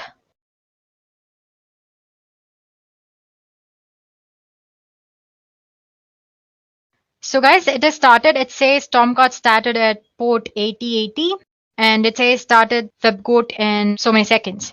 As in it says, it took so many seconds to actually install at the start the webcode application. Now we go back to a browser. Here I type for localhost. Okay, that's webcode login page. So guys, here we go. We are into the application. Well, if you haven't registered, if you're using it for the first time, all you have to do is click on this register new user and create a username and password. Okay, let's create a username. Let's say Deepthi. Password, some password, and agree. It's as easy as that, and click on sign up. It says it must be between 6 and 10.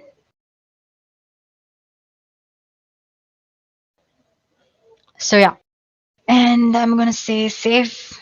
Here you go. This is the webcode application. As you can see, it's a deliberately insecure application that allows interested developers just like you to test vulnerabilities, which are commonly found in Java-based application that use common and popular open source components like SQL and other components. So you have different other kinds of vulnerabilities here as well discussed. You have insecure deserialization, you have access control flaws, you have cross-site scripting. Under that, you have different categories. And then you have authentication flaws like JWT tokens. Then you have authentication bypass. You have password reset. And then there is injection flaws, which we're going to discuss today. Under that, you have cross-site scripting as well, or XXE. And then other general like HTTP basics and proxies. So let's go for our today's topic, which is SQL injection. The first thing that you want to do is not go for advanced. It's a little complicated. So just click on injection here, SQL injection. You will land upon this page. So basically the first page is all about what SQL query languages, that's SQL is about. Different type of SQL injection, not the types which we discussed. String-based SQL injection and numeric-based SQL injection. And then just click next. Ignore this, it's mostly because of the network error anyway. It's all about basic SQL details, that DML, data manipulation language, data definition language, which includes create, alter, drop, and truncate. Then you have data control language, which is grant and revoke. So it basically describes what an SQL injection attack is. Basically, if you recall, SQL injection is basically entering a malicious data into an actual data. This way, getting access to the database content. So the things that you can do using SQL injection, you can read and modify sensitive data from the database. You can execute administration operations on the database by getting access to admin data. You can shut down the entire database. You can truncate the tables, and you can add malicious users as well. You can recover the content of a given file from the file system. You can issue commands to operating system as if the application is of your own. There you go. Then what all you can do, you can spoof identity, you can tamper with existing data, you can destroy, you can pick an administrator. And it says SQL injection is more common in PHP, Classic, ASP, Cold Fusion, and the other languages. If you remember, we just use PHP ID equals 1 to check if the application is SQL vulnerable or not. So yeah, it's more common in PHP. Moving on to next thing. So like I said, the extent to which a damage can be created by an SQL injection attack totally depends on the attacker and his level of knowledge and what countermeasures you have taken to avoid SQL injection attacks and all that, and the database technology that you're using. Moving on for the sixth. So this also we discussed in the theory part, as in I showed you an example on how to actually perform an SQL injection attack. So this is string-based SQL injection attack. You can see there's an SQL query which says select from user table where name is username. But you can see it's using some sort of quotations here. It's using single quotes to indicate that's the start of the content and a single quote here to indicate the end of the content. Using this misplaced quotations or unnecessary quotations is how an injection attack can be easily performed. So same for the ID, it's just that there are no single quotations because it's not a string. So instead of giving some normal output like maybe a Dean or something, user can give something like this, a name which ends with quotation or 1 is equal to 1. Basically, by making use of the quotations or actual characters which are present in the string, an attacker can perform SQL injection. Or you can also give it as some this way. So yeah, basically you can give malicious SQL statements. Let's start with our first exercise, which is this one. Okay, so it says try it SQL injection attack. This is the user, the SQL query. It says this SQL query can be used to fetch all the information about a user if you know a username. So you don't need to know any specific username to get a complete list. But they have given a sample value, which is Smith. But let's say I don't know Smith. Let me give some other value. So as you can see, I've already done it before. So there are other values. So let's say Dean. But it doesn't give me anything because there's no user called Dean in the database. Okay, it says give Smith because Smith is a valid user. So let me just give Smith. So as you can see, it is displaying the values of user Smith. Well, this is straightforward. They've mentioned a username which we've used and we got the information. But now suppose if I want to know other user's name as well, all you have to do is manipulate this data. So as you can see here, this part, there was a single quotation, but right now what's showing is different garbage characters. Anyway, so I'm ending with this another single quote and saying or 1 is equal to 1, which is always true as you guys know. And there is already a single quote here, one more, so I'm not giving one here. And I'm clicking on get info. So there you go, it successfully fetched me other information about other users as well. So basically, I manipulated the data into some malicious SQL statement. So like I said, 1 is equal to 1 is always true. So basically, it accounts to Smith or true when it actually goes to database. Since true is a valid input, it's displaying me the content. Now let's say I just want to know the first user. Or you guys actually, you can give that as this as well, as in you don't have to use the quotations, just give 1 is equal to 1. This also works. I'm saying comment rest of the SQL query like we did earlier, as in we avoided password verification, right? So whatever is after the username, it's going to avoid rest of the query. So get info. So you can see it's worked again. Let's say now I want to fetch just one user or the first or second users. Okay, let's use another name. Okay, just let me clear it. Plain or 1 is equal to 1, and I want to limit the content to 1. So as you can see, it has limited the content to the first user. It's not taking the first input, it's skipping, it's coming to this part, 1 is equal to 1, and it's limiting to the one user. Let's say Dave. So yeah, since the Dave user is not there, it's skipping this part and it's going to this part, which is 1 is equal to 1 and limiting to 1. Let's say 2 here. It should give the next username. Let's say 5 users. So there you go. Similarly, the way you want using malicious SQL statement, you can manipulate and get the data. Let's go to next exercise, which is 8. It's same as the previous one. Before it was string and now it's just number. So they say give 101 for the valid user. Let's give 100. But as you can see, there's no result because there's no user with 100 as user ID. And if I give 101, it's giving me the user 101. Let's say, let me give 110. I don't know if the user is there or not. Or 1 is equal to 1 and comment. I want to limit. Let's limit to 3 users. Okay, it says it's number, right? My mistake. So yeah, it's displaying 3 users.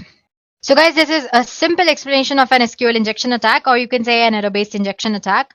Now moving on to next exercise. So this is a basic SQL injection. Now going to advanced. Again, click on the first. It says the purpose of this lesson is to combining multiple SQL techniques and use blind SQL injection as well. Okay, I'm going to click on one here. That's one. Second one, like we discussed, if you have misplaced special characters in your SQL statement, using that you can make use and you can extract data. For example, we used comment character to comment rest of the SQL query. We have colon, which command, or see, as you can see, it says star select from users and the command drop table users. Basically, I'm using 2 queries here. One is to select display all the users, which is a valid according to the given form details. And next statement or the injection I'm adding is drop table users. And then you have concatenation plus is again the concatenation, string without quotes, and all that. Let's get with our third exercise. It says, try it pulling data from other tables. It says one of the table in WebGo database is user system data, which has a username of character, password, which is again a character, and a cookie, which is again a character. So the first thing that we have to do is execute a query to union or join these two tables. The other table was users, if you've forgotten. Let me just take you back to that exercise. As you can see, the first table is users, which I've used in this query. So going back to advanced, we were in this exercise. So yeah, we need to join users table as well as user system table, or do whatever you want. But the final thing they want is see if we can fetch Dave's password. Dave is one of the user. So guys, like I said earlier, the union operator is used in SQL injection to join a query. And the result of this forged query will be joined to the result of actual query. So you have one query, for example, let's say you're giving username and I'm giving union there. I'm attaching another statement. So basically for the result of the previous query, I'm adding my injection point via union. We are asked to fetch Dave's password here. Well, there are a lot of ways you can do it. We can do it without using union as well. Let me show you one way. Let's say I have Smith. I'm going to end this here. And let me say select star from user system data. And I'm again quoting it. And that should do it. So sorry about that, guys. Earlier it was an error, right? So basically, let's say Smith. And I'm commenting it. And then I'm giving select star from user. What is the table name? System data in the query and comment the rest. So as you can see, it has fetched the password of Dave. This is one way of doing it. But then we explored error-based SQL injection earlier. Now I want to show you how to use union command to extract or to perform this exercise. Anyway, so basically, like I said earlier, again, you can use union to combine two results.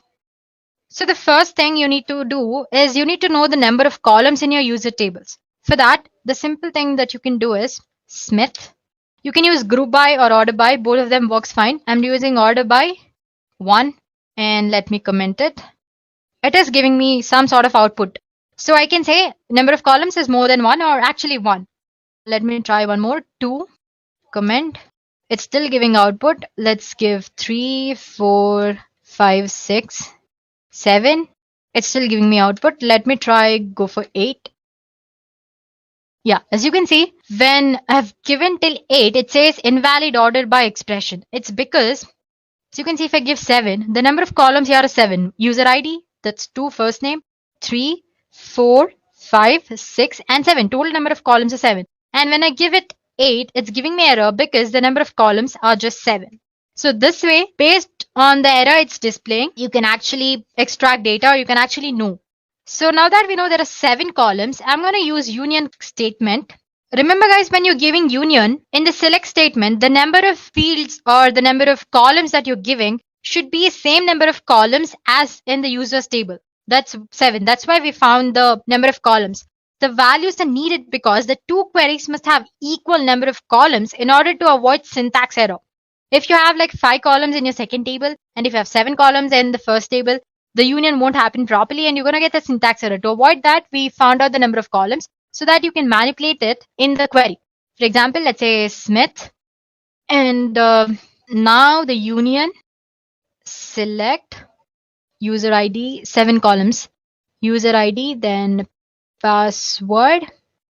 Let's give username as well, username, password, then cookie. Make sure the data types is right as well, matching, then cookie, then user ID. Let me just count. So I have 1, username 2, that's 3, password 4, 5, 6 the field, and 7 user ID. From which user table? That's user SYSTEM system. Sorry about the mistakes, guys. Data, and comment the rest of the session. Now if I give get info, as you can see, it is fetching the information. So basically we used union operator. We combined that with actual getting, which was name. So basically we gave Smith as the username Along with that, we attached our next query, which is select.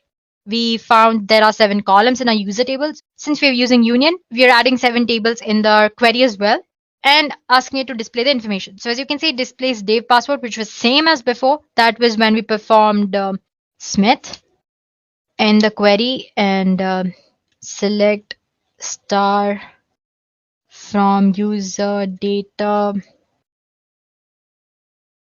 system data. Okay. So as you can see, the password now and the password earlier was also different, as in same.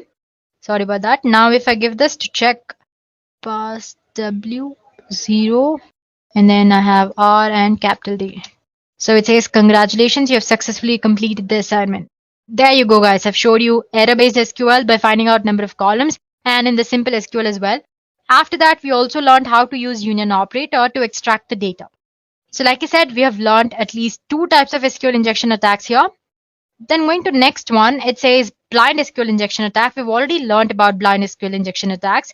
Basically, no output, or an attacker can't actually see the database input here. So basically, the attacker determines the answer or the data he wants based on the application's response to the query he gives. And next part is about difference. So it says in a normal SQL injection, error messages from database are displayed and given enough information to find out how query is working. Or similarly in the case of union-based SQL as well. So in case of this blind SQL, nothing is displayed. You will start asking questions based on true or false statement, and depending on the response the system or database server gives to you, you determine what kind of attack can you actually perform. So for example, you have this SQL query and it'll change to URL in this form. That's HTTP. This is the query is equal to 4 and 1 is equal to 1. This will be translated to this form. You know the website is vulnerable for a blind SQL injection. But if the browser responds with page not found or something else, you know that a blind SQL injection might not work or that there is no vulnerability present in that application. Similarly, you can go ahead and change 1 to 2, which will not return anything because obviously the query returns false, which 1 is not equal to 2, right? So basically it equates to some content or data and false. Now, how do we actually take the advantage of above true or false thing? So here you go. I have my actual data, which is http myshop.com, article is equal to 4. And this is my injection point, substring. I'm trying to find database version here. Similarly, you can also find the number of databases present, the database's names, tables present in database, and actual content of the database and all that. If the Boolean blind SQL injection doesn't work, you can always go for time-based blind injection. Basically here, instead of true, you're replacing by some time limit, say sleep for 3 seconds. Even after giving that, if the application actually loads properly, it means there's no SQL vulnerability. If it takes a little time to load, then it means that there is some sort of SQL vulnerability and you can exploit that. So there you go. And our next assignment is, it says, now that you know all the basics of SQL injection, go ahead and log in as a Tom. Well, you can obviously cannot do the thing which we did earlier, that's try Smith or 1 is equal to 1, because as you know, there's no user called Tom there. So guys, go ahead and try this exercise on your own and see if you have understood the concept properly. If not, you can always post in the comment section below and we'll get back to you guys. So as for this session, this is more than enough. We have explored the basic SQL injection as well as advanced. So there you go, guys. Now you know what SQL injection attack is and how an actual SQL injection is performed in reality. So the first step you do is to discover SQL injection vulnerabilities by routinely testing your application using both static testing as well as dynamic testing. Secondly, you avoid and repair SQL injection vulnerabilities by using parameterized queries. I'm sure you know that programming languages talk to SQL databases using database drivers, right? These database drivers allow an application to construct and run different types of SQL statements against the database, extracting and manipulating data as they need it. And these parameterized statements make sure that the parameters or the input which user gives passed into SQL statement are treated same way as the data rather than a part of SQL command. So what I'm saying is that earlier I said that all you have to do in SQL injection attack is insert malicious data into a actual proper data, right? So, and this malicious data is treated as an SQL statement. So if you used parameterized queries, this malicious SQL code won't be treated as an SQL statement. Instead, it will be treated equal as some data, input data. And there's one more way you can protect against SQL injection. Many development teams prefer to use object relational mapping or ORM frameworks to make the translation of SQL result sets into code object more seamless. And then comes the third thing, which if you are unable to use parameterized queries or a library that writes SQL for you, The next best approach is to ensure proper escaping of special string characters. So basically, you can use escape characters in your data. Well, escape symbol characters is a simple way to protect against SQL injection attacks, and many languages have standard functions to achieve this. You can enforce principle of least privilege. Application should ensure that each process or software component can access and affect only the resource it needs, as in it can't access the other data which is not actually related to it. Well, you can think of it in the same way that only certain bank employees have the access to the actual vault. So applying this restricted privileges can help mitigate a lot of risk around injection attacks. Sensibly designing access management in this way can provide a vital second line of defense. So no matter how an attacker gets access to your system, it can mitigate the type of damage that they can possibly do. And finally, you can use a web application firewall. Well, they're not as effective as other measures, but they can help you identify SQL injection attempts and sometimes help you prevent SQL injection attempts from reaching the application as well. So guys, SQL injections are popular attack methods for cyber criminals. But by taking proper precautions such as ensuring that data is encrypted, performing security tests, and by being up to date with patches, you can take meaningful steps toward keeping your data very secure. There are a variety of ways an hacker may infiltrate an application due to web application vulnerabilities. So guys, stay informed and stay alert. No matter how an attacker gets access to your system, it can mitigate the type of damage that they can possibly do. And finally, you can use a web application firewall. Well, they're not as effective as other measures, but they can help you identify SQL injection attempts and sometimes help you prevent SQL injection attempts from reaching the application as well. So guys, SQL injections are popular attack methods for cyber criminals. But by taking proper precautions such as ensuring that data is encrypted, performing security tests, and by being up to date with patches, you can take meaningful steps toward keeping your data very secure. There are a variety of ways an hacker may infiltrate an application due to web application vulnerabilities. So guys, stay informed and stay alert.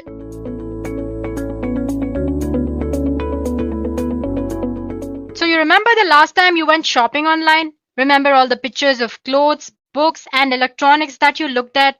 What if I tell you that those images weren't really for you? What if those pants you were looking at were really detailed blueprints of military installments? You would never know, right? This is the nature of steganography. Steganography is science of hiding information from plain sight. Secret communication is very important because if your message is important and if you do not want others to know about your message, then you use different kind of techniques to hide your message from third person. And steganography is one such technique. However, criminals and terrorist organizations are using this for their own purpose. So understanding how to hide data using steganography and prevent the data from being misused will be very helpful. However, to talk about steganography, we should consider its predecessor, cryptography, which is science of writing its secret codes. Basically, cryptography makes messages meaningless to the casual reader by encrypting the data using set of rules which are known to both sender and receiver. Only the intended receiver with the decryption key can extract the actual message. Thus, when an attacker discovers the message, it is still difficult for him to get the secret message. If cryptography is a strong way to encrypt and secure a communication, then why do we need a new technique? Answer is very simple. When we are using any cryptography technique, we need to send a secret key and third person can easily judge that some secret kind of communication is going on. In simple terms, cryptography does not try to hide the fact that secret message is being sent. This is where steganography comes into picture. The main reason of using steganography is that you are hiding your secret message behind an ordinary file. No one will suspect the fact that a communication or some sort of secret message is being sent. People will generally think it is an ordinary file and your secret message will go without any suspicion. Unlike cryptography, which conceals the content of a secret message, steganography conceals the very fact that message is being communicated. So if I have to define steganography, it is an ancient art of covering messages in a secret way such that only the sender and the receiver knows the presence of the message. Well, now if you're thinking steganography is a brand new method, then you are mistaken. Steganography is an ancient practice. The word steganography is derived from Greek word steganos, meaning hidden or concealed, and graphen, which means writing or drawing. Before moving further, let's get a glimpse of how steganography evolved from past. The concept of steganography was first introduced in 1499, but the idea itself has existed since ancient times.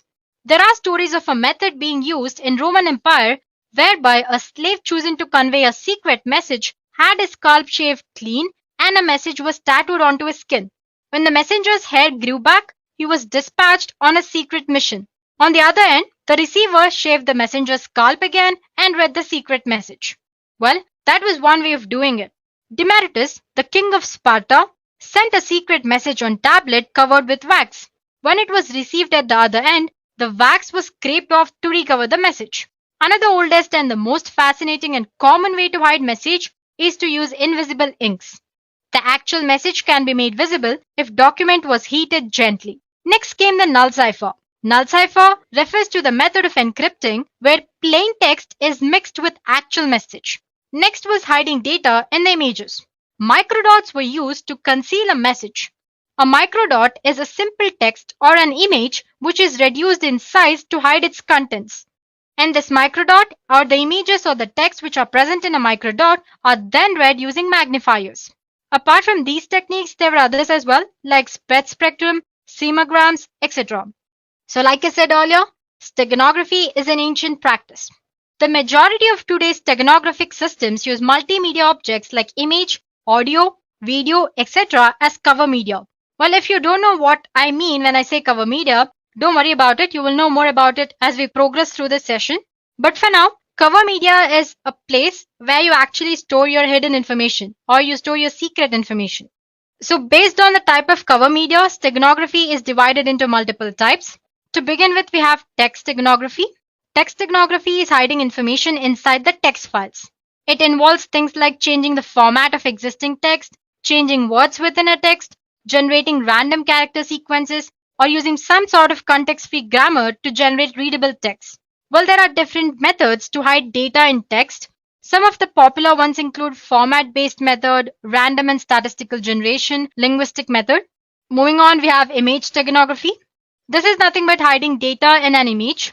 It's one of the most popular way of hiding data because in image, there are huge number of bits present in digital representation. So it's easy to store or hide data in an image. There are a lot of ways to hide your information inside an image. Common approach includes LSB steganography, which we'll be discussing in detail later. And then there is masking and filtering, some sort of encryption techniques, and many others. Moving on, audio steganography. It sounds according to its name. In audio steganography, a secret message is embedded into an audio signal, which alters the binary sequence of corresponding audio file. Then there is video steganography. In video steganography, you can hide any kind of data in digital video format. The advantage of this type of steganography is that large amount of data can be hidden very easily. You can think of it as a combination of image steganography and audio steganography. Well, there are two classes of video steganography. One is embedding data in uncompressed raw video and then compressing it later. Other one is embedding data directly into compressed data stream. And next there is network steganography. Like it sounds, it's a technique of embedding information within network control protocols like TCP, UDP, ICMP, and many others. For example, you can hide information in the header of an TCP IP packet in some fields that are either optional or not important. And finally, there's email steganography. It's not a very well-known type, but anyway, email that contains the files embedded within hidden information using steganography can be very difficult to detect as well as read. Now that we have learned of different types of steganography, let's take a look at few features that a steganographic technique must and should possess. I'm sure you can see an image of an adorable and cute kitten on the screen, right? Well, that's our cover image or the file where we store our secret data. So the first feature that any steganographic technique must possess is transparency. It's an important feature. Each cover media, it can be image or audio or video, has certain information hiding capacity. If more information or data is hidden inside the cover, then it will result in degradation of cover media. As you can see, the stego image or our final image after hiding data inside our cover image is not proper or exactly similar to our original image, right? So there's some sort of distortion. So if attacker notices this distortion, then our steganographic technique fails and there is possibility that our original message can be extracted and damaged by attacker. Well, that's the first feature. Next feature is robustness. Robustness is the ability of hidden message to remain undamaged even if the stegomedia undergoes some sort of transformation like cropping or scaling and blurring or linear and non-linear filtering or some sort of hindrance. So we have to make sure that technique in any way doesn't affect our secret message. And the last property, tamper resistance. This is one of the most important feature because if attacker is successful in destroying the steganographic technique, then the tamper resistant property makes it difficult for the attacker to alter or damage the original data. Well, you can think of it as a last step that as a sender you can do to protect your data from other people. Okay, so till now we have covered what steganography is, a bit about its history and its types. Now let's go through a basic steganographic model. Well, it's pretty simple concept. But before we start, we should be aware of few technical terms that I was using earlier and which I said I'll explain later. So here we go. We have something called cover object or cover file. This is the file that we will use to hide the information. It could be an image or a video or an audio or networked or the different types which we discussed earlier. And then there is our secret message. As you know, this is the secret information that we want to hide into cover object. And sometimes you also have something called stego key, and I'll explain you what that is when we encounter it. So let's get started then. So there is an steganographic encoder which uses some sort of steganographic method or function to embed the secret message, which is represented by M, into our cover object or cover file X. So as you can see, there's a function which takes X, which is our cover file, M that is secret message, and another input that's K. Like I said, K is nothing but key or stego key. It is a key to embed data in a cover and extract data from the stego medium. Well, it's optional. Using a key provides extra security, that is all. So basically our steganographic encoder method or function takes this cover image, secret message and key as an input and embeds our secret message into cover object. Embedding process generates a stego object and the stego object looks exactly like our cover object. Now this stego object is sent to receiver through the network without any encryption here. So this is where our steganographic encoding process ends. Now if on the other end, receiver wants to extract the secret message, all he has to do is feed the stego object into steganographic decoder, which also takes key as one of its input, and then as a result, he gets secret message which was intended for him. So like I said, it's a very simple process, right? So if I summarize, you have your cover file, which could be image, audio, or anything. And then you have your secret message. Both of them, along with the key, if you want, are fed into steganographic encoder. As a result, you get your stego object, which looks exactly same as cover object. And this stego object is sent to receiver through secure communication channel with or without encryption. On the other end, if receiver wants to extract the secret data, he feeds this stego object into steganographic decoder and he gets cover object and secret message as an output. So this is how steganography actually works. Well, if I want to make this process more secure, I can add one more step, which is encryption. Let's see how to do that. So like I said, there's a sender. Before actually feeding the secret information into steganographic encoder, he encrypts this secret message along with an encryption key. As a result, he gets a ciphertext, or like we discussed when we were discussing cryptography, the meaningless text or the ciphertext. This ciphertext along with steganographic key or stego key and cover file is fed into steganographic encoder. Embedding process generates a stego object, and this is where our encoding process ends. This stego object, which looks exactly like our cover object, is sent to receiver using a secure communication channel. Now on the other end, if the receiver wants to extract the secret message, he feeds this stego object along with stego key into steganographic decoder. As a result, he gets a ciphertext, and to decrypt the data, he feeds this ciphertext and the key, that's decryption key, into decryption algorithm. And as a result, he gets the secret message which was intended for him through the sender. So there you go, guys. That's simple. So like I said earlier, we discussed the most simple process. If you want to make it more secure, you can include encryption as well. So basically, any type of steganographic method or technique works this way. It's just that the type of algorithm they use or the encryption algorithm or the technique they use to embed data into an image or an video, or it could be anything that's cover object, is different. So guys, till now we've learned about what steganography is and how a steganographic technique actually works. It's time that we should learn about one of the most popular steganographic technique, which is LSB steganography. If you remember, earlier we talked about image steganography, where we hide secret data inside an image. Well, one of the popular technique to hide secret message inside an image is LSB steganography or least significant bit steganography. Now, before we jump into what LSB steganography is, let's take a look at a few basic concepts. On the screen, I have an image. To be more precise, let's call it a digital image. Every digital image is a finite set of digital values called pixels. You have probably heard the term before and generally know that pixels make up an image.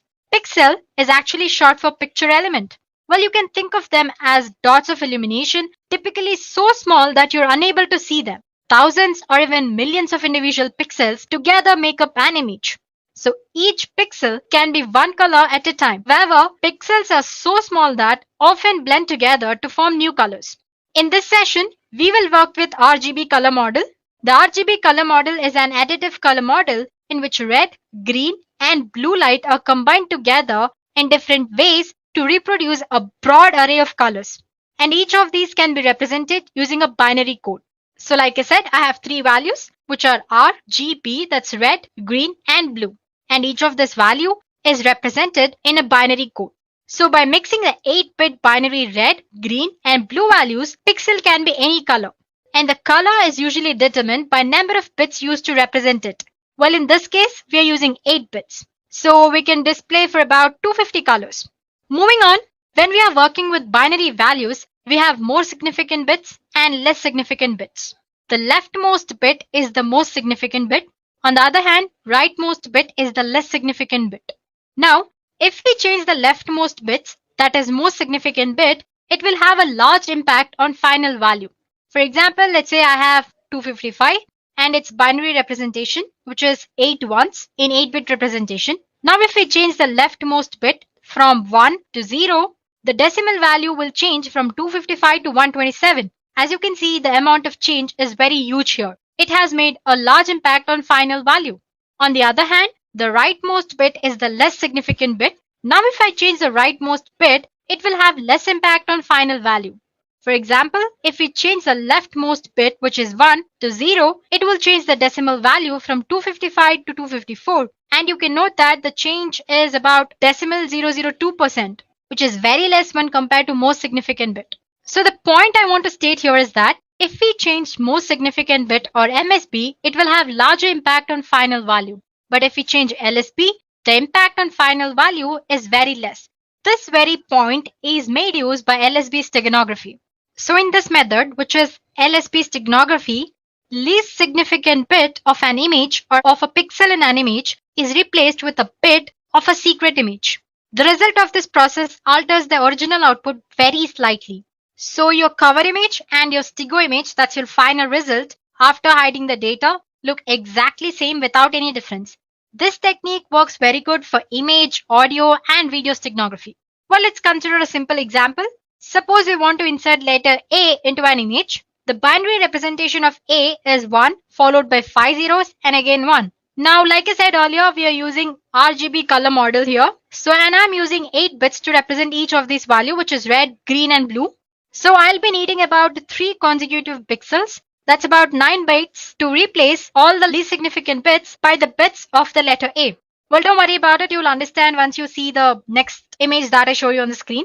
So, like I said, I'm considering 3 pixels, which is about 9 bytes. So, these are the pixels before insertion.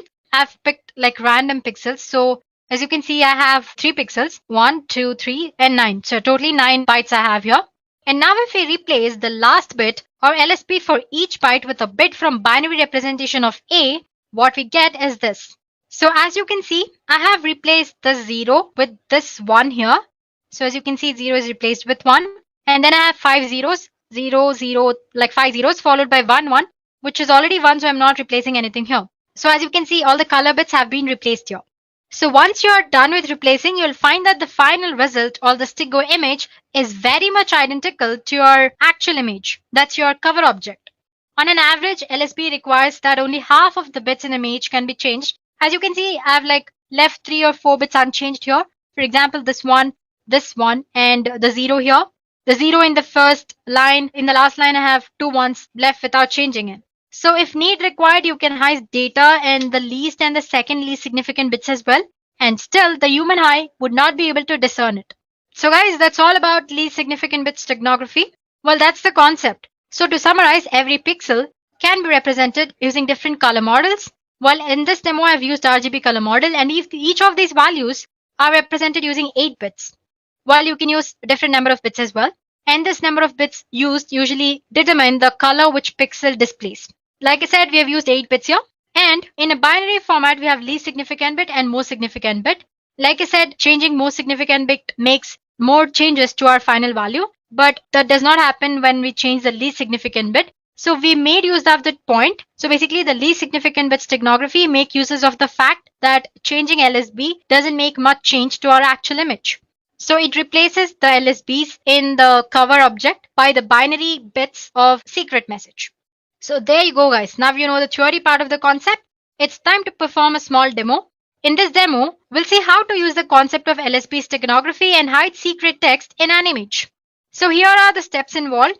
First, to encode the text into image, the program loads an image and looks or considers each pixel hexadecimal's value. Then the program asks you for the secret text and converts it into its binary form.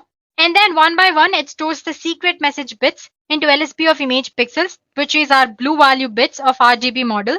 After the message is embedded into an image, program adds delimiter to the end to determine when the text ends. So here ends the encoding process. Suppose you want to retrieve the data, then the program extracts all the zeros and ones from the stego image until delimiter is found, and there goes our secret message. So these are the steps we'll be performing in the program.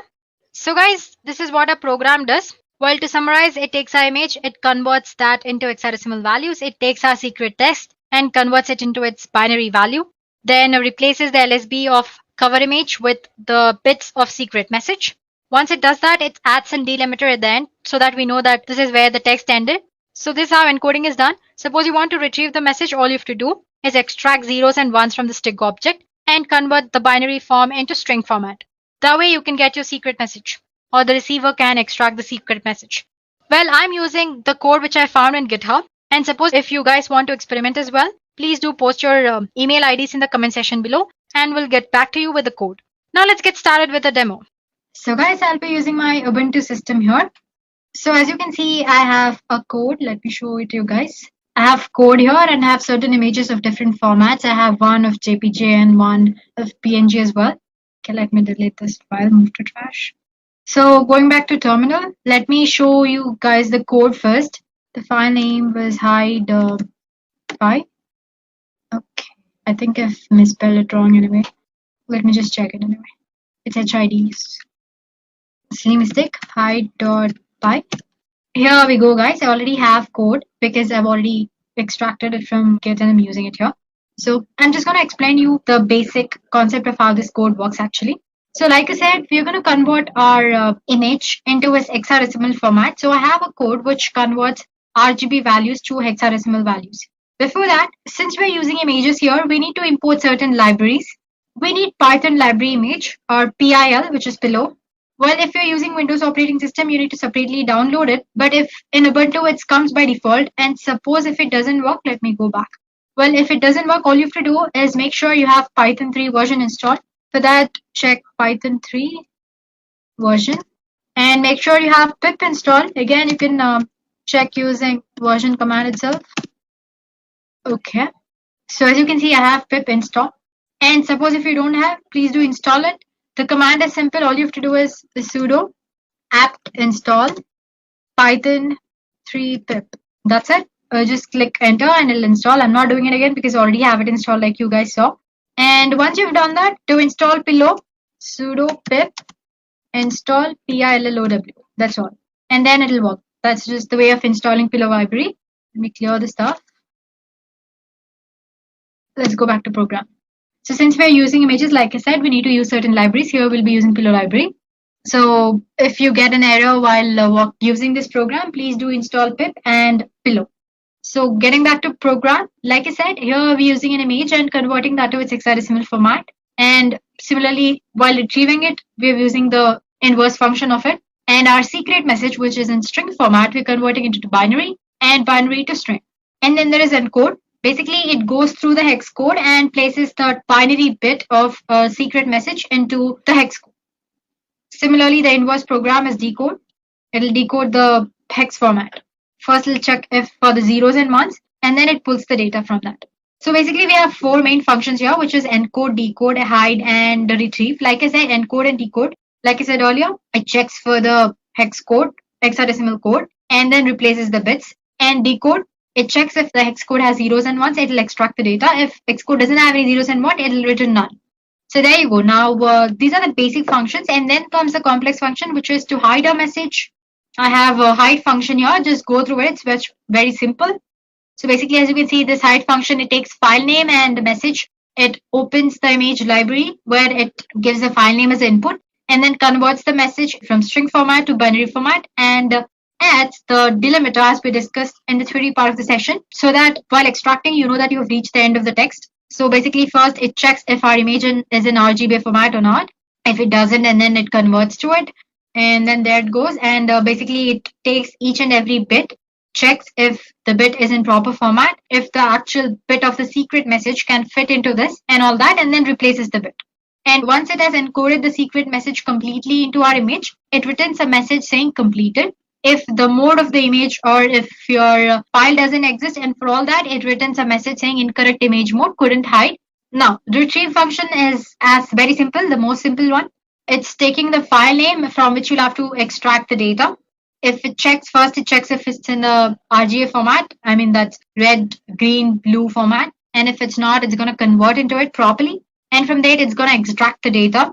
And then it retrieves all the zeros and ones until it finds delimiter. Once it has found the delimiter, it gets to know that it has reached the end of the text, and then it displays the message success. Otherwise, it will give you an error message. Finally, we have our main function. So basically, we're going to give like string. You have switch option while writing code, right? Either in Java or C++, anyway. Just like that, I'm going to give a code. Well, it's not going to display to the user, but anyway, it's in this code. According to the code, you need to use a command like Python, the file name, as in the file name and which contains the code, -e to embed the data, and the image and the text which has to be embedded and all that. Oh, we'll get to know when we actually perform the demo. So let me just summarize what we've learned in the code again. So just basically go through it. It's very simple. So like I said, we are using Pillow library. For that, we need to install it properly. If not, the program doesn't work. So make sure you have Python, and after that install pip, and through pip install Pillow.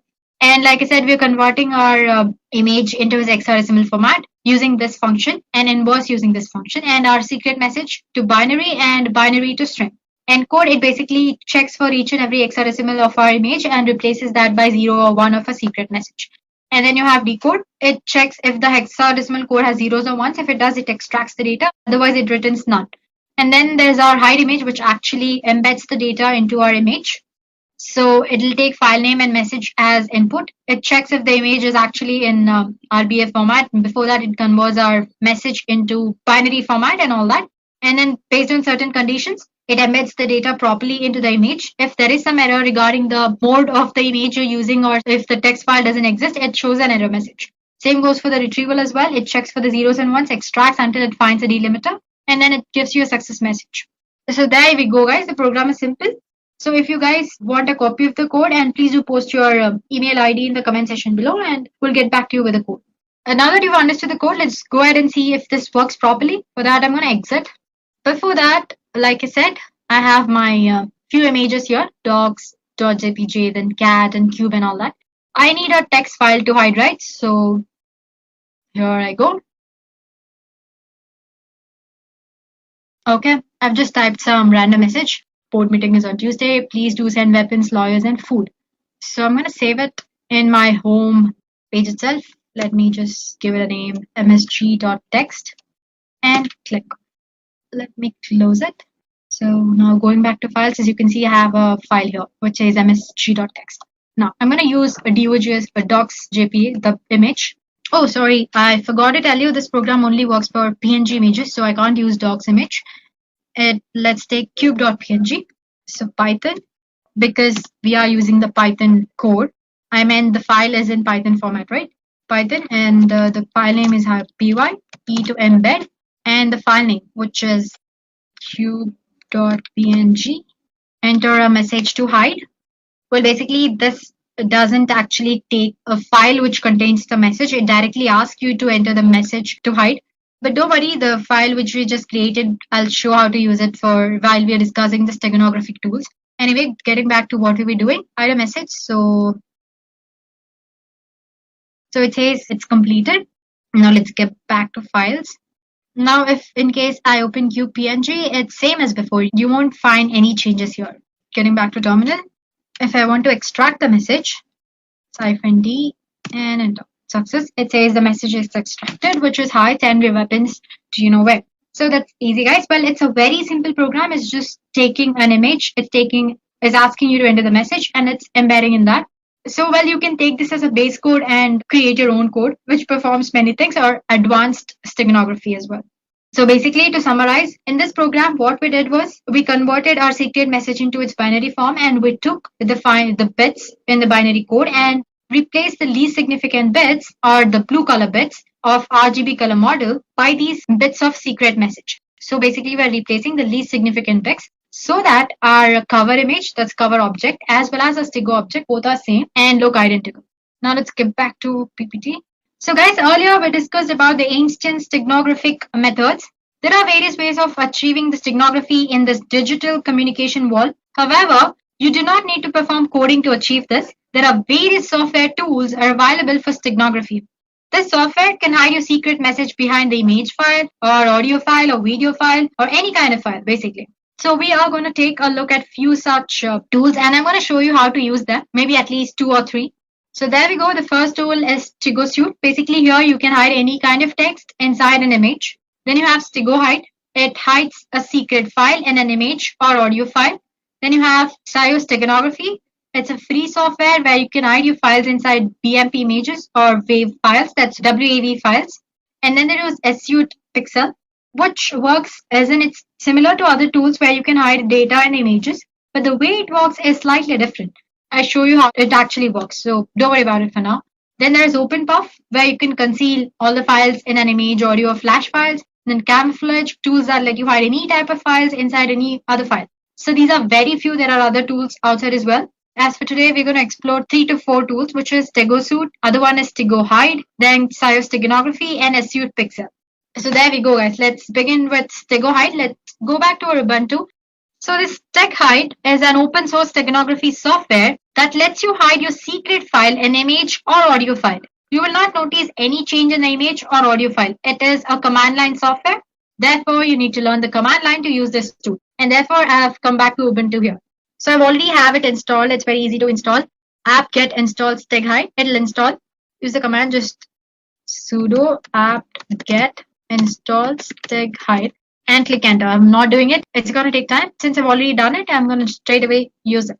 So StegHide.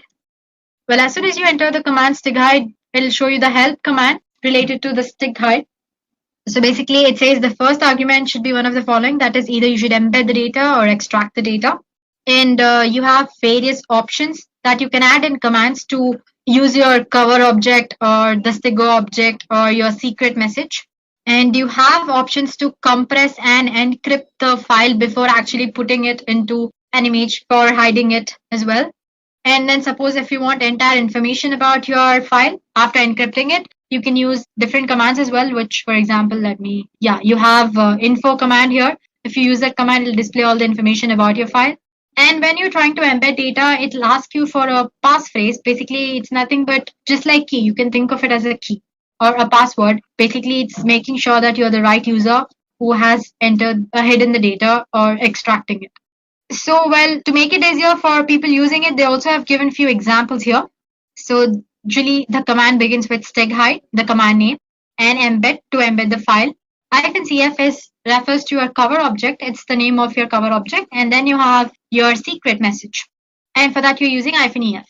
Let's do that. So StegHide, embed. Before that, let me go back to files. So I'm using this docs JPG and the message.txt, which we created earlier. Embed -cf. So that's docs.jpg. And -ef, which is our ms.txt, right? Cool. It says enter passphrase, which let's say ABCD. It says embedding and it's done. Now to check if it's done that properly or not, let's go back to files. I'm going to move it to desktop. Click on enter. Cool. Now let's go back to desktop. Here is our file. Now to extract, I'm using extract command. Before that, I need to go to my desktop, right? Because that's where my file is stored. Here we are, and steghide extract. SF is what you use to extract your Stego file. You can see it in the help session. And the name was docs.jpg. It's asking for the passphrase, more for security purposes. So it says extracted to message.txt. Now to check the file, you need to go back to desktop because that's where our file should be. And if you open that with editor, there you go. We have successfully extracted the data from the image. Now let's try a few other commands. Let me come back. Okay, let me try it here. Steghide. What was that? Info command, right? Info. And let's say, so as you can see, it's extracted the information about the file. It's in format, its capacity, and it says you want to get information about the emitted data as well. Why? Could not extract any data with the data phrase because already extracted the secret message from that file. Well, if you hadn't extracted, then maybe it would have showed the embedded content as well. So that's how you use Steghide. You have multiple other options as well. Like for example, when you were trying to embed, it asks you for the passphrase, right? Instead, if you don't want it to ask like this, you can use -p command and enter the passphrase. You can add it in the command itself here. And then it actually skips that step and actually goes back to this embedding message done step. So yeah, that's all about Steghide. Now let's go back to other tools. So the next tool we'll be using is a Stego Suite. It is a free steganography tool which is written in Java. And with Stego Suite, you can easily hide in confidential information and image files. So I have a file called sample here. I have certain images. It's in JPG format. It's a BMP file. And then there is a PNG file as well. So first tool that we're going to explore is Stego Suite. So Stego, yeah, there we go. This is the Stego Suite tool. It looks very simple. Basically, there's nothing here. So click on File, Open, and select the file in which you want to embed the text or the secret data. Let's go back to sample, and here I'm using this PNG image. Open. Here it's ask you for the text which you want to embed in the image. So this is the secret text I want to hide. If you want, you can give the password and embed. It says embedding completed. The file is saved to desktop sample image embed.jpg. Let's go back and check sample, and here we go. You have an image and properties. It's a JPG file. Let's try opening it. There you go, guys. It looks similar to our actual message. Well, it doesn't look different at all, but the data is actually hidden inside it, right? To know that, all you have to do is let's just rename this. Let's say image E. That's the embedded format of our image. It says the image is open. Okay, I'm gonna close Stego Suite. So yeah, you can see the image here. Let's rename it image E. Now, if you want to retrieve the message, Stego Suite, file, open, select the file in which the text was embedded, which is image E, and open. Enter the password, which is and extract. So as you can see, it has extracted the text message, which earlier I hid into the image. Hey, this is a secret test I want to hide. Well, go ahead and try to use it. It's fun. It doesn't have any other functionalities apart from these. It's a very basic, simple tool. Let's go to our next tool, which is Steganography. Well, it's a free software that can be used to hide secret files in BMP, that's bitmap images, or WAV files. Use of this tool is very easy. You can just open the software, load any BMP image or WAV file to its interface, and then add a file which you want to hide. And this also supports encryption, multiple formats. Well, instead of telling all this to you, let me just show it to you. So as you can see, I have it already installed. It's just one-step installation. And to add the file, as in to encode, you need to click on this add files option. To extract, you can use this. First, let's try to add files. So the first name, all you have to do is load your BMP or WAV file. And sample, I have one BMP image. I'm going to load it, open. Well, as you can see, this size is slightly bigger. Click on next here. So now that you've loaded your cover image, you'll have to load the image or the file which you want to store in this cover image. For that, you click on add file option here. Let's say I want to store this image. Let's try open and next. So as I said, it shows different encryption formats here. So you can select from various algorithms like RC4. Then you have triple DS, DS, triple DS with 1112 and many other formats. It's asking for the password. Give some password. Click on next. So the embedding is done. It's asking you to name the file. Let's say bird and save. So the final file is similar to the actual BMP image. You can't make out any changes, right? But there is a secret data which is hidden inside it, which is another image. Now let me close, finish. Let's try to extract it. Click on this extract files and load the source file, which should be a bird. Then open, next. It's asking for the password. So A, B, C, D, that's what I'd give it. And extract file, image2.j, save. File extract successful, okay. Finish, let's go back to the location and see. So here we go. We had tried to store this image2 in the bird, but after that we tried to extract it. So there we go, guys. The image has been successfully extracted. This way you can store any kind of file. It can be your Excel file or Word file, document file or PowerPoint file or image or anything. So that's your Xios steganography tool. So like I said, you can add the files, but to extract the message, you'll have to start using this file from the beginning again. Then let's go back to our next tool, which is Issued Pixel. It's here. Let me just check. I have installed it. I'm gonna extract all. Let's store it in our desktop. And okay. Now, if we go to desktop, this is our application, Pixel. Click on that. So guys, even this is a tool where you can store any kind of hidden information, but it has a different approach when compared to other tools. It uses image file as a key to protect your hidden text inside an image. That is, to hide and unhide text inside an image, you need to enter another image as a key. So as you can see, you have three images here. Original image, that's your target image, and delta image, which acts as a key. Instead of giving some password or anything, it takes another image as a key or passphrase. So open original image, desktop, let's go to samples. Let's try flying. Now you need to enter the message, hi. This is the text I want to hide. And here I'm clicking on encrypt message.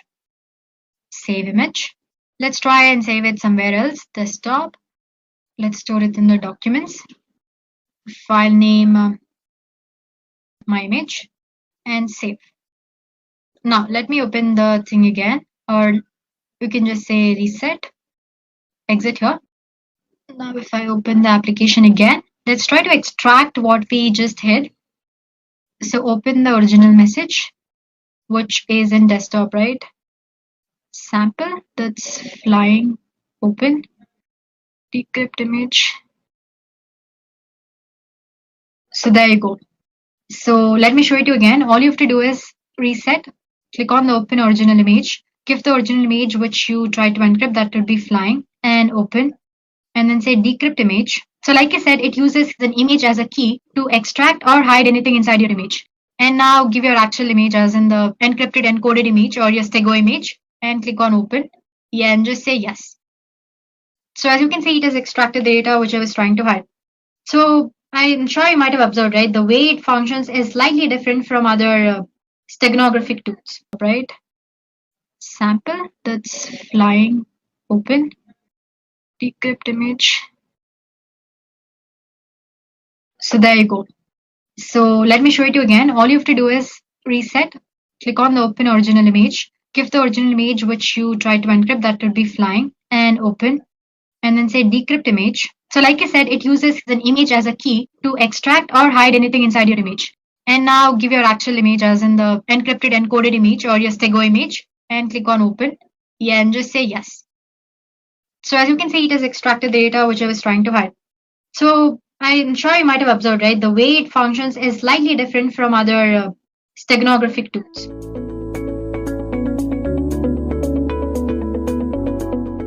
Now let's talk about the roadmap to become an ethical hacker. How your ethical hacking career begins depends on your current field of work. If you're not in an information technology field, you should definitely try shifting into one. Even though most jobs require you to have a bachelor's degree in computer science or cybersecurity related fields, exceptions are made for people with sound knowledge of operating systems, databases, and networking. Also, it is nigh impossible to directly become an ethical hacker. Most ethical hackers begin their career as tech support engineers who climb their way up by earning certifications like CCNA and CISSP before working towards the ultimate CE Edge certification. After earning your CE Edge certification, it is time to market yourself as an ethical hacker. Okay, now let's go over the roles and responsibilities of an ethical hacker. Now, there seems to be a general misconception that a person with an ethical hacking career is only responsible for penetration testing of systems and applications. This is not true, and an ethical hacker is responsible for much more.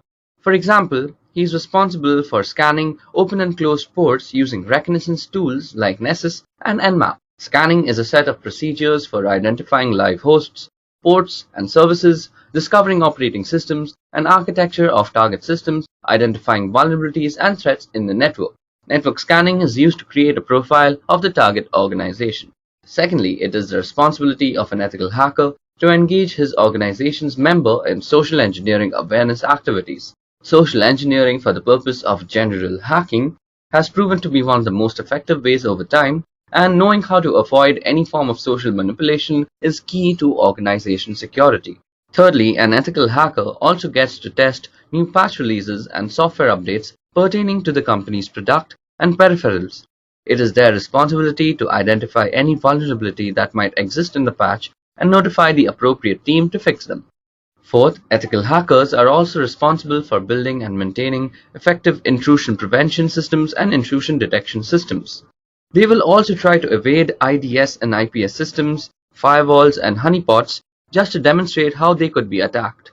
Intrusion detection is the process of monitoring events occurring in your network and analyzing them for signs of possible incidents, violations, or imminent threats towards your security policies. Intrusion prevention, on the other hand, is the process of performing intrusion detection and then stopping the detected incidents. These security measures are available as IPS and IDS systems, which become a part of your network to detect and stop potential attacks. Last but not the least, ethical hackers are responsible for employing strategies like sniffing networks, bypassing and cracking wireless encryption, and hijacking web servers and web applications for testing and security of a system. An ethical hacker strives to replicate the working of a black hat hacker by analyzing the defense protocols and social engineering aspects of an organization. His job is to make sure an organization reacts to these situations well enough if they are not already doing so. Okay, so those were the roles and responsibilities of an ethical hacker. Now let's go over the skill sets that you might need to become an ethical hacker yourself. Now, a person with an ethical hacking career is expected to be proficient in database handling, networking, and operating systems, and also have excellent soft skills as they need to communicate problems regarding security to the rest of the organizations. Other than these generalized skill sets, an ethical hacker also has to have a good grasp on the following skills that we're going to discuss now. Now, the first skill is network traffic sniffing. Sniffing is the process of monitoring and capturing all the packets through a given network using sniffing tools. It is a form of tapping phone wires and to get to know about the conversation. It is also called wiretapping and applied to the computer networks. Next, ethical hackers should also know how to orchestrate different types of network and database attacks, as their main job is to predict black hat hackers, and to do this, one must be able to think and act like a black hat hacker. Third, ethical hackers have to deal with different kinds of operating systems on a daily basis, with Linux being the daily driver. So, it is obvious that an ethical hacker needs to have an in-depth knowledge of the working of operating systems in general. For example, they should know how to look for exploits in buffer vulnerabilities. Next, ethical hackers also have to deal with different kinds of database formats, whether it be SQL, PostgreSQL, NoSQL. An ethical hacker at least needs to have a general knowledge of their working and architecture. Fifth, an ethical hacker should also be proficient in cryptography and cryptanalysis, which is basically the deciphering of ciphertext without knowing the key. This is also the fundamentals of password cracking using different methods like brute force, dictionary attacks, rainbow table attacks, and so on. Now, ethical hackers generally are endowed with the responsibility of network traffic monitoring. Therefore, they must be proficient in intrusion detection and prevention techniques, session hijacking knowledge, and an overall in-depth knowledge of networking in general. Last but not the least, ethical hackers also need to make custom softwares to tackle the use case specific security flaws that might be affecting the company. Now, this requires a general knowledge of programming languages so that you can execute the solutions to the problems that you find in the organization. Above that, programming will also help you automate a lot of tasks that would generally take a lot of precious time.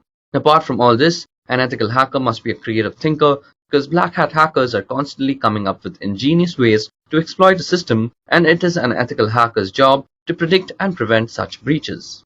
Now let's talk about the job trends that is in ethical hacking industry. Now, as I had discussed in the beginning of this video, cybersecurity has emerged as a high growth field of 2017 and possibly of the entire decade. During the 5 years between 2012 and 2017, listings of cybersecurity jobs increased by a whopping 75% according to the analysis made by Bureau of Labor Statistics. Now, this has led to a lot of unfilled positions, so jobs are plenty and they pay well too. Now, let's go with the companies that are hiring ethical hackers. Now, an ethical hacker finds a job in any company which has an internet-facing site or anything to do with the web. These include college institutions like MIT and even private companies ranging from logistics services to data warehousing companies, for example, Wipro, Ernst & Young, Infosys, and even IBM.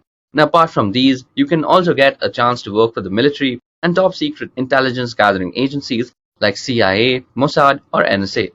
Now coming to the final question, that is, how much money does an ethical hacker make?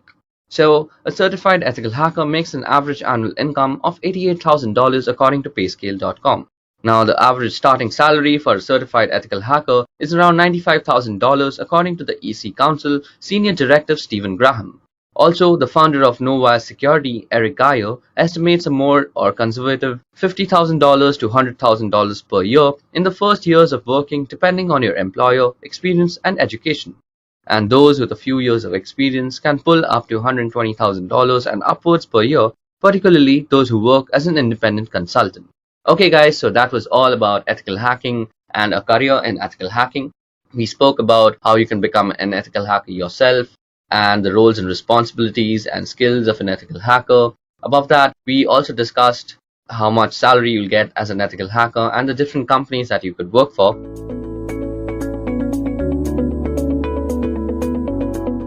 So the first question is, what do you mean by cybersecurity? So as an interviewee, I'd expect that the candidate should first tell me the need for cybersecurity, his views on cybersecurity. So the candidate should be like this. Today's generation lives on the internet, and we general users are almost ignorant as to how those random bits of ones and zeros reach securely to our computer. For a hacker, it's a golden age. With so many access points, public IPs, and constant traffic and tons of data to exploit, black hat hackers are having one hell of a time exploiting vulnerabilities and creating malicious software for the same. Above that, cyber attacks are evolving by the day. Hackers are becoming smarter and more creative with their malware, and how they bypass virus scans and firewalls still baffle many people. Therefore, there has to be some sort of protocol that protects us against all these cyber attacks and makes sure our data doesn't fall into the wrong hands. This is exactly why we need cybersecurity. Now for defining cybersecurity, here goes. Cybersecurity is a combination of processes, practices, and technologies designed to protect networks, computers, programs, data, and information from attack, damage, or unauthorized access. Okay, so moving on to the next question is, what do you have on your home network? So, a home network gives you a test environment for experimentation. Active Directory domain controller, a dedicated firewall appliance, and a net-attached toaster. As long as you are learning and fiddling with it, that's what matters. I've augmented the router my ISP provided with an Apple AirPort Extreme, which provides better wireless performance to some devices. From there, I've extended the wired part of the network into two parts of the house using 5-port Ethernet switches, my office and living room, each with 4 devices. In the office, I have a network-attached storage device which provides shared data folders to every device for movies and TV streaming anywhere in the house as well as backups. In the living room is a range of gaming consoles, a TiVo box, and an Android media player. Despite owning a smart TV, it's not hooked into my network simply because the device we own do a far better job of anything the smart TV offers. Okay, now moving on to the next question is, what is encryption and why is it important? Well, a process of converting data into an unreadable form to prevent unauthorized access and thus ensuring data protection is called encryption. Encryption is important because it allows you to securely protect data that you don't want anyone else to have access to. Businesses use it to protect corporate secrets, governments use it to secure classified information, and many individuals use it to protect personal information to guard against things like identity theft. Okay, so that explains encryption and why it is important. Moving on, tell me the difference between symmetric and asymmetric encryption. Okay, so if we compare on the basis of keys, symmetric encryption has the same secret key for both encryption and decryption, whereas asymmetric uses different keys for encryption and decryption purposes. Performance-wise, symmetric encryption is fast but is more vulnerable, while asymmetric encryption is slightly slower due to high computation. Some examples of symmetric are DES and 3DES, while asymmetric, the most popular is RSA and Diffie-Hellman. Okay, so time for the next question. So what is the CIA triad? Now, in this question, the candidates should explain what is CIA triad and what it is used for. So here's the answer. The CIA triad for information security provides a baseline standard for evaluating and implementing information security, irrespective of the system and/or organization in question, where confidentiality is all about making sure that data is accessible only to its intended individual. Measures undertaken to ensure confidentiality are designed to prevent sensitive information from reaching the wrong people while making sure that the right people can in fact get it. Integrity, on the other hand, is all about making sure that data is kept properly intact without it being meddled with in an unauthorized way. Data must be changed in transit, and steps must be taken to ensure that data can be altered by unauthorized people. These measures include file permission and user access controls.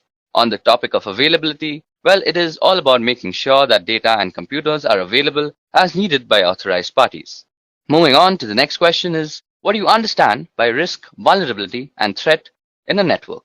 Well, threat refers to someone or something with the potential to do harm to a system or an organization.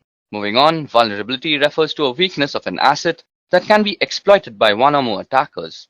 In other words, it is an issue or bug that allows an attack to be successful. Last but not the least, risk refers to the potential for loss or damage when a threat exploits a vulnerability. Okay, the next question is, how do you report risk? Well, risk needs to be assessed first before it can be reported. There are two ways you can actually analyze risk. The first is, it can be either quantitative or qualitative. This approach is suitable for both technical and business guys.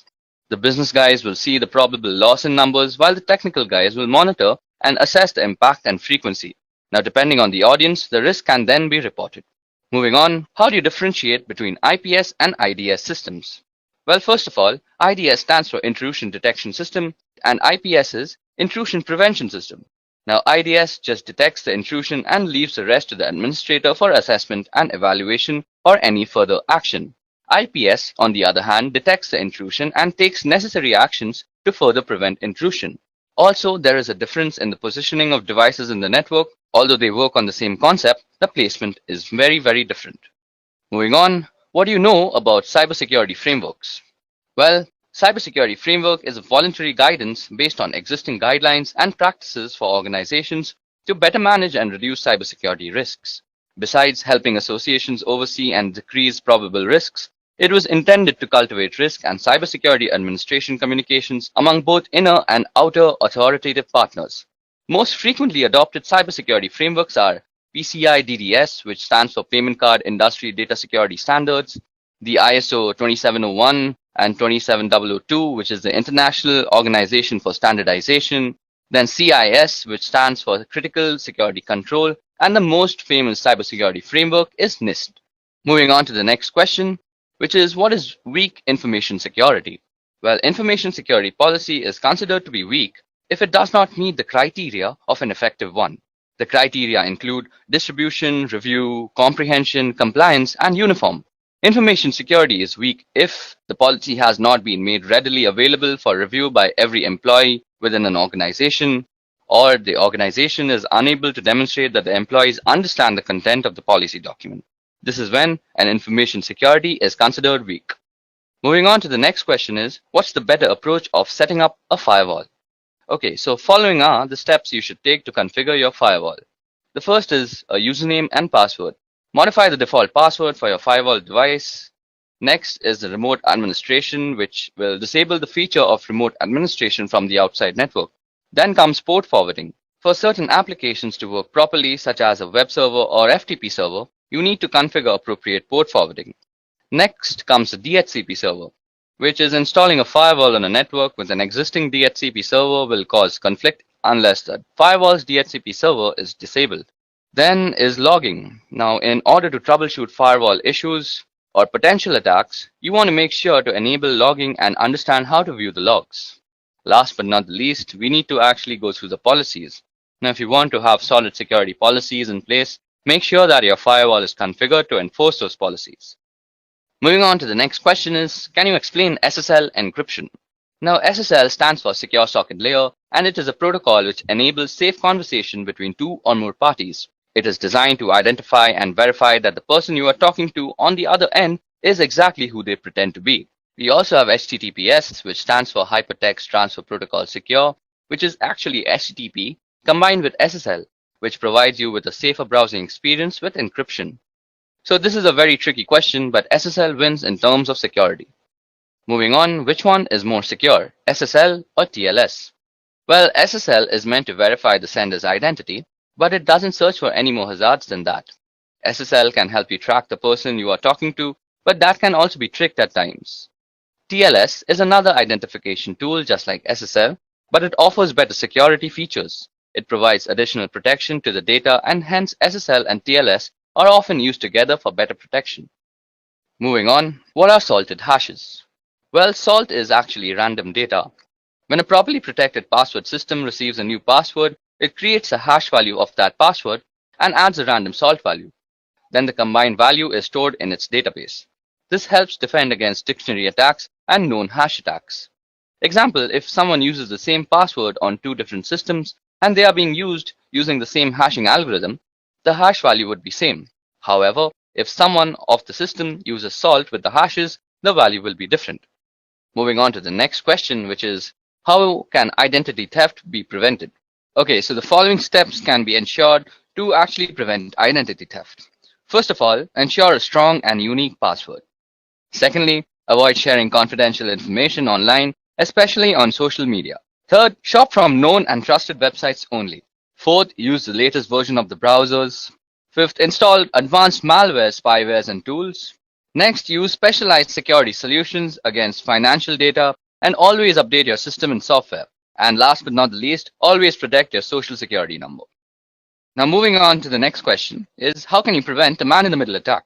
Okay, so an MITM attack happens when communication between two parties, that is systems, is intruded or intercepted by an outside entity. This can happen in any form of online communication, such as email, social media, web surfing, etc.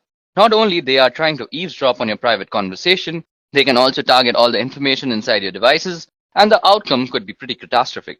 So the first method to prevent this attack would be to have encryption, preferably public key encryption between both the parties. This way, they both will have an idea with whom they are talking with because of the digital verification. Secondly, to prevent this, it is best to avoid open Wi-Fi networks, and if it is necessary, then use plugins like HTTPS, Force TLS, etc. Moving on to the next question, which is, state the differences between encoding, hashing, and encryption. Okay, so the purpose of encoding is to transform data so that it can be properly and safely consumed by a different type of system. That is, example, a binary data being sent over email or viewing special characters on a web page. The goal is not to keep information secret, but rather to ensure it's able to be properly consumed. Examples include ASCII, Unicode, URL encoding, and Base64. Now, the purpose of encryption is to transform data in order to keep it secret from others. Example, sending someone a secret letter that only they should be able to read, or securely sending a password over the internet. Rather than focusing on usability, the goal is to ensure that data cannot be consumed by anyone other than the intended recipients. Examples include AES, Blowfish, and RSA. Now, hashing serves the purpose of ensuring integrity. That is, it makes sure that if something has changed, you know that some change has taken place. Technically, hashing takes arbitrary inputs and produces a fixed length of string. Example are SHA-3, MD5, which is now obsolete, and SHA-256, etc. Now, moving on to the next question, which is, what steps will you take to secure a server? Now, Secure Server uses the Secure Socket Layer protocol for data encryption and decryption to protect data from unauthorized interception. Here are 4 simple ways you can actually secure a server. So the first way is that you make sure that you have a secure password for your root and administrator user. Secondly, the next thing you need to do is to make new users on your system. These will be the users you'll use to manage the system. Step 3 is remove remote access from the default or root administrator accounts. And the last step is to configure your firewall rules for remote access. Okay, so the next question is, what is a DDoS attack and how is it mitigated? Okay, so DDoS stands for Distributed Denial of Service. When a network is flooded with large number of requests, which is not recognized to handle, making the server unavailable to the legitimate request senders. DDoS can be mitigated by analyzing and filtering the traffic in the scrubbing centers, and the scrubbing centers are centralized data cleaning stations wherein the traffic to a website is analyzed and malicious traffic is removed. Okay, so the 20th question is, why do you need DNS monitoring? The domain name system allows your website under a certain domain that is easily recognizable also keeps the information about other domain names. It works like a directory for everything on the internet. Thus, DNS monitoring is very important since you can easily visit a website without actually having to memorize their IP addresses. DNS has an important role in how end users in your enterprise connect to the internet. Inspecting DNS traffic between clients' devices and your local recursive resolver could be revealing a wealth of information for forensic analysis.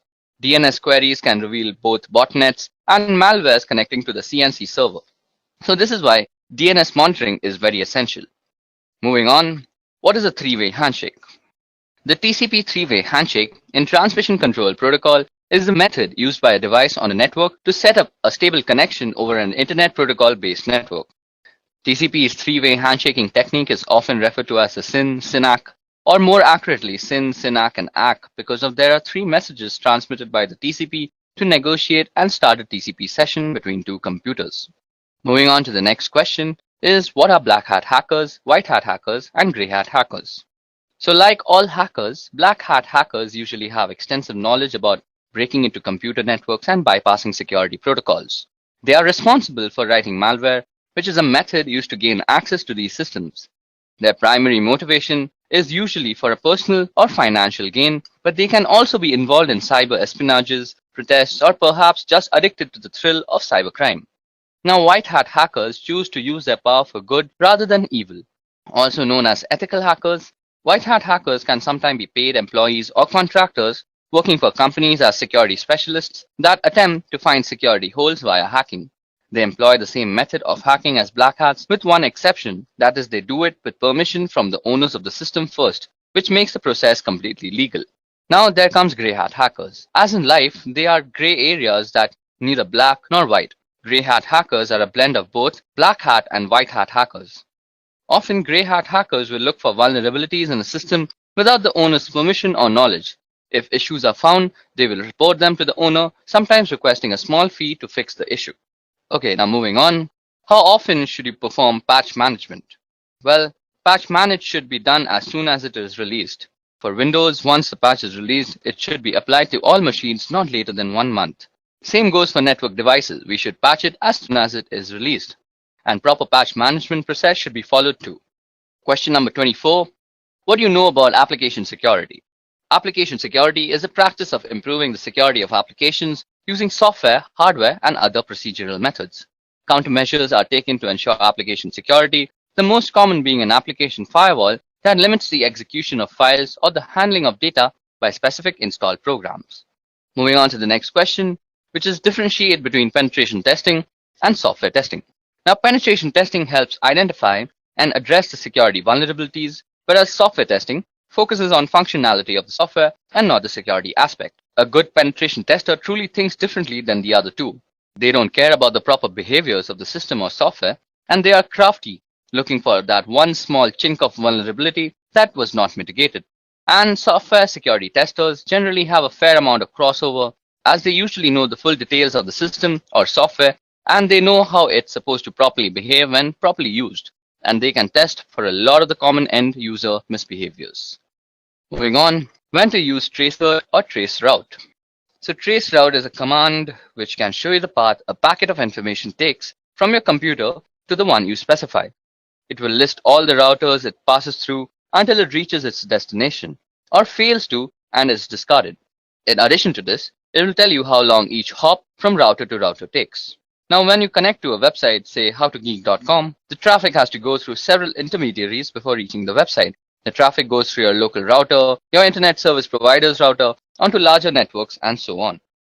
Okay, so moving on to question number 27, which is tell me something about the common cyber attacks that plague us today. I'm going to be discussing 8 cyber threats. Firstly, it's malware.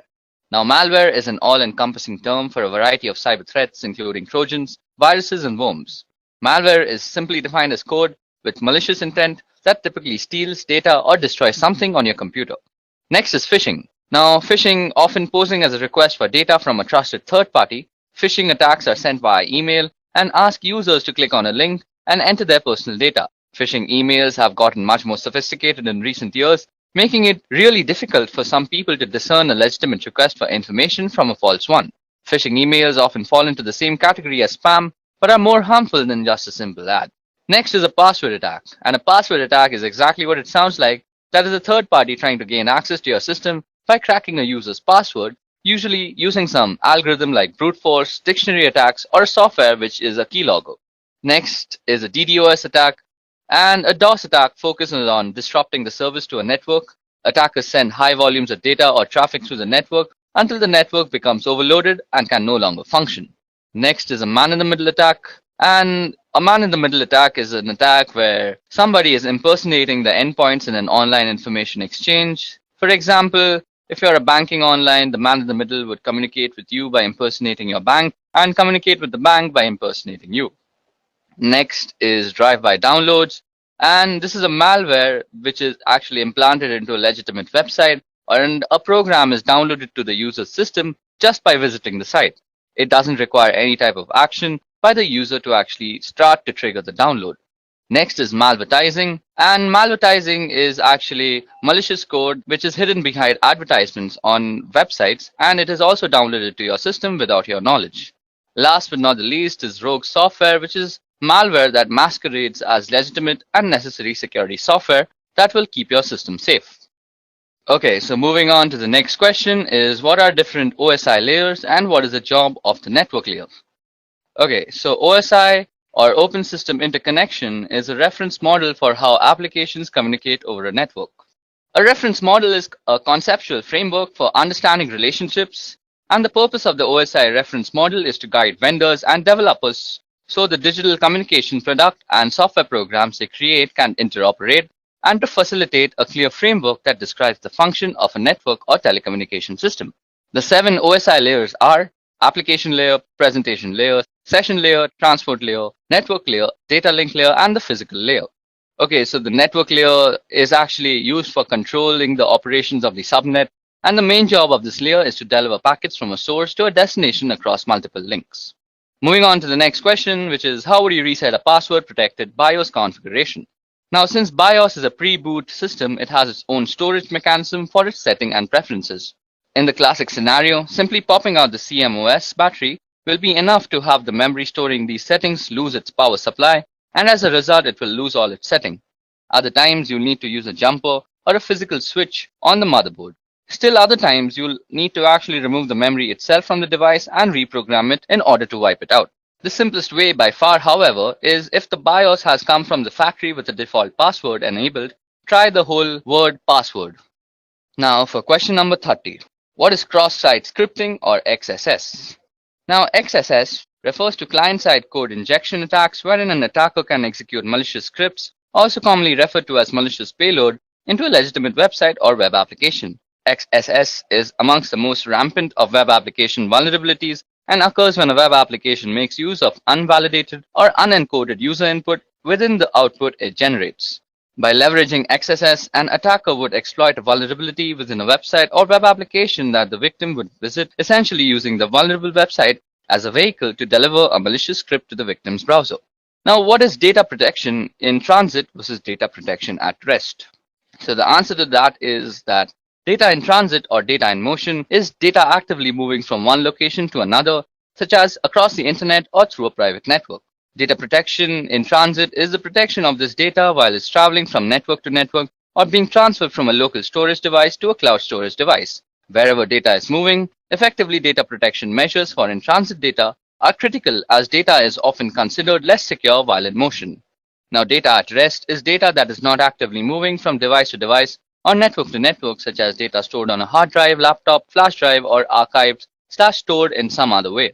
Data protection at rest aims to secure inactive data stored on any device or network. While data at rest is sometimes considered to be less vulnerable than data in transit, attackers often find data at rest a more valuable target than data in motion. The risk profile for data in transit or data at rest depends on the security measures that are in place to secure data in either state. Moving on to question number 32 is tell me the differences between cybersecurity and network security. Okay, so cybersecurity describes that the policies and procedures implemented by a network administrator to avoid and keep track of unauthorized access, exploitation, modification, or denial of the network and the network resources. Network security describes the process and practices designed to protect network, computers, programs, and data from attack, damage, or unauthorized access. In a computing context, security includes both cybersecurity and physical security. While cybersecurity is concerned with threats outside the castle, network security is worried about what is going on within the castle walls. The cybersecurity specialist is the crusading knight defending the kingdom, and network security focuses on the barbarians at the gate and how the castle connects to the world around it. Moving on to question number 33, which is how will you prevent data leakage? Data leakage is when data gets out of the organization in an unauthorized way.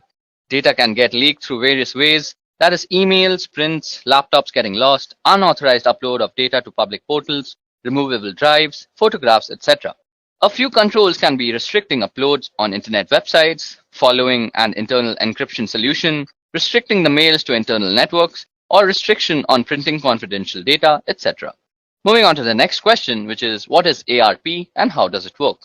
Okay, so Address Resolution Protocol, or ARP, is a protocol for mapping an internet protocol address to a physical machine address that is recognized on the local network. On the topic of how it works, when an incoming packet destined for a host machine on a particular local area network arrives at a gateway, the gateway asks the ARP program to find a physical host or MAC address that matches the IP address. Now the ARP program looks into the ARP cache, and if it finds the address, it provides it so that the packet can be converted to the right packet length and format and send it to the machine. Now if no entry is found for the IP address, ARP broadcasts a request packet in a special format to all machines on the LAN to see if one machine knows that it has the IP address associated with it. So for question number 35 is what is 2FA and how can it be implemented for the public websites? So an extra layer of security that is known as multi-factor authentication requires not only a password and username but also something that only that user has on them. That is a piece of information only they should know or have immediately to hand, such as a physical token. Authenticator apps replace the need to obtain verification code via text, voice call, or email. For example, to access a website or web-based service that supports Google Authenticator, the user types in their username and password. That is a knowledge factor. Okay, now time for question number 36, which is what techniques can we use to prevent brute force login attacks? So here the attacker tries to determine the password for a target through a permutation of fuzzing process. As it is a lengthy task, attackers usually employ software such as Fuzzer to automate the process of creating numerous passwords to be tested against target. To avoid such attacks, password best practices should be followed, mainly on critical resources like servers, routers, exposed services, and so on. Okay, so now time for the next question, which is what is cognitive cybersecurity? Now the applications of artificial intelligence technologies pattern on human thought process to detect threats and protect its physical and digital system. Self-learning security systems use data mining, pattern recognition, and natural language processing to simulate the human brain, albeit in a high-powered computer model. This is exactly what cognitive cybersecurity is. So what is port blocking within LAN? Well, restricting the users from accessing a set of services within the local area network is called port blocking. Stopping the source to not to access the destination node via ports as applications work on the port, so ports are blocked to restrict the access, filling up the security holes in the network infrastructure. Okay, so time for question number 39, which is what is the difference between VPN and VLAN? Okay, so VPN is related to remote access to the network of a company, while VLAN basically means to logically segregate networks without physically segregating them with various switches. Now, while VPN saves the data from prying eyes while in transit and no one on the net can capture the packets and read the data, VLAN does not involve any encryption technique, but it is only used to slice up your logical network into different sections for the purpose of management and security. Okay, so it's time for question number 40. So the question is, what protocols fall under the TCP/IP internet layer? Okay, so I'll be going through the 5 layers that consist the TCP/IP protocol, and I'll also be listing out the protocols that are inside every layer. So starting with the physical layer, the protocols that reside in the physical layer are the Ethernet IEEE 802.3 and the RS-232 from one of the many protocols. And moving on to the data link layer, we have the PPP protocol, the IEEE 802.2 protocol. Then moving on to the network layer, it's governed by the IP protocol, the ARP protocol, which is basically the address resolution protocol, and the ICMP protocol. Then moving on ahead is the transport layer. Now the transport layer has 2 main protocols, namely the TCP and the UDP protocols. And last but not least, we have the application layer, which is governed by a multiple of protocols, namely NFS, NIS+, DNS, Telnet, FTP, RIP, SNMP, and various other protocols as such. Okay, so that brings us to the end of the general interview questions that might be asked in any cybersecurity interview. Now moving on to the scenario-based questions. So first, I'll be reading out the scenario, and then I'll ask the questions regarding the scenario 2. Okay, so for scenario number 1, we have, you received the following email from help desk. So the email goes as follows. Dear UCSC email user, beginning next week, we will be deleting all inactive email accounts in order to create space for more users. You are required to send the following information to continue using your email account. If we do not receive this information from you by the end of the week, your email account will be closed. So then the email actually goes on to ask the various credentials like name, email login, password, DOB, and alternate email. And then it says, please contact the webmail team with any questions and thank you for your immediate attention. So in such a scenario, what do you do and justify your actions for doing so? Okay, so this email is a classic example of phishing trying to trick you into biting. The justification is the generalized way of addressing the receiver, which is used in mass spam mails. Above that, a corporate company will never ask personal details on mail. They want your information, so don't respond to the mail, instant message, text, phone calls, etc. asking you for your password or other private information. You should never disclose your password to anyone, even if they say they work for the UCSC, ITS, or any other campus organization. Moving on to the next scenario, which is a friend sends an electronic Hallmark greeting card to your work email. You need to click on the attachment to see the card. What do you do and justify your actions? Well, this one has 4 big risks. Firstly, some attachments contain viruses or other malicious programs. So just in general, it's risky to open unknown or unsolicited attachments. Secondly, also in some cases, just clicking on a malicious link can infect a computer. So unless you are sure a link is safe, don't really click on it. Third, email addresses can be fake. So just because the email says it is from someone you know, you can't be certain of this without checking with the person. Fourth, finally, some websites and links look legitimate, but they're really hoaxes designed to steal your information. So what we have to do is actually not click on the email and actually ignore it completely.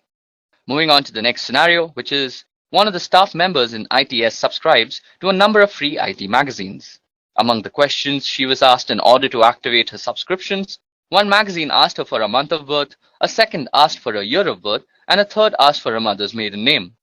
What you infer is going on in this situation and justify. Well, all 3 newsletters probably have the same parent company or are distributed through the same service. The parent company or service can combine individual pieces of seemingly harmless information and use or sell it for identity theft. Then it is even possible that there is a 4th newsletter that asks for a day of birth as one of the activation questions. Often questions about personal information are optional. In addition to being suspicious about situations like the one described here, never provide personal information when it is not legitimately necessary or to people or companies you don't personally know. So now time for scenario number 4. Well, in our computing labs and departments, print billing is often tied to users' login. People log in, they print, and then they get a bill. Sometimes people call to complain about bills for printing they never did, only to find out that the bills are indeed correct. So what you infer is going on in this situation and justify your inference. Sometimes they realize they loaned their account to a friend who couldn't remember his or her password and the friend did the printing and thus the charges. It's also possible that somebody came in from behind them and used their account. Now, this is an issue with shared or public computers in general. If you don't log out of the computer properly when you leave, someone else can come in from behind and retrieve what you were doing and use your accounts. Always log out of accounts, quit programs, and close browser windows before you walk away from a general public computer. Now, moving on to scenario number 5, we have that we saw a case a while back where someone used their Yahoo accounts at a computer lab on a campus.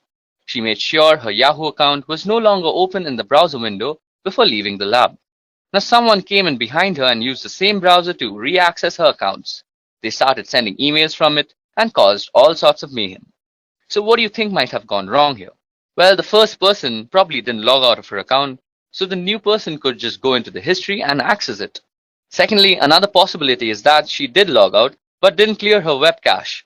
This is done through the browser menu to clear pages that the browser has saved for future use. Time for scenario number 6 now. Okay, so 2 different offices on campus are working to straighten out an error in an employee's bank account due to a direct deposit mistake.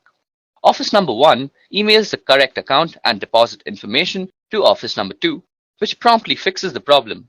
The employee confirms with the bank that everything has indeed been straightened out. So what is exactly wrong here? Well, account and deposit information is sensitive data that could be used for identity theft. Sending this or any kind of sensitive information by email is very risky because email is typically not private or secure.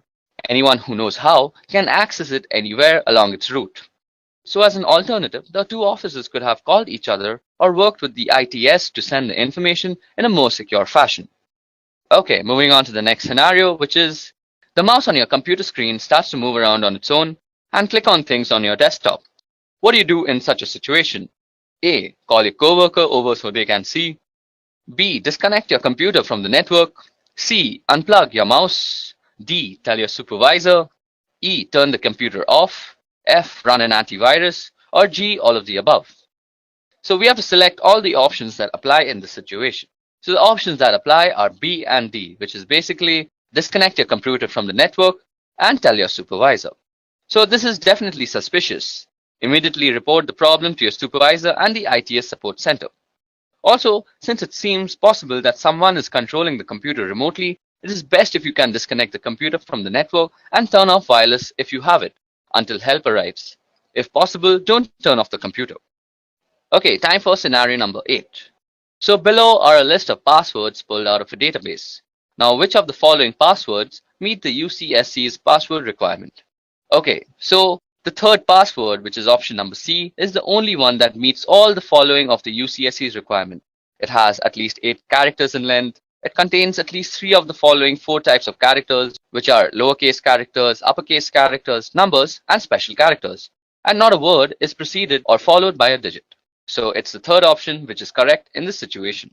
Moving on to the second last scenario we have for today is you receive an email from your bank telling you there is a problem with your account. The email provides instructions and a link so you can log in to fix your account and fix the problem in doing so. So what should you do? Well, we have to delete the email, and better yet, use the web client that is Gmail, Yahoo Mail, etc. and report it as spam or phishing and then delete it. Any unsolicited email or phone call asking you to enter your account information, disclose your password, financial account information, social security number, or any other private or personal information is suspicious, even if it appears to be from a company you are familiar with. Always contact the sender using a method you know is legitimate to verify that the message is indeed from them. Okay, so it's time for our last scenario of the day, which is a while back, the IT folks got a number of complaints that one of our campus computers was sending out Viagra spam. They checked it out and the reports were true. A hacker had installed a program on the computer that made it automatically send out tons of spam email without the computer's own knowledge. So how do you think the hacker got into the computer to set this up? Well, this was actually the result of a hacked password. Using passwords that can be easily guessed and protecting your password by not sharing them or writing them down can help to prevent this. Passwords should be at least 8 characters in length and use a mixture of uppercase, lowercase letters, and numbers and symbols. Even though in this case it was a hacked password, other things could possibly lead to this are that out-of-date patches and updates, the lack of an antivirus software or an out-of-date antivirus software, or clicking on an unknown link or attachment, or downloading unknown or unsolicited programs onto your computer. Okay guys, so that was it for the session on cybersecurity interview questions. If you all have any questions regarding any of the questions that were discussed here, please put a comment down below. If you all also want the PowerPoint presentation that's shown out here, you all can also comment for that. And if you all want any other cybersecurity related specific interview questions, please do comment for that. I'll make a video on them soon. That's it from me. Goodbye.